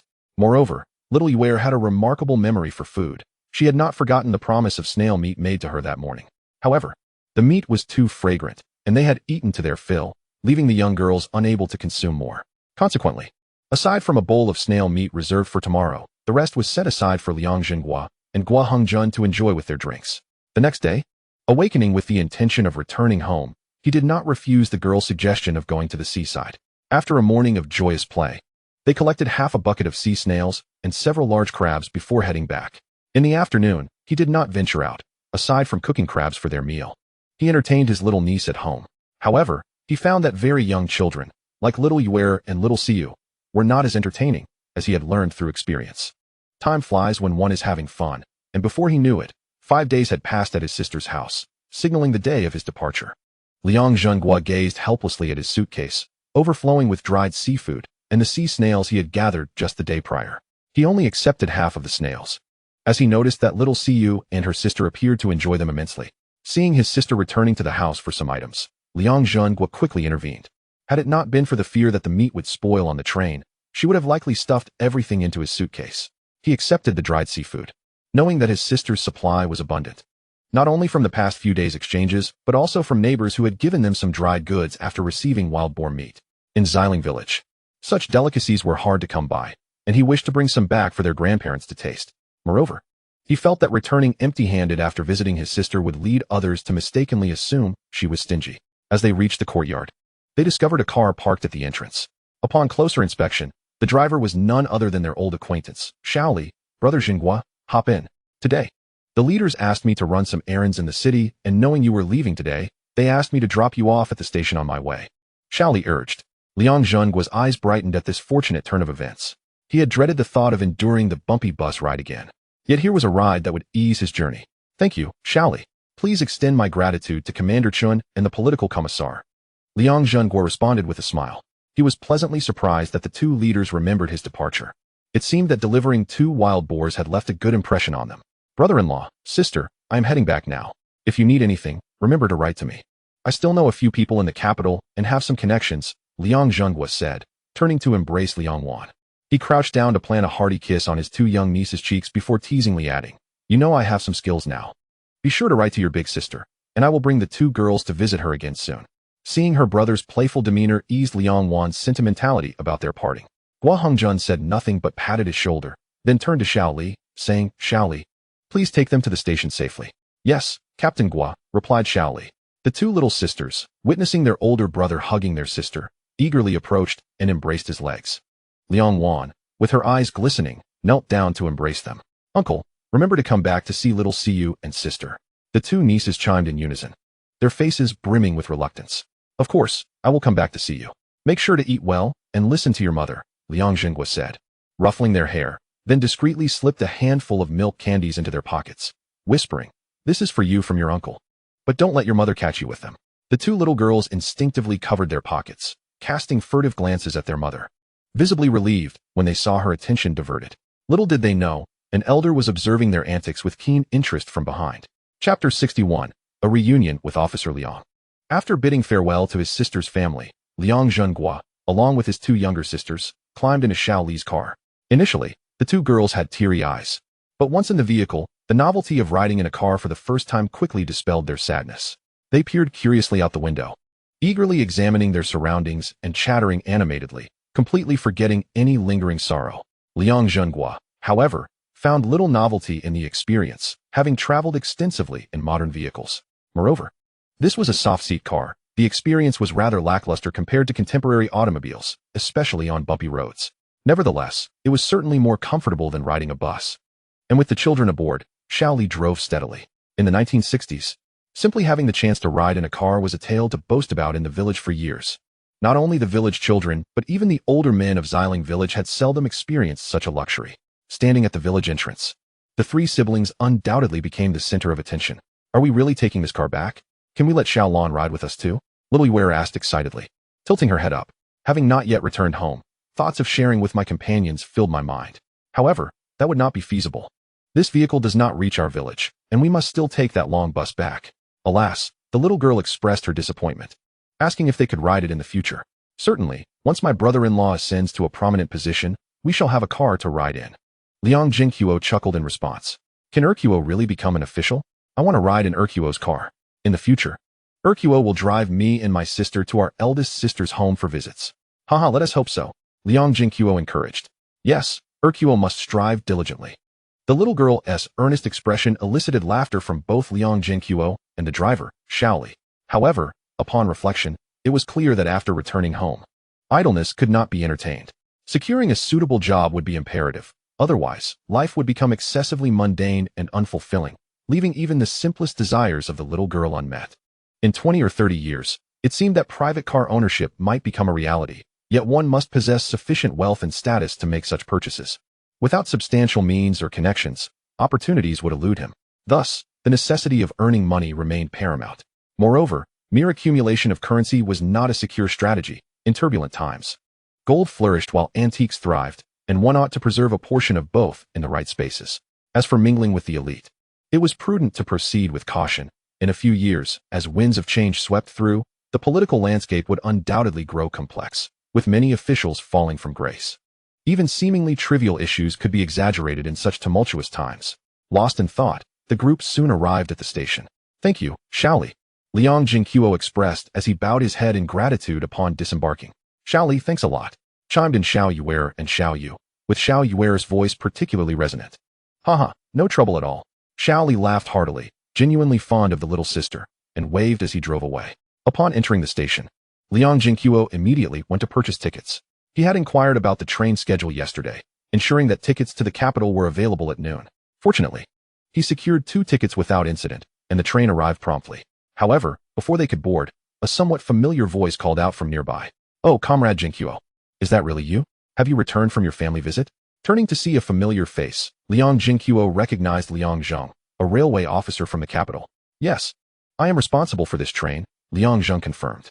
You might not see me much longer. The last time you apprehended that human trafficker brought me considerable recognition, particularly as it prompted a re-evaluation of his case. When you have time, let me treat you to a meal to express my gratitude. Liang Zheng appeared genuinely pleased and friendly towards Liang Zhenguo. Haha, you're too kind, Liang Zheng. I have already received the commendation letter you sent, along with a bonus of 100 yuan, which is more than sufficient. However, once I settle in the capital, we can certainly dine together. Agreed.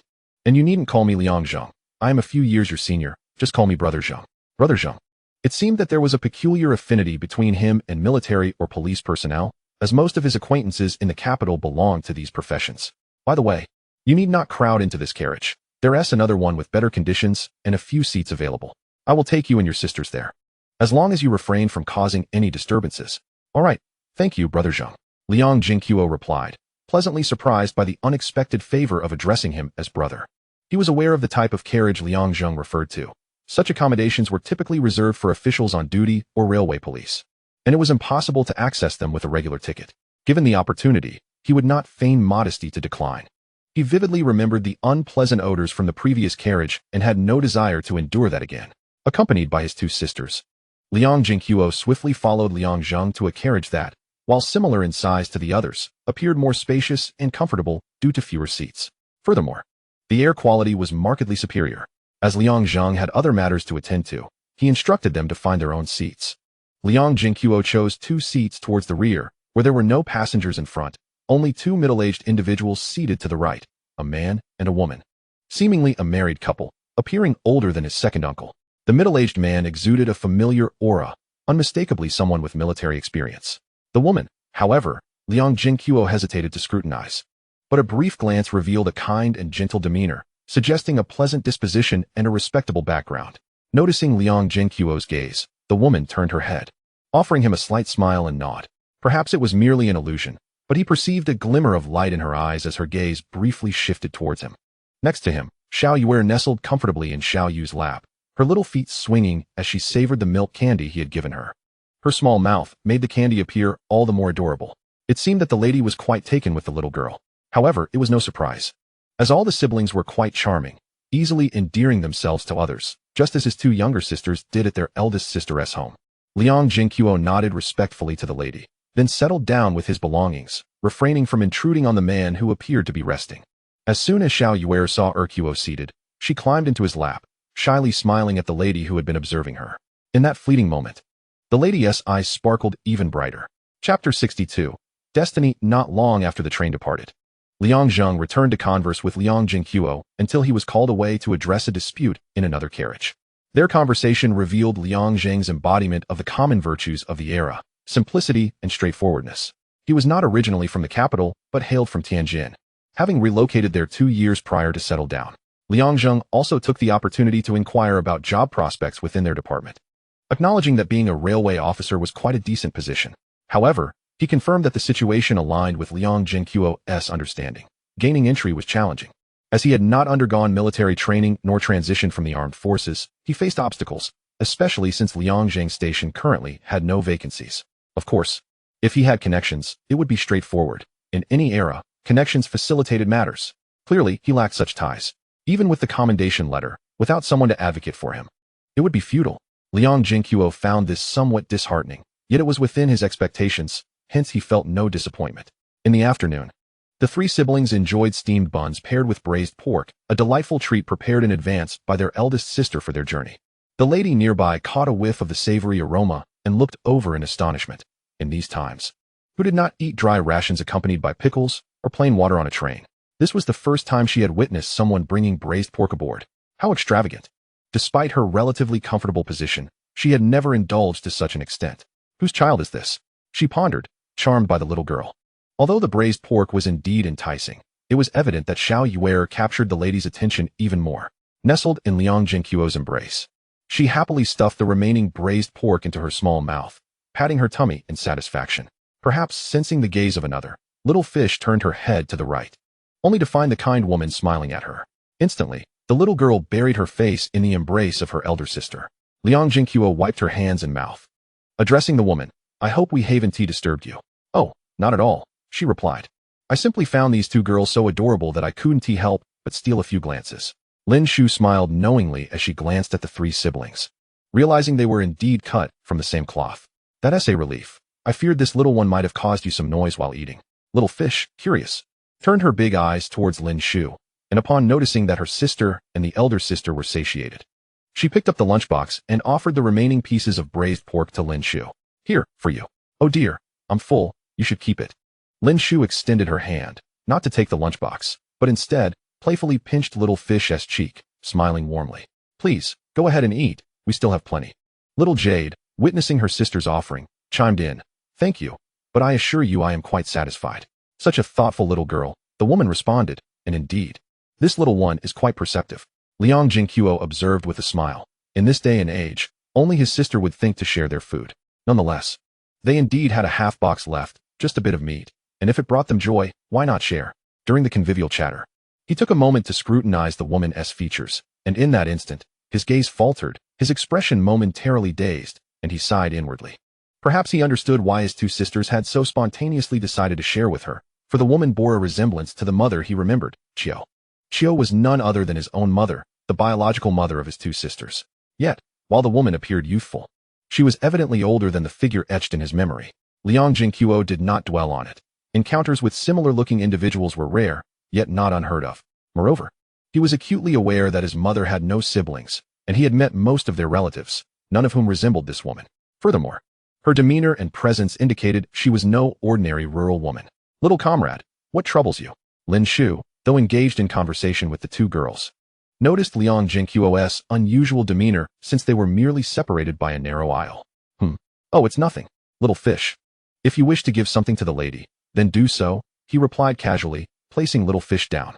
She glanced back at her sister before approaching the lady's seat, placing the lunchbox in her hands, and sweetly said, "Here, for you."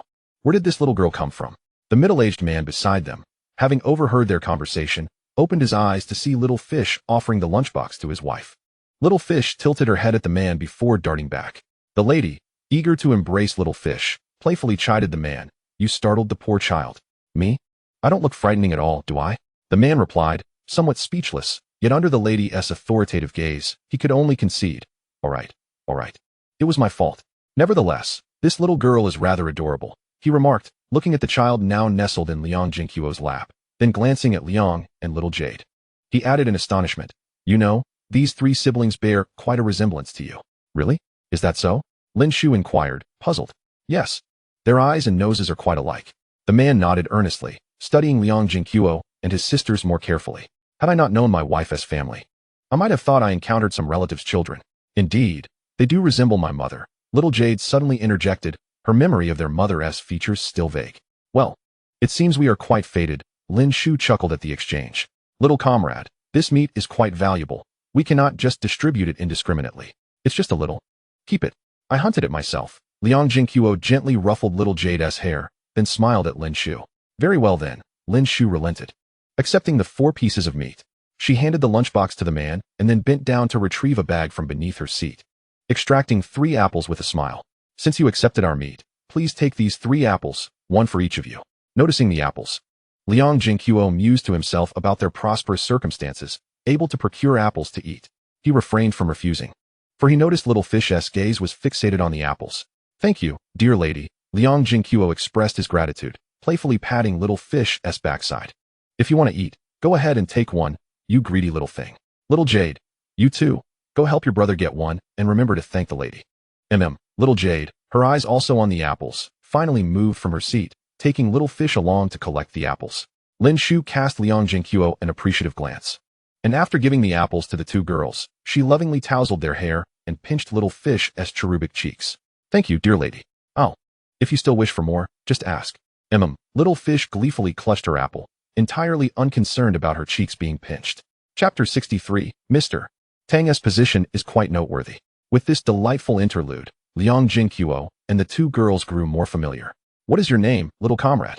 Lin Shu observed as little fish scampered back to Liang Zhenguo's lap, standing on his knees, unable to suppress a smile. Dear lady, I am Liang Zhenguo. The older sister is my 3rd sister, Liang Zhenguo, and this little one is Liang Zhenguo, he replied, steadying little fish. I am Lin Shu, she responded. And according to my husband, we share quite a bond. You may call me Aunt Lin. Lin Shu nodded, then gestured to her husband. As for him, he is Tang Qingshan. You may call him Uncle Tang. All right, Aunt Lin. What does Uncle Tang do? Liang Zhenguo, open to fostering a connection, especially with those older than him, inquired curiously about Tang Qingshan's occupation. Me? I'm just an ordinary demobilized soldier, Tang Qingshan interjected, making a playful face at little fish, who only giggled in response. Ah, this gentleman has quite the knack for entertaining children. Liang Zhenguo had initially assumed Tang Qingshan was a serious man. However, the claim of being an ordinary soldier raised a significant question mark in his mind. This braised meat is not pork. It feels familiar. Perhaps it's badger? Lin Shu suggested, you should give it a try. It's quite tasty. After amusing little fish for a while, Tang Qingshan sampled a piece of the braised meat, and, having savored various wild game, quickly deduced it was badger. I'll have a taste, Lin Shu, intrigued by her husband's remark, took a bite. Indeed, Uncle Tang, it is badger meat, Liang Zhenguo confirmed with a smile. Observing his sisters munching on their apples, he tore his apple in half and took a bite. While he could not identify the specific variety, it was undeniably sweet. After consuming half, he extracted the seeds, thinking how tragic it would be not to cultivate such sweet apples in the space. After storing the seeds and rinsing off the remnants of the fruit, he wrapped them in a damp cloth, knowing that with the unique time properties of the space, they would be ready for planting in just a couple of hours. This was the seed sowing process he had learned in his past life. After all, direct sowing often yielded a low germination rate. Dividing the remaining half into 2, he offered pieces to his sisters, as the next opportunity to enjoy apples would hinge on the fruit trees in their space-bearing fruit, which would take several years. Even in the space, he estimated it would take over 20 days. Second brother, don't you like to eat? Xiao Yu inquired as she accepted the apple from him, lifting her gaze. Well, it's too sweet for my taste. You and Xiao Yu can have it, he replied. All right, thank you, second brother. We do enjoy sweet things, she said gratefully. Thank you. Second brother, echoed Xiao Yu, who was perched on Liang Zhenguo's leg, clutching the apple with both tiny hands and munching away while calling out cheerfully. This little rascal truly knows how to dote on his sister, Tang Qingshan chuckled, his tone laced with admiration. Lin Shuhen nodded in agreement. Once satiated, fatigue crept upon them, especially while in transit. Not long after finishing the apple, both Xiao Yu and Xiao Yu began to drift into slumber, leading to a lull in their conversation. The journey of a day and night swiftly passed. Though the duration remained unchanged, it was undeniably more pleasant than the outbound trip. After greeting Liang Zhenguo and Liang Zheng, he accompanied his sister and the Lin couple out of the station. With the station bustling with people, Liang Zhenguo grasped a suitcase in one hand while holding Xiao Yu's hand with the other. Meanwhile, Xiao Yu was being cradled by Aunt Lin, and Uncle Tang managed 2 bags on his own. To an outsider, it might appear as though they were a family of 5. As they exited the train station, Liang Zhenguo intended to bid farewell to the others when a brand new car approached, halting beside them. A tall young man disembarked, his dark, chiseled features and upright posture indicating a military background, and his steady, powerful stride suggested he was an elite soldier. He walked directly towards them, and, upon reaching Tang Qingshan, saluted respectfully, "Commander." The utterance of commander made Liang Zhenguo's brow arch in surprise. Goodness, a commander, a car, a bodyguard. Uncle Tang certainly held a significant position, and to think he had previously referred to himself as merely an ordinary retired soldier was quite the jest. Sighing, he pondered when his own brother-in-law might attain such stature to warrant a bodyguard. "Xiao Wu has arrived," Tang Qingshan acknowledged with a nod. Upon hearing this, Liang Zhenguo recognized the authoritative tone typical of a leader. Previously, in the family compound at Qingdao, there had been a Xiao Li, and now here was a Xiao Wu. However, those who served close to a leader were no ordinary soldiers. Their connections and rank would surely facilitate faster promotions. Thus, if he dared to call someone Xiao Wu, he might very well find himself on the receiving end of a kick. "Ah, Aunt, you have this car too?" Xiao Yu exclaimed, pointing excitedly at the vehicle. "Oh, little girl, have you ridden in a car before?" Tang Qingshan asked, playfully pinching her cheek, glancing at Liang Zhenguo. From what he gathered on the train, the siblings appeared to come from a modest background. Xiao Yu squirmed to evade his rough hand, which was not pleasant against her delicate face, but ultimately, she could not escape his grasp. "We just rode in one a couple of days ago," she replied, tilting her head upwards. "We went to Qingdao to visit relatives, and my brother-in-law is in the army. On our way back, they happened to have a car going into the city and kindly dropped us off at the station." Liang Zhenguo succinctly explained. Tang Qingshan nodded but remarked, "Taking 2 children along to visit relatives is indeed uncommon. Aren't your parents concerned? You needn't bother. You just arrived and should settle in." Liang Zhenguo declined, realizing the importance of time for someone of Tang Qingshan's status. Even if he addressed them as uncle and aunt, their relationship was merely one of brief acquaintance. "Very well," Tang Qingshan conceded, affectionately ruffling the hair of Xiao Yu and Xiao Yu. "Then uncle shall take his leave." At this moment, Lin Shuhen released Xiao Yu, who noticed her pulling 3 apples from her bag and handing them to the girls. "Take these apples, my dears. Aunt doesn't enjoy them as they are too sweet," she said. Though Liang Zhenguo found her using his excuse rather bemusing, he quickly interjected, "Aunt, they've already had some on the train. Please don't give them more."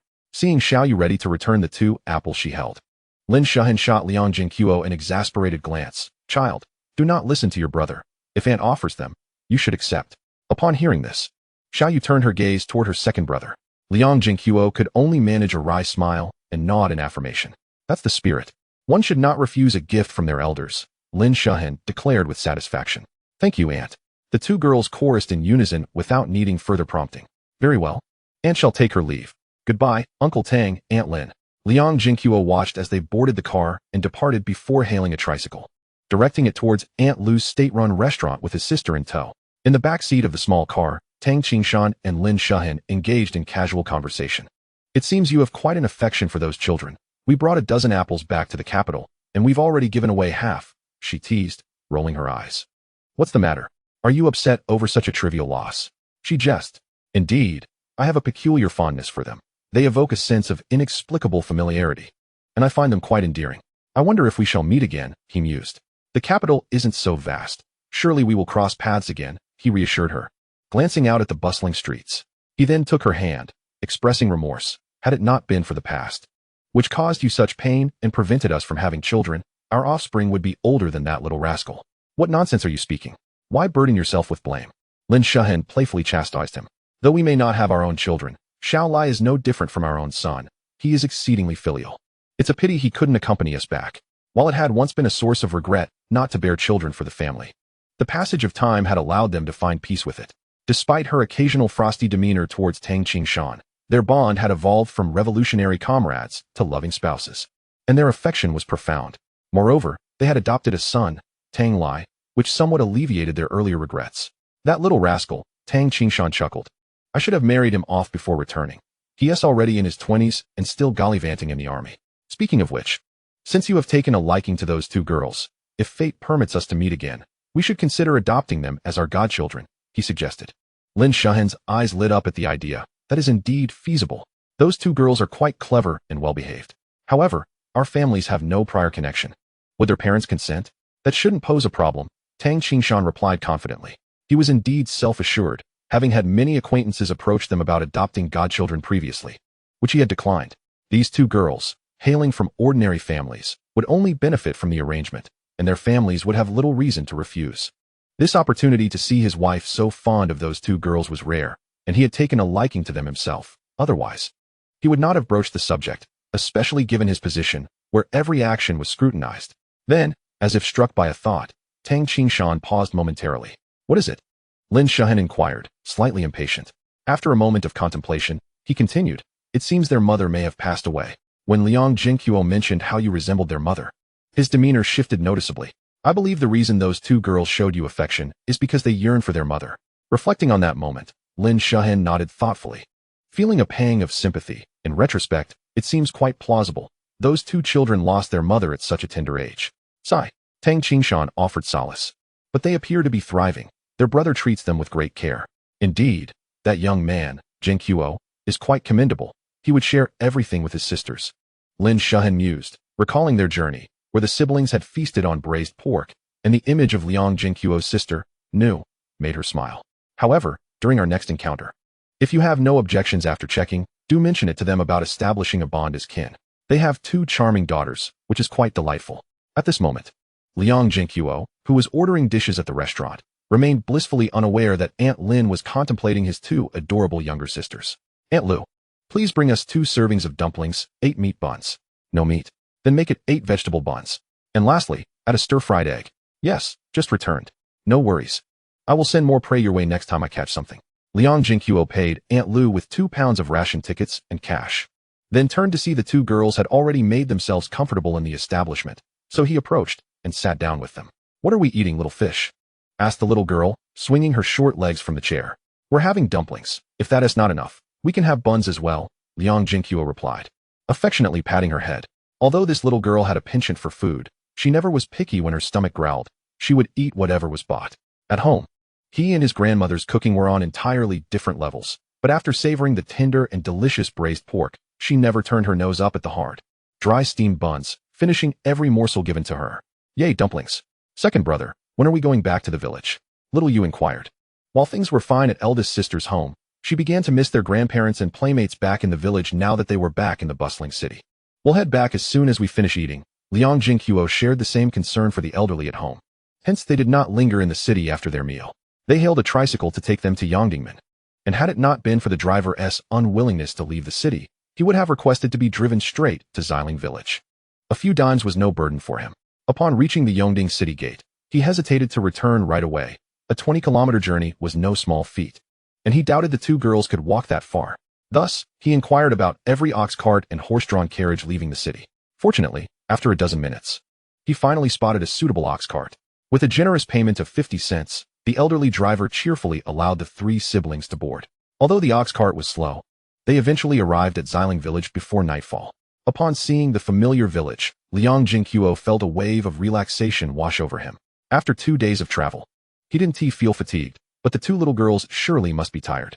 Finally back, little Yu exclaimed joyfully, as it was still light outside. They encountered several villagers upon entering the village. Airway is back. It's been so many days. Yes, Auntly, have you eaten yet? We were just about to eat. Hurry back, your grandparents must be missing you. All right. He greeted every villager with a smile, feeling a warm familiarity upon returning to the village after a few days. As they approached the foot of the back hill, before even entering the door, little Yu and little Fish called out, Grandpa, Grandma, we're back. They pushed the door open and rushed inside, short legs running ahead. The girls are back. Slow down, don't run. Where's your second brother? Come. Let Grandpa see if you've lost any weight. Even before stepping into the courtyard, Liang Zhenguo could hear the joyous laughter of the elderly couple. His pace quickened, and upon entering, he saw little Fish hugging Grandma's leg, while she was holding a pot in one hand and a dripping rag in the other. Clearly having been in the kitchen washing the pot when she heard the girls' voices. It was evident that the elderly lady had been worried about them during their short absence, as her grandchildren had never ventured so far from home before. Grandpa was seated in his usual spot beneath the tree in the yard, smiling as he affectionately patted little Yu's head. Grandpa, Grandma, I'm back. Liang Zhenguo called out as well. Ah, is Airway doing well? How is Junzi's health? Is everything all right? The elderly couple finally spotted Liang Zhenguo. Setting down the pot and rag, Grandma walked over, cradling little fish in her arms and continuously inquiring. All is well. Eldest sister is recovering nicely. And my little nephew is chubby and healthy, like a robust calf. Oh, your brother-in-law is now an officer, a deputy battalion commander, Liang Zhenguo replied with a smile. As long as he is healthy.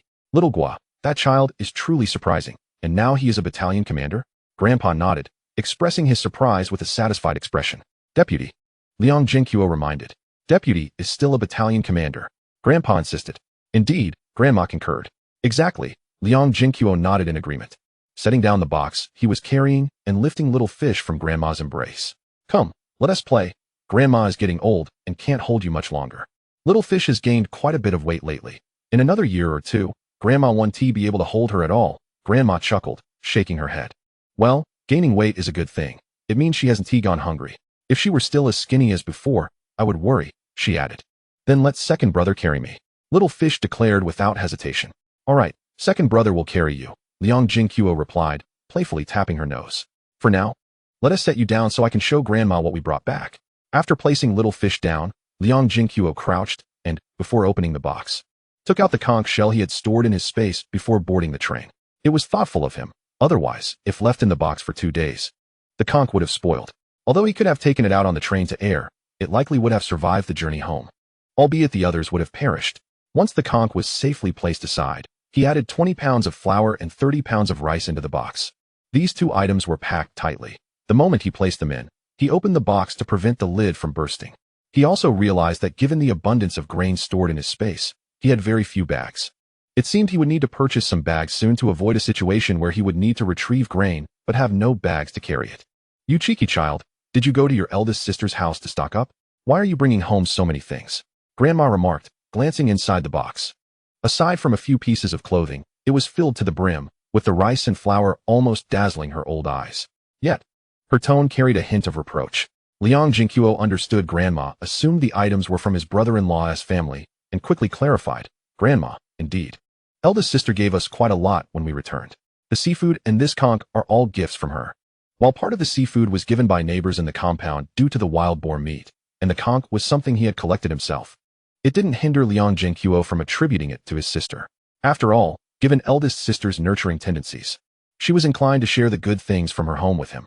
However, both she and her husband were perplexed as to what valuable items they had at home, realizing that most of the good stuff was what he brought along. Moreover, he had grain, but could not assist everyone. Nor did he wish to appear as a benefactor distributing grain. Such actions would undoubtedly lead to his downfall. However, for his family, he certainly wished for them not to live frugally. He never intended to demand anything from eldest sister's family. Instead, he would periodically send some grain to her, albeit in modest amounts to avoid causing trouble. As for this rice and flour, they were rewards for hunting 2 wild boars with his brother-in-law. And the local leaders allowed him to bring some back for the 2 of you. Rest assured, dear sister, there is plenty to spare at home. And ample meat as well. Otherwise, I would not have accepted it. Liang Zhenguo spoke, simultaneously offering an apology in his heart to Commander Chun, for there was little choice. Given the hierarchy of authority, the wild boar was procured through exchange. As long as it wasn't a gift from your brother-in-law and his family, it was acceptable. Their family of 5, along with the little Gua family, was under considerable strain. Grandfather and grandmother nodded in understanding. They could accept the exchange for the wild boar. The abundance of dried goods was already substantial. If Xiao Guowan had also provided several dozen pounds of grain, they would have to decline. For such matters carry significant weight. In an era where starvation loomed, several dozen pounds of grain could sustain a family for an extended period. Fortunately, the grandson was sensible and understanding. With this matter settled, grandmother cheerfully began to store the rice, flour, and dried goods. Her heart swelling with joy as she watched the grain cabinet fill up. Moreover, the village had commenced distributing grain, alleviating the burden on their second son's family, which now meant they need not collect from them anymore, leading to a relatively more prosperous existence, truly a cause for celebration. After days of separation, the grandfather and grandson had much to converse about. Once the items were stored, the elderly lady promptly emerged. Upon returning, the grandmother was just about to prepare dinner, while Liang Zhenguo and the others had only eaten dumplings for lunch, saving the buns for the evening meal. Liang Zhenguo set about boiling the conch while the family gathered around, enjoying the buns and recounting their experiences in Qingdao over the past few days. However, most of the conversation was animated exchanges between the 2 young ladies, especially when they spoke of their seaside adventures, waving their tiny hands in excitement. When they mentioned riding in a car, even grandfather felt a tinge of envy. He had ridden in ox carts, horse-drawn carriages, and donkey carts. Yet he had no experience of riding in a car. He had merely seen bicycles, as no one in the village owned one. Before long, the conch was ready. Although the grandmother grumbled that it should be saved for tomorrow's meal, Liang Zhenguo insisted, and they all gathered to eat. However, before they began, Liang Zhenguo asked Xiao to summon Xiaohua and her nieces and nephews. He refrained from calling others, as there was simply not enough to share. After the meal, just as grandmother took the two young ladies to wash up, she suddenly slapped her forehead, exclaiming, "I knew I had forgotten something. Airway, a few days ago, someone sent you a letter, and I placed it in the house. Let me fetch it for you." Saying this, the elderly lady hurried back inside, anxious not to forget again. Another letter? The last was from elder sister's family, and this one was surely different. For he had no other friends requiring telegrams or letters. "Here you go, it's from 49 City," grandmother said, still unopened. Soon, she emerged with an envelope. Noticing her two granddaughters waiting for her, with the sky darkening, the grandmother quickly tended to their washing, focusing mainly on Xiaoyu. Upon hearing 49 City, Liang Zhenguo's anticipation grew, and he eagerly opened the letter. It was brief. Within 2 minutes, he had finished reading. As he had surmised, the letter was from Sun Jianwen, concerning work quotas. However, he felt a slight disappointment, for it was not the railway police position he had desired, but rather a work quota at the steel mill, devoid of the presence of Shazhu. Chapter 66. The work quota for a security guard at the steel mill. Since Liang Zhenguo had broached the subject of work quotas with Director Sun, he had consulted several friends, with wild boar meat as his leverage. Obtaining a quota was not particularly challenging, especially upon learning that he could procure wild boar. One friend outright declared he should work in their factory's procurement department as a formal employee. However, Director Sun firmly deemed it inappropriate. Firstly, it did not align with Liang Zhenguo's requirements, and secondly, he internally lamented that if Liang joined their procurement department, any future wild boar would be entirely diverted to them, leaving nothing for his department. Nonetheless, positions like the railway police or transportation driver at the grain station were beyond his reach, as he had no connections there. Ultimately, during a drinking session, he inquired with Huang Fei from the steel mill security department, the same Huang who Liang Zhenguo had met previously. Initially, Director Sun had little hope because he had asked about the security department's quota. It is important to note that the security department of the steel mill did not fall under the factory's jurisdiction or the public security system, but was overseen by the military. Thus, most security guards were either active duty soldiers or veterans. Therefore, when Director Sun casually inquired, he was astonished when Huang Fei said it was indeed possible. The letter elucidated that they had recently recruited 4 new security guards, but one could not report for certain reasons, leaving a vacancy. Sun had inquired just in time. And considering Huang Fei was already familiar with Liang Zhenguo, having heard of his remarkable skills in apprehending a spy for the police station, he was inclined to reserve this position for him. Of course, the work quota at the steel mill, a massive factory with thousands of employees, came with conditions. After discussing with the labor department and the head of the security department, they unanimously stipulated that Liang Zhenguo must provide 1,000 pounds of meat, regardless of whether it was wild boar or other game.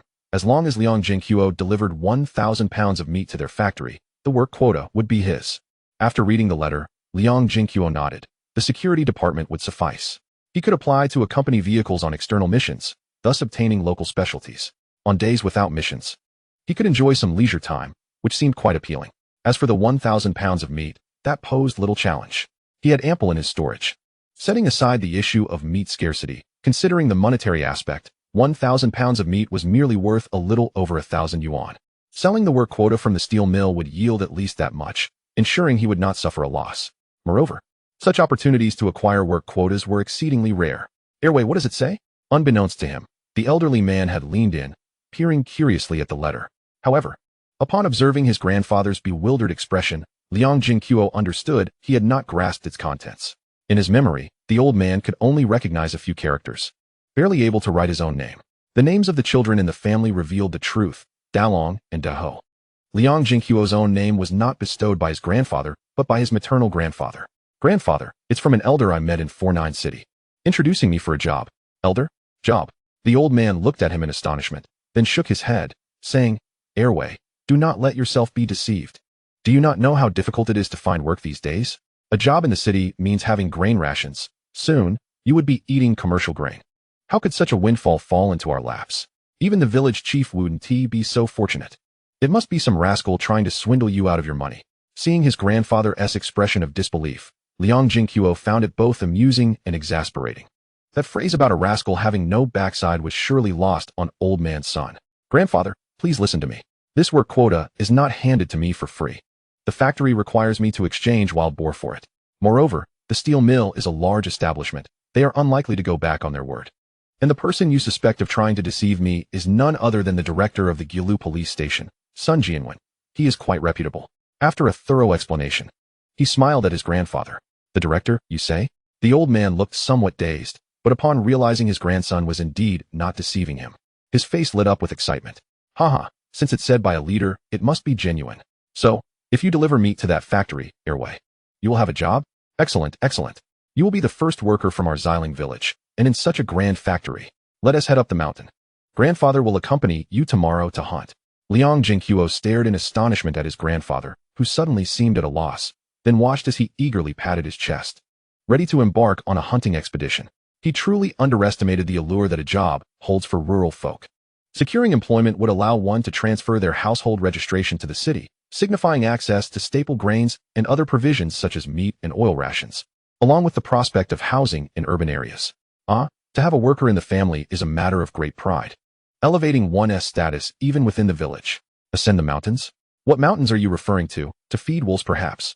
When grandmother heard grandfather's exuberant exclamations, she thought her old man had lost his mind. With his frail limbs, how could he even contemplate scaling mountains? My dear, our grandson is destined to become a worker. The old man spoke as if he had already secured the job quota, while Liang Zhenguo felt the urge to cover his face in embarrassment had it not been for the privacy of their courtyard. Although he was indeed capable of procuring meat, as long as the quota was not firmly in hand, he wished to keep this knowledge away from prying eyes. What? Is that letter about a job quota? Grandmother exclaimed, rushing over to snatch the envelope. Well, not quite yet, but someone has promised to reserve it for me. As long as I deliver the meat, I will receive the job quota. Let us keep this under wraps for now, Liang Zhenguo quickly clarified, omitting the specifics of how much meat was required. For 1,000 caddies would entail hunting several wild boars. More meat? The old woman initially expressed disappointment, but then realized that such a coveted quota would not come without cost, and thus declared with conviction, indeed, we must keep this discreet. Even if we obtain the quota, we cannot boast about it. It should only be spoken of once we are in the factory, lest someone covet our quota. Right, no one must know. The old man nodded in agreement, regaining his composure. Liang Zhenguo, seeing this, chuckled, Grandpa, you mustn't climb the mountains. Trust your grandson. In a couple of days, I will bring back the quota, and we shall visit the village chief together to obtain the introduction letter. Haha, no more mountain climbing for me. The old man, now calmed down, acknowledged his earlier overexcitement, realizing that at his age, he might as well be feeding wolves. All right, Grandpa. I look forward to going with you to get the introduction letter. Chapter 67. He knocked out his father's front teeth. After introducing the situation at the steel mill and how he met Sun Jianwen to his grandparents, they were finally satisfied and allowed Liang Zhenguo to wash up. Upon returning to the room after his bath, he found his two younger sisters already fast asleep, clearly exhausted from the day's journey. He gently tucked in their blankets before lying down himself, closing his eyes to rest. It was only after the kerosene lamp in his grandparents' room had extinguished that he stealthily rose and slipped out into the night. After several days apart, he found himself yearning for Sister Qin. Upon arriving at Qin Wei's door, he sensed the atmosphere and discovered that the mother and daughter were already nestled in bed. Little Lan'er was breathing steadily, indicating she was sound asleep, while Sister Qin had yet to succumb to slumber, relieved that she was still awake. Liang Zhenguo refrained from knocking and instead took a couple of steps back before easily vaulting over the wall. Sister, he called softly as he approached the door, careful not to startle her. Inside, Qin Wei turned over, suddenly sitting up and quickly donning her outer garment, ensuring her ample bosom, barely concealed by her red belly band, was well covered, her eyes anxiously focused on the doorway. It's me, sister, don't be alarmed. His voice came again from behind the door, and upon recognizing it as Liang Zhenguo's, she breathed a sigh of relief. The first voice had hinted at familiarity, but she had wondered if it was merely a figment of her longing for him. Knowing it was indeed Liang Zhenguo, she glanced at her daughter still in deep slumber, lit the kerosene lamp, and hurriedly slipped on her shoes before cautiously opening the door. The glow of the lamp illuminated the handsome face of the man waiting at her door, and an involuntary smile of joy spread across her face. I thought I had misheard. When did you return? Liang Zhenguo smiled back at the charming woman before him. I came back right after you all finished work. As soon as Grandma and the others fell asleep, I rushed over to find you. Upon hearing this, Qin Wei's eyes shimmered with affection. The flood of longing she had felt over the past few days bursting forth. Hanging the lamp on the hook by the door, she closed the door to her daughter's room and immediately stepped forward to embrace the man before her, with beauty in his arms. Liang Zhenguo set down the bag of flour he had brought from his space and held her close, inhaling the familiar scent that enveloped her. Yet, before long, he found himself distracted. After they released each other, a gust of autumn wind swept through, and Liang Zhenguo's gaze fixated intently on Qin Wei's figure. Noticing his stare, Qin Wei looked down and realized her outer garment had come undone, revealing the red belly band beneath. As she blushed and attempted to fasten it again, Liang Zhenguo seized the moment, gripping the bag of flour in one hand and taking her by the wrist with the other, leading her into the adjacent room. Who could withstand such temptation presented by the red belly band, especially since he had been sleeping alone for days? Witnessing this was akin to striking a match to kindling. Qin Wei allowed the impatient Liang Zhenguo to pull her inside, a subtle smile gracing her lips, clearly pleased with her ability to captivate him. After a whirlwind of passion, Liang Zhenguo contentedly held the slightly perspiring Qin Wei close. He reflected on how she had eagerly embraced the intricate knowledge he had shared moments ago, transitioning from novice to adept with such grace, and he couldn't help but plant a tender kiss on her flushed cheek. "Zhenguo, tell me about Kindale." "I've never traveled far from home," Qin Wei murmured, tracing circles on his chest, her voice soft yet slightly husky. "Well, in truth, it's not all that different from here. However, the ocean there is quite splendid, and I believe the seafood is far tastier than the fish from the reservoir. Once the country improves in a few years, I'll take you to see it. It's a promise. Your man's word is bond. Oh, and by the way, there's white flour on the table and a few dried sea fish. You should try them tomorrow." "All right." Qin Wei nestled deeper into his embrace. Liang Zhenguo chuckled as he playfully squeezed her shapely rear. "How have you been these past few days?" "Everything all right." Upon hearing this, Qin Wei hesitated, opening her mouth but not uttering a sound, before quickly replying, "I've been well." Liang Zhenguo furrowed his brow, sensing something amiss with the woman in his arms. He gave her rear a gentle pat, feigning irritation. "There's definitely something wrong. Spill it. Otherwise, you won't get a wink of sleep until dawn." Qin Wei rolled her eyes and lightly twisted against his chest, knowing full well what staying awake would entail. Yet she was genuinely concerned that he might want more. For tonight he was far more fervent than before. Like a raging bull, while it was indeed pleasurable, it was also overwhelming. Thus, she quickly spoke up. "It's nothing serious. You remember that Go and Tying Yo from the neighboring village who used to harass me? I heard they've been missing for many days now. Their families reported it to the police, claiming they often came to our village looking for me. So the police came to question me yesterday. However, they regularly end up in the station, and the officers there know what kind of people they are. After a routine inquiry, the matter was left unresolved. But those two families were unreasonable. This morning, they came to the village making a scene, accusing me of causing their son's disappearance, and were promptly driven away by our villagers, led by the village chief. They reported to the police again. But the officers warned them against disrupting the community's unity and affecting collective labor, and they were taken in for re-education, which finally sent them away in disgrace." Qin Wei relayed everything in one breath. "Who is Ergo?" Liang Zhenguo paused, then recalled that they were the two ruffians he had dealt with before. Time had elapsed since their encounter, and he had nearly forgotten about them. Casting a glance at the farm space, he mused that those two must have become nutrients for the black soil by now. He was not surprised by the unreasonable behavior of their families. After all, how else could one raise two ruffian sons? Liang Zhenguo gently tousled Qin Wei's hair in a soothing manner before speaking. "Those two are nothing but ruffians, having offended so many people and frequently frequenting the black market. It's hardly surprising that they would encounter trouble. Their families wouldn't dare to disturb anyone else. So they must have come to our village, thinking you're a vulnerable woman, hoping to extort some money from us. However, the villagers of Xiling village have truly shown their strength. Brother Chen had once extended his kindness to many villagers, and they are well aware of your close relationship with him. You had previously gifted the village with wild boar, so it seems that your generosity was not in vain. Uncle Kue leads the charge, unafraid of any reprimands from the commune. Such bravado. Nevertheless, most villagers appreciate a bold leader like him. It appears that in the future, with more wild boar, I shall need to treat my beloved villagers once again. After all, Sister Qin is my own woman. Standing up for her is tantamount to standing up for myself. Yet, alas." Liang Zhenguo suddenly expressed his regret. "Regret about what?" Qin Wei asked, puzzled. "I regret returning too late. Otherwise, I would have knocked out that scoundrel's front teeth. How dare he bully my precious wife? I can't even bear to bully her myself." Qin Wei chuckled softly, her heart swelling with sweetness as she tightened her embrace around Liang Zhenguo's arm. Chapter 68. What? I am to marry? After sharing a laugh, She quickly pressed down on Liang Zhenguo's mischievous hand and curiously inquired, "My little scamp, didn't the old lady say anything when you returned home?" "Say what?" Liang Zhenguo replied, looking down at the woman in his arms, perplexed.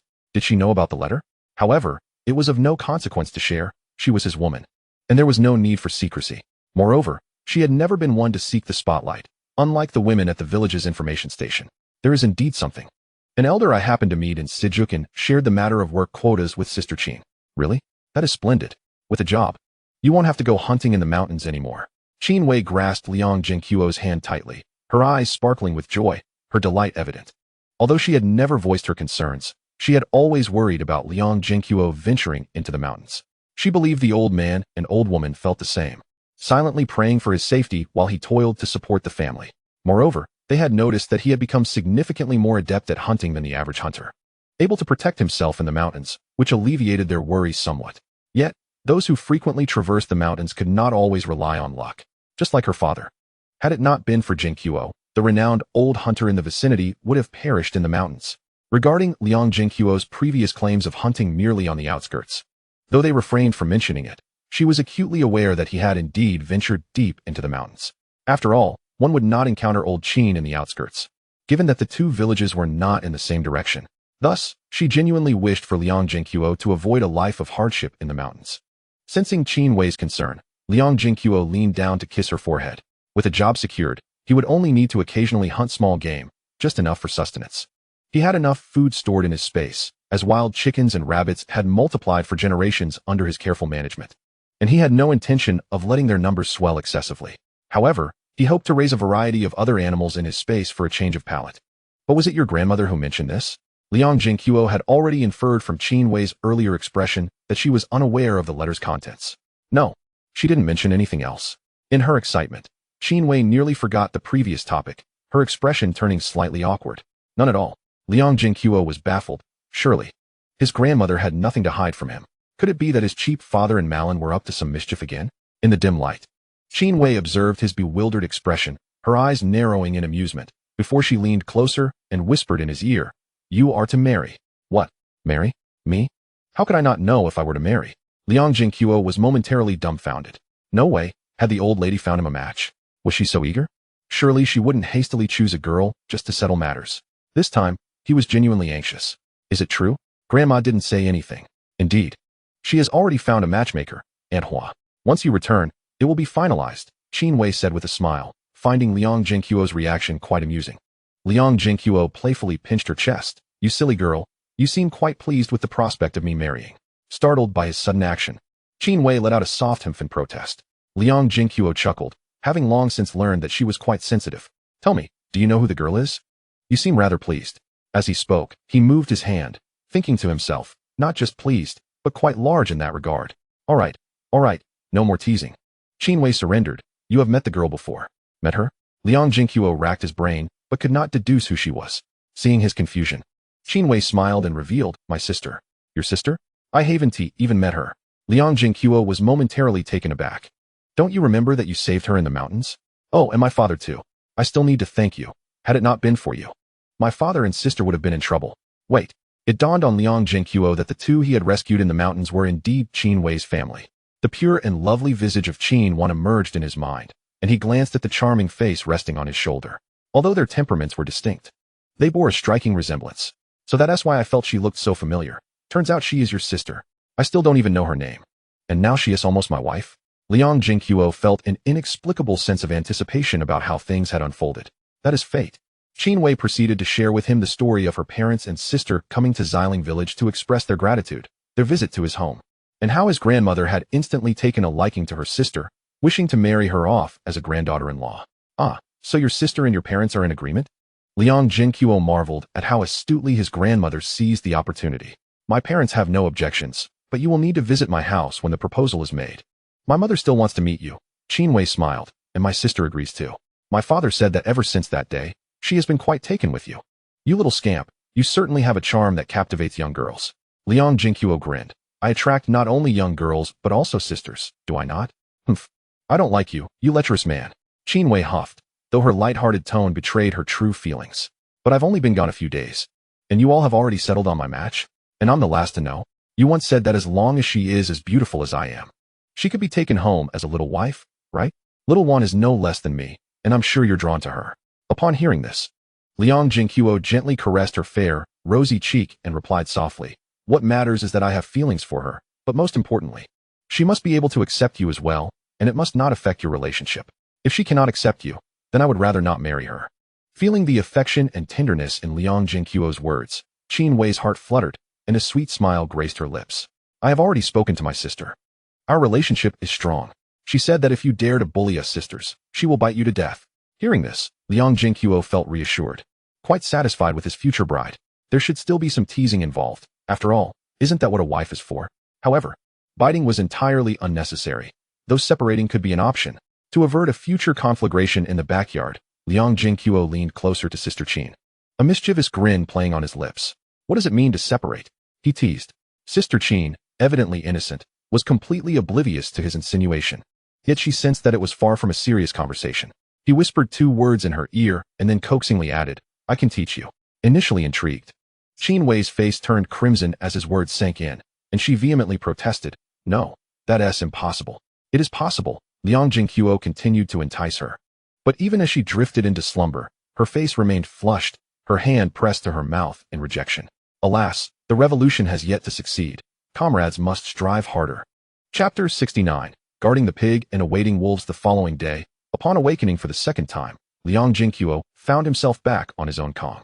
Lying there, he began to harvest the crops from his space. The wheat and rice sown earlier were now ready for collection.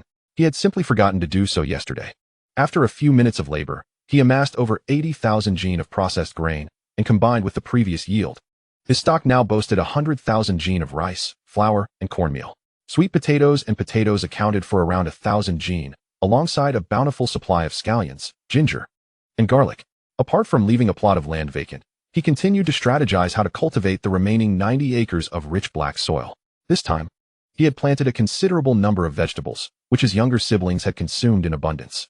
However, the diet had consisted solely of a meager selection of wild greens, resulting in a nutritional imbalance. The apple seeds he had previously sown had matured into 10 young apple saplings, promising fresh fruit in a little over 20 days. Everything seemed to be progressing favorably, and with satisfaction, Liang Zhenguo accompanied his 2 younger sisters to wash up. After their grandmother prepared breakfast, he entered the kitchen and casually noticed a wild pig's hind leg resting there. "Grandmother, why do we have a pig's hind leg at home?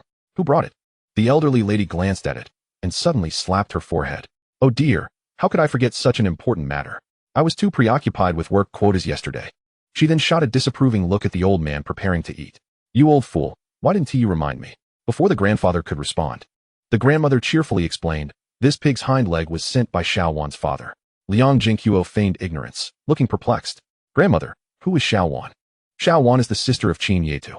You saved her and her father on the mountain not long ago. I must tell you, that girl has taken a liking to you, and I am quite pleased with this prospective granddaughter-in-law. So I have arranged this match for you. She is exceptionally beautiful and quite sensible." Finally, under his guidance, the grandmother divulged the engagement plans, which he had been eager to learn. After her enthusiastic praise of Qin Wan, she inquired, "Erwei, what do you think of this arrangement?" Liang Zhenguo quickly flattered her. "Grandmother's judgment is undoubtedly impeccable. The bride she has chosen must be extraordinary. I will heed your advice." The old lady's eyes crinkled into a smile, her wrinkles unfurling like flowers blooming in spring. "Then it's settled. Tomorrow, your second uncle and Aunt Hua will accompany you to finalize the engagement and discuss an auspicious date for the wedding." "But, grandmother, I am only 18. It's fine to set the engagement, but we shouldn't rush into the marriage, especially since we can't register yet." Liang Zhenguo suddenly realized that he might not be of legal age to obtain a marriage certificate. What a trivial matter. The son of Aunt Chunxiang from the neighboring village is the same age as you and runs around with his pants down every day. And what about your brothers, Dalong and Dahu? They are all younger than you. Besides, that girl is quite lovely and of the right age. Matchmakers are swarming her. There's no reason to delay. We can set the engagement now and register the marriage later when the time is right. Liang Zhenguo blinked, wanting to remind her that there was still Xiao who was younger, but ultimately chose silence. Moreover, the old lady had a point. In rural areas, marriages typically occurred early. Even in a few decades, this trend would likely remain unchanged. Furthermore, Qin Wan was precisely at the right age. Having already been delayed for 2 years, she might not be willing to wait another 2. If someone else intercepted her, he would have nowhere to lament. His desire to postpone for 2 years stemmed from concerns about the implications of marriage. After all, if he married and went to work in the city, he would likely take her with him. Living together without a marriage certificate could provoke gossip among neighbors. Yet, upon reflection, he realized he was perhaps overthinking it. In this era, many couples live together without a certificate. Surely, they wouldn't focus solely on him, especially since their relationship was legitimate, and it was a proper engagement. As for his wish to bring Sister Qin with him, it was a mutual affection. At most, he was just overly sentimental. Liang Zhenguo soon reassured himself and smiled at the old lady. All right, I will follow grandmother's wishes. That's the spirit. Tomorrow, you will accompany them, be sweet-tongued, and leave the rest to your second uncle and Aunt Hua. Understood. Liang Zhenguo nodded obediently, aware that he lacked knowledge in this area. With the matter settled, the grandmother happily called everyone to the table for breakfast. Today's meal consisted of steamed buns paired with pumpkin porridge, which was enriched with bits of meat. Thanks to the ample seasonings he had brought home, the flavor was delightful. Although he was to finalize the engagement tomorrow, he still ventured up the mountain after breakfast. While a wife was important, the work quotas could not be delayed for long. Time was of the essence. In addition to the bred wild rabbits and wild chickens, his space now housed 4 wild pigs, 2 large and 2 small, adding up to around 500 gene, along with a hedgehog and a badger weighing less than 100 gene, and 2 elk that likely weighed 500 gene, bringing the total to just over 1,000. The meat was certainly sufficient. Yet the inherent frugality of the Chinese people compelled him to refrain from selling all his game at once. After all, once he moved to the city, his opportunities to hunt would diminish, and he would need alternative sources of meat. As for why he did not trade wild chickens or rabbits, a few might be manageable. But transporting dozens or hundreds to the steel mill would pose a challenge in terms of explanation. He couldn't simply claim he had been raising them for months. This time, he chose a different path, heading northeast toward the back mountain. If the villagers were to be believed, there was a lake in that direction. Though he was not interested in fishing, he already had plenty of fish in his space, which, after such prolonged care, would surely be of superior quality compared to those outside. His motivation for venturing there was the presence of water sources, which typically attracted game. However, he had also heard of wolf packs roaming the area, making it less frequented by hunters, except during joint hunts organized by several villages. The journey was lengthy, and after nearly an hour of traversing the forest, Liang Zhenguo approached the area described by the villagers. Just as he was about to catch sight of the mountain lake, he paused, spotting a wild pig ahead of him. It was larger than the 2 he had in his space, so he swiftly took it down with a single shot. As he approached the wild pig, stepping on its belly, he intended to store it in his space but halted. Injured? He noticed bite marks on the beast. Upon closer inspection, he discovered several wounds on the wild pig, though its tough skin and muscle remained unbroken. Few creatures in the mountains could contend with a wild pig. Observing the blood still oozing from its wounds, he surmised that it had likely encountered a wolf pack. However, Liang Zhenguo remained composed. It seemed to be a small group of wolves, for otherwise, they would have subdued the wild pig after inflicting so many bites. Surveying his surroundings, Liang Zhenguo chose not to store the pig immediately, but instead climbed a tree about 20 meters away from it. Today, he sought to engage in a game of guarding the pig while waiting for wolves. Chapter 70. A fortunate day as he had anticipated. Liang Zhenguo had barely perched on the tree for a quarter of an hour when, within the range of his mental detection, several gray wolves began to appear. The wolf pack would not easily relent in the pursuit of an injured prey, especially if it were a solitary wild boar.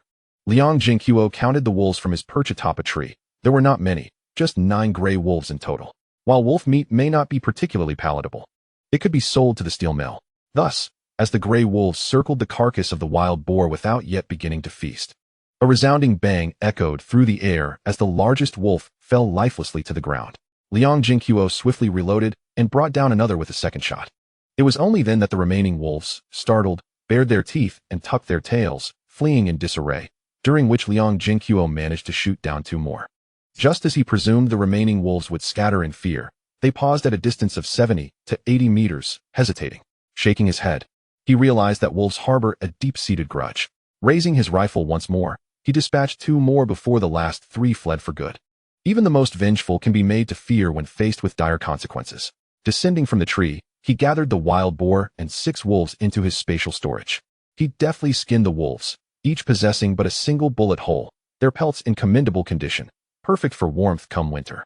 Continuing along the lakeshore, he encountered no game, perhaps startled away by the earlier gunfire. A brief survey revealed the lake was not expansive, with water flowing outward. He could not discern its orientation relative to nearby villages. As he walked alongside the water's edge, nearing the lake's end, his keen senses detected two green heads poking up from the grass. Mallards, in fact. How curious it was to find such creatures in this mountainous lake, far from the reed beds they typically inhabit. Upon further inspection, he confirmed only the two ducks were present, likely having swum in from the lower lake. Not wishing to waste ammunition on them, he devised a plan instead. Collecting several slender twigs, he bound them together and stealthily approached the ducks, gently maneuvering the makeshift pole into the brush. Oblivious to his presence, the two greenheads found themselves drawn into his farm space along with several duck eggs nestled beneath. With a smile, Liang Zhenguo felt a sense of modest success. His collection of poultry was now complete. He had no intention of venturing further, as he needed to return by noon. His second uncle was awaiting him to discuss tomorrow's betrothal. On his way back, curiosity compelled him to explore the lake for fish. However, he found nothing particularly remarkable. Just the usual stock akin to that found in reservoirs, though he did spot a few soft-shelled turtles. Eager to add to his collection, particularly since turtle soup is quite nourishing, he employed the same method he had used for the ducks, successfully securing 5 turtles into his spatial storage. Yet, while capturing the last turtle, he uncovered an iron box buried in the mud. Driven by curiosity, Liang Zhenguo retrieved the box, noticing it was locked. This time, he focused his mental energy on penetrating the box. To his astonishment, a brilliant yellow light emerged, nearly blinding him. Excited, he broke the lock and opened the box, revealing an ample stash of large yellow croakers. A broad grin spread across his face at the sight. What could bring greater joy than unexpected windfall? Each fish was well preserved, totaling 20, each weighing over 300 grams. Though he was uncertain of the current market value of gold, he knew well enough not to risk selling it. By 2010, these 20 yellow croakers would be worth at least $1.5 million, and by the time he traveled to the era he now inhabited, their value could potentially double. Patting the box, he returned the golden treasure to his spatial storage. Whoever had discarded it was now irrelevant. It belonged to him. Concealed in the lake, likely the remnants of ill-gotten gains. With a newfound fortune, Liang Zhenguo's steps felt lighter on his return journey. Perhaps today was fortuitous. On his way back, he encountered 3 unsuspecting roe deer, creatures driven by curiosity so much so that they would return to investigate the sound of a gunshot. The last one he had encountered fell to his rifle, but this time, he took a moment to render one unconscious and stow it in his space. With a betrothal on the horizon, he had no time to venture into the city. It would be imprudent to bring a dead deer home, and he believed they would prefer it alive. Along with a wild boar, he could offer 3 wolves, totaling over 500 pounds, a fair exchange that would ensure no objections. Upon reaching the back mountain, he released 3 wild chickens and a doe, carrying his bounty down the hill. Amidst the cheers of several small children, Liang Zhenguo returned home. "Oh, Airway, quite the haul you've got today," exclaimed his second uncle, drawn by the commotion. In the yard were his second aunt, grandparents, and Aunt Hua, engaged in discussions about the upcoming events. "Not too shabby," Liang Zhenguo replied. "So you're all here. We've been here for a while. Go wash your hands. And come listen. This is a significant moment in your life." His grandmother chimed in, as his grandfather took hold of the game. "Grandpa, this roe deer is still alive. Make sure to tie it up, or we'll have to chase it all over the yard," Liang Zhenguo remarked as he noticed his grandfather placing the deer on the ground. Alive indeed. The old man quickly fetched a rope to secure it. Subsequently, Liang Zhenguo settled down, eagerly listening to his grandmother and the others discuss the wedding preparations, for this was his first experience with marriage. Rural weddings nowadays are quite straightforward. They visit the family of the bride, meet to discuss familial circumstances, and if all goes well, the betrothal can be confirmed, followed by discussions of dowries and wedding dates. They spoke at length, and Liang Zhenguo gathered the essence of their conversation. However, aside from him, both families had already met and found much to agree upon. The bride's family had also expressed their interest, and having gleaned information from Sister Qin, he felt assured that the engagement was nearly sealed. Their chatter continued until it was time to depart for work. Noticing this, Liang Zhenguo took 2 of the 3 wild chickens, handing one to Aunt Hua with a smile. "Auntie, whether or not I marry a beautiful wife tomorrow depends on you. I'll guarantee you bring that girl home, but you can keep the chickens. We're all from the same village, and I've helped others match before. There are plenty willing to assist." Aunt Hua waved her hand dismissively. Without needing Liang Zhenguo to speak, his grandmother placed the chicken in Aunt Hua's hands. "Take it. The one I caught before heading to Kindeo is still being raised and hasn't been eaten yet. You must take it back and can't refuse." "All right then."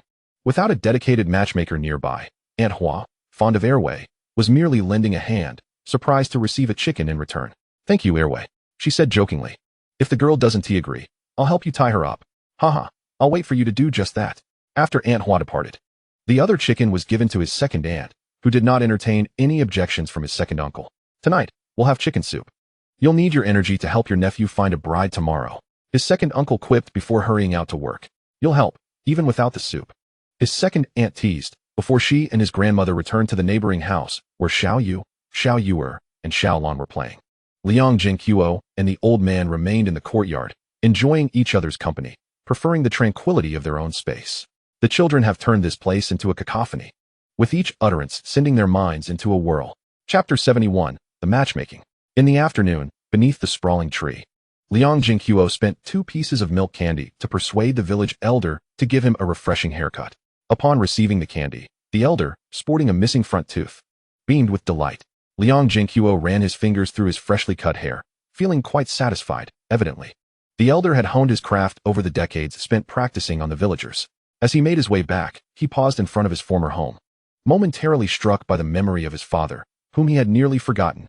If Aunt Hua was aware of his grandmother's efforts to find him a bride, then it was reasonable to assume that Liang Qiaozu and his wife, residing in the village's heart, were also in the know. Furthermore, since the second uncle worked alongside him in the fields, he too should be informed about the matchmaking taking place today and tomorrow. However, it seemed they preferred to disregard him. Shaking his head, Liang Zhenguo concluded that this was for the best. Moreover, since his grandmother had not mentioned them, he resolved to act as if they did not exist. Even if a wedding date were set, the absence of a banquet and the customary toasts would spare him any awkwardness. After all, during these famine-stricken years, merely filling one's belly was a challenge. No one could afford to host a celebration, and he himself had no desire to flaunt such ostentation. In the evening, after a prolonged stay in this era, he finally enjoyed a bowl of rice. Although it was merely congee, his grandmother had been quite generous, pairing it with dried sea fish he had brought back from his elder sister, along with a bowl of chicken soup, truly delightful.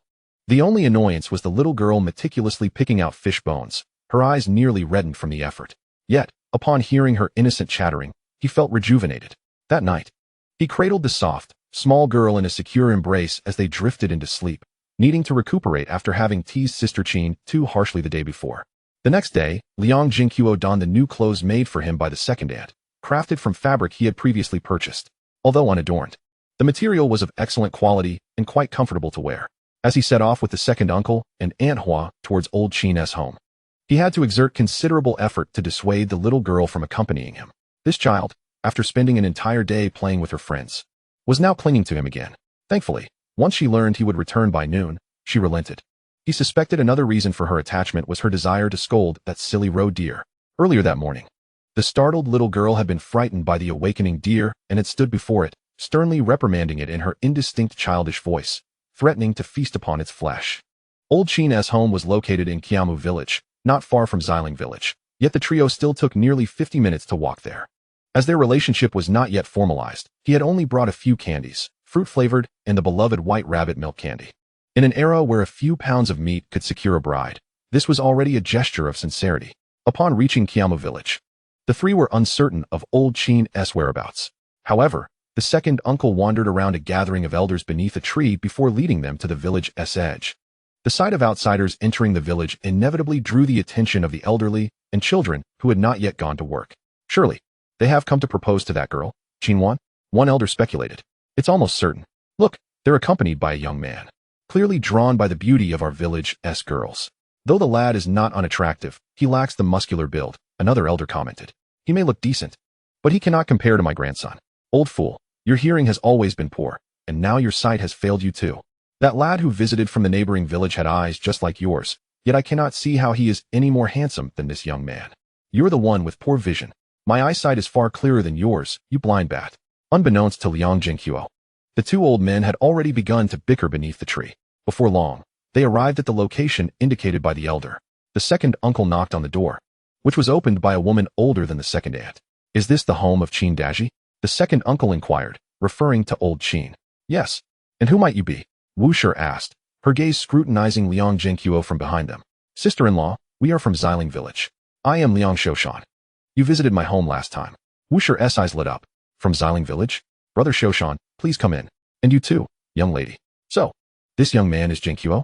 Wu Shi stepped aside to let the three enter, her gaze fixed on Liang Zhenguo, nodding in satisfaction. It was evident that the girl had an affinity for handsome appearances, This young man was striking yet exuded a rugged charm. No wonder she could not forget him. Greetings, Aunt. I am Liang Zhenguo. I missed the chance to meet you last time you visited. I cannot believe you brought gifts. Come in, let us chat, Wu Shi replied, welcoming them without hesitation. She was well aware of their intentions. While she could not accept gifts from others, she felt compelled to receive them this time. As their family was also interested in marrying off their daughter, refusing might lead to misunderstandings. The second uncle and Aunt Hua exchanged knowing glances. Realizing that the situation aligned with what the old lady had conveyed, both parties were indeed interested. Old Qin's residence was significantly larger than that of Liang Zhenguo's grandparents. Yet the family lived together, and as Sister Qin mentioned, her 3 brothers were married with children, leaving the rooms barely sufficient. Upon entering, 2 young women caring for children in the courtyard glanced over. Particularly, when they saw Wu Shi smiling and conversing with Liang Zhenguo, their attention was immediately drawn to him. Mother, they called out. Wu Shi nodded and instructed, Xiaofeng, Lanxiang, please bring over a few more stools for our guests. I'll go fetch your father and sister. Certainly. The 2 responded, their curious gazes scrutinizing Liang Zhenguo much like their mother's had before. Her intentions were crystal clear. This young man was here for the younger sister. Thank you, sisters, Liang Zhenguo said politely, maintaining a warm smile. Old Qin had 2 daughters, meaning these 2 were likely their daughters-in-law. They smiled and nodded, bringing over stools and inviting everyone to sit. The commotion in the courtyard was sufficient that Wu Shi need not call for anyone. Old Qin emerged from the central room, his laughter preceding him. Oh, it's Brother Zhenguo. I hadn't properly thanked you for your kindness during your last visit. Uncle Qin, I already expressed my gratitude on the mountain.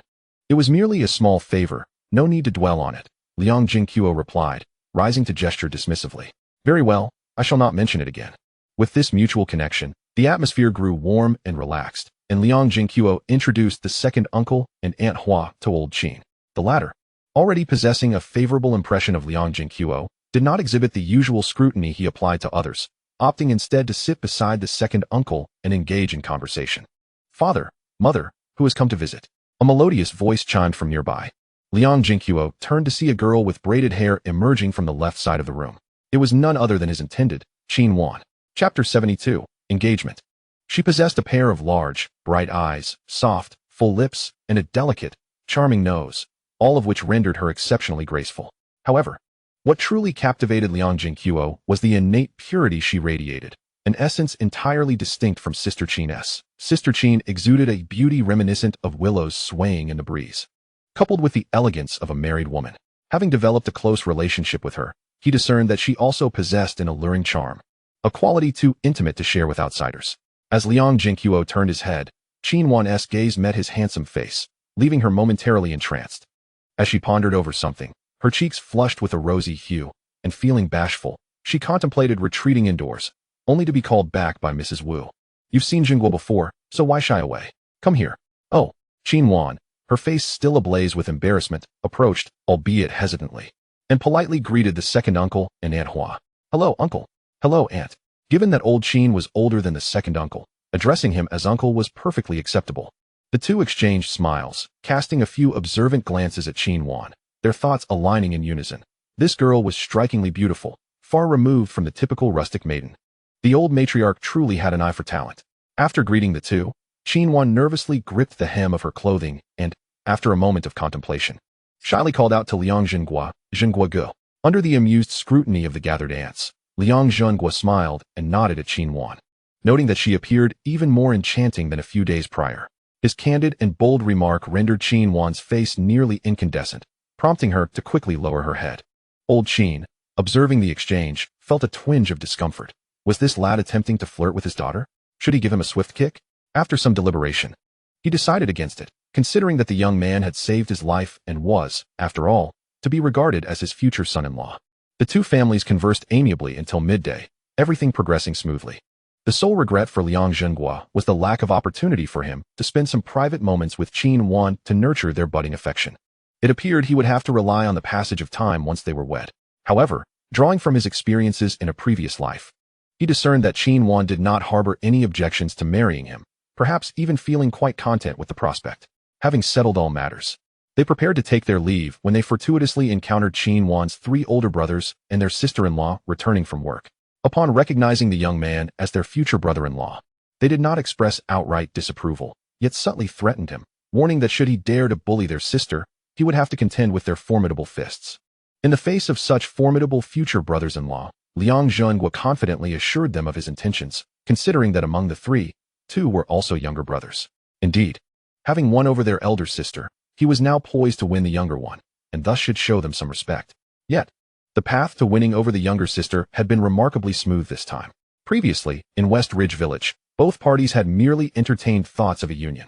However, after the young lady met Liang Zhenguo, the engagement was formally confirmed, with the betrothal gifts and auspicious date already established. The betrothal gifts were set at no less than 18 pieces, a sum that, while not insignificant, was manageable considering Liang Zhenguo's past exploits in hunting, where he had once captured 4 wild boars in one go. Thus, this amount posed no financial strain for him. Liang Zhenguo readily acquiesced. To marry such a beautiful bride for a mere 18 pieces was an exceptional bargain. However, he was taken aback by the wedding date finalized by the second uncle and old Qin, not because it was too far off, but rather because it was alarmingly soon, just 6 days away. Astonished, he learned that Aunt Hua and the second uncle had selected 3 potential dates, one being the upcoming 6 days, while the other 2 were set for the following year. They had assumed that old Qin and his wife would opt for the later dates, considering their youngest and most cherished daughter, wishing to allow more time. Yet, they chose the date in just 6 days, much to the surprise of the second uncle, who was nonetheless pleased at the prospect of marrying off his nephew sooner. Though they were skeptical at first, having not met the young lady, after several hours of conversation, they could ascertain that Qin Wan possessed an excellent character, especially since she had been chosen by the matriarch, which further alleviated their concerns. For the second uncle, his faith in the matriarch's discernment was unwavering. His own wife had been selected by her, a paragon of domesticity and filial piety. In their decades of marriage, they had never encountered significant discord, which left him thoroughly satisfied. Additionally, Liang Zhenguo's mother had also been chosen by the matriarch and held an excellent reputation in the village as a virtuous wife and mother. His 2 daughters-in-law had also received the matriarch's nod of approval. While they may have had minor flaws, no one was perfect, and remarkably, their households had remained harmonious. Even the often contentious mother-in-law and daughter-in-law relationship thrived, largely due to his wife's amiable disposition. The second uncle could confidently declare that no family in the village enjoyed a better atmosphere than his own, except, perhaps, for the third brother, Liang Qiaozu, and his wife, Marlin. With the good news in tow, they departed from old Qin's residence. Once they left, Qin Wan's eldest brother could no longer contain himself. "Father, is 6 days too soon?" Old Qin acknowledged the tight timeline, though he explained that they had assessed that day to be the most auspicious this year. If they missed it, they would have to wait until next year. "Then let it be next year. We are not lacking in provisions for our younger sister." Old Qin shot an annoyed glance at his eldest son. "We won't be lacking in food for Xiao Wan either. Have you forgotten what Xiao Wei said yesterday?" Xiao Wei, of course, referred to Qin's sister-in-law, but Liang Zhenguo remained unaware of her visit to her family the previous day. After all, during the day, they could not afford to be overly intimate, and Qin Wei had no reason to inform him of her trip back home, especially since Liang Zhenguo had been in the mountains at that time. Qin Wei's return was indeed motivated by him. Her purpose was twofold: to inform her parents that Zhenguo had returned and might visit soon, and to reveal that he could secure a work quota in the city, indicating that he would soon become a formally employed urban dweller. While she recognized her parents' desire to marry off their daughter, she also sought to avert any unforeseen complications. Thus, she shared this thrilling news that left her parents elated. After all, marrying a hunter was one thing. Marrying someone from the city was an entirely different matter. Previously, they had not considered such a notion, but now that they had met him, and especially since he was a potential match, they had to seize the opportunity. Therefore, today's events unfolded so smoothly, closely tied to the news Qin Wei brought. And setting the wedding date for just 6 days later also stemmed from a fear that their future son-in-law might become enamored with a city girl after moving there, thus changing his mind. Qin Wei herself harbored concerns. Although she accepted being with Liang Zhenguo without formal recognition, she still hoped that he would marry her younger sister. If he chose a city girl instead, she worried he might not be able to accommodate her. After all, Liang Zhenguo was not one of those unappealing men. With his looks and status as a worker, he would undoubtedly attract attention from many city girls. Thus, getting married sooner rather than later seemed prudent, as it was an inevitable step. "Very well, let us prepare in the coming days." Qin Wan's elder brother, having heard old Qin's words, pondered for a few seconds before nodding earnestly. Qin Wan clung to Mrs. Wu's arm, her face a canvas of reluctance. Yet her eyes sparkled with a hint of anticipation and shyness. Chapter 73. The Fantasies of Old Qin and Mrs. Wu. Mrs. Wu gently patted her youngest daughter's hand, her tone tender. That boy Zhenguo seems quite commendable. Marrying him will lead to a good life. Indeed. Qin nodded in agreement. Your sister is also in West Ridge Village, not far away. You should maintain a close relationship, after all. She is raising her child alone and has no intention of remarrying. You and Zhenguo should lend her a hand from time to time. As Mrs. Wu spoke, she exchanged glances with old Qin. Once their 3 sons headed off to work, and their daughters-in-law took the little girl inside for whispered conversations, Mrs. Wu and old Qin finally entered their main room. Unable to contain herself any longer, Mrs. Wu began, "Old man. It seems Zhenguo's second uncle is unaware that he can secure a work quota in the city." Old Qin nodded in agreement. During their conversation, they had tentatively inquired about Zhenguo's future plans, but from his second uncle's demeanor, it was clear he had no inkling of his nephew's prospects. At that moment, they were singing praises for Liang Zhenguo, leaving no reason to conceal such commendations. Upon revealing this, which rural girl would not wish to marry him? He is undoubtedly a golden son-in-law. However, Zhenguo cryptically remarked that he would not always be hunting. Had it not been for the eldest daughter's reminder the previous day, they would not have given it much thought, nor would they have fathomed that this child could actually exchange work quotas in the capital. That boy is remarkably composed, never boasting about opportunities until they are secured, not even telling his second uncle. Yet, a pressing question arose. If he hadn't even confided in his second uncle, how did their own daughter come to know? Something is amiss. Given his character, he is not one to flaunt or show off. The only possible confidants would be his grandparents, as they are his closest kin. If their daughter is also aware, does that not imply an intimacy in their relationship that transcends mere chatter? They recalled how their eldest daughter seemed overly knowledgeable about Liang Zhenguo, and the peculiarities they had previously overlooked. They also reflected on their daughter's steadfast refusal to remarry, choosing instead to remain in Xiling Village. Furthermore, during their last visit to their daughter's home, they had heard their granddaughter joyfully recounting the delectable treats bestowed upon her by Uncle Zhenguo. Could it be? Surely not. For how old was he at that time? Moreover, they knew their daughter well enough to trust she would never betray her husband's trust. Yet, they could now ascertain that their eldest daughter and her prospective son-in-law were indeed entangled in something, and it had been ongoing for some time. That young man now wished to marry their youngest daughter, seemingly initiated by their eldest daughter. They exchanged silent glances, and then Wu, the wife, suddenly chuckled. Though Zhenguo may not be as honest as we once thought, at least he treats Zai well and can provide for both sisters. You were just considering finding someone for her to partner with. Zhenguo would be quite suitable. After all, their sisterly bond has always been strong, and joining him would not be a hardship. Besides, this year's harvest was even poorer than before. This signifies a smaller food distribution, and next year may prove more arduous than this one. Our family might not be able to assist her much. As a widow raising children, I truly fear for her well-being. Upon uttering these words, her face was etched with worry. The drought this year had resulted in a meager yield. After fulfilling the commune's quota, the remaining grain for households was scant, although their family occasionally enjoyed the fruits of old Qin's hunting. Without a means to trade for grain, the prospects for next year were uncertain. Meat cannot serve as a staple, and old Qin could not always guarantee a successful hunt. Old Qin nodded silently, feeling a lingering discomfort in his heart, yet acknowledging the wisdom in his wife's words. He wanted his eldest daughter to have a good life. Hence his thoughts of pairing her with someone. Now that she was with her prospective son-in-law, life seemed satisfactory, and it appeared their daughter was fond of him. Perhaps it was best to remain oblivious. Next time, he would find an opportunity to subtly inquire, lest the lad believe he was successfully keeping secrets. Should he dare let his 2 daughters suffer, it would not matter if he were a worker. He would ensure the young man faced serious consequences. Unbeknownst to Liang Zhenguo, who was already seen through by his future father-in-law, he and his second uncle had returned to Xiling Village. Soon, news of Liang Zhenguo's impending marriage spread throughout the village. That evening, at Liang Qiaozu's home, the air was thick with disdain. Which unfortunate girl would be foolish enough to marry that scoundrel? If I find out, I will go to their village and make it known that this scoundrel is nothing but an unfilial wolf in sheep's clothing. Marrying him will bring misfortune to the entire family. Ma Lan erupted at the dinner table, her anger evident as she spewed vitriol. Ever since Liang Zhenguo had publicly confronted her twice, she had lost face in the village, and she could not bear to see him thrive. Consequently, every time she heard villagers speak of his hunting successes, she cursed him inwardly, but he only seemed to prosper further. The thought that they could eat meat daily filled her with unbridled jealousy. Now, hearing of his marriage, her fury erupted once more at the dinner table. Liang Qiaozu, sipping corn porridge, had grown accustomed to Ma Lan's tirades. She had lambasted him countless times in recent days. Initially harboring resentment and wishing ill upon the son who brought him shame, he had gradually awakened to the reality of Ma Lan's temperament. which was increasingly unlike the sweet memory of his first love. Regarding Liang Zhenguo's success, he felt no jealousy. After all, he was still his son. Moreover, it was precisely Ma Lan's presence that kept their siblings in perpetual hunger, living under her oppressive rule.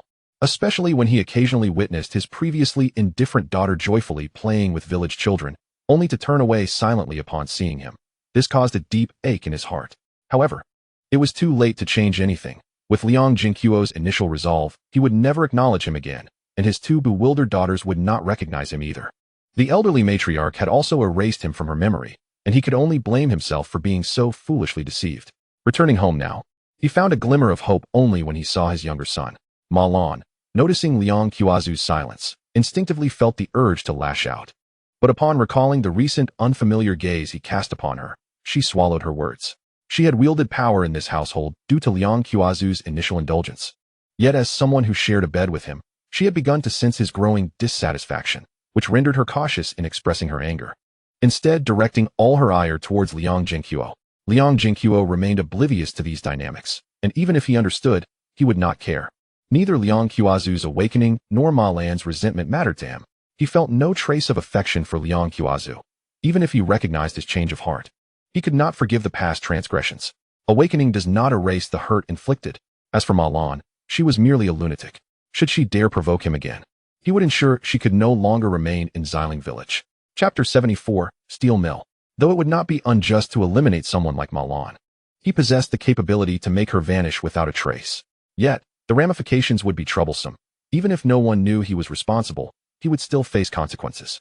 Not to mention, Ma Lan had family. Upon her inexplicable disappearance, they would undoubtedly come to Xiling village to cause a ruckus, and he certainly could not kill them all. Could he? If such a heinous event were to transpire without evidence, the authorities would surely keep a close watch on Xiling village. Being the prime suspect, he might even experience a severe memory lapse. Even if that did not occur, he would still be a person of interest, and with all his secrets, he would have to live in constant fear of being discovered. Therefore, it was unnecessary. He would not touch Ma Lan. Moreover, witnessing him thrive would serve as the greatest torment for someone like her.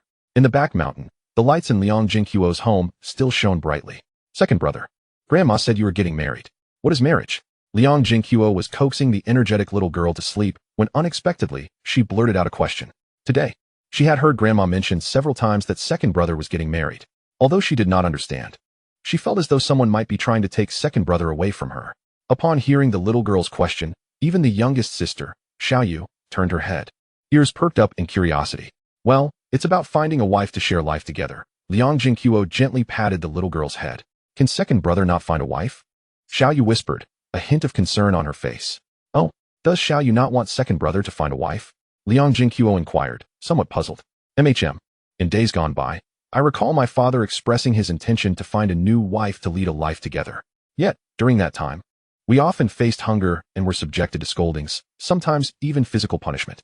Little Yu's voice grew softer as she recounted these memories, while Little Fish seemed to reminisce as well, promptly clutching Liang Zhenguo's hand. Initially, upon leaving that home, there was an acute panic at the sudden absence of our parents. However, during this period, my elder brother's unwavering affection towards them was even more pronounced than before. They enjoyed ample meals, with meat to savor, and the warmth of their grandparents' love surrounded them, free from any chastisement or abuse. Uncle Air and his family were quite amiable too. With such a wholesome life, they had no desire to return to their former existence. Thus, Little Yu feared that her elder brother might marry a woman as malevolent as Ma Lan. Liang Zhenguo's expression momentarily faltered, his mind flooded with memories of Little Yu and Little Fish enduring beatings and scoldings. Compassionately, he ruffled Little Yu's hair.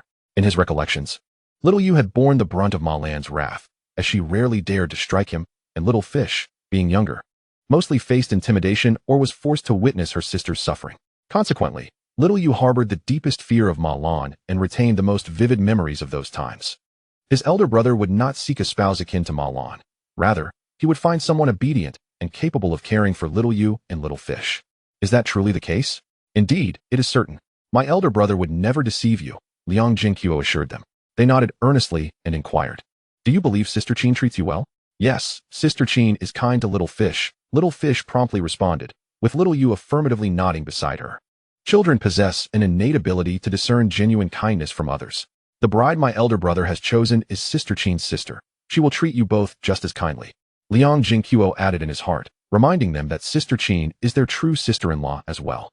Well then, that is reassuring, little you and little fish exclaimed, their faces lighting up with smiles.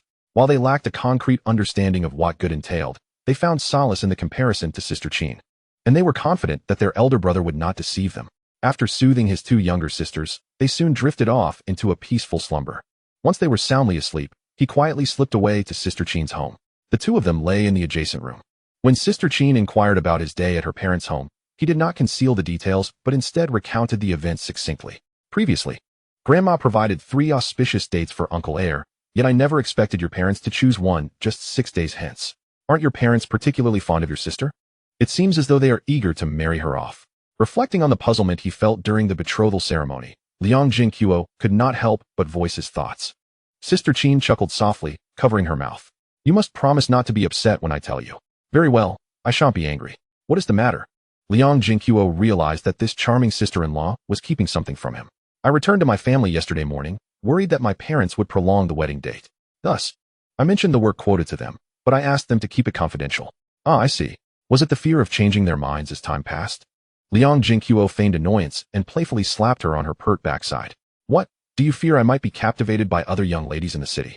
That is not the point. It is merely that I wish for you to marry Xiao Wan, so I need not worry about being targeted by the new bride. This did indeed stem from her personal desire, prompting Sister Qin to rarely exhibit such a playful side before Liang Zhenguo. He did not mind this little matter, for it ultimately benefited him. However, he teasingly replied, mistakes must be met with consequences. With that, Liang Zhenguo turned and playfully pinned Sister Qin beneath him, engaging in a spirited bout of playful discipline. After thoroughly exhausting her, he embraced her and slipped into a deep slumber. The following morning, Liang Zhenguo once again borrowed a pushcart and, accompanied by the silly roe deer that had been schooled by little fish all day, departed from Xiling village. Upon reaching a secluded area, he stowed both the cart and the deer into his space and retrieved the bicycle he had not seen in several days. Mounting it and pedaling away with vigor, with his abundant stamina, he arrived at the 49 city in less than 2 hours. However, this time he did not head towards the canned food factory, but instead made his way directly to the steel mill outside Dongjimen. Upon arriving at the steel mill's entrance, he noticed armed guards stationed at both the security office and the entrance. Yet, the guards did not react as dramatically as the comrade at the canned food factory, who had brandished a weapon upon his arrival. Comrade, what brings you to the steel mill? Greetings, comrade. I am looking for Section Chief Huang Fei. My name is Liang Zhenguo. Could you kindly assist me in locating him? Liang Zhenguo skillfully offered a cigarette to the young guard who questioned him and also handed one to the middle-aged guard at the security office. All right, please wait here. Deng Haihua replied, adeptly placing the cigarette behind his ear and smiling as he turned to search for the section chief. Although he had never met this comrade, who was younger than him, he assumed that a direct request for their chief indicated familiarity. Passing along a message would be a simple task, and the comrade seemed quite generous, offering a superior brand of cigarettes than the economical ones he typically smoked. Chapter 75. One should not judge a book by its cover. Section Chief, there is a comrade outside looking for you. Huang Fei had just brewed a pot of tea and had yet to take a sip when the shout rang out from outside. Goodness, why shout? Can't they just knock? Huang Fei grumbled, annoyed at his subordinates who often rushed in without decorum, particularly today with Deng Haihua, whom he had sent to guard duty. His voice was louder than even his wife's. Who is it? I didn't receive any notice of visitors today, Huang Fei said, setting down his tea mug and opening the door to find Deng Haihua poised to knock. It's a young comrade named Liang Zhenguo, Deng Haihua replied. Liang Zhenguo? Of course. I remember him. Is he carrying game? Huang Fei's eyes brightened with recognition, as Sun Jianwen had mentioned the lad just days prior. He has a few burlap sacks. But I haven't checked the contents yet, Deng Haihua answered truthfully, indicating that the young man was still outside, which is why he had not rushed to inspect the items. However, if it were all game, wouldn't that mean meat for the factory? The thought brought a foolish grin to Deng Haihua's face. Huang Fei shot him an exasperated glance and walked towards the entrance. As he approached, he immediately spotted the 3 sizable bags at the gate. Their shape unmistakably suggested they contained game, and one of the bags was even moving. Huang Fei's eyes widened in disbelief. It was outrageous that the procurement department had been unable to secure pork from the meat processing plant for half a month. Recovering his composure, Huang Fei promptly swung open the gate and warmly grasped Liang Zhenguo's hand. Comrade Zhenguo, it is a pleasure to see you again. Come inside and chat. Deng, call a few people to help carry these bags inside, he said, pulling Liang Zhenguo along, as if fearing the young man might turn to leave. Liang Zhenguo attempted to withdraw his hand, but found himself unable to break free. Helplessly bemused, he thought, what is with this habit of holding hands? And with such enthusiasm. If it weren't for the steel mill sign prominently displayed at the entrance, he might have mistaken it for a den of bandits. Chief Huang, I hope I am not interrupting your work. Is it true that all 3 bags contain game? Indeed, 1 wild boar, 1 roe deer, and 3 gray wolves. Ha ha ha, splendid. With this precise information, Director Huang was even more pleased. Liang Zhenguo finally withdrew his hand, gazing at the beaming Huang Fei, and jest, Director Huang. Are you also serving as the head of procurement at the factory? I certainly won't take on that thankless job. Meat has been scarce lately, and that old fellow is under immense pressure. Your coming to our factory is partly my doing. Not only will there be meat today, but that old fellow will also have to treat me to a drink. Ha ha. Huang Fei quickly shook his head, chuckling. The work in the procurement department has not been easy these past 2 years. Workers have been without meat for too long, and their emotions are running high. All the pressure is on procurement. Thus, Liang Zhenguo's contribution of meat alleviated some of the burden from the procurement head, which is why Huang Fei mentioned treating him to a drink. It was evident that the two shared a solid rapport. In such a large factory, the scarcity of meat is indeed alarming. No wonder they were willing to exchange the security department's work quotas for meat. Contemplating this, Liang Zhenguo remarked, then a treat is in order. However, Director Huang, old son sent me a letter a couple of days ago, stating that he could provide 1,000 pounds of meat in exchange for a security quota. I wonder if that's true. I would still like to work under your command. Director. Huang Fei was surprised that Sun Jianwen would directly inform Liang Zhenguo regarding the quota. It seemed their relationship was quite amicable. Moreover, the way Liang spoke was indeed charming. He still had the quota reserved, so Huang Fei nodded, I will definitely keep it for you. But are you certain about the exchange? If you opt for the quota, then the payment cannot be settled. You need to handle that back home. I'll manage the communication with the factory. Once we accumulate 1,000 pounds, I will accompany you to collect the work quota. Huang Fei clearly explained the details to Liang Zhenguo. As for advising Liang to manage matters back home, it was because he assumed that these game were not all hunted by Liang alone, and he wanted to avoid any conflicts arising from the quota exchange. Understood. I will follow your arrangements, Director. Knowing that the quota was still available, Liang Zhenguo exhaled in relief and nodded in acknowledgement of Huang Fei's counsel. The game was all his doing, so there would be no disputes over financial matters. All right, let us go and see how many pounds there are. With Liang Zhenguo on board, Huang Fei smiled and led him to the logistics area, where the wild boar was taken for weighing. The steel mill had more than one cafeteria. Thus, the distribution of meat would be handled from logistics. Upon arriving at the logistics department, Huang Fei called for someone to weigh the game. Although he was not in charge of logistics, he had brought Liang Zhenguo, so the personnel there were quick to assist. Especially upon seeing the wild game, their spirits were even higher. After the final tally, Director Huang nodded in satisfaction. The wild boar and roe deer weighed a total of 318 pounds, while the 3 gray wolves exceeded Liang Zhenguo's expectations, weighing 310 pounds. They appeared somewhat lean, or they might have weighed even more. Yet, judging by Huang Fei's satisfied smile, it was evident that they had no qualms about wolf meat. This gave Liang Zhenguo confidence for the next time he would bring 2 more.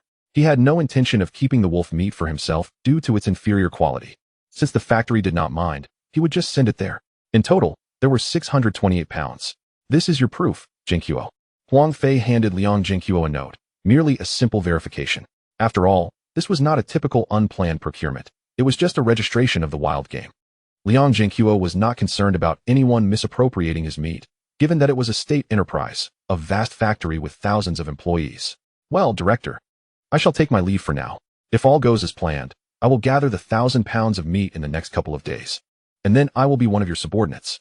Liang Zhenguo tucked the proof into his pocket, confidently smiling at Huang Fei. Ha ha. If the procurement department at the factory had your capabilities, we would never face a meat shortage. Huang Fei threw an arm around Liang Zhenguo's shoulder, escorting him to the exit. Liang Zhenguo held a favorable impression of this future direct superior. Huang Fei was straightforward, decisive in action, and accommodating with his subordinates, an agreeable leader. Director, see you in a few days. Liang Zhenguo bid farewell and departed from the steel mill. Deng Haihua, who had been assisting, glanced at Liang Zhenguo's retreating figure and then turned to Huang Fei, saying, Director, the quota you mentioned earlier was indeed for comrade, Liang Zhenguo. Do not underestimate his youth. I have heard that he possesses exceptional skills in stone throwing. The spy apprehended by the Gilu police station was struck through the palm by his thrown stone. This tests not only accuracy, but also extraordinary strength. Damn it. Even those who play darts cannot compare to him. Deng Haihua expressed with surprise. He had heard of many talented individuals before and did not doubt the director's words, Yet he had not expected to encounter one right before his eyes, especially one so young. Thinking back to Liang Zhenguo's harmless and cheerful demeanor, he was astonished to learn that he had mastered a skill capable of taking a life with ease. Indeed, one cannot judge a person by appearances. He was truly a wolf in sheep's clothing. Chapter 76. Do not fool me. After leaving the steel mill, Liang Zhenguo placed a small wild boar on the rear seat of his bicycle and headed straight for the Gilu police station. Since Old Sun was so invested in the matter of work quotas, he would not hesitate to deliver the wild boar he had promised to sell to their station. Old man, open up. I'm delivering a wild boar for your station.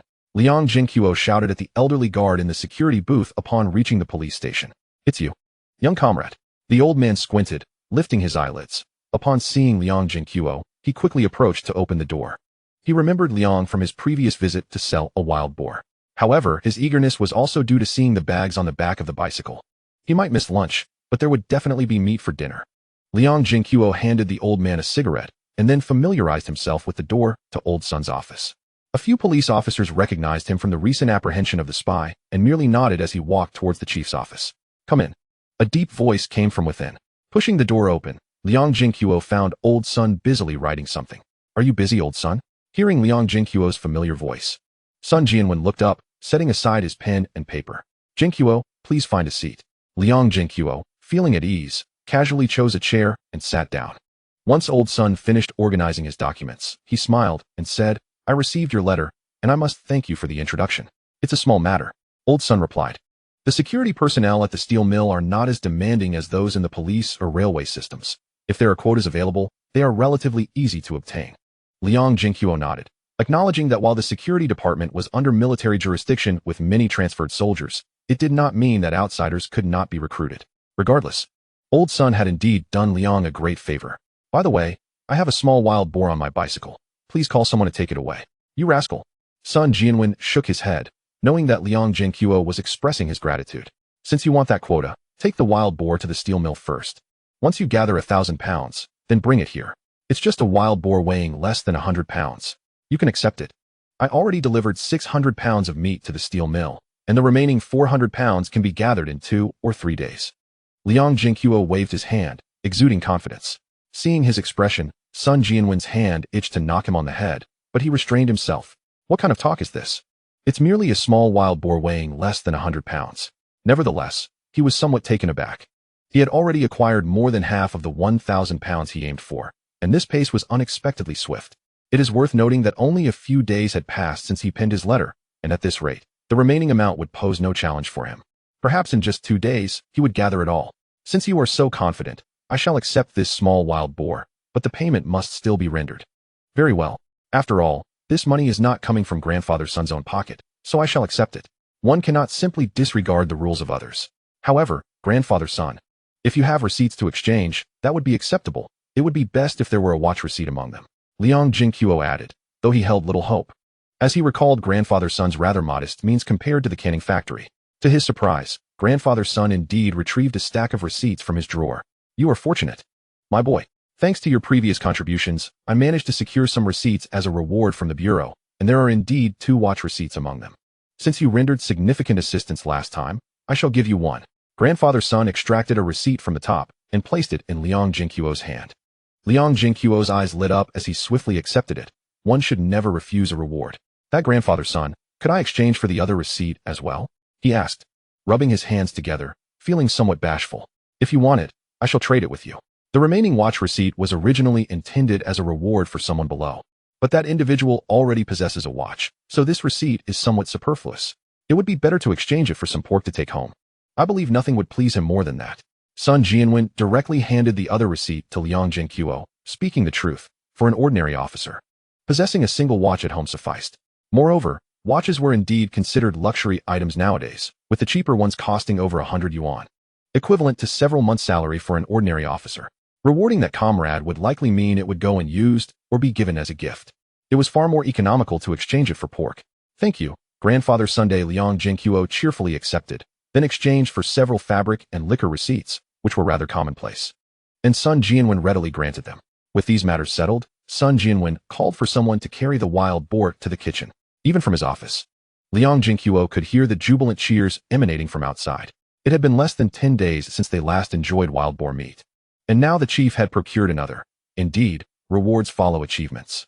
Furthermore, since the chief did not explicitly instruct the kitchen to prepare it, it was likely that this time, the pork could be taken home.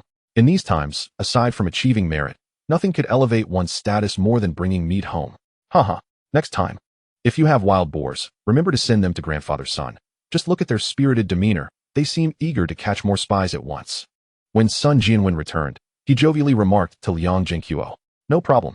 Liang Zhenguo replied with a smile, "That small wild boar weighs 78 pounds. Here is your payment and receipt." Sun Jianwen opened his drawer, counted the money, and wrote him a receipt. Liang Zhenguo glanced over and noted that the total amounted to 936 yuan, a sum that effectively rendered the receipts as a gift. He shook his head. Although selling to state-run restaurants was 2 yuan per pound, whether it was grandfather's son compensating him or something else, he would not take advantage of it. As per their agreement, they would stick to the previous price. Although the receipts did not have a fixed market value, watch receipts were scarce. And the tickets for 3 turns and a sound were indeed rare commodities, thus the value of a watch receipt could range from 10 to 20 yuan, undefined. Consequently, Liang Zhenguo only took 7 10 yuan notes, leaving the rest on the table. "Grandfather's son, you must adhere to the rules. What should be given must be given. And we shall conduct our affairs according to the established norms." "Oh, you little rascal, now you are lecturing me on the rules. I am merely acting within the established principles, so I shall accept what you have given." Liang Zhenguo had no intention of engaging in further negotiations. He placed his money into his satchel and dashed out of the office, leaving behind a single remark and a bemused expression on Director Sun's face. "Grandfather Sun, you can fool your subordinates, but spare me. I'm off. See you next time." Chapter 77. The handsome guy biking back to the village. Upon exiting the office, Liang Zhenguo mounted his bicycle, waving goodbye to the elderly gentleman at the door as he sped away from the police station. "What's with this kid? Is there a dog chasing him or something? Why pedal so fast?" The old man chuckled, watching the bicycle vanish in the blink of an eye. Turning to see Director Sun following out of the office, the old man scratched his head and muttered to himself, "I hope Sun didn't hear that. I never called him a dog." Having departed from the police station, Liang Zhenguo headed straight for the state-run shop, as his wedding was just days away. And he had numerous items to purchase. Although Old Qin had stated that an offering of 18 yuan sufficed, he certainly would not limit himself to such a meager sum. He had pondered this yesterday, deciding that his bride price would be 168 yuan, accompanied by 10 pounds of wild boar meat. For one, he felt that offering only 18 yuan to marry Qin one was somewhat shabby. Today, he had earned 70 yuan. And with a previous reward from the railway system of 100 yuan, his total cash now amounted to 2,190 yuan. Spending over 100 yuan to wed a beautiful wife was a worthwhile investment. Moreover, he was officially marrying Qin Wan, but in reality, both sisters were in a relationship with him. By presenting such a substantial bride price, should his relationship with Sister Qin later cause any uproar with his future in-laws, they would surely think twice before chastising him too harshly, considering the bride price. It would be best if they turned a blind eye. However, the money and pork were for the bride price. As for Qin Wan, as his wife, he must also prepare some gifts to surprise her. In this era, if one puts in a little thought and treats a woman well, she would steadfastly follow you. Thus, the watch receipts he had just acquired would come in handy. Naturally, he needed 2, one for Sister Qin as well. Upon arriving at the store, he promptly purchased 2 identical women's watches and also acquired a set of clothing for each. All from the Daiqiuliang brand. Having bought gifts for his wife, Liang Zhenguo did not forget his younger sisters and grandparents. He bought 2 outfits for his sisters, along with a pair of shoes, the beloved tiger head shoes of the era. For his grandmother, he purchased a cotton coat and pants, while for his grandfather, he selected a padded military overcoat and a green cotton hat. When his grandfather donned this outfit for a stroll, all the elderly gentlemen in the village would surely turn their heads to follow him. After completing these purchases, he headed to the supply and marketing cooperative to replenish his stock of candies. Although he wasn't hosting a banquet for the wedding, candies still had to be distributed. He also bought a few bottles of liquor for his grandfather. Although there was still a good supply at home, having exchanged receipts, he decided to buy more. In total, Liang Zhenguo spent nearly 400 yuan. This single spree cost him nearly the equivalent of a year's salary for a secondary worker at the steel mill. One might mistake him for the son of a landlord rather than a rural child. This was indeed the most he had ever spent. The bulk of the costs came from the 2 watches, totaling over 280 yuan, followed by the clothing. As Daiqiuliang fabric was typically priced around 12 yuan per piece, quite expensive. However, the quality was truly commendable, making it worth the expense. With nothing else of importance to buy, as everything was already at home, he was apprehensive about bringing back the gifts for Sister Qin. Fearing his grandmother would fret over the expenses, He was fully prepared for the inevitable scolding from the old lady. After completing his shopping, there was little reason to linger in the bustling city, so Liang Zhenguo rode his bicycle out of the city. Halfway there, he turned onto a deserted path, seeking a small hilltop to set up and cook. This time, he directly steamed a large pot of white rice. Once again, Liang Zhenguo retrieved the previously prepared braised meat from the space, pairing it with steaming white rice. He savored each bite with immense pleasure, relishing the delightful flavors. It had been far too long since he had enjoyed a meal with such abandon. When it came to staples, his heart belonged to white rice. Previously, circumstances had denied him this simple pleasure. Now, he could indulge as much as he desired. Admittedly, white rice was available at state-run restaurants, but the exorbitant prices deterred many from ordering it. Liang Zhenguo had visited several times and was well aware of this. Yet the true reason he abstained from ordering was that he had witnessed grains of sand embedded in the rice. This was not an isolated incident. It was a hallmark of the era, particularly during these years of famine. Nevertheless, those willing to pay for it still found satisfaction in their meals. It was only after he had let out a satisfied burp that Liang Zhenguo packed the remaining rice and some braised meat into an empty takeout box, intending to save it for dinner later. After all, he would undoubtedly hear a lecture from the old lady upon returning home. He might as well enjoy a decent meal in the evening. After contemplating, he decided to steam a few ears of corn, then leaned back against a tree, basking in the refreshing breeze. He had not transformed all the corn in his space into cornmeal, as corn soup was delightfully sweet, and he intended to save some. The steamed corn was primarily for his younger sisters and his 2 nieces and nephews. In his childhood, he had relished popping each kernel of corn into his mouth, sweet and nutritious. He was certain the children would adore it. Once the corn was ready, Liang Zhenguo made his way down the hill, cycling towards Xiling village. As he approached the village, he carefully arranged everything except for the items meant for Sister Qin, placing them on his bike seat and in his satchel. Then, with a cheerful demeanor, he pedaled directly into the village. This time, he boldly displayed his bicycle. After all, he was to be married in a few days. Having a bicycle to fetch the bride was hardly excessive. He even had a plausible excuse ready. He had borrowed it from Grandpa San. The old lady and the old man were familiar with Grandpa San, and since he had been kind enough to inform him about work quotas through letters, their relationship was undoubtedly cordial. Thus, it seemed entirely reasonable to borrow a bicycle for his wedding, didn't he? Although, in his haste, he had seemingly forgotten to inform Grandpa San about his marriage. Regardless, whether it was reasonable or not was uncertain, for recently, on the farm, villagers were astonished to see him riding a bicycle into the village. Where on earth did Airway get a bicycle? If it weren't for the familiar grin on his face, they might have thought a city dweller or a commune leader had arrived. As Liang Zhenguo sped past the stunned villagers, he greeted them before hurrying home, eager to avoid their questions, knowing they would soon learn that the bicycle was not his. Did I just see correctly? Was that Airway on a bicycle? No doubt about it. He just greeted us, though I didn't quite process it. Wow, has Airway struck it rich? Now he owns a bicycle. Oh, the boy has talent. Let us not be envious. Besides, if Airway hunts successfully, he might share with the village. Indeed, last time he brought down 2 wild boars, and although no one asked him for any, he generously gifted one to the village. Such a considerate boy. Don't let jealousy cloud your judgment, or else I'll give you a piece of my mind. Furthermore, he is kind to the village children, always handing out sweets whenever he encounters them. Some should be careful not to spoil their own kids and raise ungrateful brats. Amidst the murmurs of envy, a few women quickly silenced the dissenters. While there were certainly jealous individuals in the village, the majority were simple folk who valued gratitude.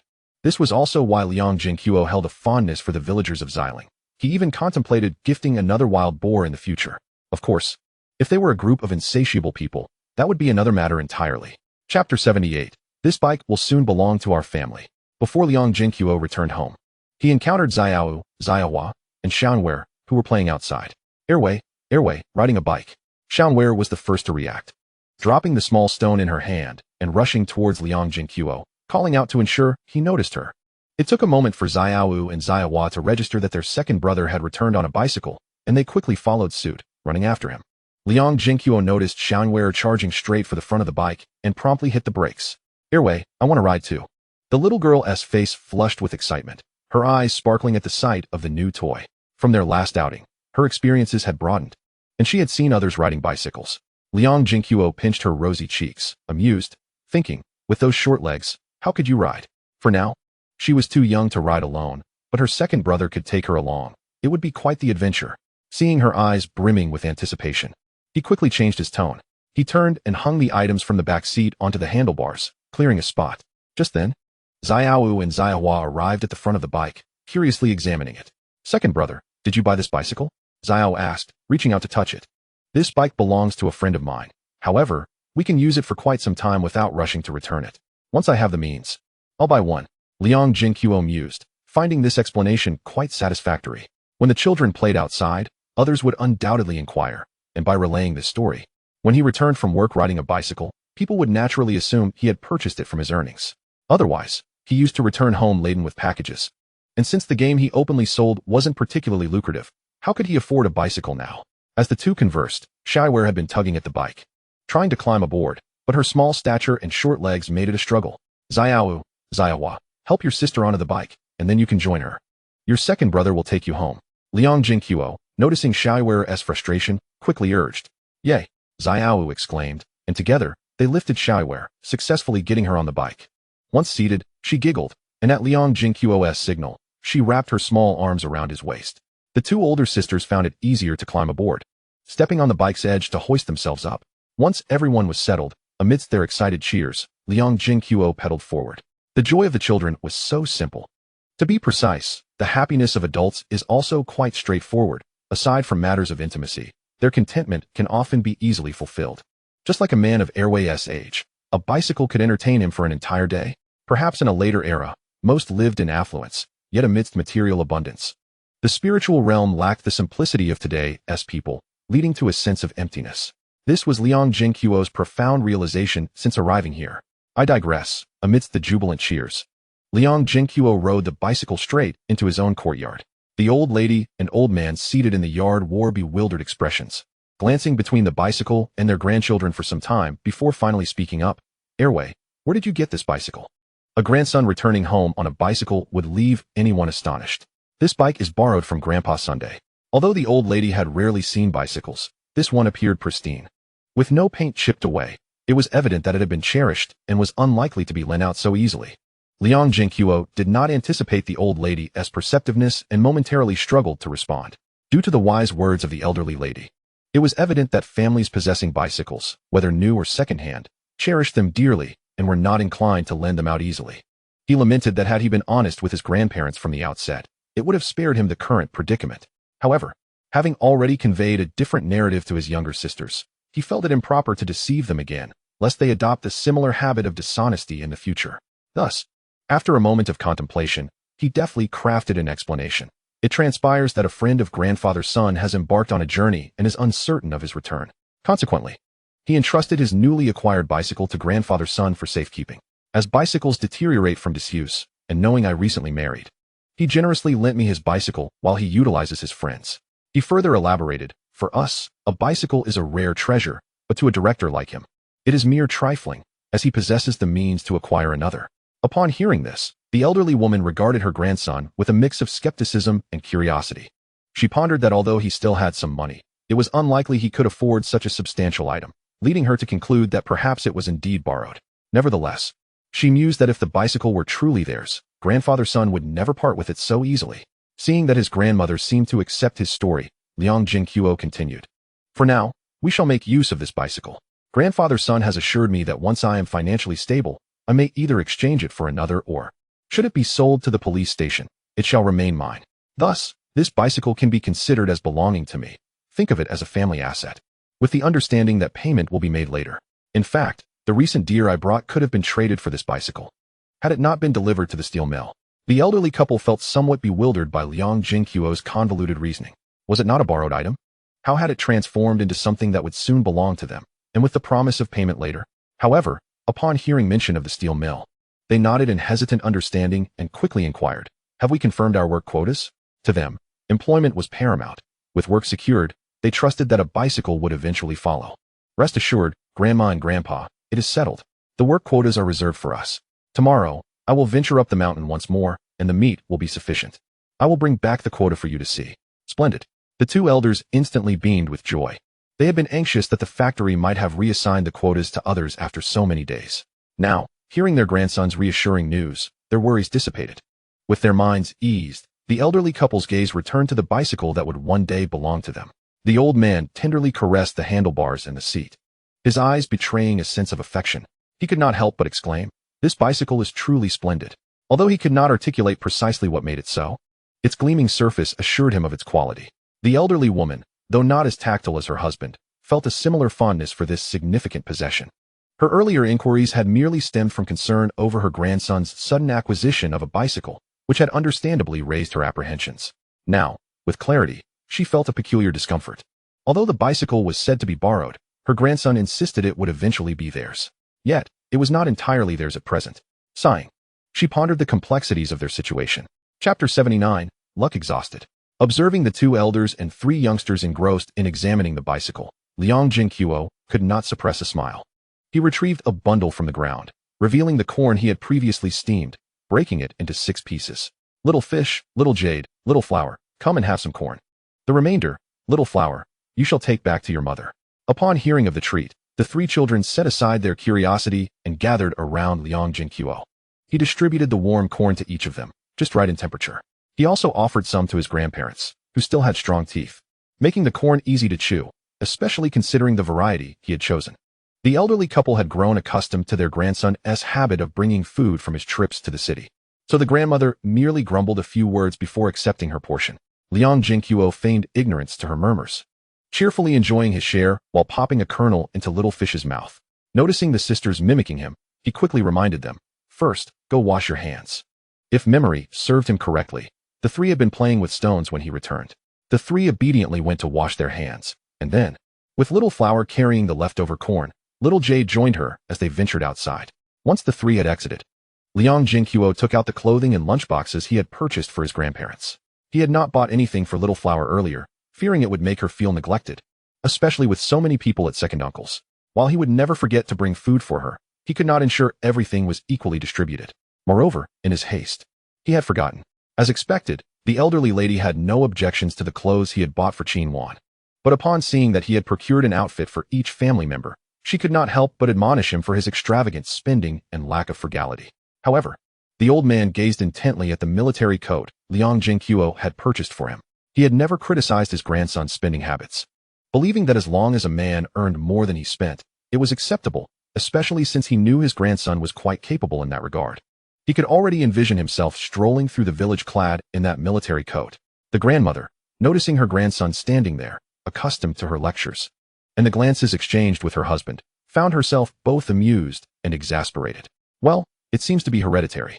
Once little Wan joins our family, I must teach her to manage the finances. Otherwise, with my grandson in charge, I fear they will save very little in a year. Though the clothes were indeed lovely and comfortable to the touch, the household did not lack for garments. With such thoughts, her irritation inexplicably dissipated. Having bought them, I suppose I should not dwell on it. Ceasing her admonishments, the elderly lady took the clothing and retreated indoors. Liang Zhenguo exchanged a knowing smile with his grandfather before retrieving 3 bottles of Fenjiu from his satchel. Knowing his grandfather had a fondness for this liquor, he had purchased the most of it. "Grandfather, I also brought you some wine." "Ah, my good grandson." The old man beamed as he accepted the bottles, then leaned closer to Liang Zhenguo and whispered, "Do not be fooled by your grandmother's earlier scolding. She is likely inside, smiling while hugging the clothes you gave her." "Is that so?" "Grandfather, you understand grandmother well." "Indeed, women are like that. When you buy them something they adore, they may grumble about your spending, but deep down, they are delighted." The grandfather proceeded to impart wisdom to his grandson on how to navigate such situations, such as how to behave when scolded or what to avoid when a wife is upset. Seeing his grandson gleaning valuable insights, the old man, satisfied, carried his wine back inside. That evening, Liang Zhenguo intentionally invited Little Flower and a few of his younger relatives over for dinner. He had ample rice and braised meat, and since he had not bought clothes for the little girl at noon, this served as a small gesture of atonement, albeit unbeknownst to her. When bedtime arrived, the 2 younger sisters learned that their second brother had indeed bought them new clothes and eagerly dragged him to show them off. Soon, the 2 girls, adorned in their festive new outfits and wearing their newly purchased tiger-headed shoes, pranced around on the comm. Liang Zhenguo shook his head, amused that at such a tender age, they had already developed a penchant for vanity. After tiring themselves out, they carefully placed their new clothes aside and fell into a deep slumber. Liang Zhenguo, worn out from the children's antics, likewise succumbed to sleep, cradling the infant as he drifted off. The next day, Liang Zhenguo ascended the mountain once more, retracing his steps toward the lake he had visited a couple of days prior.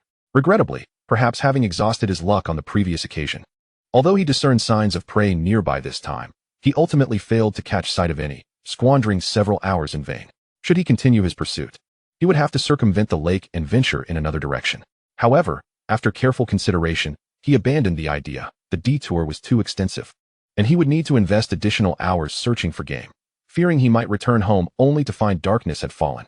Hence, he made his way back home directly. Naturally, upon his return, he would not arrive empty-handed. Instead, he retrieved some wild chicken eggs from his spatial storage to bring back. After all, he could not return without a token. Upon arriving home, he remained industrious, especially since he needed to gather a few companions for the upcoming wedding in a few days. Fortunately, this task proved relatively simple, as there were several youths of his age in the village. Xiao Hu was one such individual, and given his amiable reputation within the community, he quickly assembled a group. Among them was a familiar acquaintance, the son of Aunt Hua, who was a year older than Liang Zhenguo and was rumored to be courting a young lady, though they would not marry until after the new year. Another was Lin Zhu, the son of Uncle Lin Kai, the village head's cousin, who was of the same age and with whom he had previously shared camaraderie. As their fathers maintained a close relationship, there were also two others, albeit a year younger than him. Fortunately, with farm work being relatively light recently, it did not impede their ability to participate. However, as time progressed, the fields would soon demand their attention again with the advent of winter. He spent a leisurely half-day wandering through the village. In the past, or rather since his arrival in Xiling village, he had never meandered through the community as he did today. His previous visits had been merely transitory, rushing in and out between the mountains and the town, with most interactions with villagers limited to brief exchanges during hurried passages. Today, however, his stroll revealed that Xiling village was far more impoverished than he had previously imagined. While he had yet to hear of anyone starving to death, the most destitute families in the village were said to be on the brink of starvation. And had it not been for Uncle Lin Kuei, the village head, organizing communal relief efforts, those families would certainly have succumbed to hunger. Yet, even with such aid, it merely sustained their lives, for the situations of the other villagers were scarcely better. Each household lacked sufficient grain, and assistance could only be distributed in meager portions. This was the extent of their benevolence, driven by a sense of brotherhood within the village, coupled with the desire to avoid being a bystander should misfortune befall others. Otherwise, every household would hoard their grain with utmost secrecy. Moreover, in comparison to the reports of starvation from other villages, including some harrowing tales of cannibalism in remote mountain communities, their village could be considered fortunate. With a sigh, Liang Zhenguo reflected on the plight of Xiling village. Though he felt a twinge of compassion, he recognized that he was presently unable to assist the villagers meaningfully. In truth, only through cautious methods that did not expose his spatial abilities could he hope to extend some form of aid to those in the village. Otherwise, his contributions would remain limited to the occasional gift of game, as had been the case in the past.